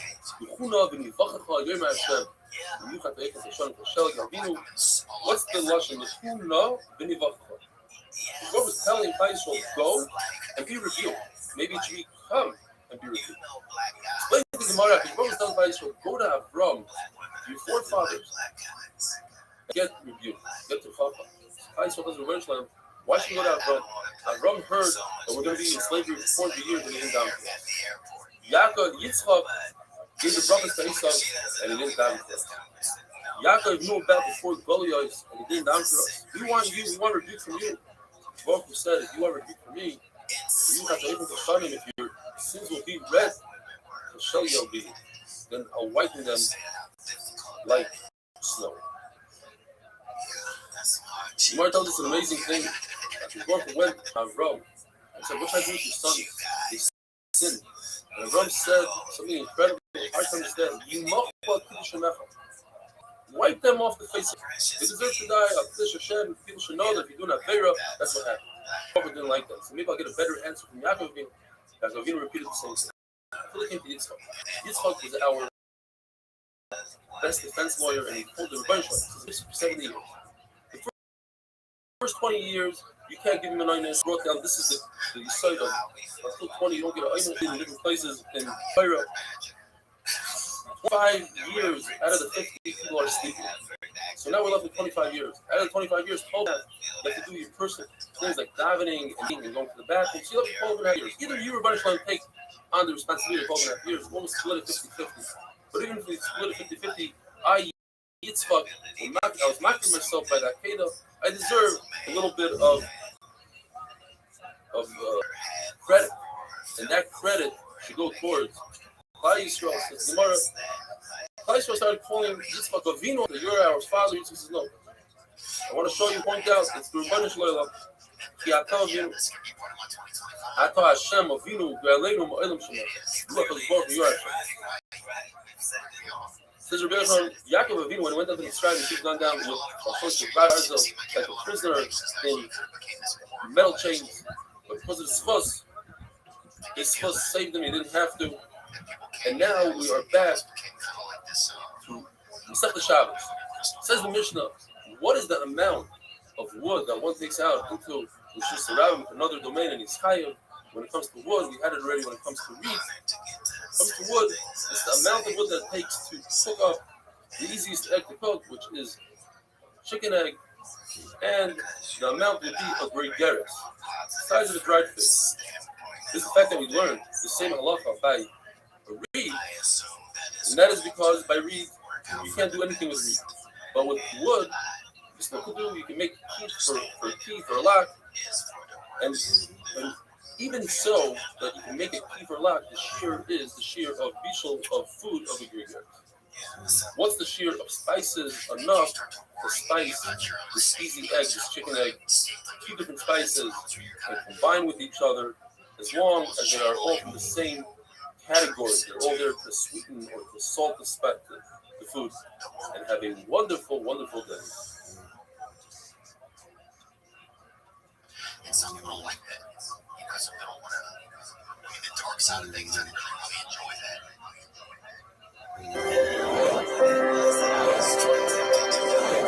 So before I do this interview, there is no Illuminati. It's just Shabbos Daf Tzadik will continue with the different amounts necessary in order to be high on itself and taking something from one domain to another. The Mishnah talks about things that you can create dye with. The peel of a pomegranate, a nut. Something is hua, pisvacha. Pisvacha is that women wear under their head. Pisvacha is the opening of that covering. That's a larger shirt than if the dye is ready made. If the dye is ready made, then it's dugma le'ira, which is a sample that merchants have of their garments. Ira is a weaver's bobbin, which is the device that holds the thread when they throw the thread through the loom from side to side. It's a smaller piece of fabric.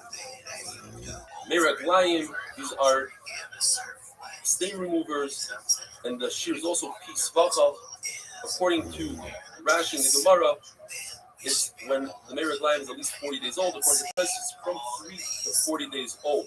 Rashi is in another place. Neser says the Gemara, this is also a stain remover. It has to be from Alexandria.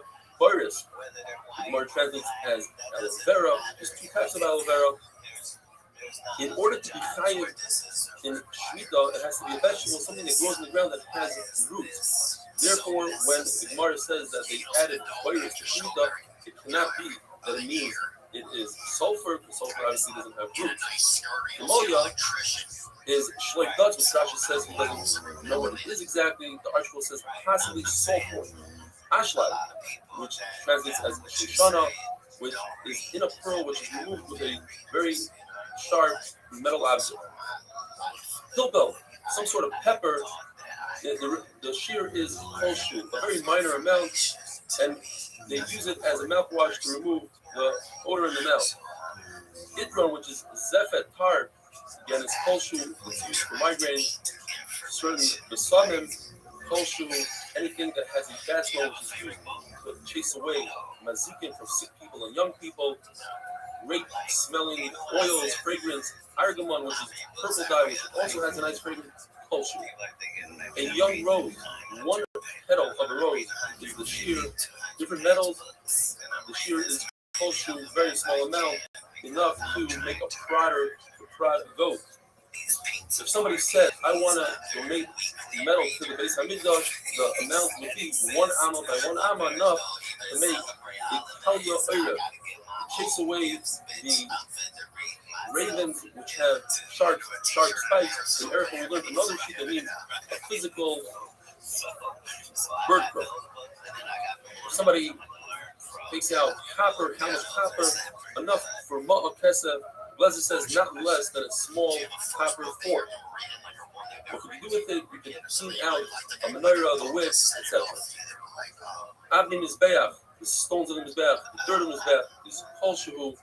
If you have decaying Secret Torah and the mantle, the covering of the Secret Torah, they decay because of a worm called Mekek, it's the Kol Shehu because you have to do music to it. The Gemara tells us there are different types of worms for grapes, for figs, pomegranates. They are all extremely dangerous. The Gemara tells a story that a Talmud told Rebbe, I just ate a fig and it has thorns in it. So Rebbe turned to others and said, this Talmud is going to die because it's not thorns, it's the worm called kaf that drills holes through a person's neck. The Rebbe says, we're also chayev on Mesham Avodah Zarah, things that hold Avodah Zarah. He argues with what we learned earlier in the Masechta that Mesham Avodah Zarah has no value at all. He also knows since it says the possible yizba, you have a key to get rid of it, so it has a purpose. Says the Mishnah, if a person got a box full of samples, you're only chayev one chatas for all the samples. The big finish in Taisus, as Taisus explained, is that even weirdness between sample and sample, you bring a carbon on one sample, and then you realize if you got the second sample, you're still putter. Whereas if it wasn't in a box and you had an awareness in between two different items, you'd be tied two katags. Different seeds. One man known as the kind of comment the Mishnah says it's a little bit less than a gregaris, a dried fig. Rebuta says it's 5 seeds, whichever is less. If you have seeds of a cucumber which have a lot of value, and they are royal in the in other words, you could plant them. Not that you are going to plant them. It's 2 seeds. If you're going to eat them, it's 1 seed, enough to fill a pig's mouth, which is 1 seed.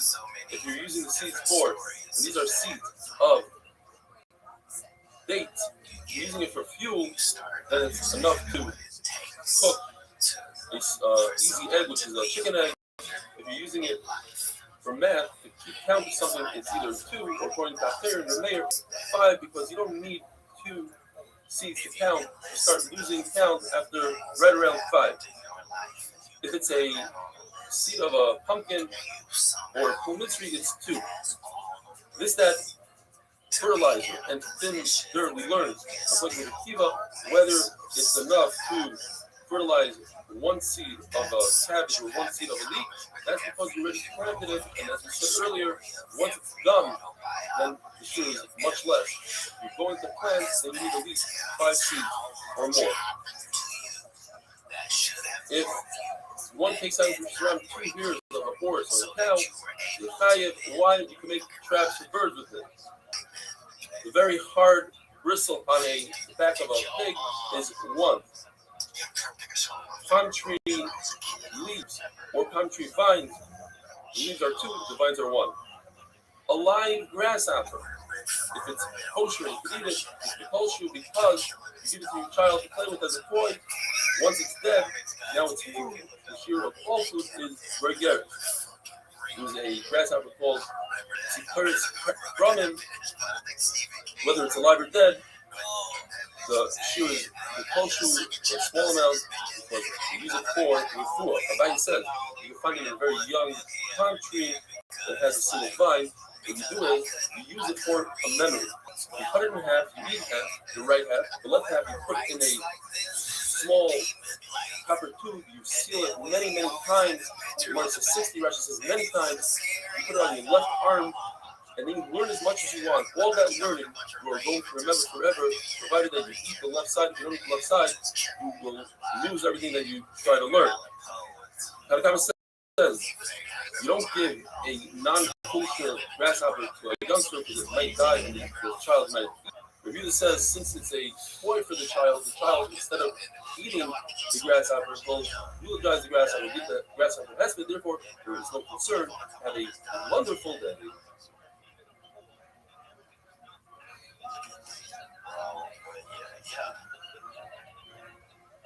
Just click on one of them now. Edgar Allan Shorty wanted a clear pedophile. Come on, he is a clear pedophile. Shabbos Daf Tzadik Aleph. As I do every day before the shir, I read some emails. I'd like to start reading a synopsis of an email. So send me in your name, where you live, how the 8 minute has inspired you, or whatever. Try to get to it. We're starting a brand new parak Matzliach. Up until now, we've learned different foods, different items have different shiurim for what it is that you have to take out from one rishus to another rishus. Says the Mishnah. That's all good for regular people, but if you yourself decide that a certain item is valuable to you, you put it aside, you store it, then no matter what size it is, you take it outside, put it surrounding, you are chayav. For instance, you set aside seeds for planting or for a sample, something for a sample or for medicine, then it's valuable to you, you are chayav. Your friend, on the other hand, that same item that you think is chashuv, for him, he is not chayav. What if you put something out, let's say for plant, and you change your mind, you want to bring it back home. Now it's no longer chashuv, you're not planting. The shear goes back to the original shear, let's say by seeds, 5 seeds, the size of almost a gregaris. Abaye explains that we're talking about where he took the seed and he threw it back into his house and landed. It has its own specific place, and that is the chiddush that nevertheless the shear reverts to everybody else's shear. Abaye explains the Mishnah that we are talking about a case, the beginning of the Mishnah, where a person set aside, let's say, a seed to plant before Shabbos. And on Shabbos, he forgot why he set it aside, and he brought it outside. Nevertheless, he is chayav because the original machshava remains. And a person always does, based on his original machshava, unless he has an opposing machshava. He undoes his machshava with another machshava. Let's say a person, since his intent is so important, and he can create an object just by thinking that this object is important, what if a person does the reverse? He says, for me, the entire purpose of my house is important. Anything less is not important. We're talking about somebody, Bill Gates, a billionaire. Since it's very rare to find somebody that would say an enormous amount of things to take out, and only then it's chashuv, that's Batal Daita. But to say that one seed is chashuv versus 5 seeds, that we can find plenty of people. Rameir says, and Rameir is the author of our Mishnah, he says even one kernel of wheat, you are chayav because you're taking it out to plant in order to tell us a chiddush that it's not anything less than a gregaris, meaning you need at least an hour's worth, but even a kernel's worth is what could be chayav. The Lazar Ben Azariah says the shit we had this earlier in the Sefta. If a person decides that this kernel is chashuv to him, he wants to take it out and plant it, then this kernel becomes also for the entire world to take out and plant. As we learned in the first daf of the second Shabbos, in order to be over mitzvah, whether it's taking out from one domain to another domain, or even walking down and you have to do akira and enough. You have to lift it up, walk the Dalet Amos into the next rishus and put it down, or walk into the next rishus and put it down. Rav Nachman tells us that even if you have 2 different intents, one by that akira and one by that enough, when you do that akira, you're thinking to yourself that you want to eat this item, and it was the proper size of your geras and has the right shape. You took it outside, and then before you put it down, you switched your intent to plant it. That doesn't ruin anything. You are chayav. Where has the shayla? What happens if he takes out a half a gregaris with the intent to plant? So far, he would be chayav.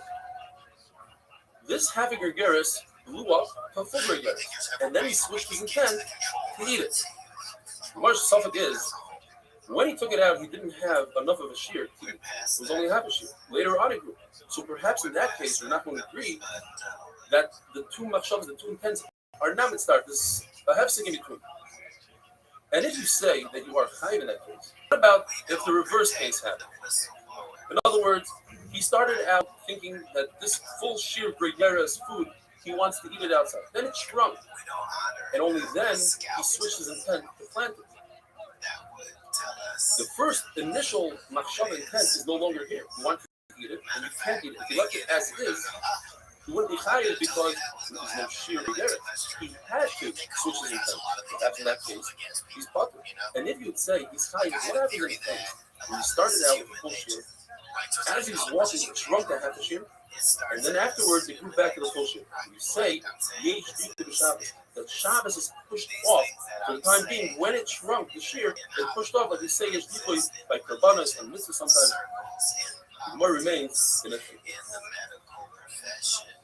Another incredible shaila in the Gemara, what happens if a person has less than an egg's worth of food in a house where there's a dead body? That less of an egg's worth cannot be the house food. So he goes ahead and he throws a piece of olive size, onto that egg. And now together you have a full shear to become. But this was on Shabbos.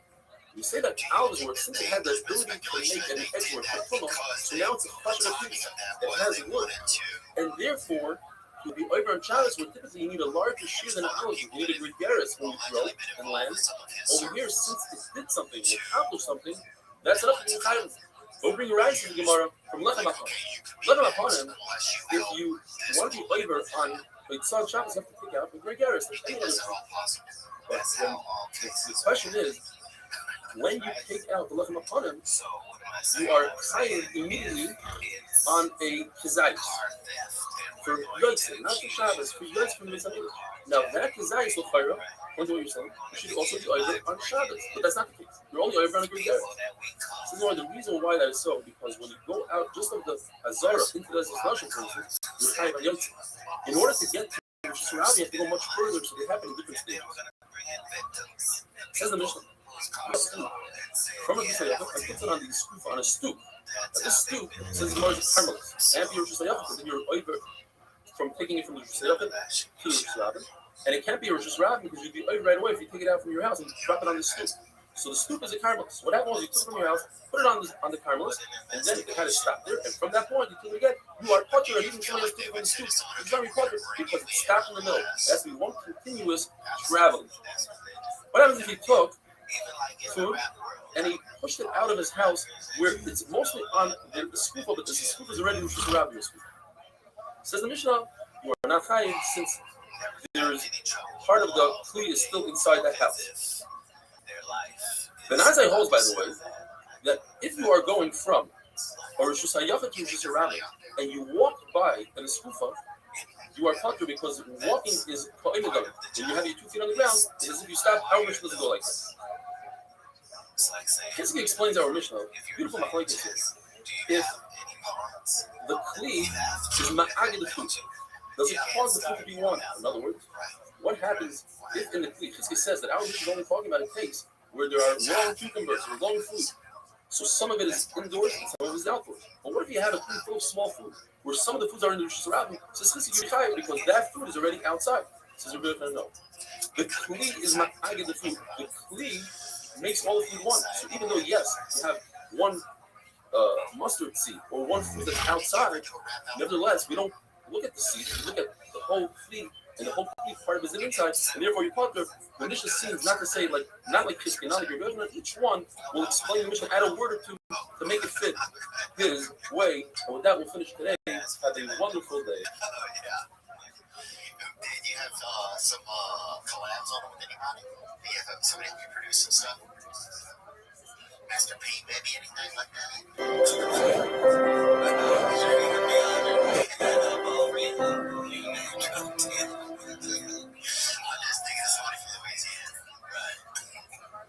Shabbos Daf Tzadik Beis. Please send me in some emails with pictures, or even without pictures. Tell me where you learned David Daf, how it inspired you, your name, where you live. I'll try to read it out. We learned the amazing halacha. A person who steals a pouch of money, as he lifts it up, he's over on Geneva. When he takes it out from Rishus Hayachid to Rishus Rabin, he's over on it. So those two things happen at two different times. However, if he dragged the pouch out from Rishus Hayachid to Rishus Rabin, stealing the money and the Isser Shabbos come simultaneously, and then we say Kamlei the Rabbi Menei, he's only chayav on the greater Isser, which is Isser Shabbos, which is a Chiyuv Misa, versus the money. The other who holds Eged Klishmei Eged, everything that's in this pouch goes by the pouch, and not what's in the pouch. So all the money is in the pouch, and you're only chayav once the entire pouch comes out of the Rishus Hayachid into the Rishus Rabin. However, if the opening of the pouch faces the Rishus Rabin, and he has access to the money, he's chayav on Neva before the pouch comes out later because he could access the money. So they don't happen simultaneously. However, if the pouch is flipped over, although he has access from the back, but we're dealing with larger pieces of silver, says the Gemara, and therefore we go by the money. Since some of the silver is in the Rishus Hayachid, he's not chayav until everything comes out. The Gemara says, what about the shnutzim, these drawstrings that close the pouch?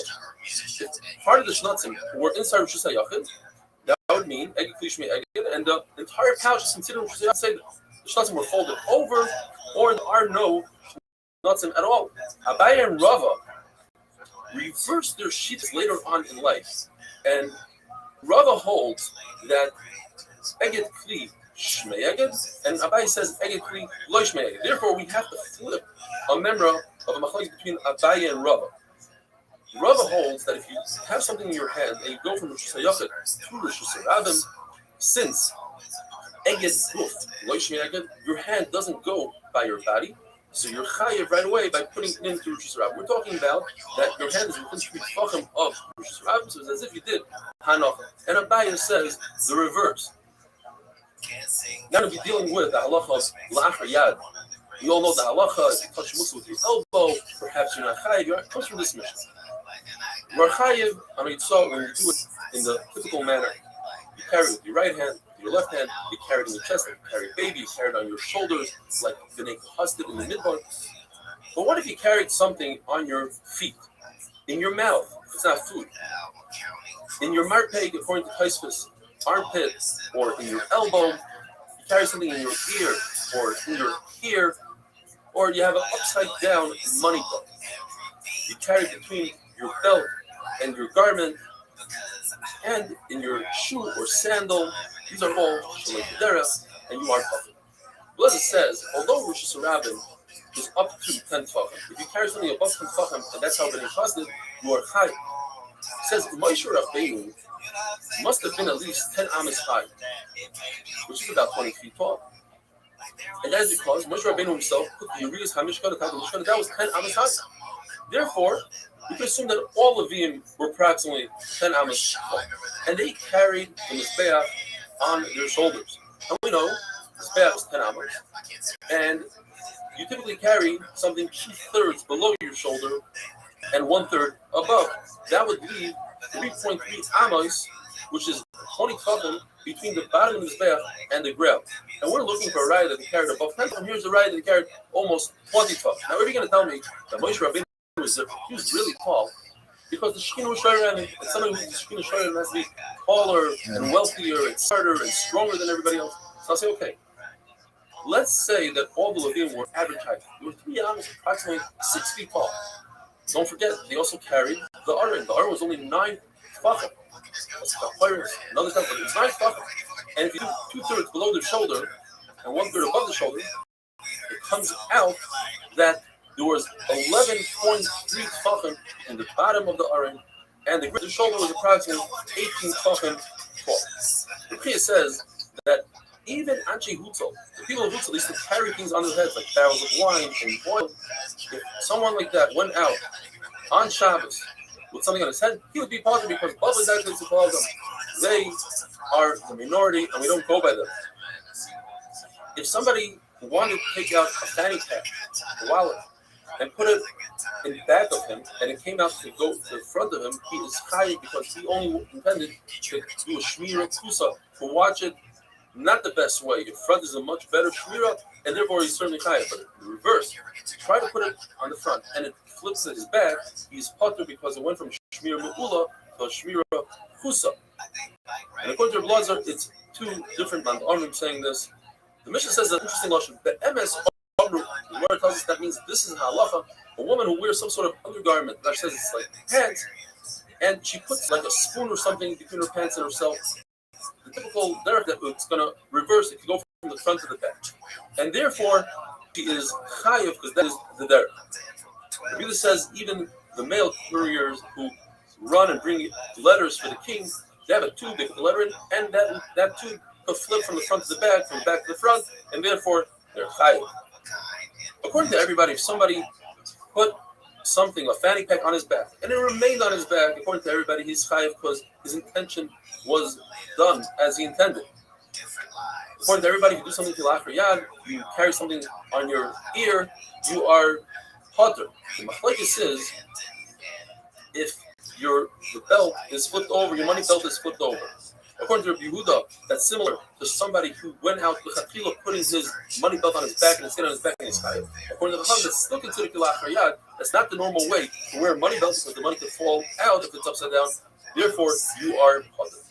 The Mishnah tells us two people who've done a malacha, who carried out a loaf of bread, for instance, and they both could carry it by themselves. It's very strange for two people to carry something really light. Therefore, according to the kind of our Mishnah, Rabbi Yehuda, they are potter. With Restream as well, potter because it's very unusual to carry like that. However, if it's an extremely heavy item, like a beam, like Yikuli Vela, where one person by himself can't carry it, you need a second person. So that's the normal way to carry it with two people. So according to Reb Shimon, you're potter.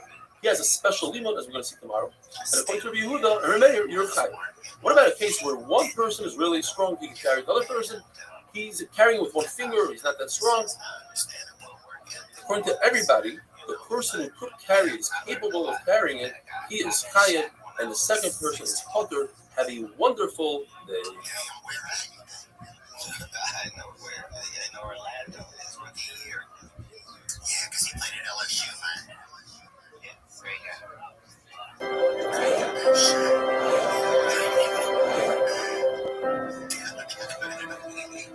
If I was that big, I couldn't get my big ass out of bed at that size. Shabbos Daf Tzad Gimel. How's everybody doing? The pasuk says, "Nefesh achas techto v'asoisa." There are three words here in the singular. According to Reb Shimon, they come to exclude any time a person does a malacha with someone else on Shabbos. He's positive because the Torah says in singular, you do it by yourself and then you're chayiv. They come to exclude three cases, starting from the least chiddush to the chiddush. Case where one person does the akira and the other person does the hanacha. Both potter. Case if both of them are capable of carrying this item by themselves individually and they do it together, that's different. No one really carries like that. Potter. Biggest chiddush is even if it's a very heavy item where you typically need two people and that's how people carry things, a heavy refrigerator, two people. Nevertheless, on Shabbos, both of them are potter. The Rebbe says, I agree to you that there are three miyutim in this pasuk, all in red. However, two of them are referring to the case of Shnayim Shasu, and one of them is talking about something else. So therefore, according to the two easiest cases are excluded, and therefore one person does that here, one person does that not. Or in the case where both of them carry the item by themselves, both potter. The third meal comes to say that Sanhedrin made a mistake and said, for instance, you eat chalev, and you go ahead and you eat chalev, you are potter. No. This pasuk only has two meals. The two words, nefesh achas, go together, it's one meal. Ba'asoisa is a meal by itself. Therefore, I'll exclude if one person does an akira and one person does an. In that case, you potter. But in the two other cases, zeyachol, or zeyachol, both cases, you are chayiv. And the second meal of the pasuk comes to exclude the case where Bez made a mistake, Sanhedrin made a mistake, and you ate chayla because of them, you are potter. In a case where one person can carry the weight all by himself, the other person does not, he cannot, let's say he lends one finger or he's physically too weak, the person who can carry all by himself is chayiv. The person that's helping out is potter. The question is, why is he potter? He helped out, he carried someone. The answer is because Messiah, the helper is as if he's a nobody. He doesn't carry anything. And the Gemara goes on to prove it in three different places. The Allah says that by a zov, who sits down on something or lays down on a beged, he's going to come at that beged the medrash, provided that he puts most of his weight on the beged. So let's say he's laying on a bed and you put a beged under each one of the legs. He's not putting all his weight on each one of the legs. L'chayr, he's only putting down 25% of his weight. However, if you were to remove one of the legs, the bed will collapse. Therefore, we view each leg as if it's carrying all of the weight, and all 4 begadim are tummy. However, when it comes to an animal, since an animal can balance himself on 3 legs, all 4 begadim are tummy. The question is why? Why don't we view each leg as a helper, as a messiah? The answer is messiah, a v'mamish, and therefore you're all tummy. Perhaps you'll say, I'll tell you why you're all tummy, because it's a suffix. Maybe you lifted up his leg, the one that you think the beggar is tummy, that leg you lifted up. The answer is, when it comes to a zav, and we have a suffix, we say everything's coming. For instance, the zav lays lengthwise on the table, like in the blue arrow, the table is coming, because all his weight is on the table. If he lays on the width of the tables, all 5 tables, they're all covered because each one is only carrying a fifth of his weight, and that's good. But let's say he fell asleep and you don't know which direction he went. He started out lengthwise, but perhaps, or he started out to the width, and perhaps he went to the length. We don't know which way he went, and therefore all the tables are coming. So we should say the same thing about the animal. And really, because we say, even if the animal put the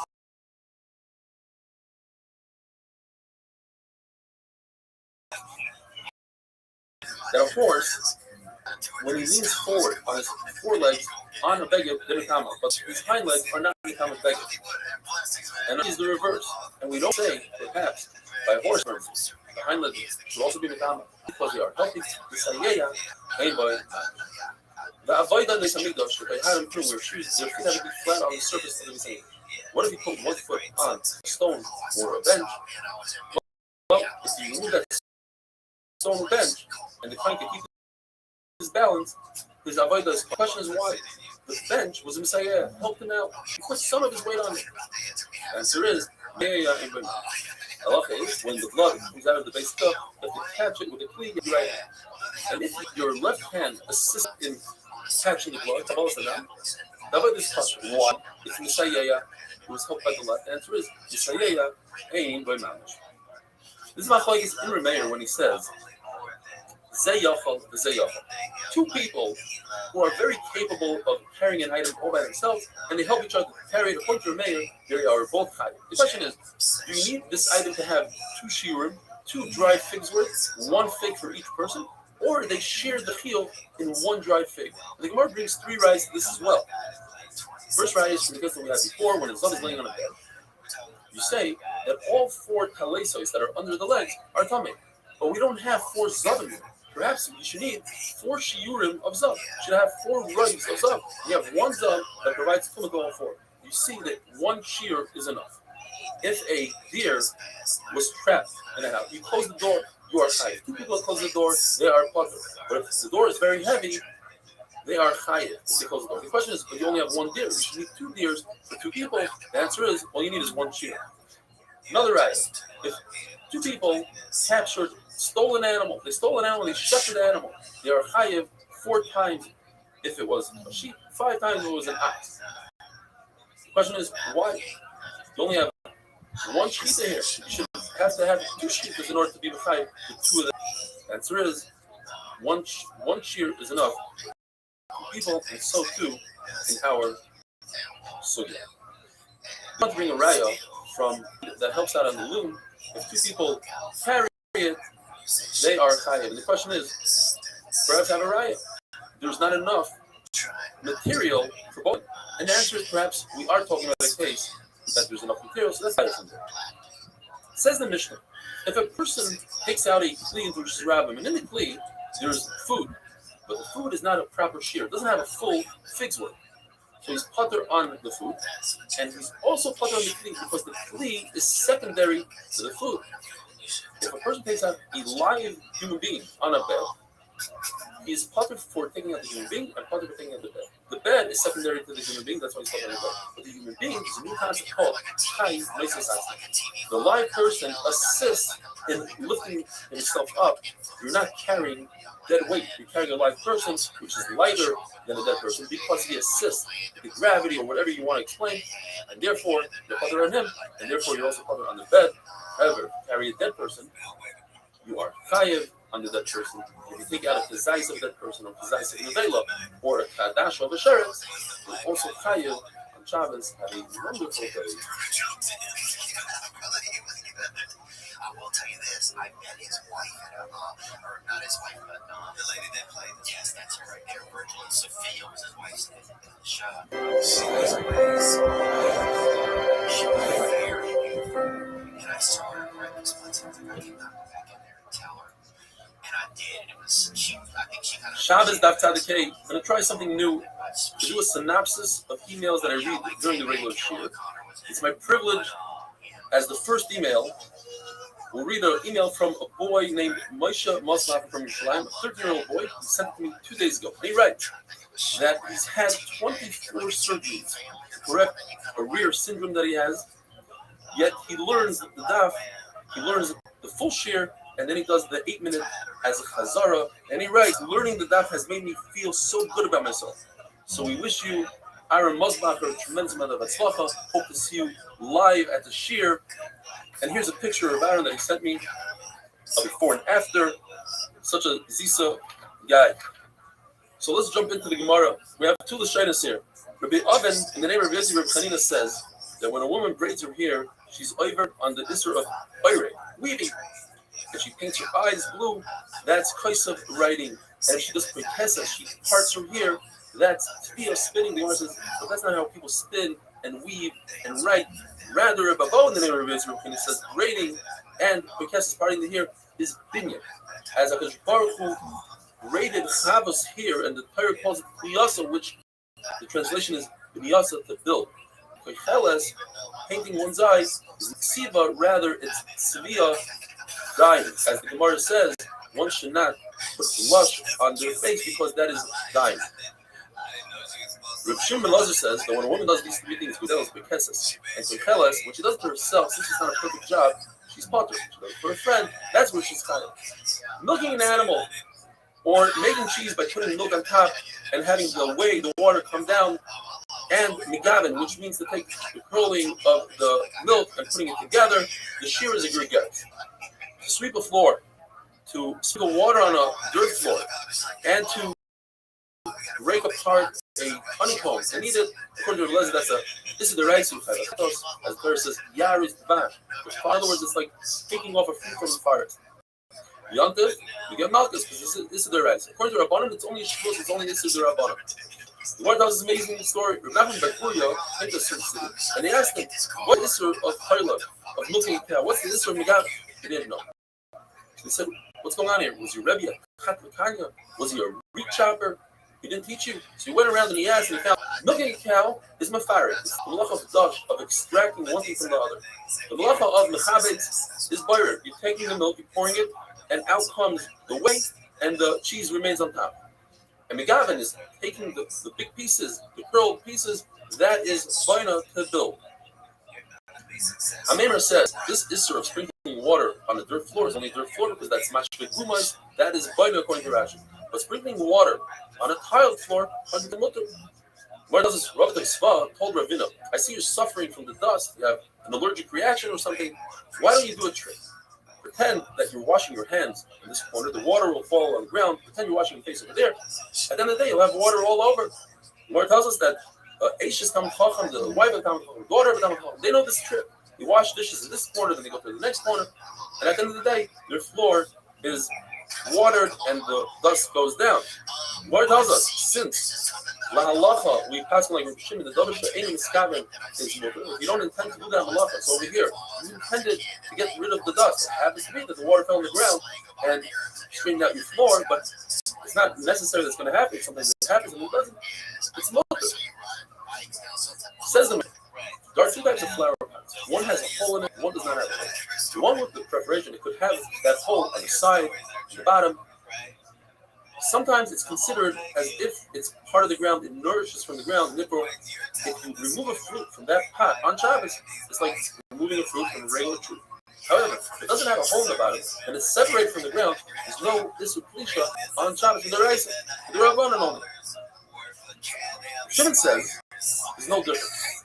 All pots are not considered attached to the ground, and if you remove a fruit from a pot, even if it has a hole, you are part of it. The only time Shimon makes the distinction is when it comes to machshir food. That is, in order for fruit, be Makabal Tuma, you have to introduce them to one of the 7 liquids. If they are attached to the ground, the liquid you pour in it, it's not Makabal Tuma. However, if it's in a pot that doesn't have a hole in it, and it's not attached to the ground, you can introduce water. It says Restream. In this case, I agree that if it has a hole in it, it nourishes someone from the ground, it won't be Makabal Tuma even if you pour water on it. The Gemara brings a story from Abu Sab, or sometimes it means Eliyahu Navi. As for Zera, what if the hole has a root coming out of it, poking it directly by the hole? Does that nourish from the ground? And therefore, Reb Shimon would agree that's considered attached to the ground. Reb Zera didn't have an answer. Later on, Abu Sab, Reb Zera saying, if this pot has a hole of an olive's worth, then it's considered completely not a pot, and it's nourishing from the ground. I don't understand. Halachically, you said it's not a pot, it nourishes from the ground. And when it literally nourishes from the ground because the root is poking out, that you don't know?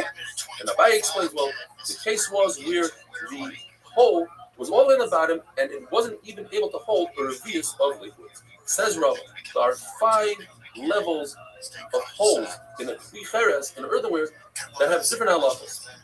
First of all, before we even get to the level, we have to talk about something called a gistra, a broken piece of earthenware. The only thing you can do with it is put it under another vessel that has a tiny hole in it, and it will catch the liquid. If that hole in it, then it's a goner, because you're not going to put one gistra to catch the liquids that are coming off a broken gistra. The both broken pieces of shards of earthenware, you toss them out, they're not Makabal Tuma.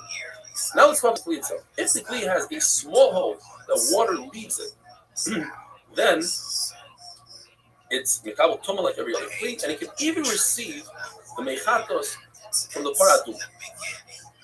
However, if the hole is large enough, and this is level 2, that water could go in, which is a much larger hole than water coming out, then it can no longer receive mechatos. However, it's considered that the kli is not attached to the ground, and as we said before, you cannot be mashur fruit. If you pour water on them, then they are Makabal Tuma because they are not attached to the ground. The third shear is if a root pokes out, small root. Now it is considered attached to the ground. You can no longer be mashur Makabal Tuma because it's attached to the ground, but it's still considered a kli. It's Makabal Tuma because it can hold olives.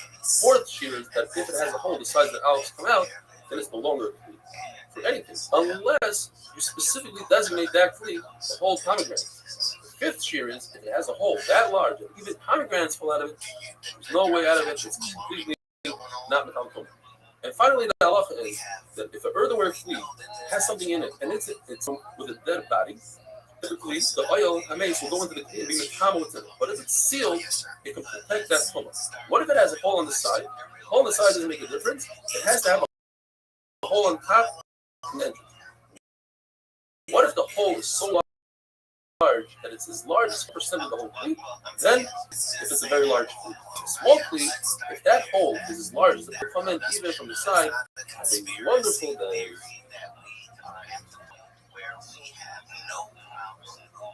Cloning animals, if you lose a pet, you can send away to these companies and they remix the bitches in the back. Yeah, that's just surprising. Right? That we know is possible. Okay. So Shabbos Daf Tzadik Vav. Today's synopsis email comes from David Mishulam Weiss from Muncie, and he writes, "My highest compliments to you on this wonderful shir that you share with me and thousands of others daily. It really enhances my learning. Is an excellent review. Thank you, David Mishulam." Also, a quick shout out to our great friend Shlomi Klein from Crown Heights. The Gemara tells us that in order for a kli, a flower pot, to be considered attached to the ground, it must nourish from the ground. What size hole does this flower pot must have in order to be considered attached to the ground? Machlokes, Rabbi Yossi bar Avin and Rabbi Yossi bar Zavda. Gemara's not sure exactly who says what. It's either one says the size of a pomegranate, which is very large, and the other one says the size of a small root. It's mikatzel katzel from side to side with 2 very different shiurim. And the way to remember these 2 very interesting shiurim is the famous line Echad Hamarba, Echad Hamamid, HaKadosh Baruch Hu doesn't care whether you buy an expensive carbon or a cheap bowl of flour, as long as you have the right intent. Lezer holds that when it comes to earthenware, once the kli has a hole the size of an olive, it's no longer mekabel tum. It's not considered a kli, even if you designate it and say, I want it to remain a kli and I want it to hold pomegranate. Unlike Rava yesterday, who says that typically the kli is batal, but if you have the right designation for pomegranates, it will remain a kli. And with that, we finish Perek Hamatzniya. Unbelievable. One more Perek down and many more to go. Perek Hazoret, dealing with throwing items, continues the theme of Yitzhak, taking items out from one Rishus to another. If you throw from Rishus HaYachid to Rishus HaRabim, or from Rishus HaRabim to Rishus HaYachid, you are Chai. If you go from Rishus HaYachid to Rishus HaYachid, and there's a Rishus HaRabim between, pretend you're throwing from one side of the street, from your house to your neighbor's house across the street, you are potter according to everybody. Why? Because in the Mishkan, they never threw or passed from one side of Rosh Hashanah to the other. The way it worked is they would pull up with 4 wagons. 2 wagons were attached to and the other 2 attached to each other, and they would pull up to the Mishkan. Let's call set number 1 northbound and set number 2 on another lane going southbound.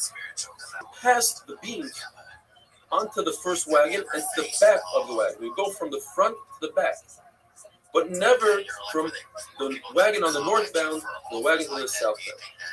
Therefore, if you're going to pass from a porch to another porch on the same side of the street, you are chayav, because that's how they did it in the Mishnah. But if you're going to pass from one side of the street across the other side of the street, you are potter. According to Chachamim, they never threw in the Mishnah. It would be very difficult to throw these beams, which might have weighed anywhere between a ton to 4 tons, according to Rebbe Galinsky, extremely heavy, and it wasn't coveted, according to another Pshat Rashi. And on Daf Dalet and Beis Rashi says they didn't throw because they were concerned to ruin these beams that were covered in gold. So there's no throwing going on. According to Rebbe Kiva, it's usher to throw on Shabbos. Moshe Rabbeinu commanded Yisrael to stop bringing items from their Rishus HaYachid, from their where they lived in Rishus HaYachid, to his camp, which was considered Rishus HaRabim. And there's a Gzeir Shava from what Moshe Rabbeinu said to Yom Kippur, just like Yom Kippur, the actual day is usher to do Malacha, so too that day Shabbos was usher to bring the items, not because he had too much, but it was usher to bring. And logically, we say, since it's also to go in this direction, from Rishus HaYachid to Rishus HaRabim, it's also to go from Rishus HaRabim back to Rishus HaYachid. However, that's called a Tova. The Av, the main halacha, the main Isser, is going from Rishus HaYachid to Rishus HaRabim. So, if a person committed these 2 acts in one awareness, he did Haitzah. He went from Rishus HaYachid to Rishus HaRabim, he did Achnasa from Rishus HaRabim to Rishus HaYachid. He's only chayav 1 carbon, because they're both in the same category. One is the Av, the category, and one is the Tolda, the subcategory. You do an Av and a Tolda, you only do 1 carbon. If you were to do 2 separate malachas, like Haitzah, bringing wood in to Rishus HaRabim, and then Boirer, you would be chayav 2 karbanos, even if it was in 1 awareness. However, according to Eliezer, who says, if you do an Av and a Tolda, you chayav 2 karbanos, so you do Haitzah and Achnasa, you chayav 2 karbanos. The difference between an Av and a Tolda is that the Av was what they did in the Mishkan, and it was an important malacha, versus the Tolda, which wasn't done in the Mishkan. That's why it's called a Tolda. If somebody throws an item in Rishus HaRabim and it sticks to the wall, like wet toilet paper or a juicy fig, if the wall where it's stuck to is above 10 tefachim, it's no longer Rishus HaRabim, and it's not Rishus HaYachid, because Rishus HaYachid has to have 8 plates, it has to have square tefachim, and this is on the vertical. If it landed on top of the wall, that would be a different story. So therefore, it's as if it landed in mid-ear and he's parked. However, if he threw it and it landed below 10 tefachim is considered part of Rishus HaRabim, therefore he is chayav. Where do we see the concept of throwing in the Mishnah? There wasn't any throwing in the Mishnah, says the Gemara. Therefore, we must say that the throwing from Rishus HaYachid to Rishus HaRabim is halacha l'Moshe Messina. You might say, well, they did throw in the Mishnah. They threw the buchya. That's the device, the barber's, the weaver's bob, or the shuttle that goes. It has the Erev thread, and it goes through the chassis back and forth, and they would throw it. But you would hold on to the, but perhaps it was the end of the thread. So you threw it 4 hours. Well, the actual loom is considered a Makam Ptur, not a Rosh Hashanah. Therefore, there's no right for it. Perhaps you'll say that as they were using the loom, one would borrow from the other and say, hey, pass me the book here, pass me a needle. And they would toss each other things. So you see, there was tossing. That can't be either because everyone in the Mishkan had their own book here, a needle. Everybody had their own kalim, as the Pasuk says. This is Machlekes. This week's parsha we're going to be learning about the Mepashish Eitzim. What exactly do the Mepashish do? Three-way Machlekes. One man Amar says, Shmuel says, he was over on Yitzhak. He walked in Rosh Hashanah 4 hours with the wood. The Brisa says he cut the wood, Toilish. And Rav says he piled up the wood. He was Ma'amar. What is the difference? What he did? The difference is, if we know what he did, then we know in Megillas Starim it says there's 1 out of 39 malachs you don't get a punishment.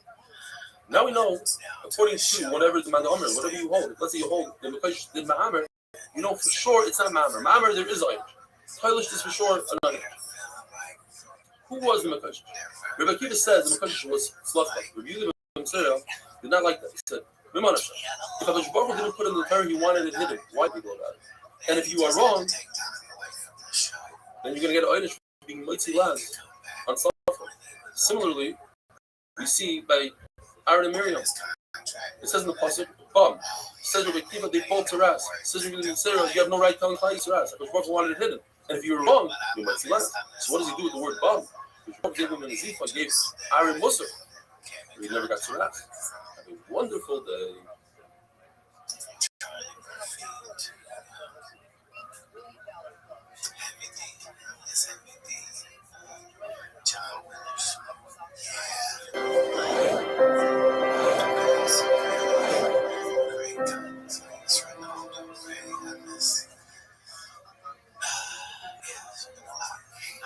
Shabbos Daf Tzadik Ches. Today's email comes from David Gladstone from Cedarhurst. After giving his own Var Torah, he writes, just want to say how much I love the shir and helps me start my day off with Torah. I do sometimes join the regular Zoom shir in the middle of my day, but recently everyone has been booking meetings at 2 p.m. May continue with this great shir, David from Cedarhurst. If somebody takes an object, throws it from one Rosh Hashanah through Rosh Hashanah into the second Rosh Hashanah. The trick here in this brisa is that in the first Rosh Hashanah, it only traveled 2 amas, traveled through the Rosh Hashanah, and finally in the second Rosh Hashanah, travels an additional 2 amas. According to this brisa, the 2 amas plus 2 amas and the 2 Rosh Hashanahs combine together to make a shir of Isra. But we don't say that since it went from Rosh Hashanah into Rosh Hashanah, it's chayav right away on Achnasa, because this brisa does not hold of the concept called Pluta. We don't say that halachically it rested in the Rosh Hashanah. We're starting now with beautiful sugya of the Mishkan and how the crushing works. The Gemara tells us the concept. There is no Isser to carry in a Rosh Hashanah that has a rooftop, because in the Mishkan there's no rooftop. And the Gemara analyzes this to see whether or not there's a rooftop in the Mishkan. We're talking about the beams, the crushing that built the Mishkan. When they transported these beams, they transported them on 4 wagons. The wagons were 2.5 amma wide, 5 ammas long. And they would transport the length of the beam on the width of these wagons. Says the Gemara, if we can find ear gaps between the crushings, then you're right. There's no ceilings in the Mishkan. But if the wood was together, stacked together on these wagons, perhaps that should create a rooftop. So how are these crushings stacked? The simplest way, and that's the first step, perhaps they were stacked on their long side, 1.5 amma by 1 amma, so they put them on the 1.5 amma, so they should be more stable. There were 48 crushing, 12 crushing per wagon. That would give us 3 stacks.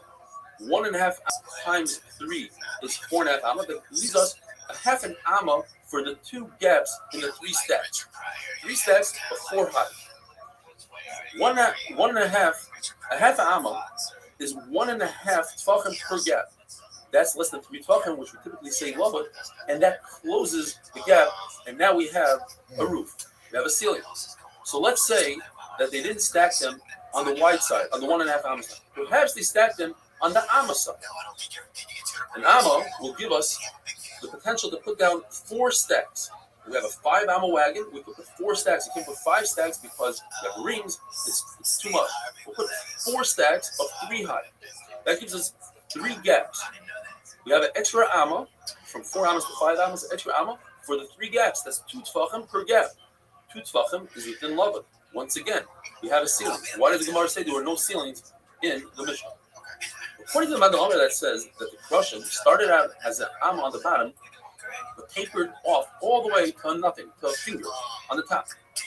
If you stack them on the wagons like that, you will indeed have large gaps of air, no problem. But what do we do about the other Manda? Says the Gemara, they stacked them like clothespins, meaning they took 2 stacks and put them together, creating 1 stack, and then they took 2 stacks, putting them together, creating another stack, a second stack. The reason they did so is to give it more stability. When you have 2 stacks put together like a clothespin, they won't crumble. Therefore, the gap between the 2 major stacks is a full amma, and that ruins the roof of this Rishus Harabah. And we're dealing with a wagon that doesn't have a bottom; it's just a frame. Because if it had a bottom, once again we have a roof in the Rishus Harabah. What is machlokes whether or not the crushing were even on the bottom and top, or perhaps they went on a tapered angle? One man Omar says, it says in the pasuk, you samim al roishay. Samim means to finish. Samim means that should be made out of 1 solid piece of wood. You can't connect 2 pieces of wood. On the other hand, says yachtav. That to look similar from top to bottom. Rabbi Yehuda says no. Yachtav means that the wall should be nice and straight without any wood going in and out. The Gemara says, since one of the walls had 6 crushing, you had to find 2 more crushing to put in the corners. But if you are going to have crushing that are on an angle, it doesn't work out very well. You're going to have a little bit of exposure on one of the crushing. Says the Gemara, therefore, you have to cut this kerish on an angle, a very specific angle for the corner. The Gemara tells us there's a big nace. The way these crushing were held up was with metal looping around the outside of the Mishkan. But there was one, according to Rashi, that went in the center. The Beriach and Tachtoin went in the center. And it was a big nace. It was over 70 amas long, and it was snaked its way through the walls and made the turn on the corners. Even though metal was able to turn the corner, that was a big nace. The Mishkan was covered with 3 coverings called Yerios. We're going to be discussing the first Yeriah called the Mishkan, and the second one, the Izah. The first one consisted of 10 sections. Each section was 4 amas by 28 amas. In other words, we have 40 amas long by 28 amas wide. Now, the Mishkan was 10 amas tall and a 10 amma roof. That gives us at 30 amas. So to start off with, we're already missing 2 amas. According to Rabbi Yehuda, that the walls did not take up any room because it came to a finger breadth on top. So we have a 10 amma ceiling and 10 amma walls. It's exactly 30 amas. So the fabric came all the way down and exposed the adonim, the sockets on the bottom. According to Rabbi Nehemiah, that the actual wall takes up a full amma on each side. Now we're missing an additional 2 amas. So the fabric came down and it was hanging 2 amas above the ground, exposing the adonim plus 1 more amma of the wood. Now, if we take it from the other side, the fabric was 40 amas long. According to Rabbi Yehuda, the fabric went all the way down to the floor on the other side. 30 amma roof plus 10 amma wall, that's 40 amas exactly. But according to Rabbi Nehemiah, the wall itself took up an amma. So now the fabric went all the way to the adonim, leaving 1 amma of adonim exposed. Second, you realize the real season. That consisted of 11 sections times 4 amas, which is 44 amas. But the width was 30 amas. So according to Rabbi Yehuda, it went all the way down to the floor. According to Rabbi Nehemiah, it exposed the adonim by 1 amma. Now, if we take it to the length side, since you have 44 amas, according to Rabbi Yehuda, it went all the way down to the floor, plus 2 amas on the backside, dragging like a cow's gown. According to Rabbi Nehemiah, it was only 1 amma on the floor, and it was 2 amas longer than the Urias Hamishkan. The crushing were chiseled on the bottom and fit directly into the sockets. Have a wonderful day.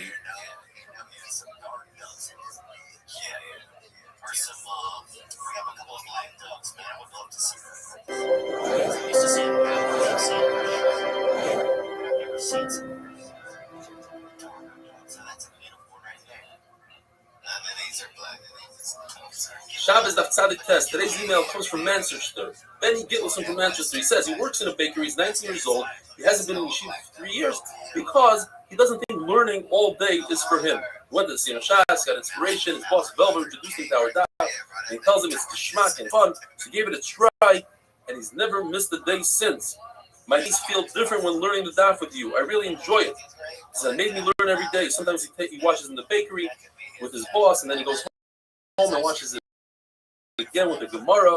I can't believe I still do the daf every day, he says. I can't. It's coming from a boy who says learning for him all day is not for him. All the way from Manchester, Ben Gittleson, Chazak V'Amat. We learned the other day that the Mishnah was covered with 3 uriyos. The lower one was made of purple, blue wool, and red wool, and sheish, which is the second layer, was made out of goats. The Gemara tells us a lot more things to make the goats here. You have to have more chachma, like the Torah says. Zibon, the chachma. It's not just chachma, but their heart and chachma. What is the difference? For the goats here, they would wash the goats here while it's still on the goat and weave it while it's still on the goat, and that took. The Priya says that the wagons that carry the crushing between the wagon, under the wagon, and between the wheels is all considered Rishus Harabah. The reason why the wagon was 2.5 amma wide, although a carriage is only at most 1.5 amma wide, and it could fit directly on the wagon, the reason is because they put the crushing lengthways on the narrow way. And we're concerned that if it was only an amma and half wide, the crushing, which are 10 ammas long, would tip over. If the wagon is 5 ammas, and the way we set up these crushing is either 3 stacks of 4 or 4 stacks of 3, but either way, the most it is 3 stacks of 4, and each stack is 1.5 amma wide. 1.5 amma times 3 is 4.5 amma. Why was the wagon 5 ammas? You have an extra amma here. Says the Gemara was necessary because, first of all, the crushing had habayis, they had knees. Second of all, you can't squeeze them that tight. If the wagon was only 4.5 amma, for instance, it would be impossible to squeeze something that's 4.5 amma into 4.5 amma. We gave it a few extra inches. If you take an agala is 2.5 amma, plus the wheels is 5 amma. 2 agalas side by side is 10 amma. But between agala and agala, there was 5 amma space. Together, you have 15 ammas. Why is it that we say Rishus Rabin has to be 16 ammas? Where do we get that extra amma? Says the Gemara something very interesting. When the agalas were moving through the midbar, there was a lady behind the agalas keeping eye on the crushing. Notice that a carriage was about to topple over. He bent over in a half an amma area on the side of the agala, and then he would rearrange the crushing. That half amma on each side is another amma, and that's why we have 16 ammas for Rishus Harabah. The Mishnah tells us that if you have a pit and the bank of a pit, in other words, somebody dug out a pit, and together it's 10 tefachim, 4 tefachim by 4 tefachim, 10 tefachim deep, that creates Rishus Harabah. If you have the reverse, you have a high 4 by 4 wide, that's a Rishus Harabah. If you take something, you put it on top of the stone, take something, you put it into the pit, you're over an eitzah, or a chnasa. The Gemara says, why does it tell us a case of a pit with a bank? Just say a 10 tefachim pit. The answer is to tell us the chiddush that 5 tefachim, let's say, of a pit and 5 tefachim of a bank combine together to make one rishus. If a pit does not have walls surrounding it, it's a middle of Rishus Harabah, it's also to drink from it. Even if your head is over the pit, perhaps you take water out of the pit into Rishus Harabah, it will be over on a chasa. If there are walls, it's mutter. And if there are no walls, and you put your entire body, most of your body and your head into the pit, then it's also mutter. If Mordechai asked Rava, what happens if you take an object and you throw it on top of this stone that's in the middle of Rishus Harabah? Do we say, since you picked it up from Rishus Harabah, you did not Akira, and it landed, or from the Rishus Harabah, you did not Akira, and it landed on the Rishus Harabah, you did not Akira, and or perhaps, since it traveled through a Mokum Tur, we know that above the Tefach was no longer Rishus Harabah, since this object traveled through a Mokum Tur, the person should be punished. He asked Rava, he asked Abaya, he asked Rabbi Yosef, all 3 of them holding the same exact word. It's our Mishnah. In our Mishnah it says that if you take an object and you put it on top of a stone, you're over. So you see, even though he went through the Mokum Tur, threw it through the Mokum, you are still chayiv. And he told them, you spit the same spit. Why are you telling me the same exact words? And what about you? What do you think of Mordechai? He said, I think that you could explain our Mishnah that we're talking about a needle that is that landed, or you put it on a protrusion from that rock. It's not on top of the 10 tefachim, it's below the 10 tefachim.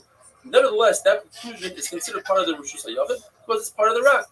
Or you put it into a groove in the rock. That's how you can be dafik our Mishnah. If you have a very narrow fence that you built in order to surround the Carmelis, which is only Rosh Hashanah, and you just created Rosh Hashanah, the one has a question: what happens if you throw something and it lands on top of that fence? The top of the fence is now 4 tefachim, so it's not Rosh Hashanah.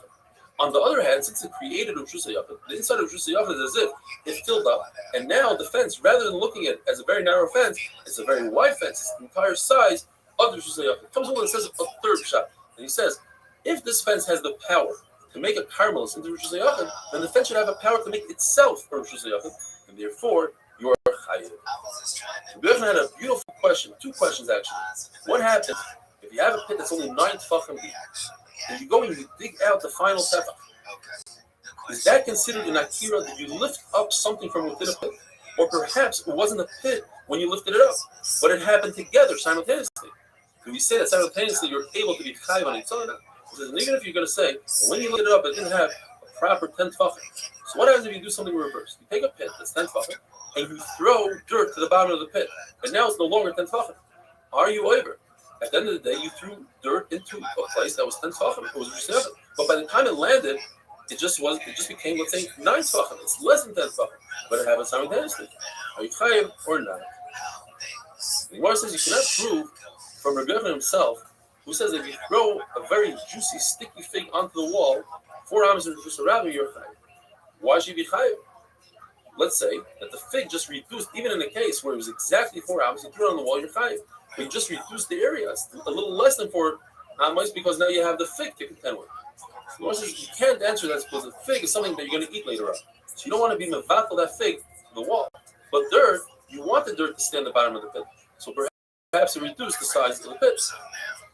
If you threw a plank of wood, let's say, onto a very narrow beam, and you just created a Rosh Hashanah with the plank, and on top of the plank, let's say you had another item, and as it landed, they both landed together. Do we say that that other item landed on Rosh Hashanah, but it happened together with the plank, and that's the same thing as Rabbi Yochanan said that it happened together, and perhaps it shouldn't be Rosh Hashanah. But maybe as it landed, whatever item it was jumped up a little bit from the hard landing, and it came down. That second landing should make it another hanacha. You should be chayiv. The Gemara remains with the Keku. Have a wonderful day.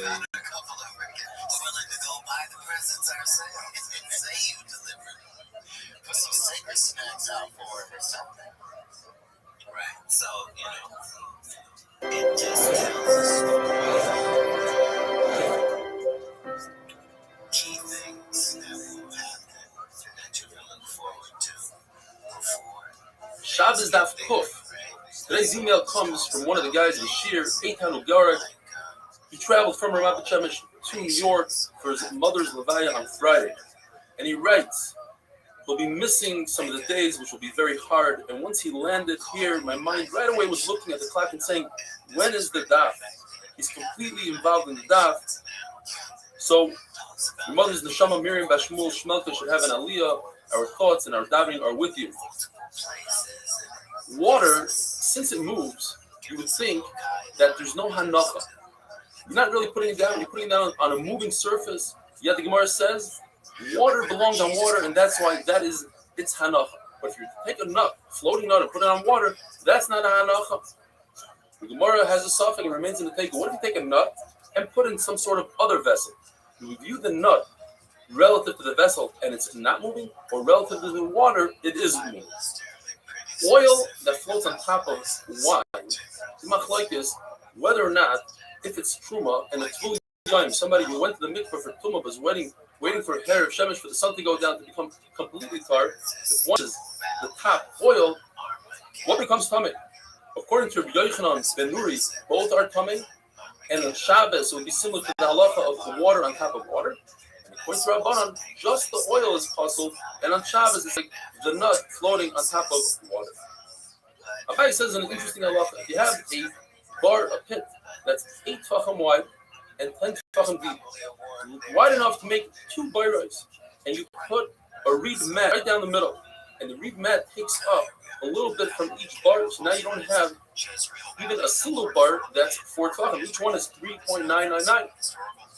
Therefore, you put something into one of those bayros, you are potter. Rabbi Yochanan, who had a suffix regarding if you take dirt and you put it on the bottom of a 10 tefachim pit, are you mevatel that dirt to the bottom? Certainly, when it comes to a machzelas, to a reed, it won't become batel because a reed has value. But a baya who says his halacha by a machzelas, by a reed man, certainly by dirt, is mevatel. Says a baya, if the pit is full of water and you throw something heavy that sinks to the bottom, or you throw water on it, the water is not mevatel the pit. But if you put in fruit into this pit, fruit is no different than filling up a pit with dirt. And the fruit, explains kaisves, it's like wheat that it's there to be stored for a long time.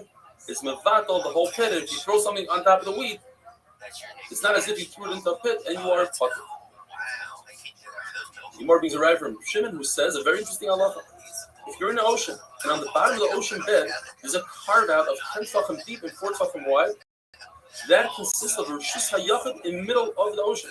And if you throw something into that pit, you're chayiv. Although ocean harmless, that pit is a rishus hayachid, even though it's full of ocean water. So you see that water is not mevatel the pit.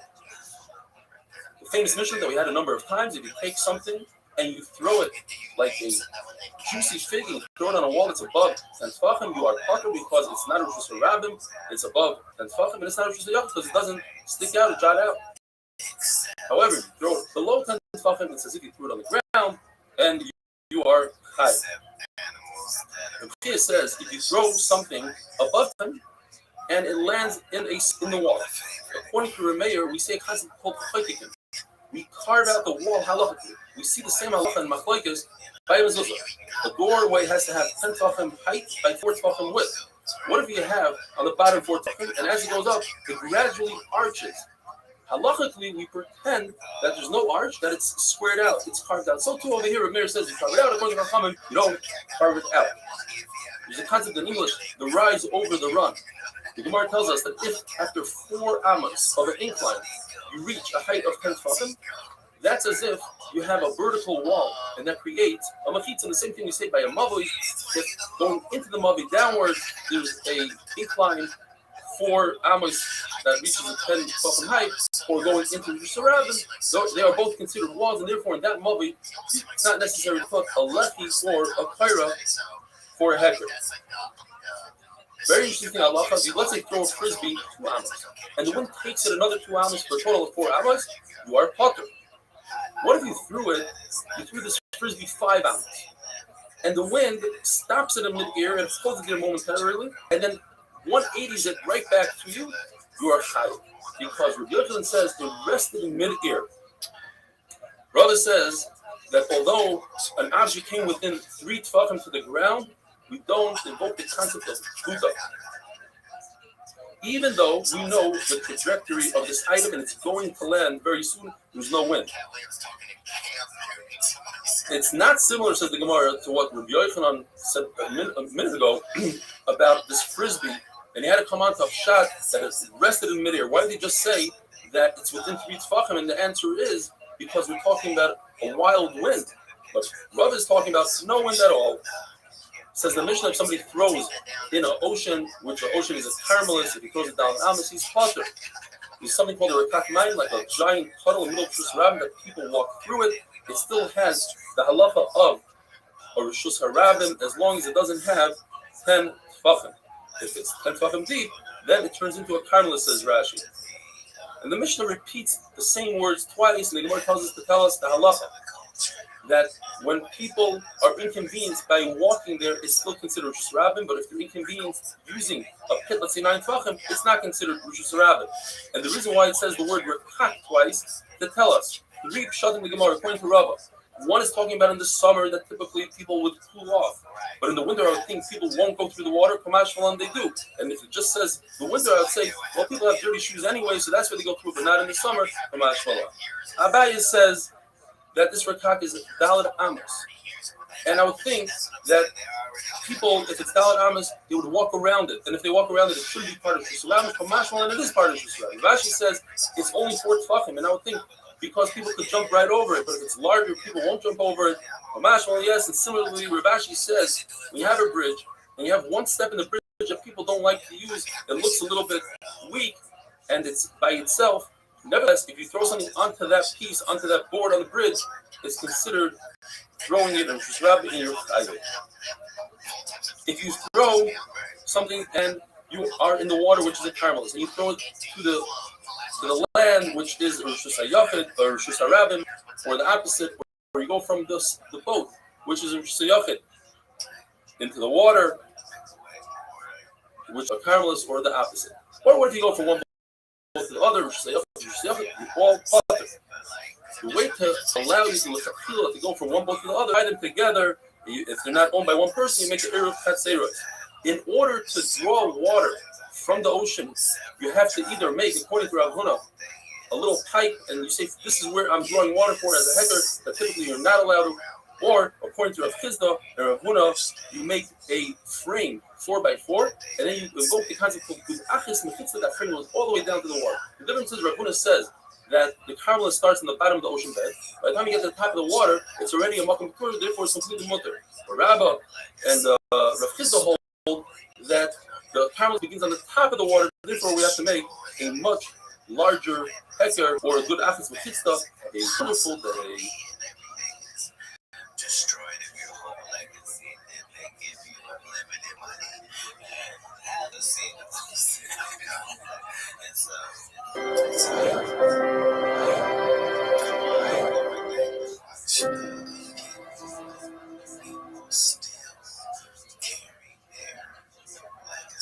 Shabbos Daf Kuf Aleph. Today's email comes to us from Yossi Klein from Superior Plumbing in Muncie. And he says, he's a 34-year-old Hasidic young man with a beard and face, and he's never really enjoyed learning up until this point. True Ahavas HaTorah.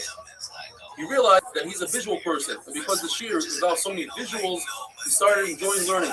And finally, after a whole long email here, he writes, believe it or not, Shabbos afternoon, instead of taking books out to read, what he's used to doing, he takes out a Gemara to Chazer all that. It's crazy. I never knew I'll be on that kind of level to enjoy learning and to do Chazara on all that. Keep up the good work. He had a big school in Shemayim, Yossi Klein from Superior Plumbing, Alei V'Hatzlach. We were discussing if a person is on a ship on Shabbos, he could draw water either by making a hecker with some sort of rod or making a frame 4x4 tefachim, and it goes through the frame. The frame has a good achis and fits all the way to the water. What about wastewater? The Gemara says you don't want to spill the wastewater in that frame because you'll be disgusted to draw fresh water from the same place. Rather, what you can do is spill it on the boat's wall, and then it goes down. That's called koichai. It's an indirect force going down into the water. And when it comes to a carmelis, you are not geyser on koichai, is indirect carrying on Shabbos. The Gemara brings a raya. It says that Tanakama says you do not carry from the ship to the ocean, which is a carmelis, and the ship is a Rishus. You don't go from the carmelis to Rishus. Yudah says if the inside of the ship has 10 tefachim, but the outside wall of the ship is less than 10 tefachim, therefore you are not allowed to carry from the water into the ship. But you could carry from the ship into the water. We have to explain, like we just said, you spill the water onto the ship's wall and it goes down, and that's koichai. Rashi points out that if the ship was 10 tefachim above the water from the outside, then it would be mutter to carry from the water into the ship because you're going through a makom tur, over 10 tefachim makom tur. You let it go from a carmelis through a makom tur. You have a very, very small, like a canoe, a kayak, that starts out on the top. It has 4 tefachim. And Rishus HaYachid needs 4 tefachim by 10 tefachim 12. The problem is that it comes to a point. And by the time you get to the point, you don't have 4 tefachim. So it says if the walls are hanging in midair, so that's not a good. Rishus HaYachid continues to be a carmelis. However, if it comes the walls come all the way down within 3 tefachim of where it becomes narrow, then we say love it and it's okay. Or if you fill the bottom of the boat with some sort of reed or whatever, you fill at the bottom, again, once again, you have walls that come all the way down, and you don't have a point anymore, then it's okay. If Nachman asked, why don't we invoke the concept of good achis mechitzah? Let's pretend that the walls on the side go all the way down. Why do we care about the edge, the sharp point that the boat comes to? And Abaye explains that even though Chachams don't say good achis mechitzah when it comes to a basket on top of a pole, it is a machlokes, but they do agree that if you have a pole that's 4 tefachim wide and above 3 tefachim from the ground, it narrows down. Over there, since it doesn't come down to a very narrow pole, it's still wide. We do say good achis mechitzah. What's it? Because you don't say typically if a goat go through or animals can go through, then you can't draw an imaginary line because at the end of the day, it's not effective as a mechitza. But this wide hole, although it's not 4 tefachim at the bottom, but a boat is not going to go through, so it is an effective mechitza. The same thing with the boat. It's an effective mechitza because goats cannot swim. What about fish? You don't care about fish because fish are not visible, and therefore it's an effective mechitza. Ravin also says the same idea, that if you have a hanging mechitza above, let's say, a pit, it's an effective mechitza. Or, similar to what we said earlier, if you have a 4x4 frame, you say, all the way down to the wall. You don't say, oh, but you have fish under there, and they'll ruin the mechitza. Fish do not ruin a mechitza. The Mishnah says, as we learned, that if you have 2 ships that are connected, tied together, you could carry from one to the other. And the question is, what is the difference? So Rav explains one way. We're talking about that there's a 3rd ship. There's a very small ship in them, and you can carry from the large canoe, even though the canoe is not tied down, from the canoe to the second large ship. The Gemara asks, but it doesn't mention anything about a 3rd ship. We're talking about 2 ships. Therefore, and Rav Safra, very strong language, he says, Moshe. In other words, how do you say such a pshat? So he learns, Rav Safra, that we're dealing with 2 different owners. And the chiddush is that you can make Erev Chatzeros on 2 ships. I don't think Erev Chatzeros is reserved for houses. Maybe ships. You can't do Erev Chatzeros. You can do Erev Chatzeros on 2 cars. You can do Erev Chatzeros on 2 ships. The halacha is, you're not allowed to build a mechitza on Shabbos. But if one did it inadvertently, or was an honest, was forced to, made a mistake, he's misasik, he thought he's making a mechitza for something else, then it's allowed. The same thing if you tied ships together, it goes back to the head. If you had 2 tied ships and you're allowed to carry from one to the other, and they came unattached, you can attach them back together. If you have a mechitza on Shabbos that fell down, you put it back even though you weren't supposed to, it's a good mechitza. But if you do the amazing, when it comes to mechitzas on Shabbos, they're not going to hold, you can't use it, it's a knas, you're punished, we say you can't use it. When it comes to tying ships, explains Vaisvis, then you could use it even if you did it, the amazing. Because you have the 2 Rishuyas there, all you're doing is you're connecting them to this and the Rabbah. The halacha is that if you tie a ship with a metal chain to an oil mix, you have a tent, you have a body there, and there's an oil. What happens is metal, since it says halal therapy, metal has the same halal that it touches a mace, which is an oil mace, as the mace itself. A mace is a voice. That chain touches the boat. It goes down one madriga to another. That boat touches the vessels in the boat, and the vessels become rishon. However, if the boat was tied with a regular rope, a non-metallic rope, so the rope becomes, instead of a via voice, it becomes avatum. It goes down one step. And that rope in return is metam of the boat one step lower to the rishon. A rishon cannot be metam of the vessels inside the ship as a ship. Mo says that's halacha by Tumah, but by us, you can use any rope you want. It doesn't necessarily have to be a metal rope. It could be a cloth rope as well. Have a wonderful day. But there's still minutes and honor. I keep it in my house year round. And people walk in and they're like, no way, that's Cat William right now. It is. It is beautiful. You have a new tour, man. I know people talk about touring and comedy a lot. And Shabbos Daf Kufbeis. Today's email comes to us from Kalman Milberg of Woodmere.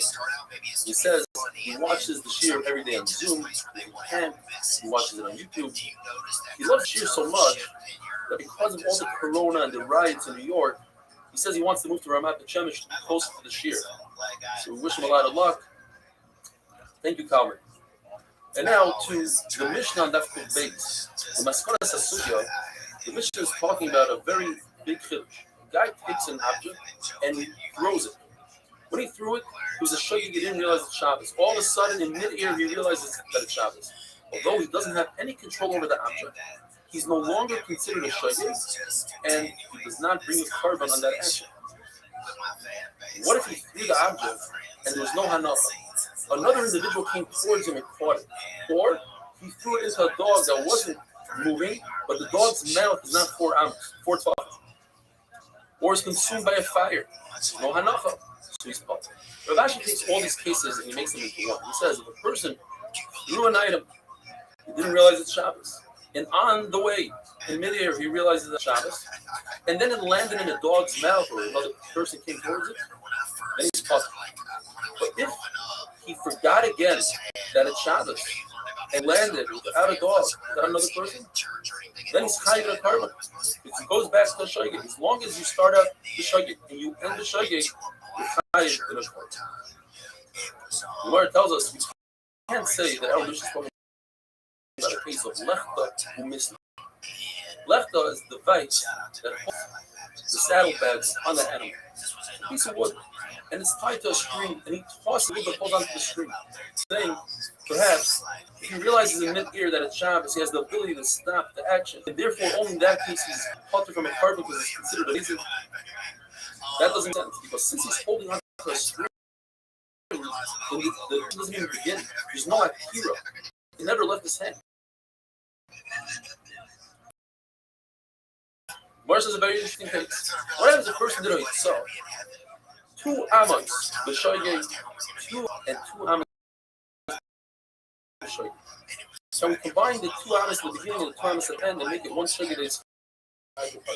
Says the Gemara, if we're talking about that he was carrying something, so he carried 2 amos and then he carried 2 amos b'mezid. Then he's part of the because it's considered amazing. It's the action amazing. Even the honor that says, aiming through an action, I write 2 letters. First letter, I realize that that realization, that awareness does not break up my action, and I am chayiv. Over here, it's different because as he's finishing off the walking and carrying the item, in a situation of amazing. Whereas when he was writing the 2 letters, as he was finishing off the second letter, he was in a matzah of shogeg. What if he threw that? It traveled 2 amos b'shogeg, and then he realized that it's Shabbos 2 amos b'mezid, and then the final 2 amos b'shogeg. Then he'd be chayiv in a carbon. Why? Because he couldn't stop it in mid-ear.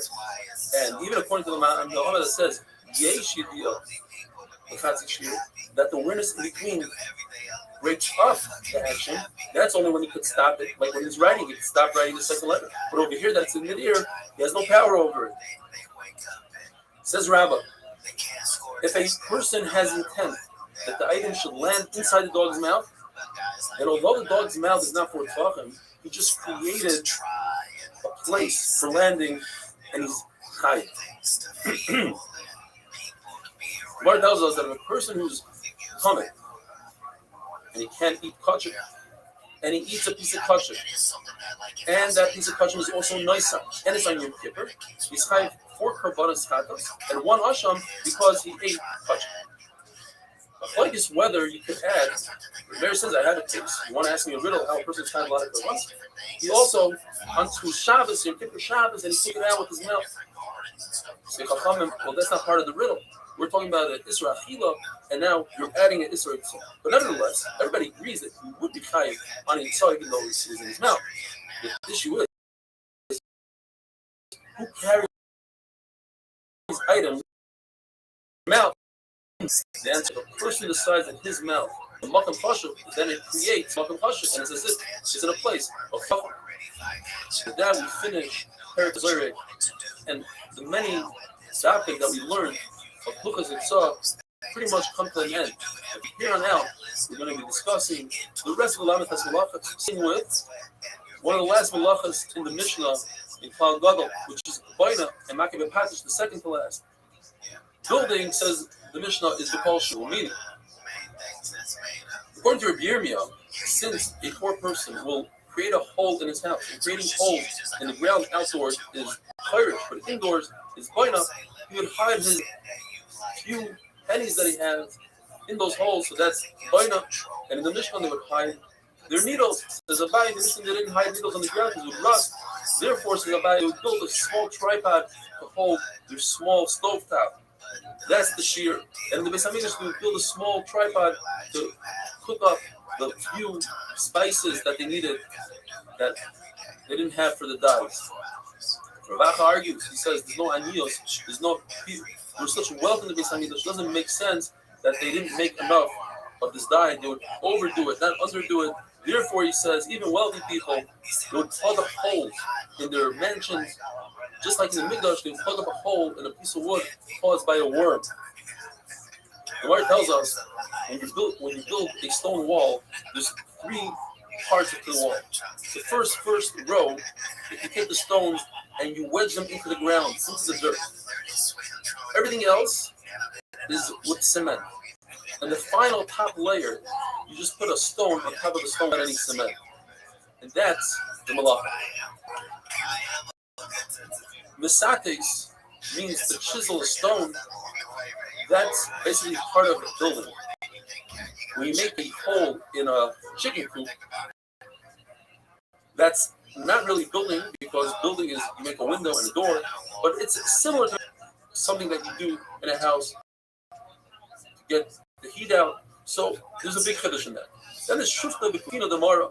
That is, you want to wedge a piece of wood into a shovel's handle, so it sticks to the shovel or to the axe or whatever the kli is. That's not similar to boina. Nevertheless, Rav says in all three of these things it's boina, and Shmuel says in all three of these things it's makabeh patish. You think maybe makabeh patish is in the last one in the axe, and everything else Shmuel might admit to Rav that it's by mashmalan, not a wonderful day.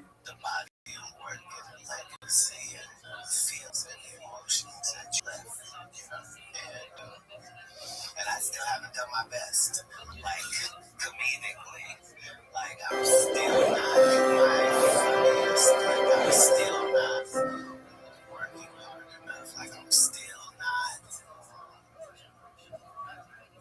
I still haven't made a complete package. Today's email comes from Shmuel Goldstein from Bar. Get it right. Look for you. By the way, That's a trap. I deal with you live on Zoom since you know other Zoom are really enjoyable, very exciting, and just Zoom I watch it every day. Every day when you read out the emails, there's so many people that are joining with the from time to time, these emails sometimes get in your head, and you say to yourself, it's still a cycle.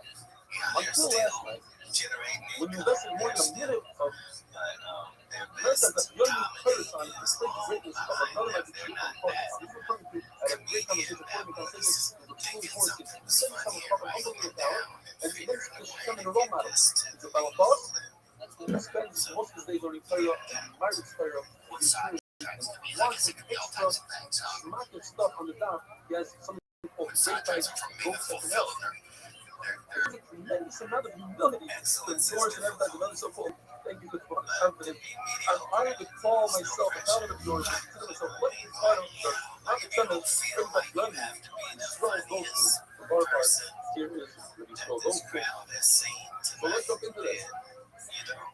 Small energy after a bolt hole that when it comes to chiseling out a stone, it's not butter. So we have to readjust the Mishnah slightly. Mishnah says, I'm a sati, chiseling. You have to take out the bug. I'm not going to try to put it. What about drilling a hole? Even a match. Now, in terms of that, says, some still similar to drilling a hole to let out air in the chicken. But what about school? Now that I'm not going to pass, my package is always the final blow to finish the job. Over here, you still have to put a screw in it, something that you put in a long nail to hook up something. And if she says, Zach, wow, it's going to do something, I don't know what it is. When a person finds out, he's supporters of the cause. Plans of continuing on to do a full coverage. There are many people that stop right there. Supporters, that is considered, but what's the thing about taking a hammer and banging it on an anvil? Why is that not the case? The remark is when you smooth out gold, the way to do it is to bang 3 times in the gold and 1 time on the anvil to smooth out the hammer. As they did in the that's why you are. Now going on to the muscle of pyrite. How much you have to buy? A small amount in order to turn 1 seed of a pumpkin. Within this size of plant, 1 herb in order to make dye for the clothing. And dye are edible ingredients. And then to take it to that, you would tie your taking it for the animal, it's the size of the gold. And if you want it for, you have to have fuel, and you have to like wanted people to know me, right? Like I never, I like the jokes, and I want to make people laugh, feel that is good, also because see different ways that maybe I think and stuff, but I wanted to tell myself, that's what I've always thought but of. that's not so. You said, When I first started, I think I want you to remember one joke, I want you to remember me, right? Like I felt like it's desperate. That's the start of it. See, you knew that you would be a star. That's different. The point is there are certain holes that you don't want it. When you guys want to hear about it, that's the one, then you are fucking with the already you gather what from trying to make you grow, you want to be stronger, you are fighting the most. If you want it for fuel, firewood, then it's easy everything. If you are gathering grass, again, if you want to make the land better, then it's one chosen animal, then it's size of goats now. Moving on to writing. Writing means writer. So ambidextrous person who could write with his right hand, make his left hand go weaker, also type. Gracie says, even a writing is high.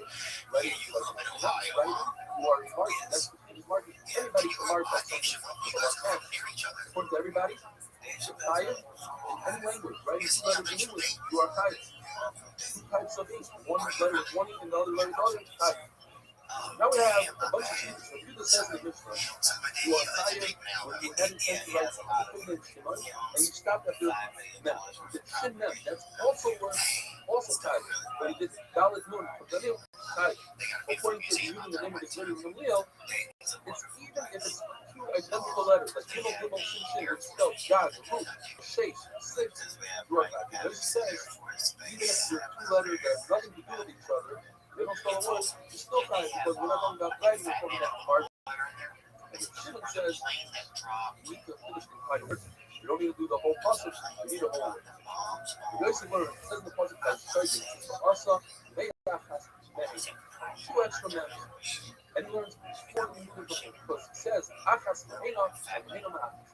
First thing it is, what we just mentioned, the person who intends to write a whole word, Shimon, and he wrote Son, Shema refers to all the other spiritual men from them the rest.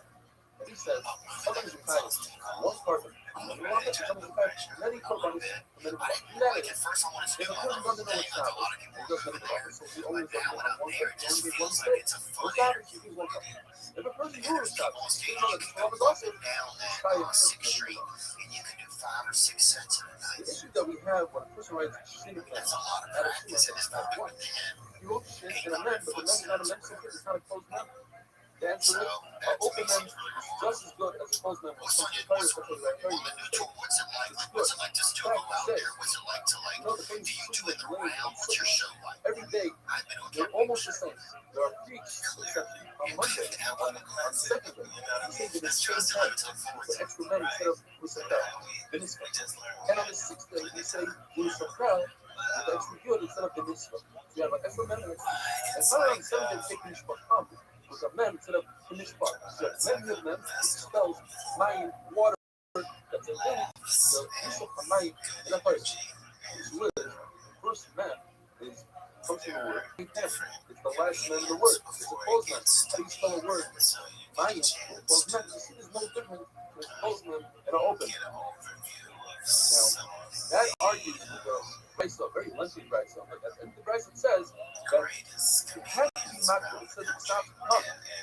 If you have a kama with the red full and you have to be complete, and do not use a mem, or open mem with the host.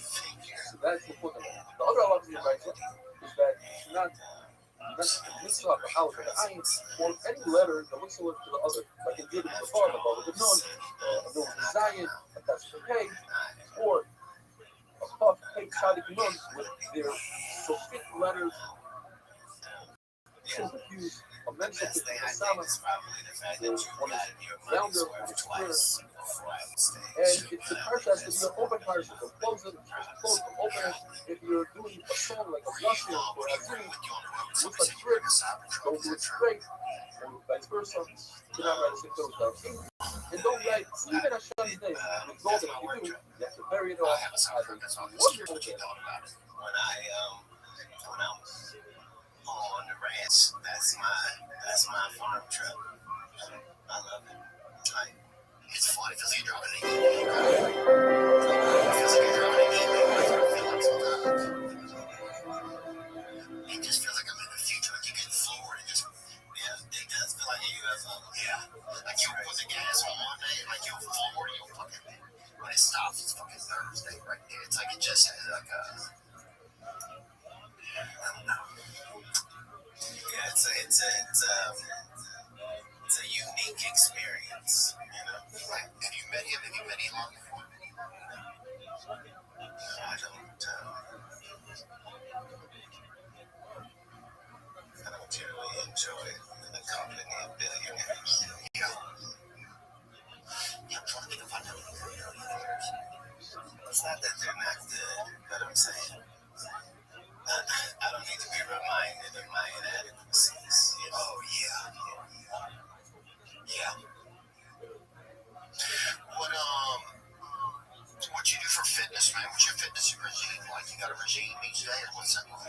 The ladies keep me fit, and I'm heavy in sexual relations, and so oh yeah, that keeps you pretty fit. I got a cold plunge and a jacuzzi and a sauna that I do pretty ritualistic.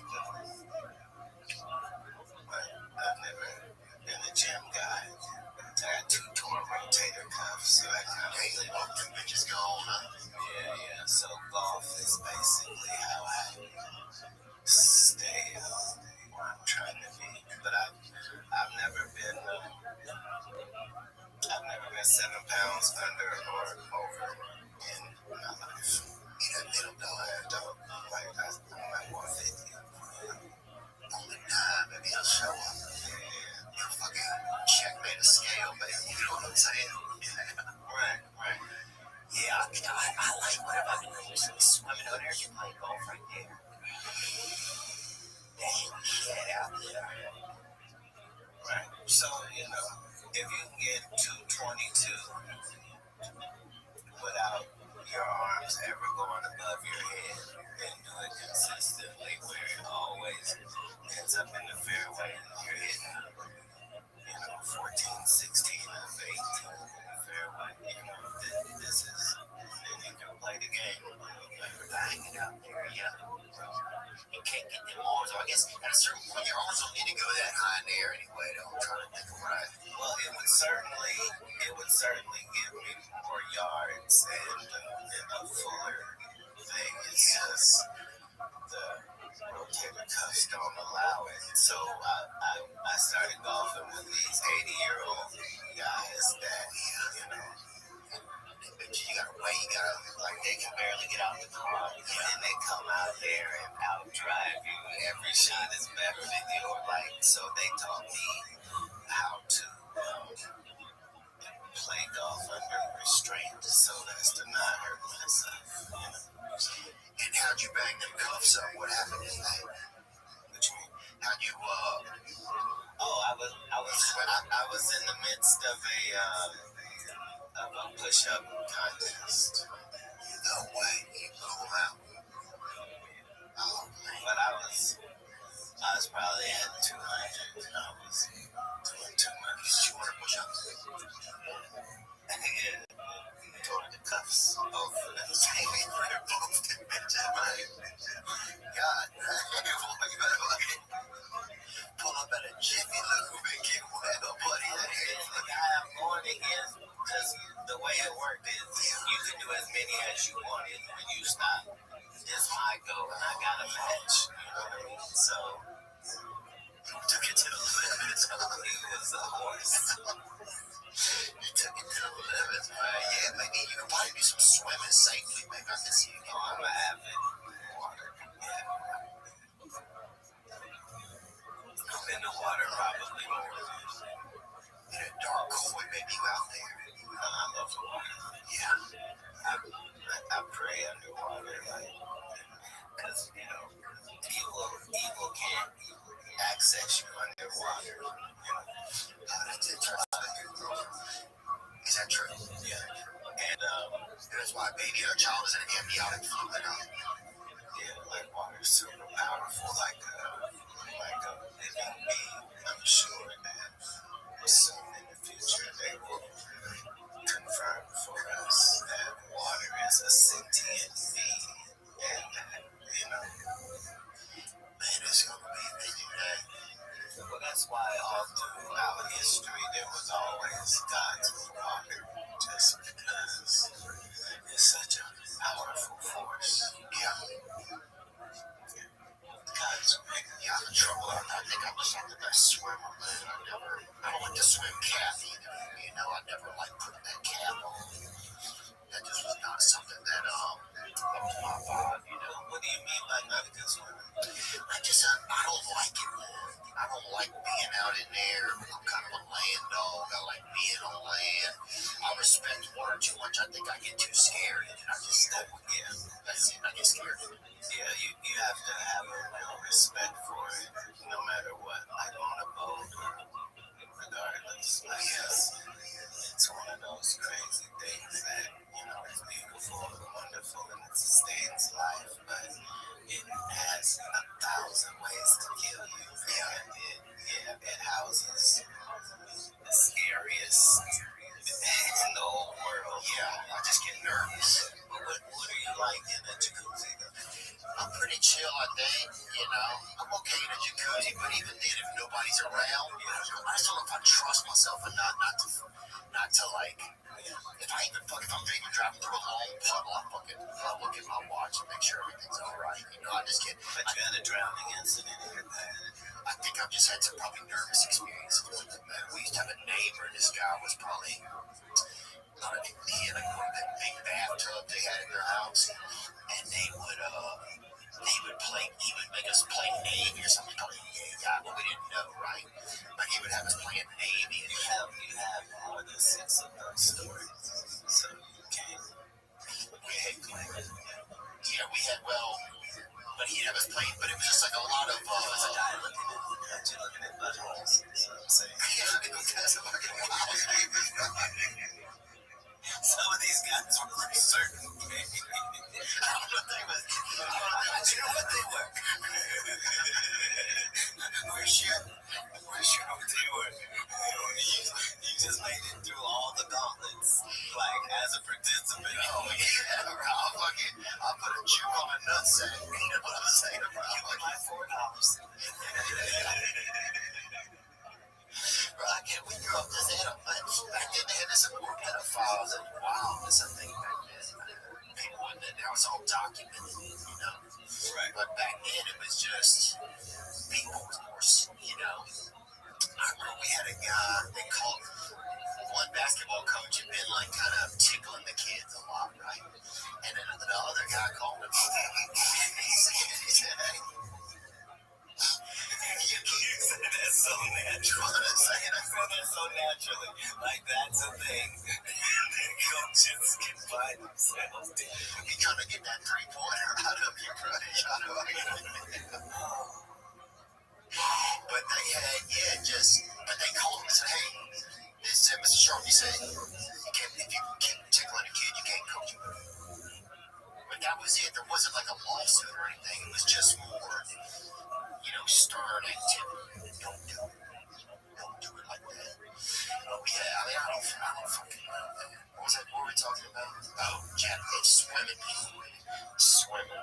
Yeah, I think I just get too nervous anymore. I knew it's so true. That's what I knew it's way more powerful.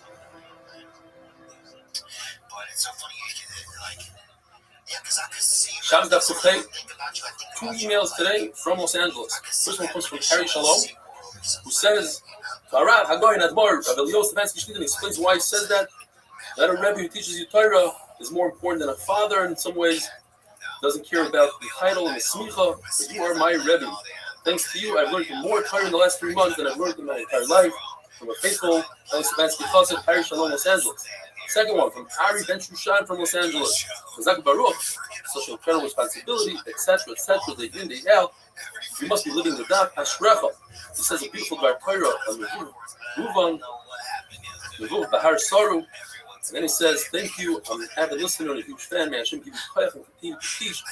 Ruchnis Gashmias, many years to come. Ari Ben Shushan, Los Angeles. Back to our sugya.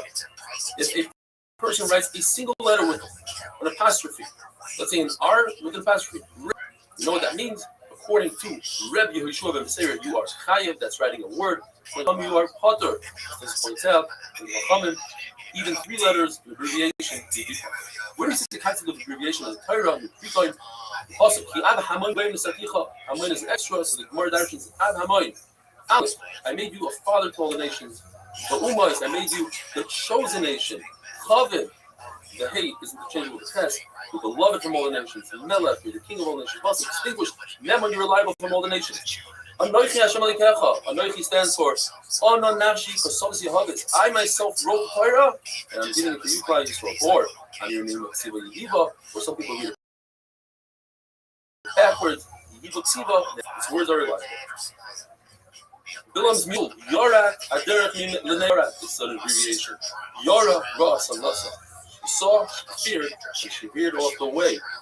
When Chaishol brings the carbon Omer, so it's Ukadash. It says in the pasuk Carmel. Carmel is an abbreviation of Carmele, a full pillow. The barley is bursting, it's moist. Gabar Melech said about Shimi Ben Gera, what does Nimetzes stand for?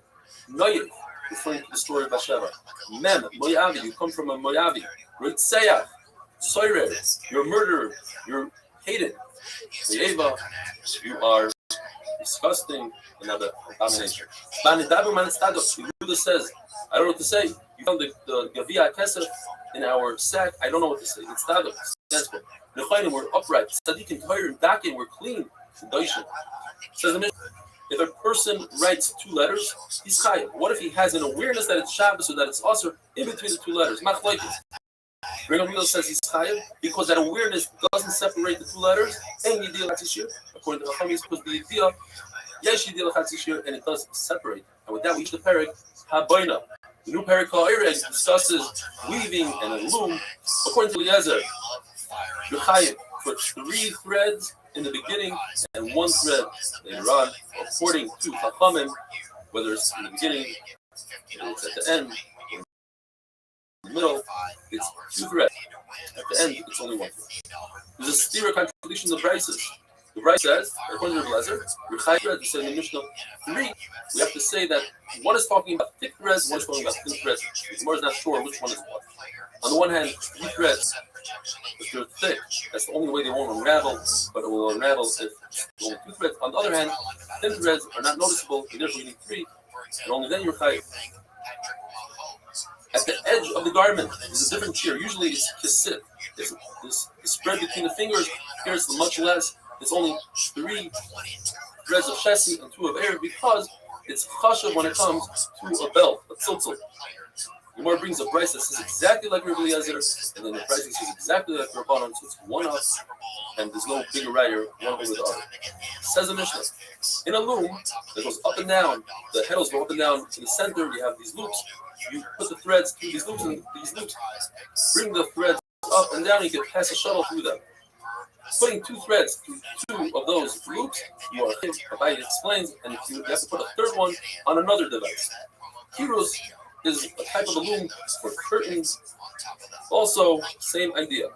If you are weaving a basket or an apple cart, meaning you take reeds or like a little leaf, this chesed area, the horizontal leaves are held by two verticals. The verticals are held by two horizontals. That's all you need to be chayav. Like when you picture blue and red. The Mishnah tells us that if you sew 2 stitches, you're chayav. But we already had it in the Mishnah in Klal Gadol. It's coming to tell us the next halacha that if you rip in order to sew, then you're chayav, which we also had in the Mishnah in Klal Gadol. What does it mean to tear in order to sew? It means if you have some sort of bump in your beged, you want to smooth it out, you tear it and you sew it down. But why do we need this halacha? It tells us the following halacha: that if you tear a beged because the person is sad over the loss of a loved one, angry, he is potter. Unless a person breaks tears in order to build. Says the Gemara, we must be talking about to rip kriya, because if he did, then he did something positive, and he would be chayiv on Shabbos. One of these relatives, a mother-in-law, somebody that doesn't have to rip kriya, he's just responsible over it. The person is not a chacham, because he's a chacham. All of Klal Yisrael have to rip kriya, and on a chacham you have to do chalitza, which is just to expose your shoulder, and you have to eat sudas havra. He's obviously not a kosher person, because any kosher person you have to rip kriya, and obviously he wasn't at Yitzis Neshama at the parting of the soul. Otherwise, regardless of relationship, you have to rip kriya. Just like you rip kriya when you see a sacred Torah burning, every Jew, says Rashi, has Torah and mitzvahs, and you have to rip kriya. The shear for white wool and untangling it and dyeing it and weaving it is double a sip. But if you are irate, it's only the size of 1 sip. It says in the Mishnah that if you rip a beged, you kriya out of anger, you're potter. As it goes according to the Restream that says, potter, in other words, you prefer not to have the situation, it's just a solution to the situation, it's not a constructive, positive malacha, and you are potter. The President says your chayiv goes according to Yehuda in a situation where a person had a positive effect. He wanted to teach his family a lesson. This is what happens if you get daddy angry, he hears things. But to calm your yetzer, that would be usher, because that causes a person to get used to getting angry, and eventually will do have a desire, says the Gemara. Rabbi Yehuda says that Yehuda used to teach his family lessons by ripping threads in the bottom of his garment. Rebecca used to break different kelim that were already broken. Abba would break the lid of a pitcher, and Reb Shimon would spill fish sauce on his slave to teach her a lesson, and to say, this is what happens when you get me mad. If you cry over a kosher person that was after, Baruch counts the tears and stores them away in his face. Rav says, if you are lazy about giving a hesped, a chacham, you are worthy to be buried alive. The Rebbe says you won't have longevity. Mida connected Mida. Even though by Yeshua's hesped, they weren't put up for 30 days, those people actually didn't have a long life, but they had a good life for the short years that they lived. When it says Laman Yubi Meichem, bracha, since it's a bracha, that refers to long life and a good life. Have a wonderful, wonderful day.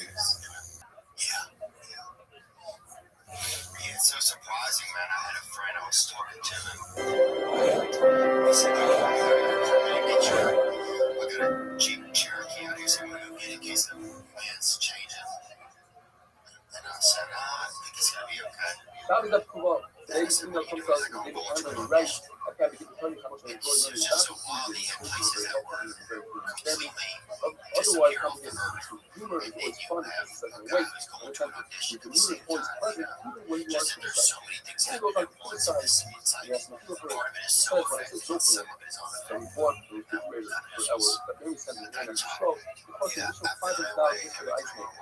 This is exactly the constitute of the horror on its stroke. Initially, I brushed it off saying that this is the Medina, this is a stroke, this is a product made in China, that is charged of packaging in a stroke. But I thought about it and said, you might have a good point. If somebody might be thinking differently about making a lot of stroke because of this kind of thing, then it might constitute working harder on its stroke. I'm telling you this because I love you and know that you do not want to sin, especially in daily manner. Double today's dot. The man says, if one of the brothers is Nifter, all the brothers should be concerned if one of the brothers is Nifter, the entire Surah. And the most qualified says, he's referring to the smallest of the Kabura or the greatest of Kabura, but no, it's not the regular guy in Kabura. The Babos is a big thing. When the Mishnah says, Torah is how to Purim, any destructive malacha that you do, for instance, you knock down a house, you are constantly being destructive, and it's obviously you have to be positive, you have to make a positive effect. That doesn't refer to the malacha. Quite those are not. Causing injury and creating a fire are not included. You have to heard it and says, things like that, you're not saying you can't put that outside. There's no mission that says like you heard something similar and that is because of a positive outcome at the end. For instance, you caused injury to an animal, you draw blood, it picks up blood, it puts it to the dog. Or you made a fire because you want to ask back to that. What about our mission? Our mission is not like your brother. Our mission is to follow the Kazal Purim with no exceptions. So where perhaps our mission goes to review. Review the whole halacha in the street called the Kufa, as long as there's a positive outcome at the end, you're tired. And the Brisa that says that there are two, or the Bible says that there are two that are not included, it goes according to the calendar. Follow the calendar according to Judah, no matter what, every calendar, every destructive act is potter because there's no positive effect at the end. If there's a positive effect at the end, like most things we do, and you are right. The truth says, even when there's a positive effect at the end, it's considered and you are potter. Besides those two levels of Chayla Maher, specifically the drush that you are what is the drush for you? It says that you're allowed to perform a Restream on Shabbos, even though it's Chayla causing injury, that is to say that in general, it was also only in specific case of Mila, it's nothing. And when the Torah says you should not kill a Bas Kohen who is Mizana with hot lead, which is Sreifa, which is Nadir, the Torah is saying you're not allowed to kill a fire on Shabbos. Judah says, the reason why the Torah was massive, because it is a positive, where now this young boy became Jewish, it's a positive. Nevertheless, the Torah says, typically in a positive, that's the malacha, that's absolutely the malacha. In this case, you like to do a meal, and the same thing, basketball. What is the sheer of whitening wool and upholding wool and stigma? 2 times a sick, from 2 to 6. There is that much simpler way to measure, and it's the same thing. You only double this. One of these equals 2 of these. Says the Mishnah, according to everybody, you want to catch a drug, swallow, or sparrow, very difficult bird. Therefore, the only time it constitutes save the traffic is if you get it into a small fire. If it's a larger bird, according to Chachamim, even if it's in a beibar, meaning an enclosed area, if it has a roof, that's considered traffic. If it doesn't have a roof, it's not traffic. When it comes to a deer, review this says only time it's considered traffic. Get it into a small house. According to Chachamim, even into a beibar in an enclosed area, part of it is a male and qualified. It says it's only the kata, where you have a caption, not a beibar rubber. The Mishnah in such a case that says, discussing what malacha is allowed to do on Yom Tov, and malacha is you're not allowed to do malacha before Yom Tov. Therefore, you can capture a fish before Yom Tov and keep it in water over Yom Tov and kill it on Yom Tov. You don't need to do so on Yom Tov itself. Therefore, it's also trap, and it doesn't trap it to Yom Tov, and therefore you're not allowed to feed animals that are muktzah. When it comes to a deer, it's already trapped inside a paper, inside an enclosure. It's not muktzah, and therefore you're allowed to feed. So the word says, this is talking about a very small enclosure, and that's why you're right trapped. A large enclosure, you're not allowed. What constitutes a small enclosure? You tell me the mother. Either you can grab the animal in one shot, or since the time that your mother and wall are all made the same height, if it has a shadow on the other wall, that's considered superior, or it doesn't have any corner for the animal to run away from. A sleeping deer, or a blind deer, or a deer that has fever, if it's going to run away, all these can run away, and therefore traffic is considered safe on the If it's an older deer or a handicapped deer, then you are covered with something right. And if it's sick, but a petite is also considered a trap, and you're not tight. Grasshoppers, hornets, and mosquitoes put the layer, stabbing them to a tire, but a hunter with his head. It's typically something that you grab for positive benefits, then it's also deciding against you just to get it away from you, then maybe you charge and you are fucked. Grasshoppers were born in the disease. They can't see, therefore you're not tired to just keep going up and going. It's very hot and it's slightly lethargic. You are still tired. If it's coming to you, grasshoppers in my voice, and you are good at constantly smoke. Says the Mishnah. If a deer goes into a house and a single person closes the door, that person is tired for say that. If two people close the door simultaneously, they are both covered in their soup. If the door is so heavy that it requires two people, and they are both tired, and the Talmud says they are fucked. Capture a lion just by grabbing onto it is nothing else will run away. You have to put it into a special designed bag to capture the lion. Says the Mishnah. It's Reuben sits by the door, but the door is wide enough that the deer to run away. Reuben is not tired. Shimon comes along, sits in the other part of the door. Shimon is tired. Reuben is not tired. What happens if Reuben sits down and then tired the deer cannot get away? Punch Shimon and keeps him comfortable. He gives a second layer of protection. So when he's not tired, Reuben is tired. What happens if Reuben gets up and walks away? Shimon is stuck with the beam, a rag. This is also a person is tied a deer with a rope next to his door, indoors. The deer is trapped, he's tied. Is he allowed to close the front door? Obviously, he closes the front door. What happens if the deer undoes the rope? And now he's feeding up. Does the person that closed the door have to reopen the door? No, that happened a while ago. And the same thing here. Shimon sat down with one person to sit down. They're going to have to get out once Reuben walks away. Wonderful.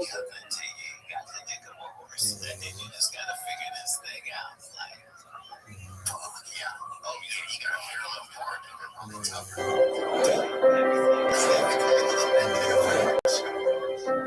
But yeah, I don't know if I'd go on it. Yeah, I would like to. Especially if I got to bring a friend, I would definitely do it. Shabbos Daf Kuf Zayin, today's email comes to us from Alvin Yosef Murray. Thanks for all the great tuning you write. I haven't missed any shiurim. My wife and I converted to Orthodox Judaism 7 years ago.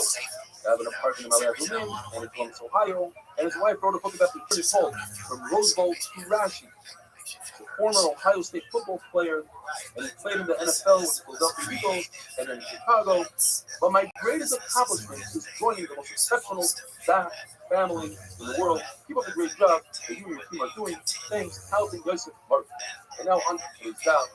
In all these second Shabbos, when it says Putter, it means Putter Aval Usr, Usr with the Rabban. Besides, there are 3 exceptions to the rule, and one of them is what we had yesterday in the Mishnah. That is, the person sat down by a door and he's trapped, and his friend came and sat by him and created a second layer. His friend had to accomplish anything, he's not tight. Even if Reuben stands up and walks away, Shimon doesn't have to get up and just walk away. He's not tight. The Mishnah says, a doorknob, let's say, inside the house, he's allowed to close the front door. What if the deer becomes untied to the door? He doesn't have to open up the front door. It's already closed. He wasn't over. So Shimon doesn't have to get up and walk away. The second case is Matis Musa, removing fluids from a boil, topping the zip. If the intent is just to take out the fluids, it's mutter l'chakila because of the tzar, unless the person has intent to create an opening to take out the fluids and place the oxygen inside. That would be awesome. Just like we said, you lift up a muktzah needle to take out a thorn. The third thing is to capture a non-poisonous snake, that it shouldn't bite people, it shouldn't bother people. Same way, you're allowed to take some sort of flea and put it over a flame so that it shouldn't burn down the house, to cover waste of a child, or to cover a scorpion. But if you do it to trap the scorpion for medicinal purposes, that is also, and with that we finish Perek Ba'or. Found Perek is called Shmoyne Shrotzim, the 8 Shrotzim that emit Tumah after they're dead, as you see in the picture.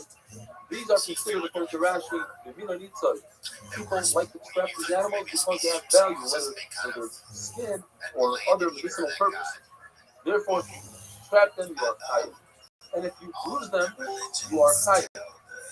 Now, what are we talking about? How many of them? All of them? In order to be high or bruising, you have to create blood, not that it comes out because it came out, that would be shoifet, between the flesh and the skin. So it has to have a thicker skin. When it comes to tumah of the skin of Ratzim, there's a big machlokes, the skin of a sheret is not included in the tumah because it's so thick. Therefore, all these 8 Ratzim have Kabbalah and Shabbos as well. According to Chachamim, only 4 out of these Ratzim have tumah, and those are the 4 on the left side because their skin is. Now, according to Abayin Shmuel, there's machlokes between Rebbe and Muri and Chachamim in Shabbos. According to Rebbe and Muri, all 8 Ratzim. For Chachamim, according to Chachamim, only 4, the 4 in the red. According to Rav Ada, according to Rava and Rav Ada, it's only in Tumah, I would say, is the distinction between the 4. Because the pasuk says, Eva, Hatmei, and Hey, these are the ones that the pasuk is closer, the 4 that are closer to these words are the ones that are coming. But when it comes to Shabbos, just like we do in the movies, all 8 is the Isser Kabbalah. According to Yehuda, it depends on how thick the skin is. You can feel it, it goes by Argasha. So therefore, the lizard is similar to the Chayil and this Kabura. How do we know this concept of the Kabura has to be something that never goes back to its original? We learn from the pasuk, just like a pussy, the skin never changes color. The word number the Gemara learned is not referring to left, rather the word mura back. The Lezer learns from the Elam in the Mishnah, just like Elam. There was an the shaman, you killed it. Therefore, it doesn't matter what kind of animal we're referring to. It could be the largest animal, like an elephant, camel, to the smallest animal, allows your over if you kill it. Chacham say no.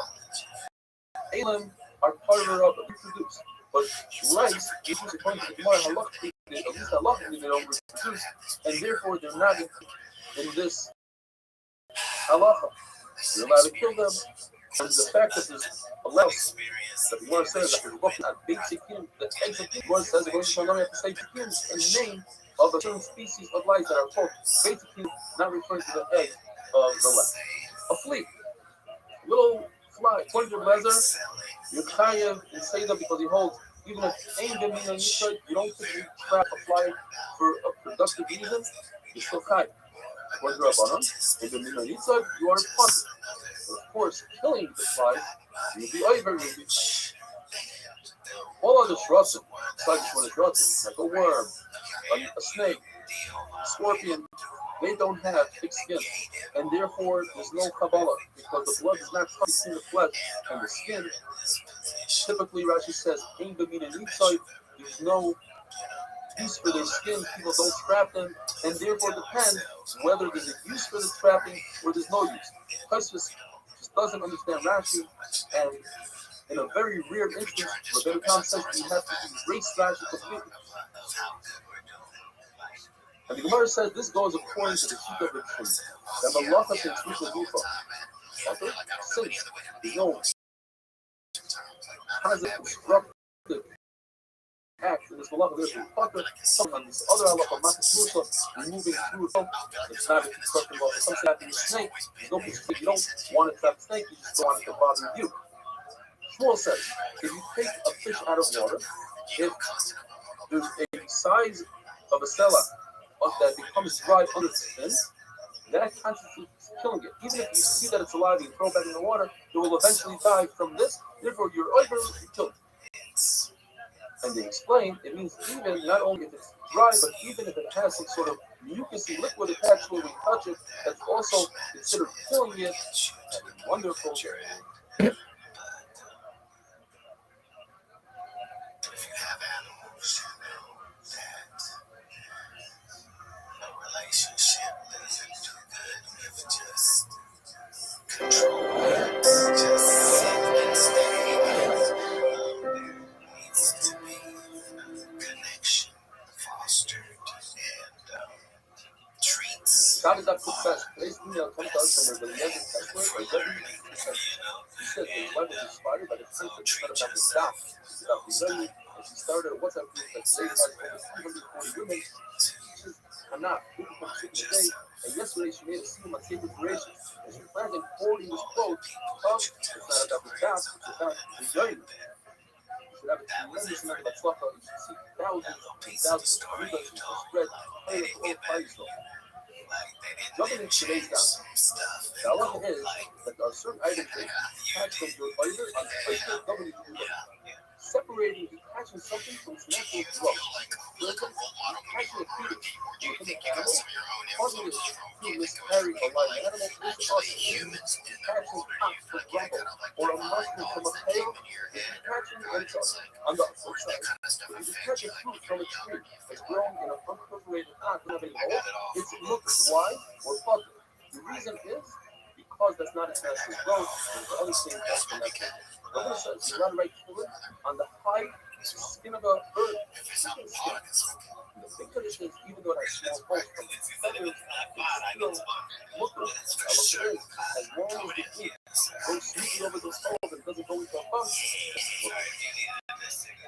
the hide of a bird, as we said yesterday, is still considered hide, specific skin. So you're not allowed to cause a green shot. Nevertheless, Allah is that you take the hide of the bird oil, and you put it on the back. Whereas a regular oil, you don't put the skin on the back, and the reason is the person specifically to do so. What about writing on the hide of a fish? One thing you have to wait until you're on the cover tells us whether or not it has a trauma points to the right, or looking things. It tells us it has some sort of looking stench. But nevertheless, it's definitely considered this hide of a fish. Separate from the fish, it's not the common kuma, and it can be ate on the pizza and the pizza that you're in a room with that person, and there's objects behind that skin. This can protect it from what helps like the satisfaction of moving kind of.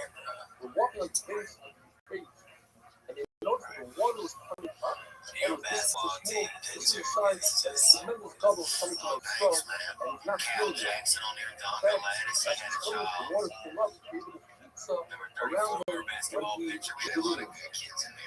Small, this had kind of great kind of met Rab, famous Rab, the Gola, and he gave him a hair, started testing him. It wasn't right. Asking him, why do you have to kill him on a kosher animal? And he tells him it's a kosher pasuk. A mukabafita to be something that's allowed people to not get. Maybe that's a thing. Then I'm looking at the coming I mean, no time legal is great. Mine are good. Why is legal you can see all parts of the part of it. It says it's the cover of all of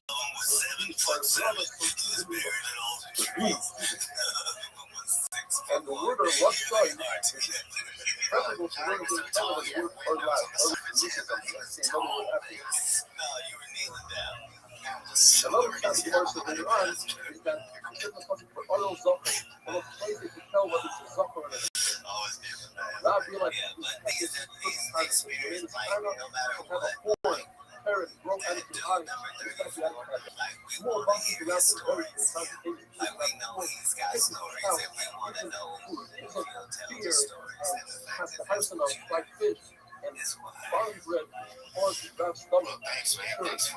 One blood she was a big doctor who wanted the stomach to go inside out. And he in the bathroom in order to clean out his stomach. God was very perfect. He didn't realize he treated for an ailment, and he cursed more than he was and his son. The different Gemara says that when God realized that he was trying to help him, he gave him tremendous honor to that man. Dylan had to be on the height of a kosher animal, but not only a kosher animal, he could be on a kosher animal that died from natural causes or disgrace, but on a non-kosher animal, plus the right to do it. The question is, why? Because that's because something is true. But a dead animal is not kosher. It died on its own, it wasn't affected. Much as a muscle, you have to be in one person, two more parts of the person to kill. Here, Lord, you kill this animal, the right for it. So why can't you? Because that person, now let it eat. Another. It says that the person is killing him, grab we got the best parts of the base. They had chemical testing and stuff. We don't have those parts of the base. That's Department of Homeland Security. But yeah, we just have a wonderful, blessed base at the foothills of the mountains, and it's real magical. And I was able to see what Tyler Perry was able to do with 200-300 acres at a military base. It's amazing. And how you could make these studio so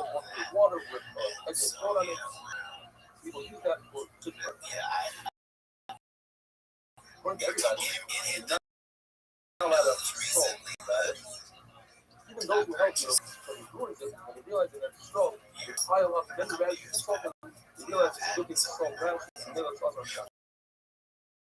was at a tough And step, then, like, take once you that. leave our Padiva, it's a good thing Like, okay, we can get this and we can do this. It's all great because I know he has, like, in Atlanta, he has an amazing space. He may have many spaces now. This was 3 years ago with a space at a train. I wasn't certainly it's a word. better now for assistance. Like, we can just, I just need to be able to Even a person have a home why is it comes to us to show us that the Dead Sea has medicinal properties. Nevertheless, you gotta watch yourself.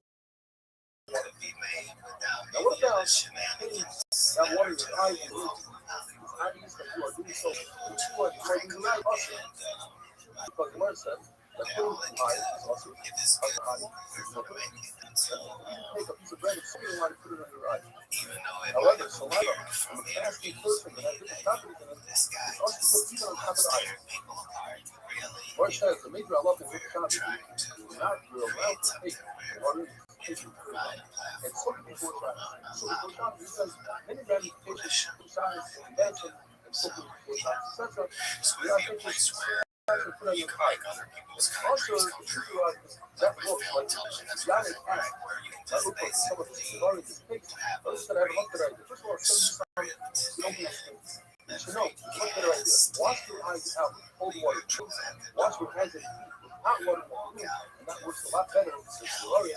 It's wonderful. You know what I mean? Like, oh, I like that. I like that. Doing things yourself. Yeah.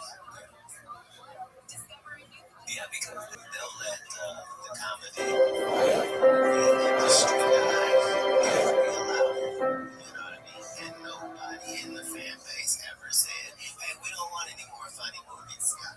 Nobody said that. Time's up for best. Today's email None comes of from the Reddit, fans not ever from were some like, offering hey, Reddit. we're tired of Email they'll send you laughing not and from the love, Reddit. yeah, boo to the cop. No one ever said that. They just decided, you know, we make more money. I want to point out And the superhero just as she inspired from what is happening here, and she could come up let's just with do her all own way that of being a stuff. sacrifice. You know So what I mean? every And person so, here can and just should be the take same for to find their own way to somebody compare in the any comedy sphere constantly to start producing.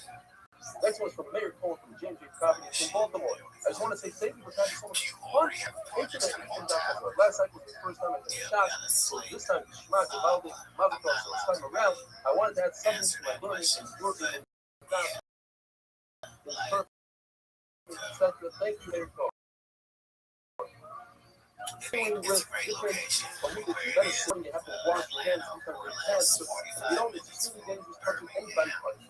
Touch your eyes, plus blindness, And I deafness, love mouth and nose, that area. They're bad so smell, thirsty to blood be letting wound, involved. dangerous, Yeah, touching the wrist, that's just as a count with Perry, touching the guy, don't bad his gun, touching his stomach, turning and touching a barrel.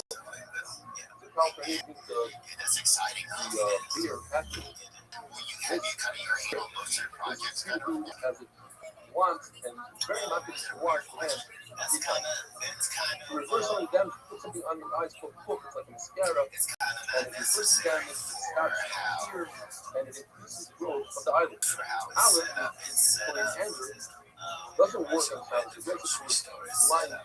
that doesn't So really my work. job is just to make sure that all of that we sell doesn't in work. this And this grocery is a lot store of Chavez, belongs in besides this the blind grocery fault, store. that's why These the are Rachel, who's also blind, says that rocket plants get it in do there. work and it was possible We want to to see South. that. Yeah. basting a roast, a warm roast. Is to look at eating eggs and stuff. It looks like you're about to do something that's awesome. The word says this his wife into the roast. Or they were at that at that point they were actually married. And he says, but you're ready to eat what these things do. But I get on top of it, the Lord says, why do you eat it? Because doesn't it kind of just like pouring clear wine, you do a strainer on top of it. Look good, because it's not concentrated, it's so basing roast. It also can be edible another without the basting.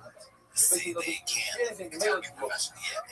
Somebody into their head or foot and has swelling with wine, it doesn't even work. It's also that does work. And then the fight your people that your body spoils and the wine does work. If you also have to use, Mark says that on top of the hand, and on top of the foot, that's already a saffron. And you're right using the vinegar as Ravasi was stuck on a donkey, and he used vinegar, some say he used wine, I'm not going to tell them what he's doing. You're a Makona, you're a person, and it's saffron just like having an internal will.